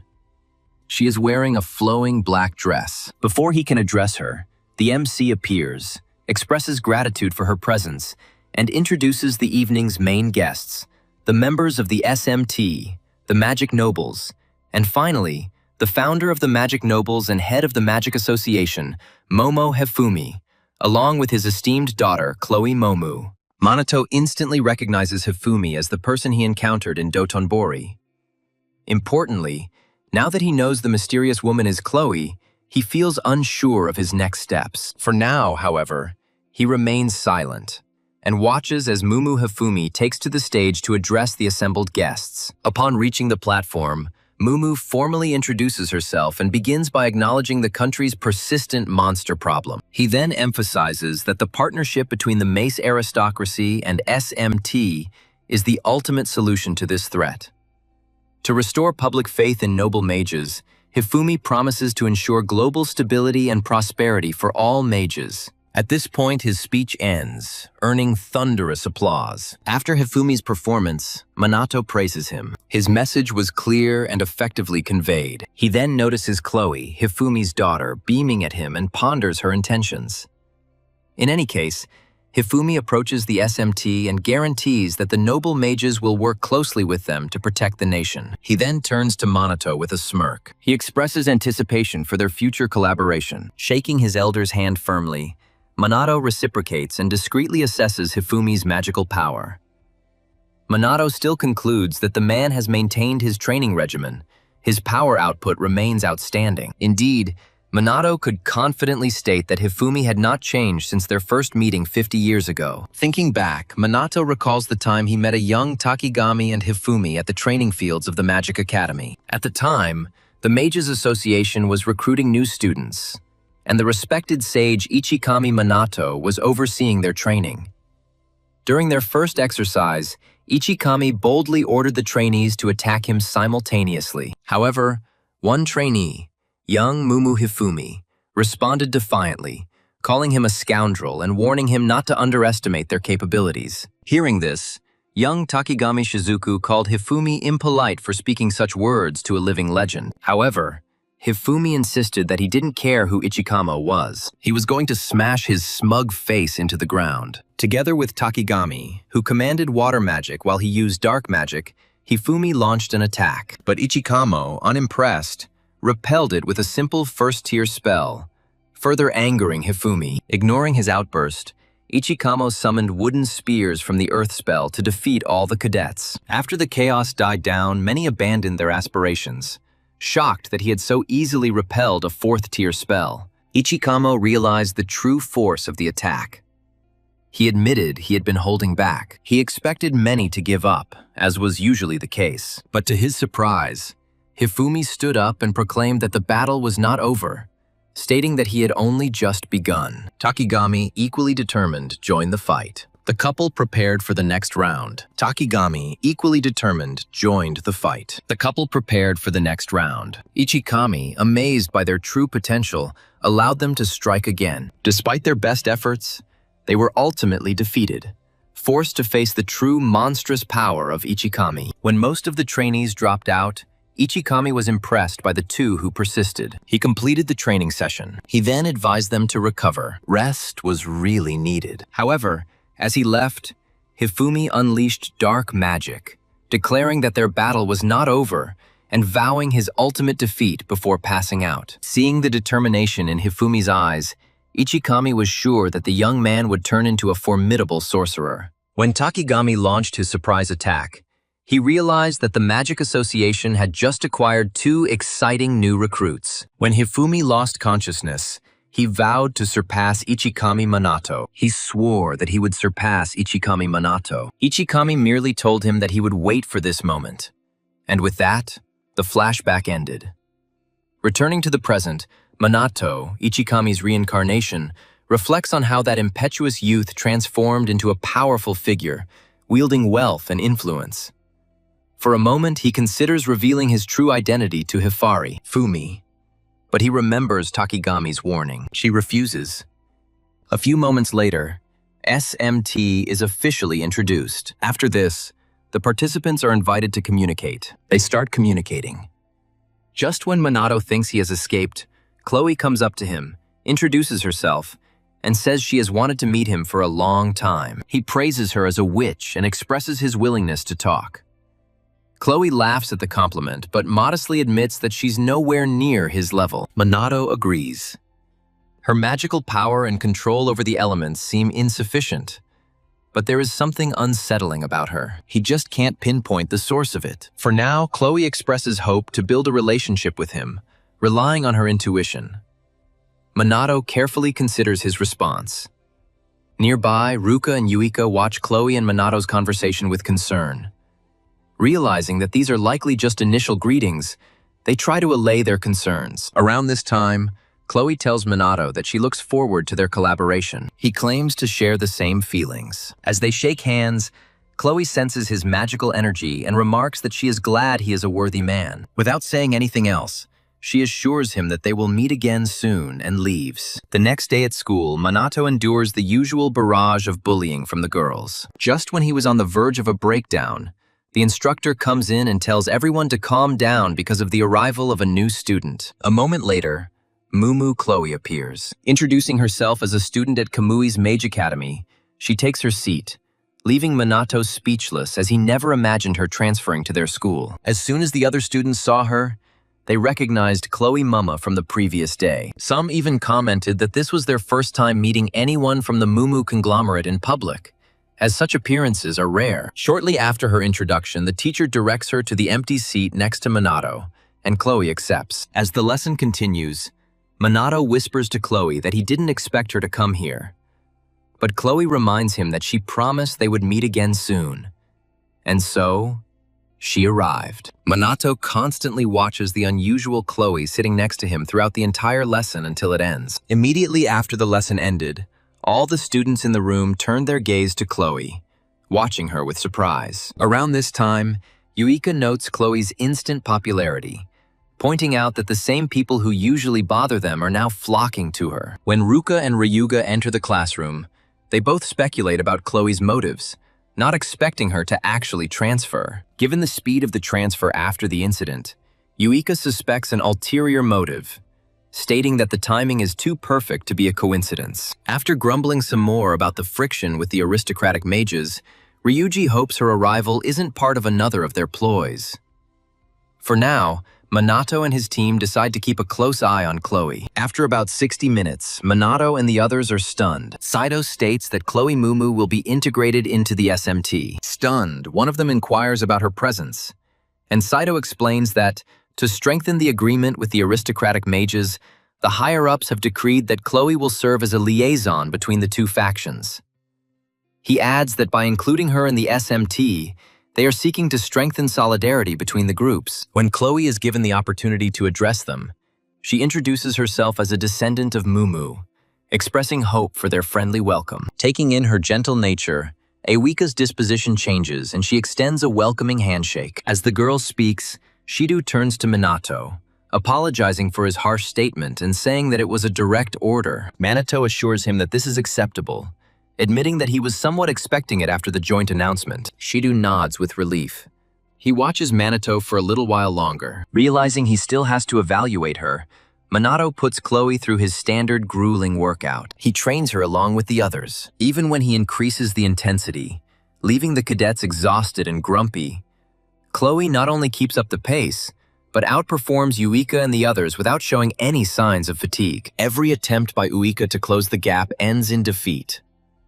Chloe is clearly in a different league. In subsequent lessons, she passes them with ease. She does them effortlessly, showing no signs of stress. During the break, while the others are recovering and congratulating themselves, Chloe asks if it's really time to rest, claiming that she still has energy left. Receiving no answer, Chloe approaches Minato and comments on the severity of his training. Minato asks if this seems outdated. However, Chloe disagrees. She states that the training is reasonable. A stronger body improves combat skills, and using magic under physical pressure improves skill and capabilities. With Manito's stern shouts urging them on, she finds it all effective. Acknowledging her rightness, Minato praises her insight, and Chloe proudly reminds him that she is a mumyu. Soon after, Yuka, Ruka, and Ryuji acknowledge Chloe's strength and ask if they can train under her. Chloe responds with a compliment on their diligence, stating that she always believed that the SMT members would be reliable. After their conversation ends, Chloe turns back to Minato and resumes their discussion. Meanwhile, Yuika begins to worry about Chloe's charm, seeing her popularity with everyone, and perhaps even Minato. Realizing that Chloe could surpass them in strength, Yuika fears that she will end up supporting Minato instead of her. Thinking about this, she and her brother shake their heads, trying to convince themselves that Minato will not abandon them. However, they can't help but glare at Chloe, who is still chatting happily with Minato, wishing she would be more attentive. With this new partnership between SMT and the noble mages, Minato notes that although disasters happen frequently, the nobles are now responding faster than before. In addition, due to the expansion of SMT into new areas, a noticeable reduction in mortality has been observed. However, as the disasters continue to mount, Minato realizes they must remain vigilant. Next, Minato, the noble mages, and other SMT members rush to the scene of a sudden disaster in the city. Once the group is assembled, Hinata takes command, quickly and efficiently dispatching the monsters. After clearing the area, she sarcastically taunts the fallen creatures, earning praise from her subordinates. Yuika confirms that Hinata destroyed most of them. Minato, impressed by her development, comments that she has become stronger than before. Hearing this, Hinata frowns and vows to surpass him. But Riku, knowing this is unlikely, apologizes for her rudeness, claiming she's simply being dishonest with herself. Minato reassures him. He's not bothered by arrogance. A grateful Riku begins to talk about their next steps. While they're talking, Minato asks if the noble mages are on good terms with Chloe. Riku replies that they usually keep their distance from the Mumu clan. Before he can explain further, he notices Chloe approaching and excuses himself to leave. Riku leaves and Chloe boldly approaches Minato and asks everyone if he wants to go on a date. Naturally, Minato agrees and returns to his usual routine. A few days later, on the appointed day, Minato arrives early and waits for Chloe at Shinjuku Station. There, he overhears two men talking about a pretty girl they'd just seen. One urges the other to approach her, while the other admits she's far too much for him. After the men leave, he overhears another couple identifying an attractive girl as a daughter of the Mumu clan. Finally, he notices her arrival. A multitude of excited men swarm around her and shower her with attention. With these words, he makes his way through the crowd. Reaching her, he greets her warmly. As for the men, upon realizing that the stunning Chloe's boyfriend is SMT's Kusanagi Minato, they immediately surrender, knowing they don't stand a chance against the greatest warrior on the planet. Soon after the crowd disperses, Minato, fully aware that Chloe never intended this to be a real date, asks why she invited him. Chloe, slightly stunned that he figured out her true motive, admits that since she is unfamiliar with the area after transferring to a new school, she was hoping he could serve as her guide. When Minato asks why she didn't ask someone else, Chloe states that it was because she wanted to talk to him alone. Hearing this, Minato asks why she had to resort to such a complicated method and ruin the atmosphere when she had originally invited him. However, he receives no answer. Chloe then goes on to reveal her title and name, admitting that she has always felt like an outsider, no matter where she is, because people pretend to be respectful and give her special treatment. However, she tells him that he seems different to her. During their first conversation, she quickly realized that he didn't treat her any differently. Minato explains that rank and status are irrelevant to him. Only a person's true essence matters. Hearing this, Chloe laughs quietly. She declares him to be a truly charming person. With these words, the couple continues their peaceful walk, unaware of the jealous observation of Vicky, who considers herself pathetic for following them again. Although she considers giving up this awkward habit, her curiosity will not let her rest until she sees how it ends. Just as she's about to continue, she notices a commotion nearby and turns to see her sister Ruka doing the same. At first, she finds it hard to believe that Ruka is following them too. But when she notices that Ruka is clutching a red bean bun in his hand, she becomes somewhat convinced. Vika completely ignores her. She resumes the chase to keep them in sight. When it's time to leave their hiding spots, both Wika and Ruka pop out and exchange surprised glances, wondering what the hell they're doing there. Around that moment, Minato hears a sound and turns around to investigate. When Chloe asks if everything is okay, Minato assures her it's nothing special. Keep in mind, Yuka and Ruka were hiding behind a huge teddy bear. Yuka grumbles about how close they came to being exposed, And Ruka remarks that even though she was holding back her magic, Minato's senses remained sharp. After all this, Wika tells Ruka that it seems they are pursuing the same goal. The hand agrees. After a tense confrontation, both begin to follow Minato and Clow again. Chloe overhears Chloe asking Minato on a standard high school date, and Minato agrees. Throughout their outing, Yuika and Ruka follow them everywhere, solely to make sure that no romantic events occur. At one point, while Minato and Chloe are sitting in a cafe enjoying drinks, Chloe asks what usually happens after all this is done.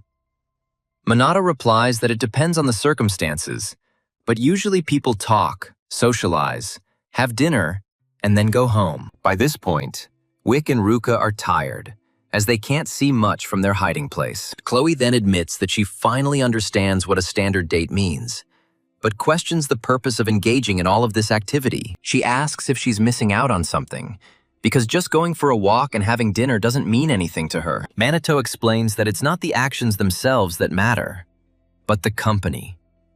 When you're with the right person, even a simple walk becomes meaningful. That's why moments spent with someone dear to you have weight, even if they seem meaningless. Chloe then asks if that is the definition of a date, and Minato confirms that is his point. With these words, he asks Chloe if the time they spent that day had any meaning to her. Chloe replies that she thinks it did. As soon as Minato expresses his joy, Chloe notices that while her words and actions sometimes frighten people, he never seems shocked.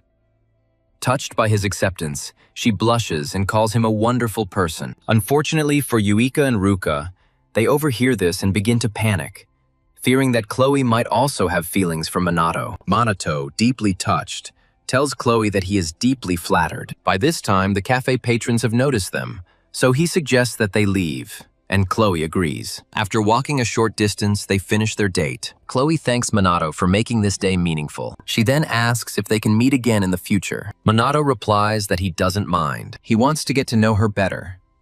Hearing this, the two eavesdroppers gasp, their hearts breaking slightly. Meanwhile, Chloe praises his confidence and admits that she feels the same way. With these words, the couple says goodbye and goes their separate ways. Watching them leave, Yuka and Ruka are shocked that Minato actually said such words to the girl. As for Minato, he probably ignores the Mizuha sisters and keeps his eyes on Chloe, hoping to see her true nature as soon as possible. The next day, in the SMT briefing room, Ryuji was waiting for Shida along with the others. He asked Minato how his meeting with Chloe went. After confirming Ryuga has no ulterior motives, Minato declares that he doesn't consider this a date, as their activities were limited to walks, shopping, and tea.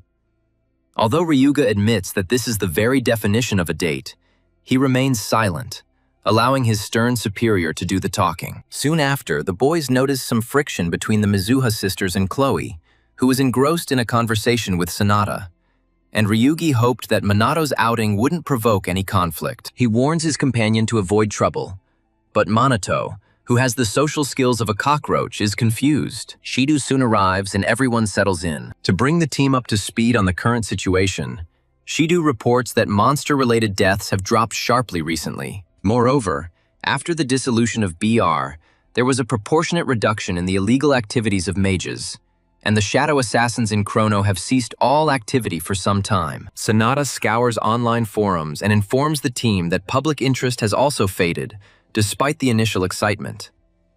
Based on Sonata's data, Minato concludes that law enforcement can now handle most illegal incidents involving mages, suggesting that shadow assassins may still be lurking. Despite the positive changes, Minato cautions the team against becoming too complacent. Their training regimen will intensify from now on. Later that evening, Minato rests in his bed. He is considering strategies to improve cooperation between the SMT and the Magic Nobles. Suddenly, he receives a phone call from Leone. She is at her home preparing food, wanting to pass on the intelligence she has gathered about Mumu to Chloe and Takigami Shizuku. With Minato's approval, Leona starts with Chloe, revealing that Chloe is not Hifumi's biological daughter, but rather his stepdaughter. Although she became his stepdaughter only a few years ago, her parents allegedly died in a serious road accident that coincided with Chloe Hifumi's adoption. Minato then asks if Chloe transferred from another magic academy, and Leona confirms that she did, around the same time she joined SMT. Although Chloe's strength is officially rated as above average, Minato, after seeing her effortlessly pass his training, realizes that she possesses much greater power. He notes that she appears to be a serene person with a distinctive presence and appearance that sets her apart. Before answering, Leona puts her phone down to call Kai to help set up the table, cautioning him against rushing due to his ongoing recovery. Minato just smiles. He listens attentively to the laughter of his brother and sister. Returning to the discussion, Leona expresses regret at the interruption and turns her attention to Takigami Shizuku, revealing that Shizuku has a daughter and a young granddaughter who have not been seen recently. Minato asks for details. Leona states that there are rumors that they have moved abroad. This is the information she received. At this point, Minato briefly interrupts their conversation to greet the Misuha siblings upon their return, then retreats to his room.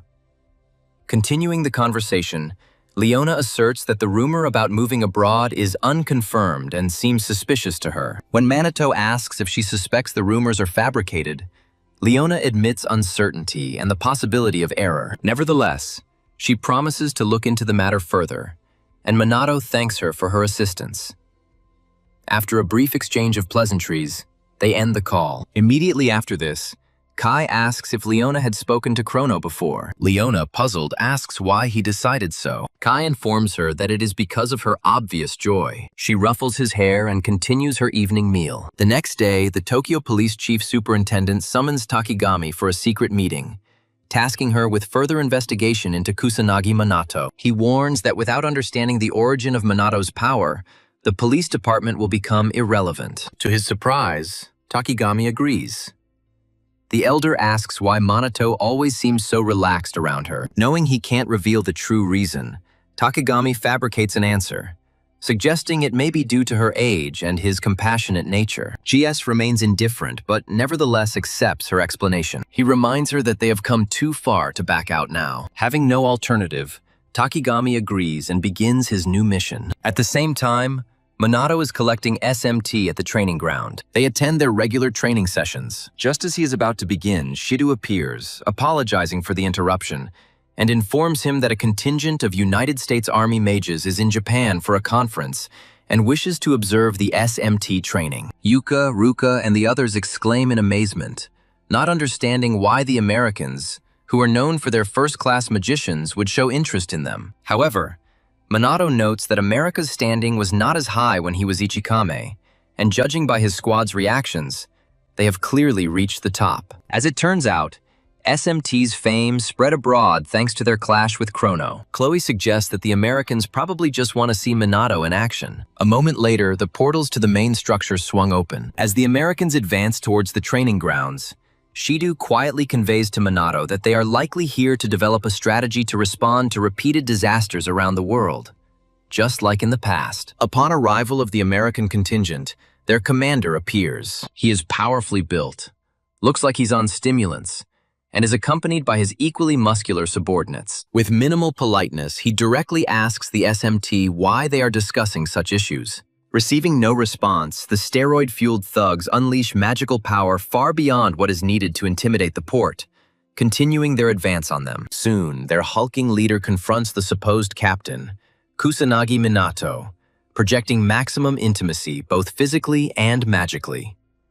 Likewise, Minato, unwilling to be intimidated by the overly muscular brute, increases his own magical pressure to meet his leaders. Unfortunately, the remaining SMT members find themselves in trouble. They can barely stand upright. This is due to enormous colliding forces. Finally, after a short standoff, the irritated leader grabs Minato. He hugs him with a grin, happy that he finally met the famous Kusanagi. However, upon noticing Minato's thin frame, the leader becomes intrigued, examines him closely, and asks if such a frame, although fit and thin, is truly capable of mortal combat. Irritated by the leader's unexpected admiration, Minato asks him to let him go. The leader apologizes for his rudeness.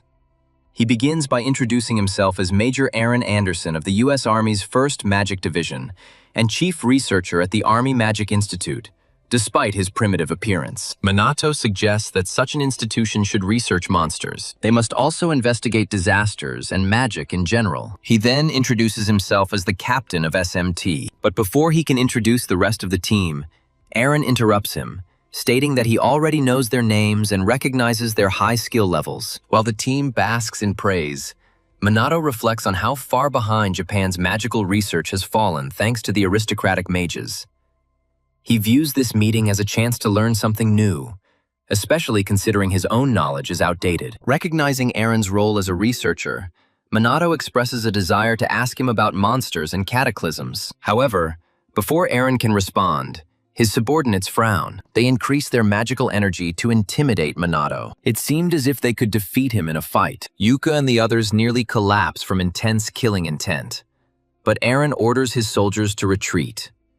He then apologizes for their actions, describing them as loyal but overly cautious guardians. To assert his superiority, Minato casually remarks that their magical pressure felt like a gentle breeze. Amused, Aaron laughs, claps Minato on the shoulder, and calls him a funny guy. Back on topic, Minato apologizes for his ignorance and asks for an explanation about the cataclysms and monsters, as well as Aaron's latest discoveries. Aaron explains that it's still in the theoretical stage, but they suspect that the monsters are living magical entities, and the cataclysms are the events that bring them to Earth. They discovered that cataclysmic zones are imbued with a magic distinct from human magic.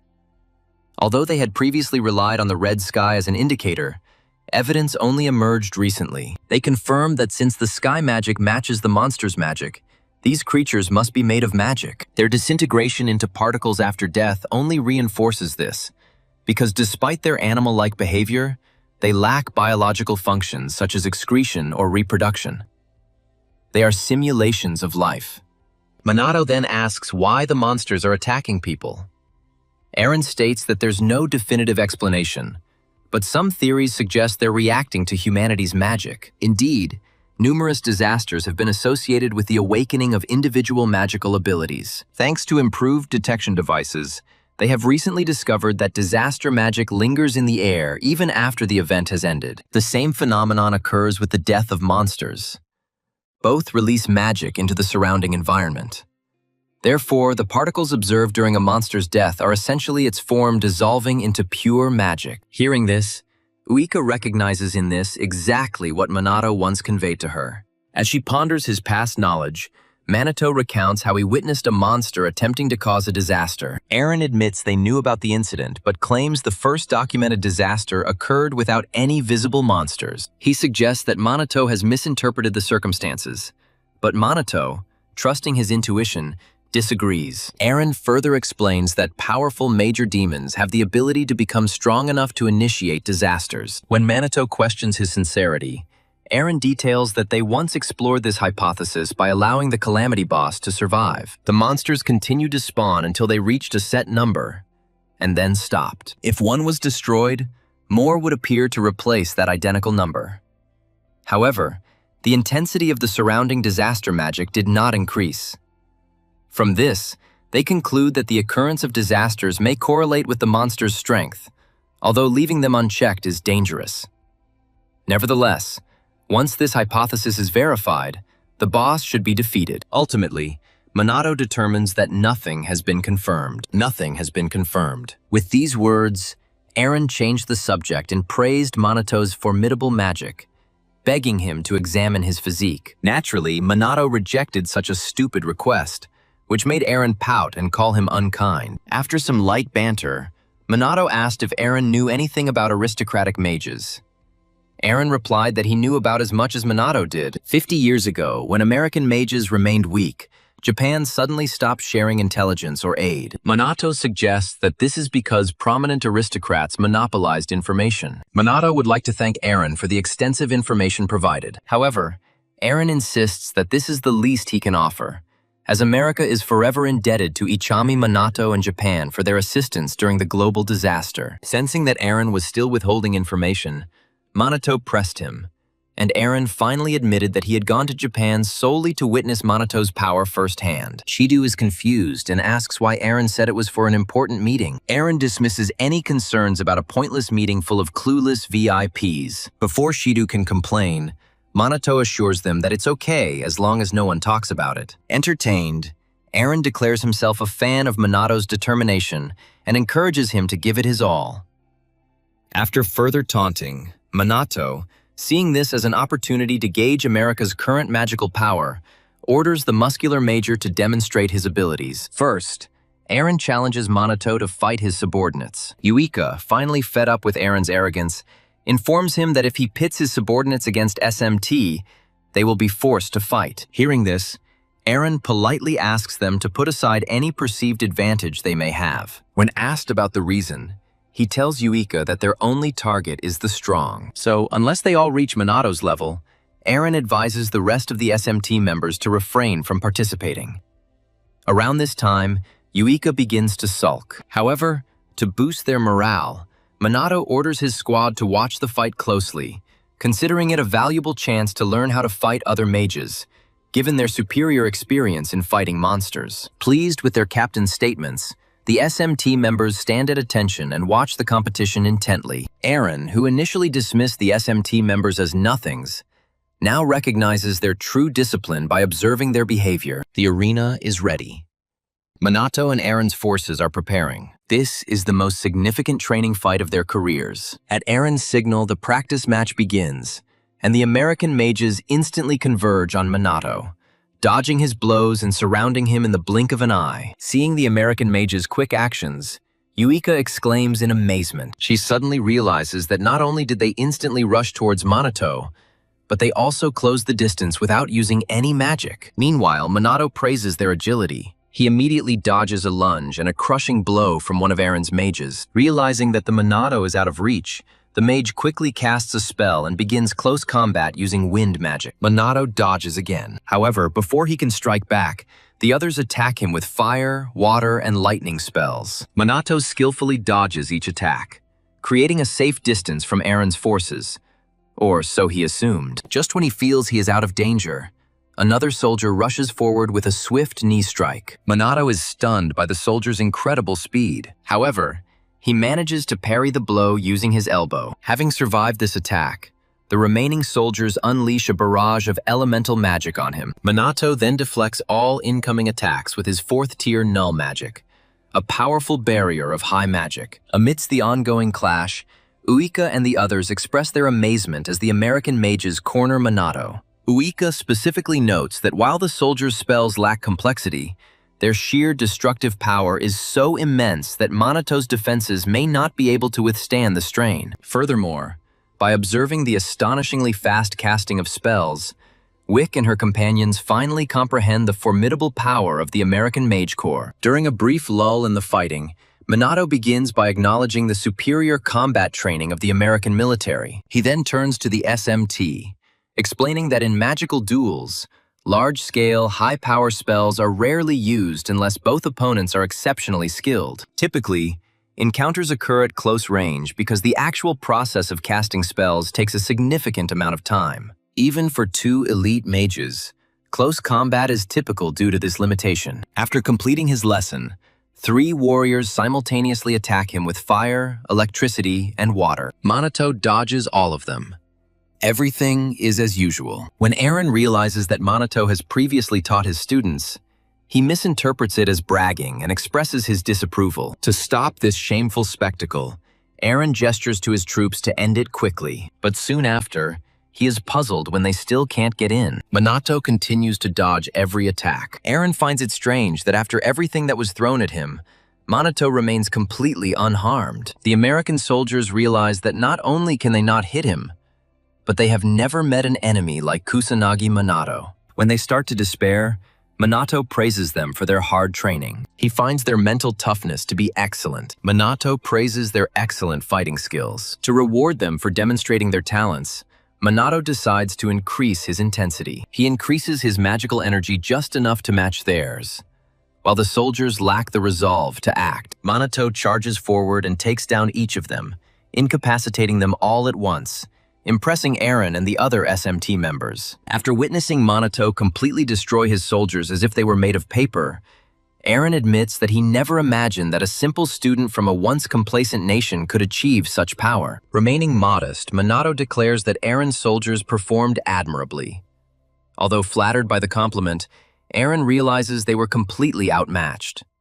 Intrigued, Eren asks where Minato acquired such hand-to-hand combat skills. Minato informs him that he is mostly self-taught. Hearing this, Eren bursts out laughing and, clapping Minato on the back, declares him a fascinating person. Now that the minor opponents are dealt with, Eren begins to take off his shirt and begs Minato to let him show off his power next. Showing off his well-developed muscles, Eren claims that despite his appearance, he genuinely enjoys a challenging fight. Minato, without showing any interest, muses that Eren certainly looks like someone who enjoys a good fight. After a few more clashes, Eren begins his combat training with Minato and immediately fills his body with mana. As Eren enters battle, Minato watches the mana flowing through his body, but just as he was on the verge of recognizing her, Eren rushes forward and attacks him. Minato notes Eren's speed. He responds with the same speed. He dodges every punch Eren throws. Eren realizes that brute force is ineffective.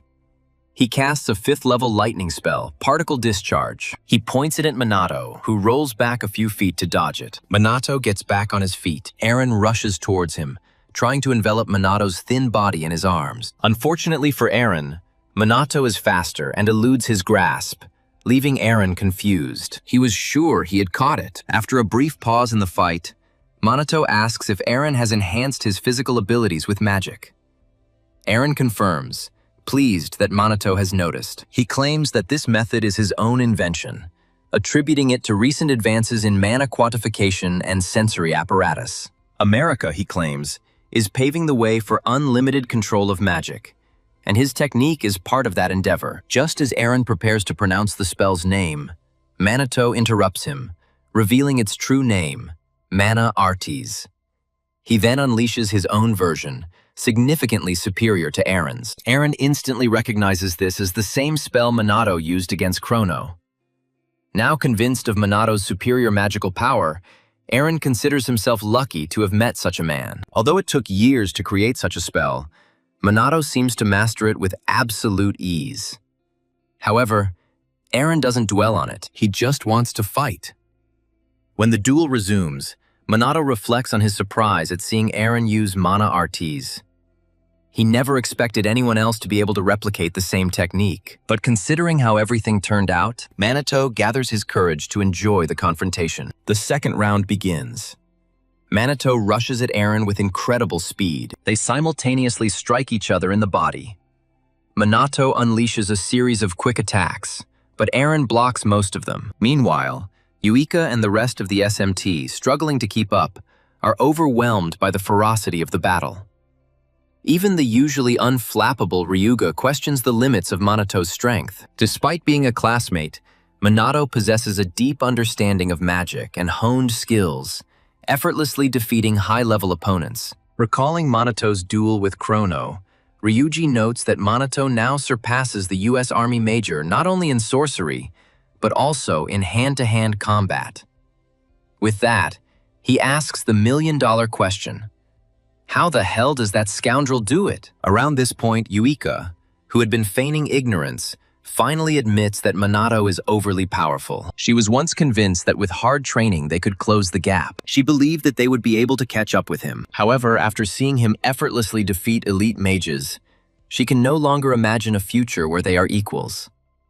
Silently, Yuika continues to watch as Minato, her commander, delivers relentless blows. Even when Eren tries to counterattack, Minato parries every attack. At one point, Minato delivers a powerful blow. This sets Eren back. Exhausted, Eren falls to his knees, gasping for breath. When Minato advances, Eren finally admits defeat in the match. He tells Minato that their battle is not a competition, admitting that he has rarely met someone so strong. He begs Minato to visit the United States, stating that he will always be welcome. Minato accepts this with a handshake, promising to visit if the opportunity arises. After this, Eren takes his coat and says goodbye to Minato and SMT. The moment they leave, the SMT team erupts in celebration of their captain's triumph over the U.S. Army's Magic Corps. However, Ryugi, Yuika, and Ruka remain silent, feeling defeated. They vow to become stronger on their own. As darkness falls, the trio begins secret training, choosing to stand beside Minato rather than follow him. A few days later, Minato is stunned to discover that SMT and Mage Noble products have appeared on the market. He asks Shidu why, who explains that as Minato gains more media attention, their funding increases, attracting new recruits and supporters to SMT. They move on to the next stage. Minato cautiously checks to see if Shido is simply enriching himself at his expense. Shido nervously denies this, claiming the money is needed for operating expenses. While Minato considers the situation less than ideal, he acknowledges their need for support. Eventually, he looks through the merch offer. He sees concept art of a plush toy made in his image. It reminds him of what Takagami did in his past life, and he agrees, but on one condition. Upon hearing Minato's undisclosed condition, Shido panicked and asked if this was possible with their limited budget. However, Minato assured him that plans were already in motion. Shortly afterward, during a break, the SMT members received notice of an upcoming joint training session with aristocratic mages. Reactions are mixed, but orders are orders. Days later, SMT and the aristocratic mages head to a certain area of Tokyo. They will train there for the next 2 weeks. Upon arrival, SMT members remain hopeful about what awaits them. Meanwhile, the aristocratic mages, especially Hinata, are complaining that everything has become a real headache. Since the founder of the aristocratic mages, Hifumi Mumyu, is also present, Yuika and the others are shocked and begin to doubt whether the training will be standard or something more intense. Shido informs them that President Mumyu is the organizer of the training camp, suggesting that it may be his way of making up for the past mistakes of the aristocratic mages. Taking a closer look at the aristocrats, Minato asks Chloe why the Fuka family hasn't shown up. She tells him they effectively disbanded after the head of the family and the heirs were captured.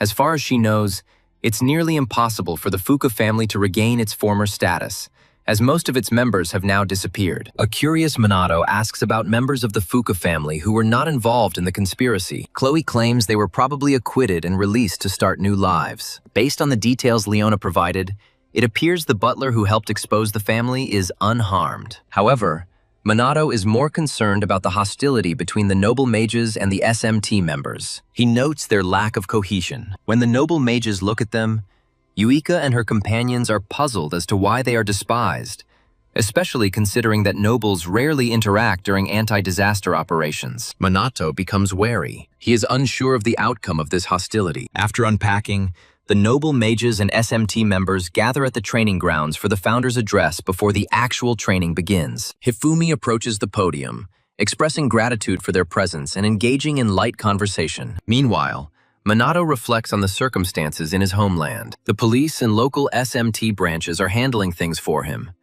but he still worries about potential crises. As Hifumi continues, he emphasizes the importance of training together to overcome a huge disaster and encourages both factions to train hard and improve their synergy. Next, Hifumi introduces the camp commander and mentor, Captain Minato Kusanagi. The magical elites immediately object, rejecting the orders of the SMT member. Annoyed, Hifumi challenges anyone who thinks they can defeat Minato to come forward. As expected, silence reigned. With that matter over, Hifumi gives way to Minato. Before speaking, Minato ponders Hifumi's intentions.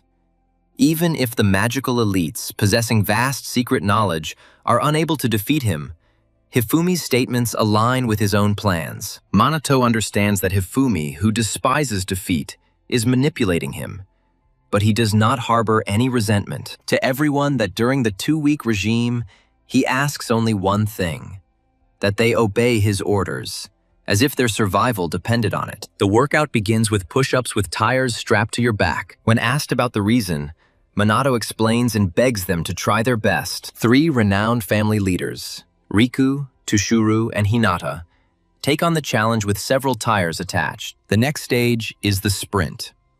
Minato warns them against shirk and urges them to run with genuine diligence. During the final sprint, the heads of families put in maximum effort while maintaining their competitive spirit. Yuiko watches in amazement, amazed that the nobles are actually following Minato's instructions. After the sprints, Minato gives them a short break. The pause lasts 5 minutes. Several magical nobles begin to grumble, insisting that the training is pointless, while several SMT members defend their captain. But the nobles dismiss Minato as an inept student. This sparks a fight between the factions, but Minato quickly intervenes. He instructs the noblemen who provoked the conflict to obey orders, and advises the SMT member to be patient for now, if he truly trusts him. With this, calm is restored. Minato catches a glimpse of the deep animosity lurking between the two factions. Realizing they still have the strength to squabble, he decides to intensify their training.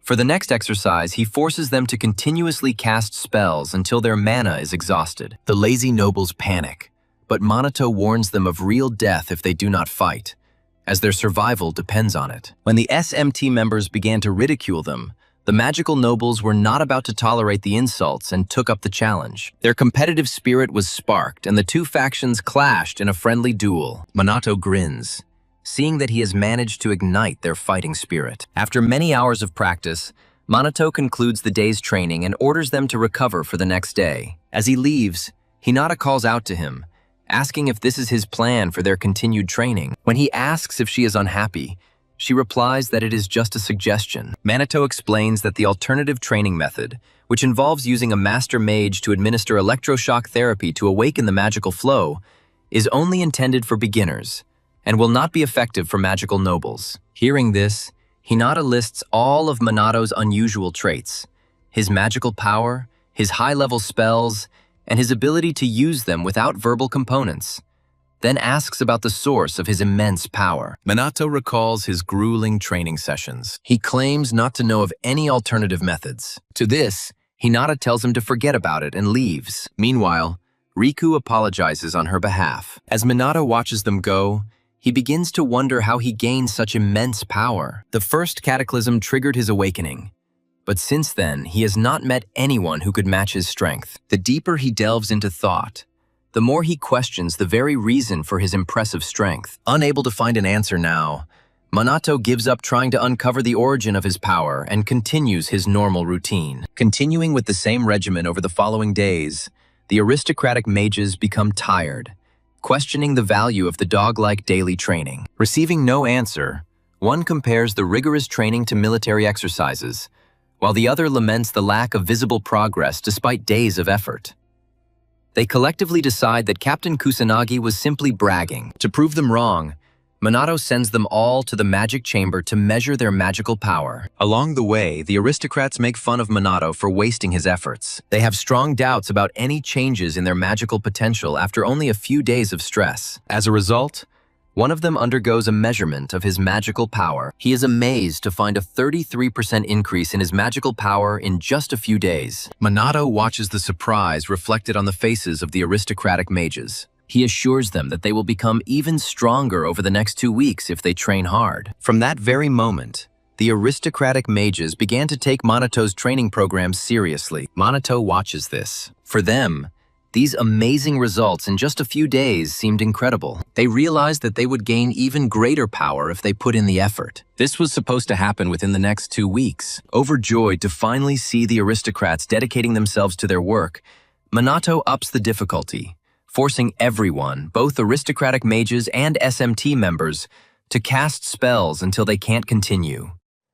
At one point during the session, the SMT members reach their limit and complain of exhaustion. Just then, the aristocratic mages, still full of power, call SMT careless and declare them inferior. Outraged by the mockery, the previously tired SMT students regain their strength and, unwilling to give in, resume training. By this point, Ruka and her brother are quite happy. They watch as both factions become inspired. A lively competition begins to form. While Minato was smiling and chatting during training, he suddenly cast a fire spell and then vowed to increase the intensity of the training, especially for the pair, seeing as they had time for idle chatter. A few hours later, it was time for lunch. While eating, a group of noble mages discussed how effectively their magic had been working lately. Their spell ranks, magic reserves, and even spellcasting speed increased significantly in just a few days.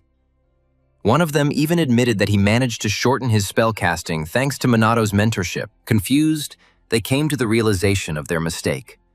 Kusanagi's power was truly formidable. If he can achieve such results with them, imagine the potential growth for SMT members. Around the time they admitted this, 2 SMT operatives overheard their conversation and boasted about the Minato's incredible abilities. Faced with reality, the noble mages were forced to admit their defeat, although some continued to claim that their chief mage was superior to Minato. In any case, Both the SMT operatives and the noble mages began to get closer, and Minato, who was also present in the dining hall, was pleased with the positive turn of events. Eventually, the lunch break came to an end, and Minato sent everyone back to training.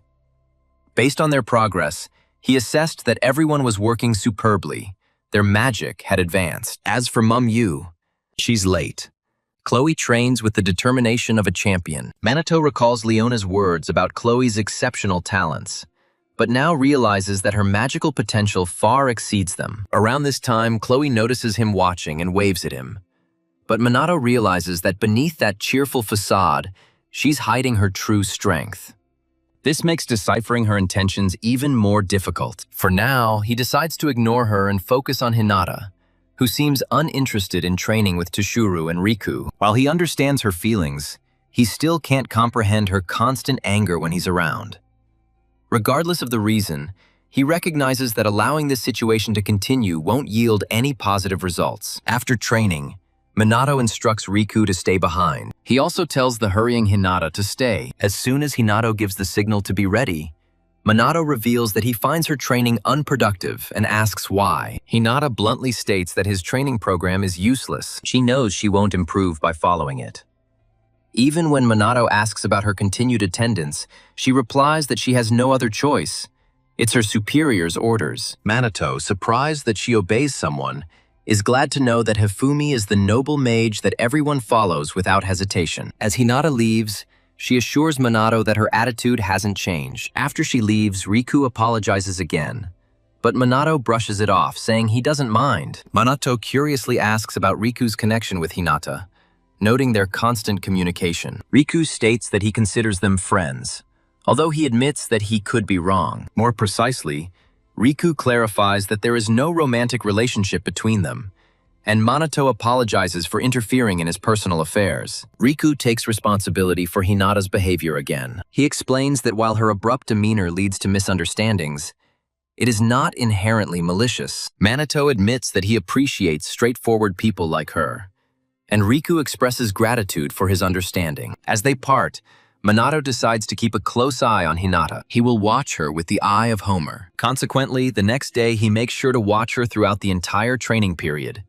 including during their midday meal. He observes her followers having difficulty communicating with her, coming to the conclusion that Riku is likely her only companion. Minato wonders if she prefers solitude. She quickly dismisses this idea as it doesn't seem true. He gives up on this idea. He decides to help her at the first opportunity. With this in mind, Minato constantly follows Hinata. He checks on her the next morning, during training, and even during lunch, noting her gloomy mood. When she finally reaches her breaking point from his constant presence, Hinata breaks down. After a flash of disappointment, she demands an explanation for his importunity. Minato innocently claims he just wanted to talk to her, and a stunned Hinata asks if that's really the reason he's stalking her. Minato confirms this, adding that he's noticed her constant loneliness and obvious melancholy. Hinata denies this, claiming that she prefers to be on her own. However, when Minato suggests that she doesn't give that impression, she becomes defensive and tries to imply that he can't understand the true feeling of isolation. Minato responds that a person who truly prefers solitude will not place themselves in circumstances that require interaction or tolerance of others' attention. Since she does both, he thinks she's just lonely and craving companionship. Hinata tells him to stop talking like he understands her difficulties. However, Minato, tired of their exchange of remarks, directly offers them to become friends. Hinata's face turns completely red and she asks him in amazement what he means.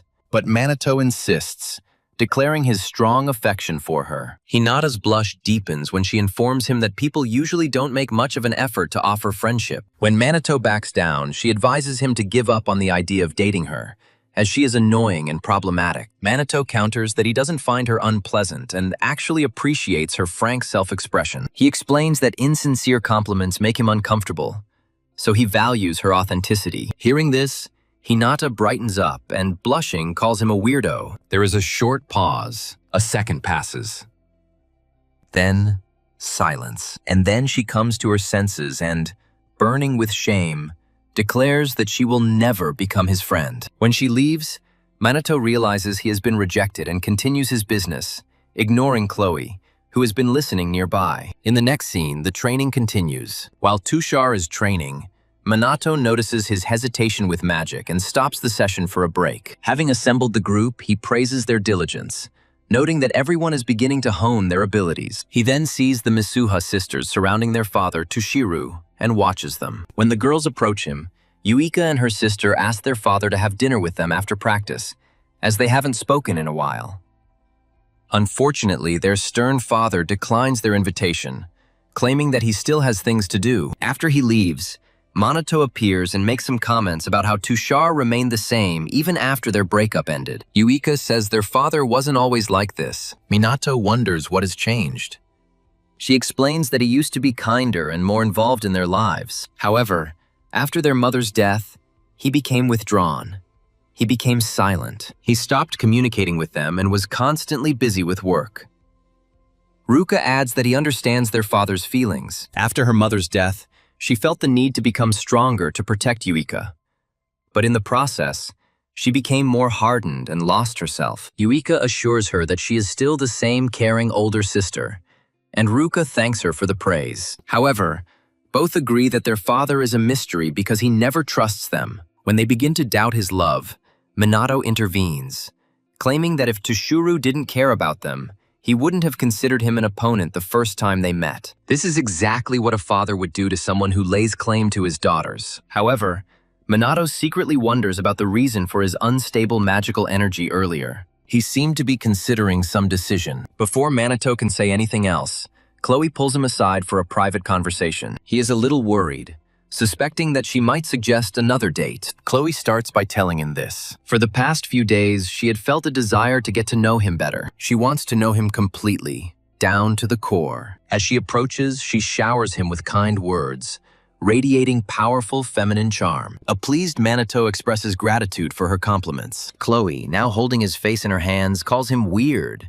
and continues to praise his attractiveness, his innocence, his straightforwardness, and all those mysterious traits that she finds so captivating. She then directly asks him out on a date, adding her confidence that their connection will be great. She describes herself as a devoted type. If he so desires, she is ready to do or offer anything, just to be near him. With these words, she leans in seductively. Then she asks if he wants to share their existence together. In response, Minato apologizes for hurting her and informs her that he has no intention of building a relationship in the near future. Despite her disappointment, Chloe accepts the rejection with grace, smiling and noting the sadness that they can't be together.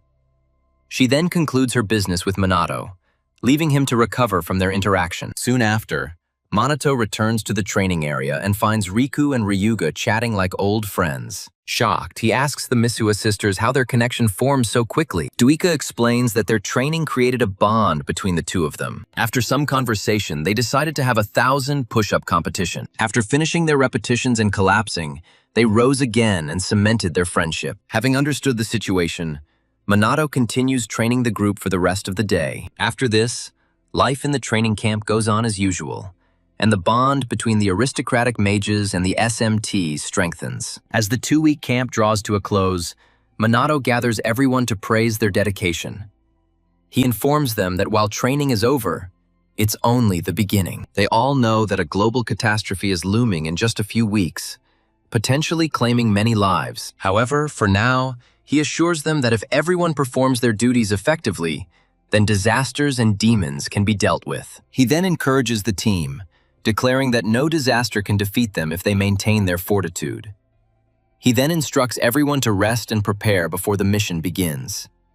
He concludes his speech with a few additional encouraging remarks in his characteristic Spartan manner. Representatives of the SMT and the nobility of the magicians shake hands, exchanging words of support. Among the crowd, Hinato acknowledges Minato's incredible achievement in uniting both factions. She realizes that all their skills have improved thanks to him. Not only did he foster openness between them, but he also showed personal kindness to her. In a moment of weakness, Hinato considers accepting Minato's earlier offer of friendship, but quickly dismisses the idea, deeming connections useless. After the performance, Hifumi meets Minato and praises the result. Minato expresses his gratitude, and Hifumi reflects on how the two factions, once divided by discord, now share mutual trust, all thanks to Captain Minato. He is convinced that their continued unity will bring global peace. Minato expresses hope that this vision will come true. Thus, the training camp concludes, resulting in a significant increase in the skill and teamwork of the SMT representatives and the mage nobility. As a result, disasters in Tokyo cause far less damage, despite their constant occurrence. Indeed, records indicate the lowest documented damage figures in 50 years. As weeks turn into months, Tokyo residents speak of the continued peace they experience thanks to the combined efforts of the SMT representatives and the Magi nobility.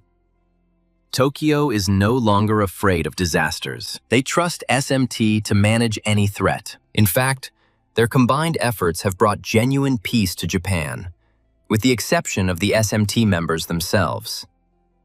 While others are resting, Minato and his squad are diligently training for the impending global catastrophe. Minato continues his stern instructions, echoing his Spartan resolve to drive home their duty to protect Japan and its citizens. During the exercise, Shido intervenes, relaying the decision of the higher-ups to recruit mages from all over Japan, including civilians, to strengthen the operation. Minato praises Shida for the information, then listens to Sanada's account of the significant disaster sites 50 years ago.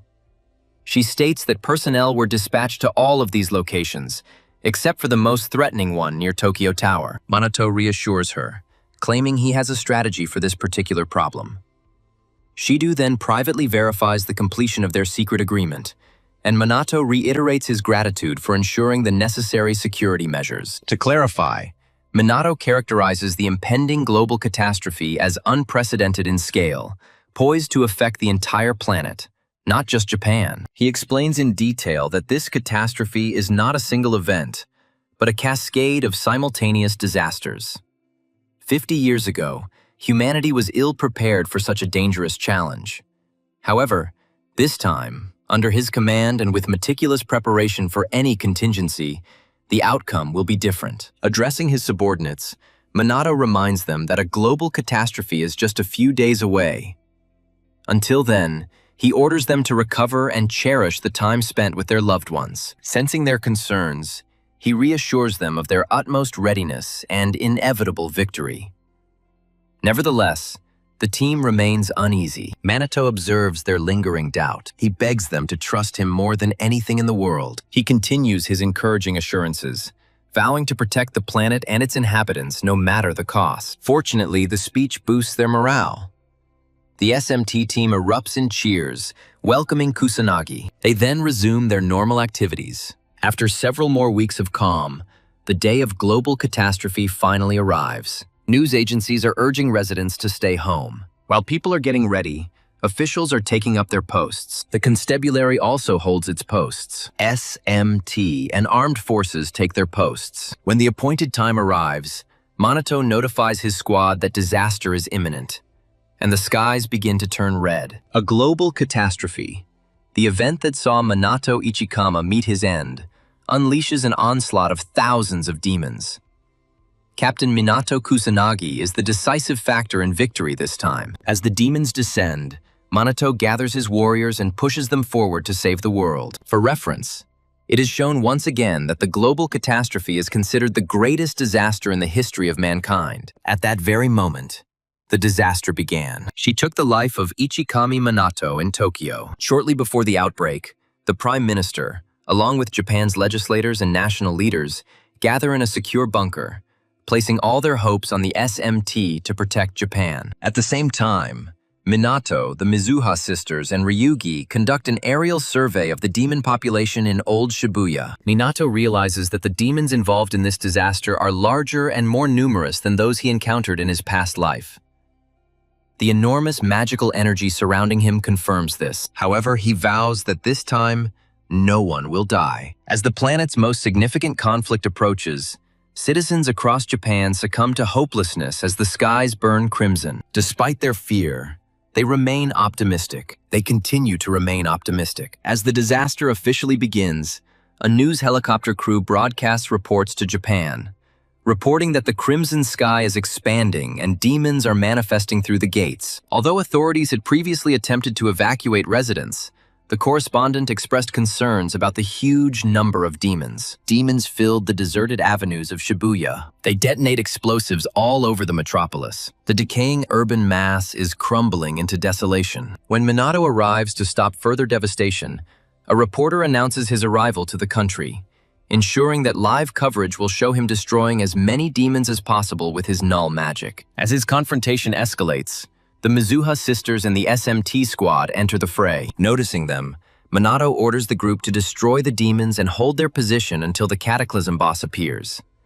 He also warns them that numerous cataclysms are unfolding across Japan, advising them to conserve their magical energy from more formidable opponents. Understanding his reasoning, SMT obeys his order. Ryuji unleashes earth magic on the demons, while the Mizuha sisters cast powerful water magic spells. However, as the conflict intensifies, the squad realizes that the demons are not only increasing in number, but also becoming stronger. At this moment, they desperately need help from the magical nobility, but they are nowhere to be found.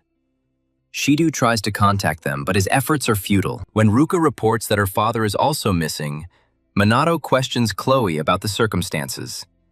As expected, she feigns ignorance, claiming to know nothing. Sonata attempts to contact other squad members, but confirms that all transmissions have been cut off. Minato had been confident in his plans up until this point. However, he feels that something is seriously wrong. Two officers burst in, announcing that law enforcement and defense forces were also experiencing communications problems, making joint operations impossible. They looked to Minato for guidance. They realized that the disaster was beyond their ability to cope without the magical nobility, and anxiety gripped the group. Shido stressed the critical need to restore connectivity with other facilities. Sensing his subordinates' growing anxiety, Minato instructs them to remain calm, reminding them of their mission. He assures them that even without the aristocratic mages, victory is achievable if they unite. He reminds them that this is the purpose of their rigorous training. His speech reignites optimism in the squad, motivating them to move forward. With renewed determination, SMT destroys the demons. The correspondent continues his live broadcast, assuring the public that Minato and his team are making every effort. She urges viewers to remain optimistic, promising that with Minato Monat in place, the demons are doomed to fail. Minato knows that several disasters are happening throughout Japan, making this battle especially difficult without mages. However, he thinks the current circumstances can be dealt with. This is due to his careful planning. As the demons grow in number, he orders his team to remain vigilant and move forward. To destroy a large flock of demons, Minato uses his mana abilities. He strengthens his body before unleashing a series of rapid strikes. Despite being outnumbered by his opponent, he remains unharmed and destroys a massive flock of demons with his 9th-tier void magic spell, Magic Spark. After this, he surveys the approaching demons and decides that it is time to put his hidden strategy into action. Soon after, the SMT members defeat most of the demons, giving them a short respite. Meanwhile, Minato ponders why the demons seem much stronger and more numerous than they did 50 years ago. He understands that what happens next will not be easy. Just then, the Mizuha sisters and the rest of the team sense a dark presence approaching. Seconds later, a huge, monstrous beast materializes from the rift. The SMT members saw a terrifying figure, instantly recognizing it as the Demon King. And then they noticed its terrifyingly huge and impressive size. But as soon as he appears, the Demon King unleashes a 10th-tier fire spell, Big Bang, destroying the entire battlefield. Miraculously, thanks to their quick reactions, the SMT members emerge from the attack unharmed, protected by the Minato's 9th-level fairy magic barrier that suppresses magic. Now they face a more pressing problem. Minato confronts the Demon King. The Demon King, believing his previous strike had destroyed them, asks where they are, stating that the battle has only just begun. As the Demon King prepares to respond, Minato deploys the level 10 Aegis shield previously used to protect the neighboring squad, assuring the worried Mizuha sisters that their safety outweighs any delay in response. Minato reminds them that their opponent is the Demon King. He implores them to remain vigilant and not to be caught off guard. Meanwhile, Chloe, also unharmed, expresses her surprise to Shido over Minato casting 2 spells at once, but Shido explains that the fairy-like spell acts autonomously, suggesting that the protective spell was likely the work of Minato himself. At this point, a confused Sonata asks Chloe if it is possible to cast 2 spells at once, further explaining that autonomous spells are highly complex techniques that allow the caster to control spells subconsciously, thereby bypassing the normal requirements and entire casting process for greater speed and efficiency. To explain it more clearly to Sonata, Chloe compares this method to innate reflexes. She notes that Minato has achieved mastery in both conscious and subconscious spellcasting simultaneously. Hearing all this, Ryuji remarks how incredible Minato is. However, he is suddenly interrupted. The Demon King rushes at them, aiming to hit everyone. As they dodge the king's first attack, the Mizuha sisters unleash their magical energies. They cast an advanced Tier 8 spell, Tide,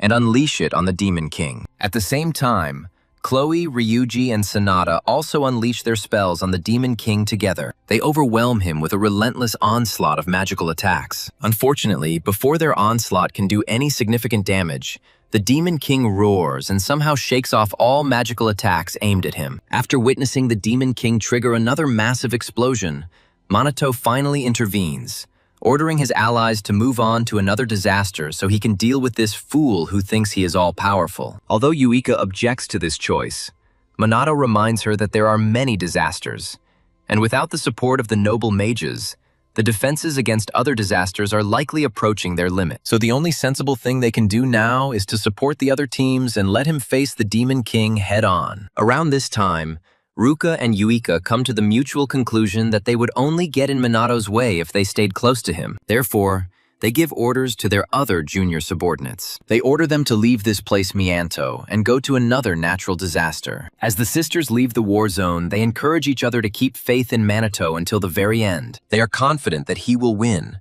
no matter what his opponent. The rest of the squad is pulled away, and Minato turns his full attention to the Demon King. He rushes at him, saying a few phrases. While the Demon King tries to defend himself, Minato constantly reminds himself to spend a minimal amount of magical energy. Subduing the Demon King is not difficult, but he needs to save the magic for his secret purpose. With this intention, he rises as high into the sky as possible. He then delivers a crushing blow to the Demon King's head with all his might. Immediately after the strike, Minato uses an 11th level holy magic spell. He releases the Holy Ray. He directs the destructive power of the beams at the Demon King. Unfortunately, the Demon King managed to dodge most of the beams. Before Minato could continue his attack, the Demon King prepared a counterattack spell. Just as the spell is about to be cast, Minato reacts at maximum speed. He increases his magical power to cast a 12th tier fire and earth fusion magic spell,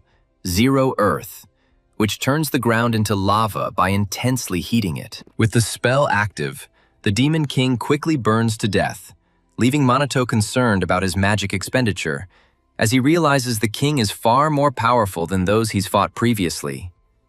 Sensing the Demon King's death, Minato warns himself to conserve his magic power even more, at least until the demon god appears. Around this time, a reporter in a helicopter flying high in the sky announced to the general public remaining indoors that Captain Kushinaga Minato has successfully defeated the Demon King and appears unperturbed. However, she also reports that the police, SMT, and self-defense forces are facing difficulties with other disasters, and due to the lack of aristocratic mages, demons are overpowering them. As he finishes his report, the reporter notices something unusual. It takes place on a dilapidated telecommunications tower. She draws everyone's attention to him. When Minato finally notices it, he realizes it's something familiar, but then wonders if the demons are causing a catastrophe, as a massive rift appears in the crimson skies and countless demons fill the streets of old Shibuya. Ultimately, Minato remembers this event as the final phase of the end of the world,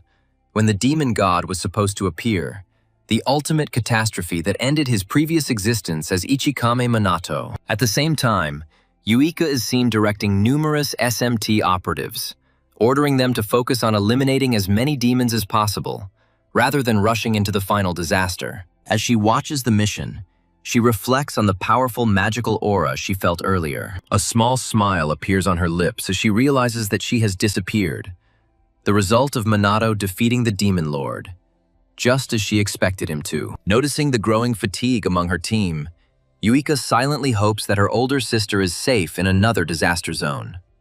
Suddenly, garbled transmissions break through her comms. Unsure if the connection has been restored, she quickly responds. Adjusting her earpiece, she finally hears a voice clearly. The speaker informs Yuika and everyone else on the line that a major disaster has occurred near Tokyo Tower, and orders all personnel to proceed there immediately. The subordinate then questions Yuika's orders, noting their inability to handle even a minor disaster without the help of magical aristocrats. After a moment's thought, Yuika orders everyone to stay behind and face the immediate danger while she goes to meet Minato and the others. With these words, she leaves them and soars up to Minato's position. Meanwhile, Minato fights off a new wave of demons using his inorganic cannon nullification magic. Realizing the sheer number of enemies, he considers casting a powerful spell, even though his magical reserves are depleted. At that very moment, the Mizuha sisters and their 4 companions arrive to provide assistance. They apologize for being late. When Minato asked about the companions they left behind, Uika and Ruka explained that it was the only way to compensate for the absence of the aristocratic mages. Understanding their logic, Minato orders everyone to get ready. It's at this moment that they stop the demons and end the battle. After that, the commander begins a new attack. The journalist, still circling in her plane, comments on the unfolding chaos. She calls it the beginning and final phase of the catastrophic event that once took the life of Ichikame Minato. As the live broadcast reaches all of Japan, the public begins to doubt the capabilities of SMT. They wonder if SMT has the power to prevent the disaster. The plane pilot suggests leaving due to dangerous circumstances. However, the determined journalist refuses, saying the public needs to see SMT in action. She barely has time to explain that their anti-monster gear will ensure their safety when the plane is attacked by a beast, nearly sending them crashing onto the roads below. Minato quickly erects a null magic barrier to protect them. However, one demon breaks through it. The barrier wavered. He unleashed holy magic on the beast. He then goes up to check on the journalist and her team. Taking to the air, Minato addresses the people of Japan, acknowledging their concerns and promising that no one will die. With this promise, he returns to battle. Admiring his coolness, the reporter orders the cameraman to film how the other SMT members valiantly fight off the demons. In the midst of the ongoing fight, the demon casts a 6th-level spell of fire and wind fusion. It's called Fire Cyclone, and it targets SMT. Minato counters with a 7th-tier null magic attack, Banishment, and destroys the demon with a mana art. His comrades admire the spell's power, but Minato warns Ryuga and Ruka that zero magic has limitations. Its effectiveness is low, and it can only nullify spells up to a certain level. Before she can catch her breath, Yuika reports that more demons are approaching. Minato quickly tells everyone to remain vigilant. Realizing the danger of delay, SMT rushes forward and unleashes his full arsenal of offensive spells. Minato increases his power and activates 11th level holy magic. He releases a holy ray, destroying a large group of enemies. Afterwards, Ryuji contacts his colleagues in other disaster zones to assess the situation and learns that the demon population has increased dramatically. Everyone urgently needs reinforcements. Minato mentally notes the other trouble zones. In one of the zones, several SMT members were trapped and didn't know what to do next when they suddenly saw aristocratic mages appearing. Overjoyed, they call on their fellow trainees to stop joking and offer assistance. But their relief quickly turns to horror. The aristocrat approaches one of the members and directs deadly magic straight into his face. In the final moments, an SMT member broadcasts a desperate message over the comms, informing everyone that the aristocratic mages have turned against them.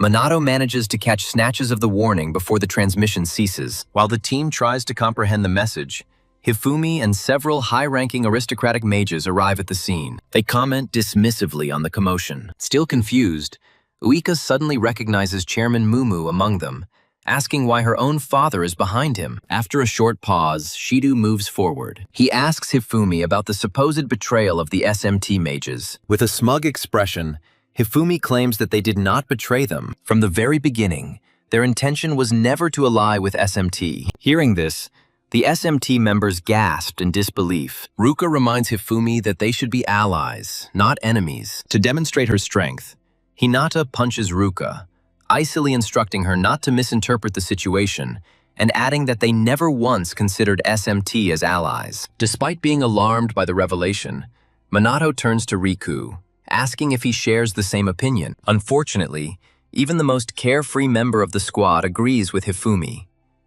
Gripping his blade, Riku proclaims that the aristocratic mages have turned against SMD, the police, the self-defense forces, and Japan itself. At the same time, Chloe portrays grief with exaggerated sorrow. However, no one believes him. No longer seeing any obstacles to his complete dominance, Hifumi begins to laugh, overjoyed that the moment has finally arrived to see the fruits of his endless trials. He soars into the crimson skies and creates a colossal magic circle to begin his spell. The remaining SMT operatives remain paralyzed with surprise, unaware of Hifumi's ultimate goal. Chloe then appears and states that they will stop the spell before it is released. She releases a 4th-tier dark magic spell. Its name is the Shadow Blade, and she unleashes it on her father. Surprisingly, one of the demons intercepts the attack as if it were nothing, dissolving it, and then joins the other demons surrounding and protecting Hifumi. Observing this, Shido concludes that it must be a coincidence, unwilling to accept that a demon would willingly protect Hifumi. Meanwhile, the journalist finally realizes the developing situation. They convey the clear pact of the noble magi with the demons throughout Japan. As the SMT tries to make sense of the chaos, one member laments that he believed they all bonded during their joint training expedition. It is then that Hifumi reveals that through disaster manipulation magic, all the demons across Japan will soon be on their side. Minato begins to ask about Hifumi's unique magic, how he gained the ability to control disasters and demons. As Hifumi begins to draw in a crimson stream of energy from the heavens, he declares that disaster magic has other special properties as well, continuing to absorb power. Chloe asks if the secret energy of disaster is heading toward her father, and Yuika, equally perplexed, admits she's never seen anything like the crimson magic he's absorbing. However, Minato recognizes this phenomenon. He recalls that it is very similar to his own experience during the first disaster, the moment when he awakened his magical abilities. To help the team understand, he explains that disasters don't just saturate the land with magic. They also imbue individuals with dormant potential with magical power. He warns of the dangers associated with absorbing such enormous energy. Hifumi praises him for his quick understanding and explains in detail that disaster magic can indeed enhance magical power, provided the person can withstand the strain. Minato then asks Hinata and Rika if they use disaster magic to enhance their abilities. Hinata directly confirms this, stating that they have been absorbing magic from every disaster they have encountered so far. She reveals that the aristocratic mages feigned cooperation with the SMT to ensure that disasters would pass without interference. This strategy allowed them to arouse less suspicion, even when they secretly initiated disasters or drained magic for their own gain. Minato begins to understand their plan to accumulate power. Hinata states that their original goal was to kill him, but after seeing his potential, they decided to use him instead. She mentions that if the magical nobles had ignored the disasters, it would have brought condemnation, something they wanted to avoid. To provoke a great global calamity, they needed to adhere to the established historical course of events. Then Minato asks about the need to follow history. Hinata explains that disasters usually manifest in specific locations, points where magical energy flows most freely. Until one disaster is eliminated, the next cannot begin. They used Minato to complete each one, maintaining their predetermined sequence. Now, Chairman Mumu absorbs the energy of the Great Calamity. Once completed, he will ascend as the most fearsome sorcerer in history. Minato, alarmed, asks if this deception was planned from the beginning. Hinata confirms this without a hint of regret. Indeed, the whole plan was deliberate. When Minato asks if they have not formed any sincere bonds, Hinata, tired of his innocence, urges him to abandon such absurd ideas, claiming that there are no bonds and she has no need for allies like him. Yuji then turns to Riku, asking if he really intends to continue. After a moment of silence, Riku declares that Japan's collapse is now inevitable, as both magical nobles and demons are against it. He tells Minato that even such a player, like him, he will not be able to protect the entire nation. As demon attacks escalate, the SMT is overwhelmed, forcing even ordinary mages to join the battle and fight for their lives. Shido announces that the situation is rapidly deteriorating, and Sanada notes that there are no reserve forces left. At this rate, total collapse is possible. Then, two familiar figures appear nearby, commenting that the entire operation is unfolding according to plan. When they come into the light, Shido is shocked. This is Kuroi and Fukagina. A moment later, Takigami arrives. This makes Shida even more nervous. As Minato tries to figure out why Takigami is here, Kuroi casually greets him, vowing to personally end his life this time. When Shido asks Kuroi how he got out of prison, Kuroi reveals the truth. The aristocratic mages have many allies among law enforcement agencies throughout Japan. Yuika then asks Kuroi about the aristocratic mages' betrayal of humanity, and the worthless trash explains that they do it simply because they are aristocratic mages. Kuroi touches on the concept of aristocrats. He claims that they are beings of a higher order. He claims that they are no different from ordinary people. He calls commoners incompetent. With these words, the idiot unleashes an 8th-tier dark magic spell, Chaos Raven. He boasts of his fake spell, telling SMT that with their magic, they could easily destroy half the city. He boasts that they could destroy an entire city if they put their minds to it, all with a single mage. However, for some inexplicable reason, Kuroi claims that the aristocratic mages are controlled by incompetent, powerless idiots. Clenching his fist in anger, he tells SMT that he finds it quite strange that the aristocratic mages who are destined to stand at the top are still subservient to lesser beings, incompetent trash who have become too arrogant. Fukujin interrupts Kuroi's speech. He informs SMT that their ancestors originally aspired to become aristocratic mages, to accumulate knowledge and technology, and to dominate those less capable. However, the incapable, despite their cunning, eventually used the aristocratic magicians. Crediting Hifumi for increasing the aristocratic mages' power through disasters, Kuroi assures SMT that with the immense power they now possess, they have no opponents left.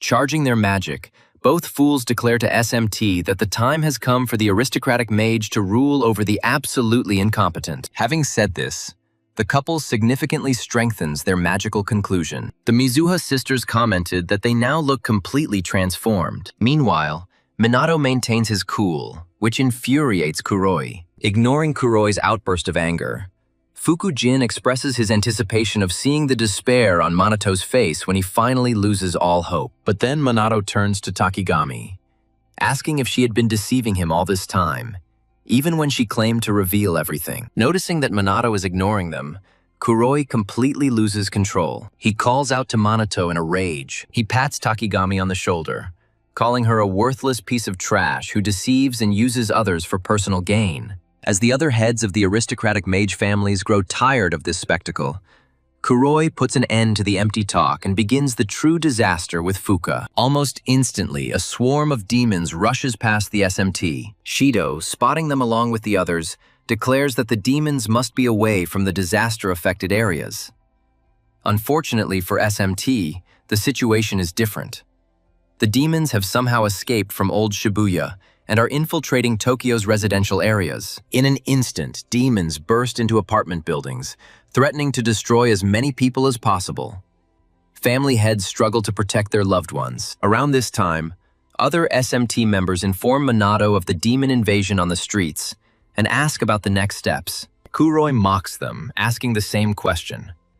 Fuka adds that even a man as skilled as Minato can't protect all of Japan from his current position. Chloe and Shido, sensing the worst, ask about their plan of action. With no solutions coming, an energetic Kuroi declares to the SMT that they will be overwhelmed by their helplessness and die. As Fukujin joins in the taunting, Minato puts an end to their amusement by recalling the existence of 3 categories of anti-magic equipment. Minato classifies the first category as the normal type used by magicians, which requires the channeling of magical energy. The second, he explains, is the destructive type, designed to interfere with magic or magical forces. He states that both the SMT uniform and the Mage Noble uniform fall under this classification. They are designed to weaken magical abilities. At this point, Fuka asks if he has lost his mind. However, Minato insists, detailing the third type, one that has a limited duration, is activated under certain circumstances, and can be used by those without magical abilities. Around this time, the aristocratic mages begin to feel uneasy. All over Japan,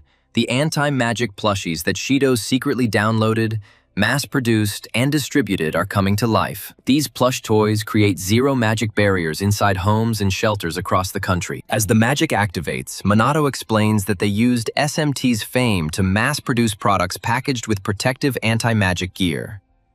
These were sold nationwide as a means of protection. When Shido initially learned about the scheme, he was skeptical. Now he is grateful that he obeyed Minato's orders because this strategy saves Japan. Acknowledging the Minato's extreme meticulousness, Fukujin shouts that defense alone is useless and points out that offensive anti-magic equipment has a short duration. Minato agrees, then states that since his magic is integrated into the equipment, it spreads throughout Japan. Therefore, he can detect his magic anywhere within the country. It is also capable of deploying it simultaneously across the entire country. With these words, Minato releases the offensive magic contained within the plush toys and casts a 13th level null magic spell, Unlimited Magic Bullet. Using this spell, he destroys thousands of demons attacking families across the country. During this event, a journalist informs the public that a magical surge from above has just destroyed a massive number of demons. They still don't fully understand the situation, but online reports indicate that most residents are safe. Seeing the scale of Minato's abilities, Yuika is speechless. She and her brother realize the true limits of his incredible power. In a fit of rage, Kuroi throws a tantrum. He can't comprehend how Minato could have unleashed magic across Japan. Fukujin begs him to calm down, reminding him that not all the demons were destroyed. Kuroi decides to accept his words. He informs Minato that the aristocratic mages are still at large. If anti-magic equipment cannot be repurposed, then the magic contained within the goods will also be ineffective. At that very moment, Minato hints that Kuroi might be missing something. And when Kuroi asks what he means, Minato states that SMT still has other allies they can count on. From the darkness, familiar figures emerge, revealing themselves to be shadow guardians. Having recognized them, the SMT and law enforcement officials question their presence and willingness to help. Before answering, the shadowy figures demonstrate a measure of their magical power by destroying several demons that were attacking the group, and then declare their cooperation with the SMT to exterminate the monsters and protect the population. Realizing that the safety of citizens is of paramount importance, the SMT decides to join forces with the Shadow Guardians. Around this time, a reporter and a helicopter broadcast from the air to the public, watching the entire conflict that the SMT is now in alliance with the Shadow Guardians. Just moments after the announcement, dedicated Shadow Walkers fans explode with excitement. Social media is abuzz with adoration, praising the Shadow Walkers' alliance with the SMT to slay monsters. Since Minato is busy commanding the SMT, he cannot simultaneously perform the role of Chrono. He casts Leona as Chrono to maintain authenticity during the conflict. Deep in the thick of the battle, Leona doubts her choice for this role. She laments the brutal, grueling training regime she had to endure. She also complains about the difficult task of mastering numerous anti-magic devices. Moreover, she has to cope with tense relationships with people she knows. This predicament continues even after the shadows are bid farewell following the clash between Chrono and the Minato. Unable to retreat, Leona puts in all her strength. She destroys several demons using the Tier 7 anti-magic equipment Geyser Wave. Her allies, dressed in shadow robes, praise her performance. Seeing their leader's determination, the other shadow soldiers also unleash their full power to destroy the enemies before the SMT does. Not to be outdone, SMT members, along with police and defense forces, quickly exploit the onslaught of the shadow soldiers. They are doing their duty to protect the country. Continuing to impersonate Chrono, Leona decides to make sure the real Chrono buys her food after this ordeal. Meanwhile, Kuroi, unaware of what's happening, receives word from his fellow nobles that shadow soldiers are appearing all over the country. In a rage, he confronts Minato. He asks if Minato had doubts about the aristocratic mages from the beginning, which led to such a level of readiness. When Minato firmly confirms, both Fuka and Kuroi become furious. Strengthening their spells, they vow to end his life this time. Before beginning his final confrontation with Minato, Kuroi calls upon Takigami, who had shown reluctance to betray Minato, to rise and fight. Faced with the circumstances, Takigami charges her magic and prepares. Around the same time, Riku and Hinato, realizing they have no alternative, do the same and prepare for battle. At this point, Minato can't take it anymore. He tells the Midzuya sisters and the others that the time has come to end it all, right here. The stage is set.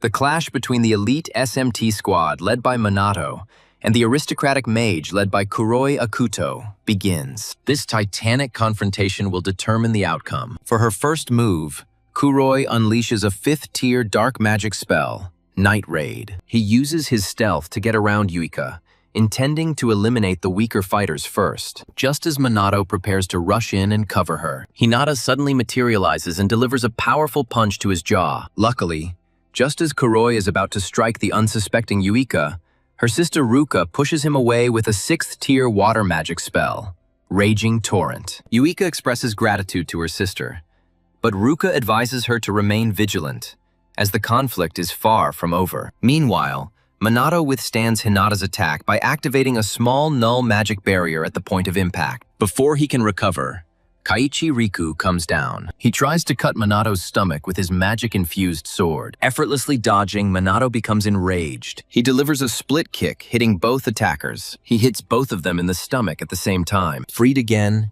he tries to reach his subordinates, but Takigami blocks his path with the 7th tier of water magic, Emerald Water, declaring that he will not allow him to pass. Hinata informs Minato that they acknowledge his strength, but will seek to prevent him from helping his comrades. Perceiving their tactics as a division strategy, Minato understands its unpleasant nature. Having already expended a significant amount of magic and intending to eliminate Mum-Yu first, he realizes that using his full power would be a risky bet he is not prepared to take. As if guessing his intentions, Hinata states that she will not allow him to interfere with the chairman. Riku intervenes, stating that Minato must defeat them first before moving on. Minato recognizes their delaying tactics. He becomes determined and quickly defeats several noble mages. He then prepares to cast a high-level spell. Noticing his speed, Hinata instructs Riku to stop dodging and keep up the pace. Elsewhere, Kuroi and Jin have difficulty fighting the SMT members, complaining about their annoying nature. Meanwhile, Yuika and Shido begin to crumble under the onslaught of superior enemy forces and consider surrendering. Shockingly, Chloe intervenes, begging them not to give up and reminding them of their immense strength and importance to the nation. Realizing that they can't lose their fighting spirit, Ruka and Yuika regroup and for the first time change their minds about Chloe, recognizing her passionate nature. Hearing them, Chloe lets out a chuckle. She admits that she may have drawn inspiration from them. Without wasting a second, the trio confronts the enemy directly. Kuroi, releasing the 8th-tier Dark Magic Chaos Raven, warns them against overconfidence and unleashes his magical power. In response, the young girls perform the 8th-rank Grand Water Magic. They released a colossal wave, successfully neutralizing Kuroi's spell. Fukujin acknowledges their formidable power. However, Kuroi turns his attention to the trembling Takagami and mocks her. As Minato watches silently, Kuroi approaches Takagami, demanding an explanation. He reminds her of the impending consequences. These are the consequences if she refuses to obey. Resigned, Takagami unleashes an 8th-tier wind magic spell, Raging Storm. She directs it at Minato, hoping for his forgiveness. As the attack approaches, Minato lowers his guard. To the horror of his subordinates, he remains motionless, calmly awaiting the blow of wind magic. Ultimately, Takigami intentionally misses his wind magic attack, admitting his inability to attack Minato. Seeing her hesitation, Kuroi explodes in rage, scolding Takigami for her disobedience and repeating the fate of her family if she were to suddenly develop a moral compass. Tired of being forced, Takigami begs him to spare her daughter and grandson, her only remaining connections in this existence. However, Kuroi points out in an icy tone that it was she who broke their agreement. One call from him spells their doom. Presenting Takigami with grim scenarios of her family's suffering, he blames her for any pain they experience, considering it just retribution. Around this time, Minato makes an unusual call, surprising both Kuroi and Takigami. He thanks the caller for arriving on time. Immediately after the call ends, Kuroi demands an explanation for Minato's actions in this critical situation, threatening to immediately destroy the Takigami family. But Minato calmly replies that it is too late. He already saved them. When Kuroi watches a video on Minato's phone showing some camouflaged shadow warriors guarding the Takagami family, he gasps in surprise and counters that there's no way Minato could have known their location. especially since only a select few knew. Even the authorities were bribed. In response, Minato praises Kuroi's subordinates for skillfully concealing their movements. However, evacuation during the disaster proved their undoing, allowing them to be tracked and infiltrated. In reality, Minato silently expresses gratitude to the Shadow Warriors for maintaining their disguises until the very end. Finally, Kuroi asks Minato when he realized the whole situation. Minato explains that despite having a family photo, Takagami never spoke about her relatives. Her extreme caution around the magical nobility alerted him. So, he asked an acquaintance to investigate her past and uncovered the facts. Minato directs his gaze towards Takagami. She says that Takagami should have realized by now that she can't hide anything from him. Overwhelmed with emotion, Takagami bursts into tears, finding it hard to believe that her family, who had been held captive for so long, was finally safe. Just as she relaxes and expresses her gratitude to Minato, Kuroi loses his temper and tries to take her hostage. Having no further reason to obey him, Takagami unleashes her wind magic spell, Raging Storm, on him, calling him vile scum and warning him never to raise a hand against her again.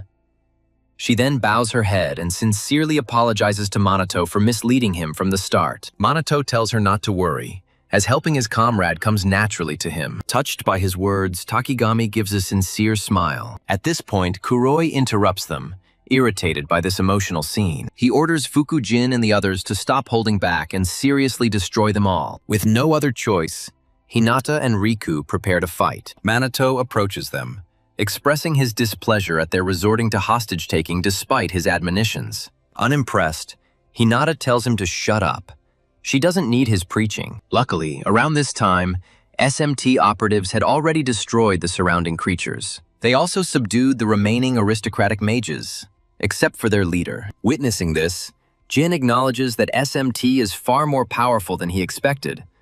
But Takagami, having finally lost her patience with the aristocratic mages and their dastardly schemes, accumulates mana and teams up with Minato for the upcoming confrontation. As the situation escalates, Toshiro appears, swearing allegiance to the noble mages. The daughters immediately appeal to their father, begging him to support their cause. Luckily, Kuroi accepts Toshiro as his comrade. His daughters scold him for even daring to approach their father. Kuroi, finding their ardor amusing, nudges Toshiro. He forces Toshiro to declare his true loyalty. Ruka and Yuika silently wish for him to be undercover again.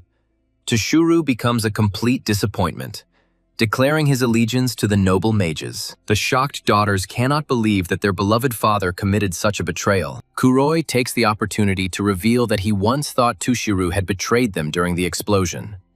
However, in reality, their connection remained. Even after his expulsion from the ranks of the noble mages, Toshiro maintained his connections. While the noble mages sought dominance on the surface, the BR organization sought to control the underground.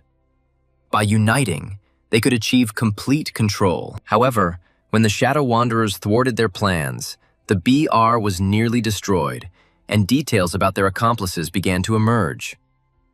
Kuroi claims that it wasn't just noble mages who were involved. Government agencies, financial institutions, law enforcement agencies, and numerous other factions were allied with the BR. Once the revelations began, they all left BR to save their reputations, allowing the police to restore their public image while hiding their own involvement. It was then that the aristocratic mages and the SMT joined forces. The entire nation of Japan was deceived, and the aristocratic magicians enjoyed it. Continuing from that point, Jin informs the SMT members that the aristocratic mages haven't changed in 50 years. They still cling to the belief in absolute dominance through pure magic. Their true intentions have been misconstrued for centuries. But now, Jin declares, their revival is inevitable. Despite everything that has happened, the daughters beg their father to say that he is simply undercover, as before. However, Toshiro coldly declares that he hasn't changed. He is a pure-blooded aristocratic mage and has no desire to betray his allies. With this revelation, the truth hits the daughters with all its force. Their father was always among their opponents. Confused and worried, Minato asks Toshiro why he supports deceitful aristocrats who enslave others for their own gain. Toshiro, unable to answer, curtly orders Minato to be quiet. Ignoring his words, Minato mentions Tushiro's deep affection for his daughters and reveals that he had previously tested him to confirm his loyalty. But Tushiro vehemently denies this. Disgusted, Minato accuses him of deceiving everyone, including himself, and then asks what turned him into such a spineless bastard. At this point, Tushiro finally loses his composure. He interrupts the conversation, declaring that it is time for a real battle. Minato vows to destroy them all and restore the power of the noble mages. He calls him a stubborn old fool. Then Minato prepares for battle. Having strengthened their mana, Minato and his allies confront the noble mages. They are ready for battle. The battle soon escalates, with Hinata attacking first, using her 10th tier fire magic, Big Bang, creating a colossal explosion that destroys everything within its reach. Luckily, all the SMT members narrowly escape the explosion before it engulfs them. Realizing that he is once again separated from his allies by the explosion, Minato briefly worries about their condition. Before he can think about it, he finds himself isolated with Riku and Hinata, who both want to resume their previous confrontation. Before the clash, Minato declares that he will no longer hold back, but they are indifferent to his warning. On the other side of the explosion, Fuka and Kuroi grumbled that they were only facing minor characters, declaring that the weak should die quickly. Annoyed by their arrogance, Ryuji retorted by calling them a true supporting cast. Takigami intervened, vowing to crush them if they continued to underestimate them. After receiving several taunts from SMT, Fukajin sneered at their bravado and cast the 8th tier wind spell, Raging Storm. But he was too slow. Ryuji quickly responded with the 7th tier of his earth magic spell, Comet. He immediately neutralized Jin's attack. After the clash, Kuroi scolded Jin for losing, but Jin snapped back, telling him to be quiet and emphasizing that earth magic was a disadvantage against wind magic. Wanting to demonstrate his superiority, Kuroi took out his anti-magic pistols. These firearms had no elemental weaknesses and could disrupt magic. And though he grumbled about wasting ammunition, he swore he had no other choice and promised their doom. However, before he could fire them, Takigami hit him with a wind spell, disarming him and rendering the weapons ineffective. She calmly informed him that anti-magic equipment was just a tool, and a tool was useless if neglected. Enraged at being outplayed, Kuroi charges his magic. He vows to destroy them all with his full power spell. Not wanting to give them an advantage, Ryuji, Sanada, and Shido power up together, with Ryuji finally declaring that it is his time to shine. Sensing their growing strength, Takagami decides to support them from the rear. She uses her custom-made anti-magic equipment to enhance their magic. She then throws enchanted stones at them, which greatly increases their magical output. In addition, Sanada casts the 10th tier holy magic spell Breath of God, granting Shida and Ryuji a holy attribute that helps them recover from injuries faster. With all these buffs, Shido and Ryuji gain new confidence. They feel more capable than ever before. Now they can destroy the nobles. Jin responds with his special 10th tier atmospheric magic spell, Absolute Atom. Meanwhile, Kuroi casts his own deadly 10th tier dark magic spell, Death Parade, summoning scythe-wielding ghosts from the underworld. In response, Ryuji unleashes his unique 10th tier gravity magic, Infinite Magic. Meanwhile, Shido unleashes the 10th tier Holy Thunder compound spell, Kuranos. Two forces collide. Ryuga's spell meets Jin's spell, and Shido's lightning strikes Kuroi's dark magic. For several tense seconds, the spells fought for dominance. They fought each other fiercely. But in the end, Ryuga and Shido's magic overcomes their opponents, causing serious damage to both Jin and Kuroi. After such devastating attacks, Ryuga and Shido are exhausted, having depleted almost all of their magical reserves. Meanwhile, Kuroi and Jin, who were completely unprepared for such an onslaught, somehow managed to get back up. The girls are amazed that they are still standing. They withstood such powerful magic. Although Kuroi is still standing, he realizes he has almost no magic left and no anti-magic equipment. Injured and tired, he decides to observe SMT's next move. Takigami, also exhausted, attributes her weakness to neglecting her training. Sanada still has some magic left, but she decides to save it. She is not strong in direct confrontation, so she considers it wiser to help from the flank. As a result, the battle reaches a stalemate. Meanwhile, The Mizua siblings confront their father, Tushir. They unleash their 7th-tier water magic, Geyser Wave, but he effortlessly neutralizes it with the same spell. After this, he casts a 4th-tier spell. It's called Waterfall, and it's directed towards Wick. She has no way to answer. At that very moment, Chloe pushes her away, takes the blow on herself, and loses consciousness. Relieved that Chloe is merely unconscious, Yuika expresses gratitude for saving her. With one of them disabled, Toshiro prepares to resume the attack. At this moment, Wika realizes that her father truly intends to destroy them, as he does any enemy. At the same time, Toshiro gathers his courage, making it clear that he has no room for feelings. Seeing this, the sisters decide to stop hesitating. They decide to abandon their restrictions. They will no longer hold back. They declare they will overcome their errant father, pouring all their remaining mana into a brand new 11th-tier great ice magic spell, Diamond Dust, which they unleash upon him. In response, Toshiro summons his own 11th-tier water magic spell, Whirlpool, intending to neutralize the powerful spell cast by his daughters.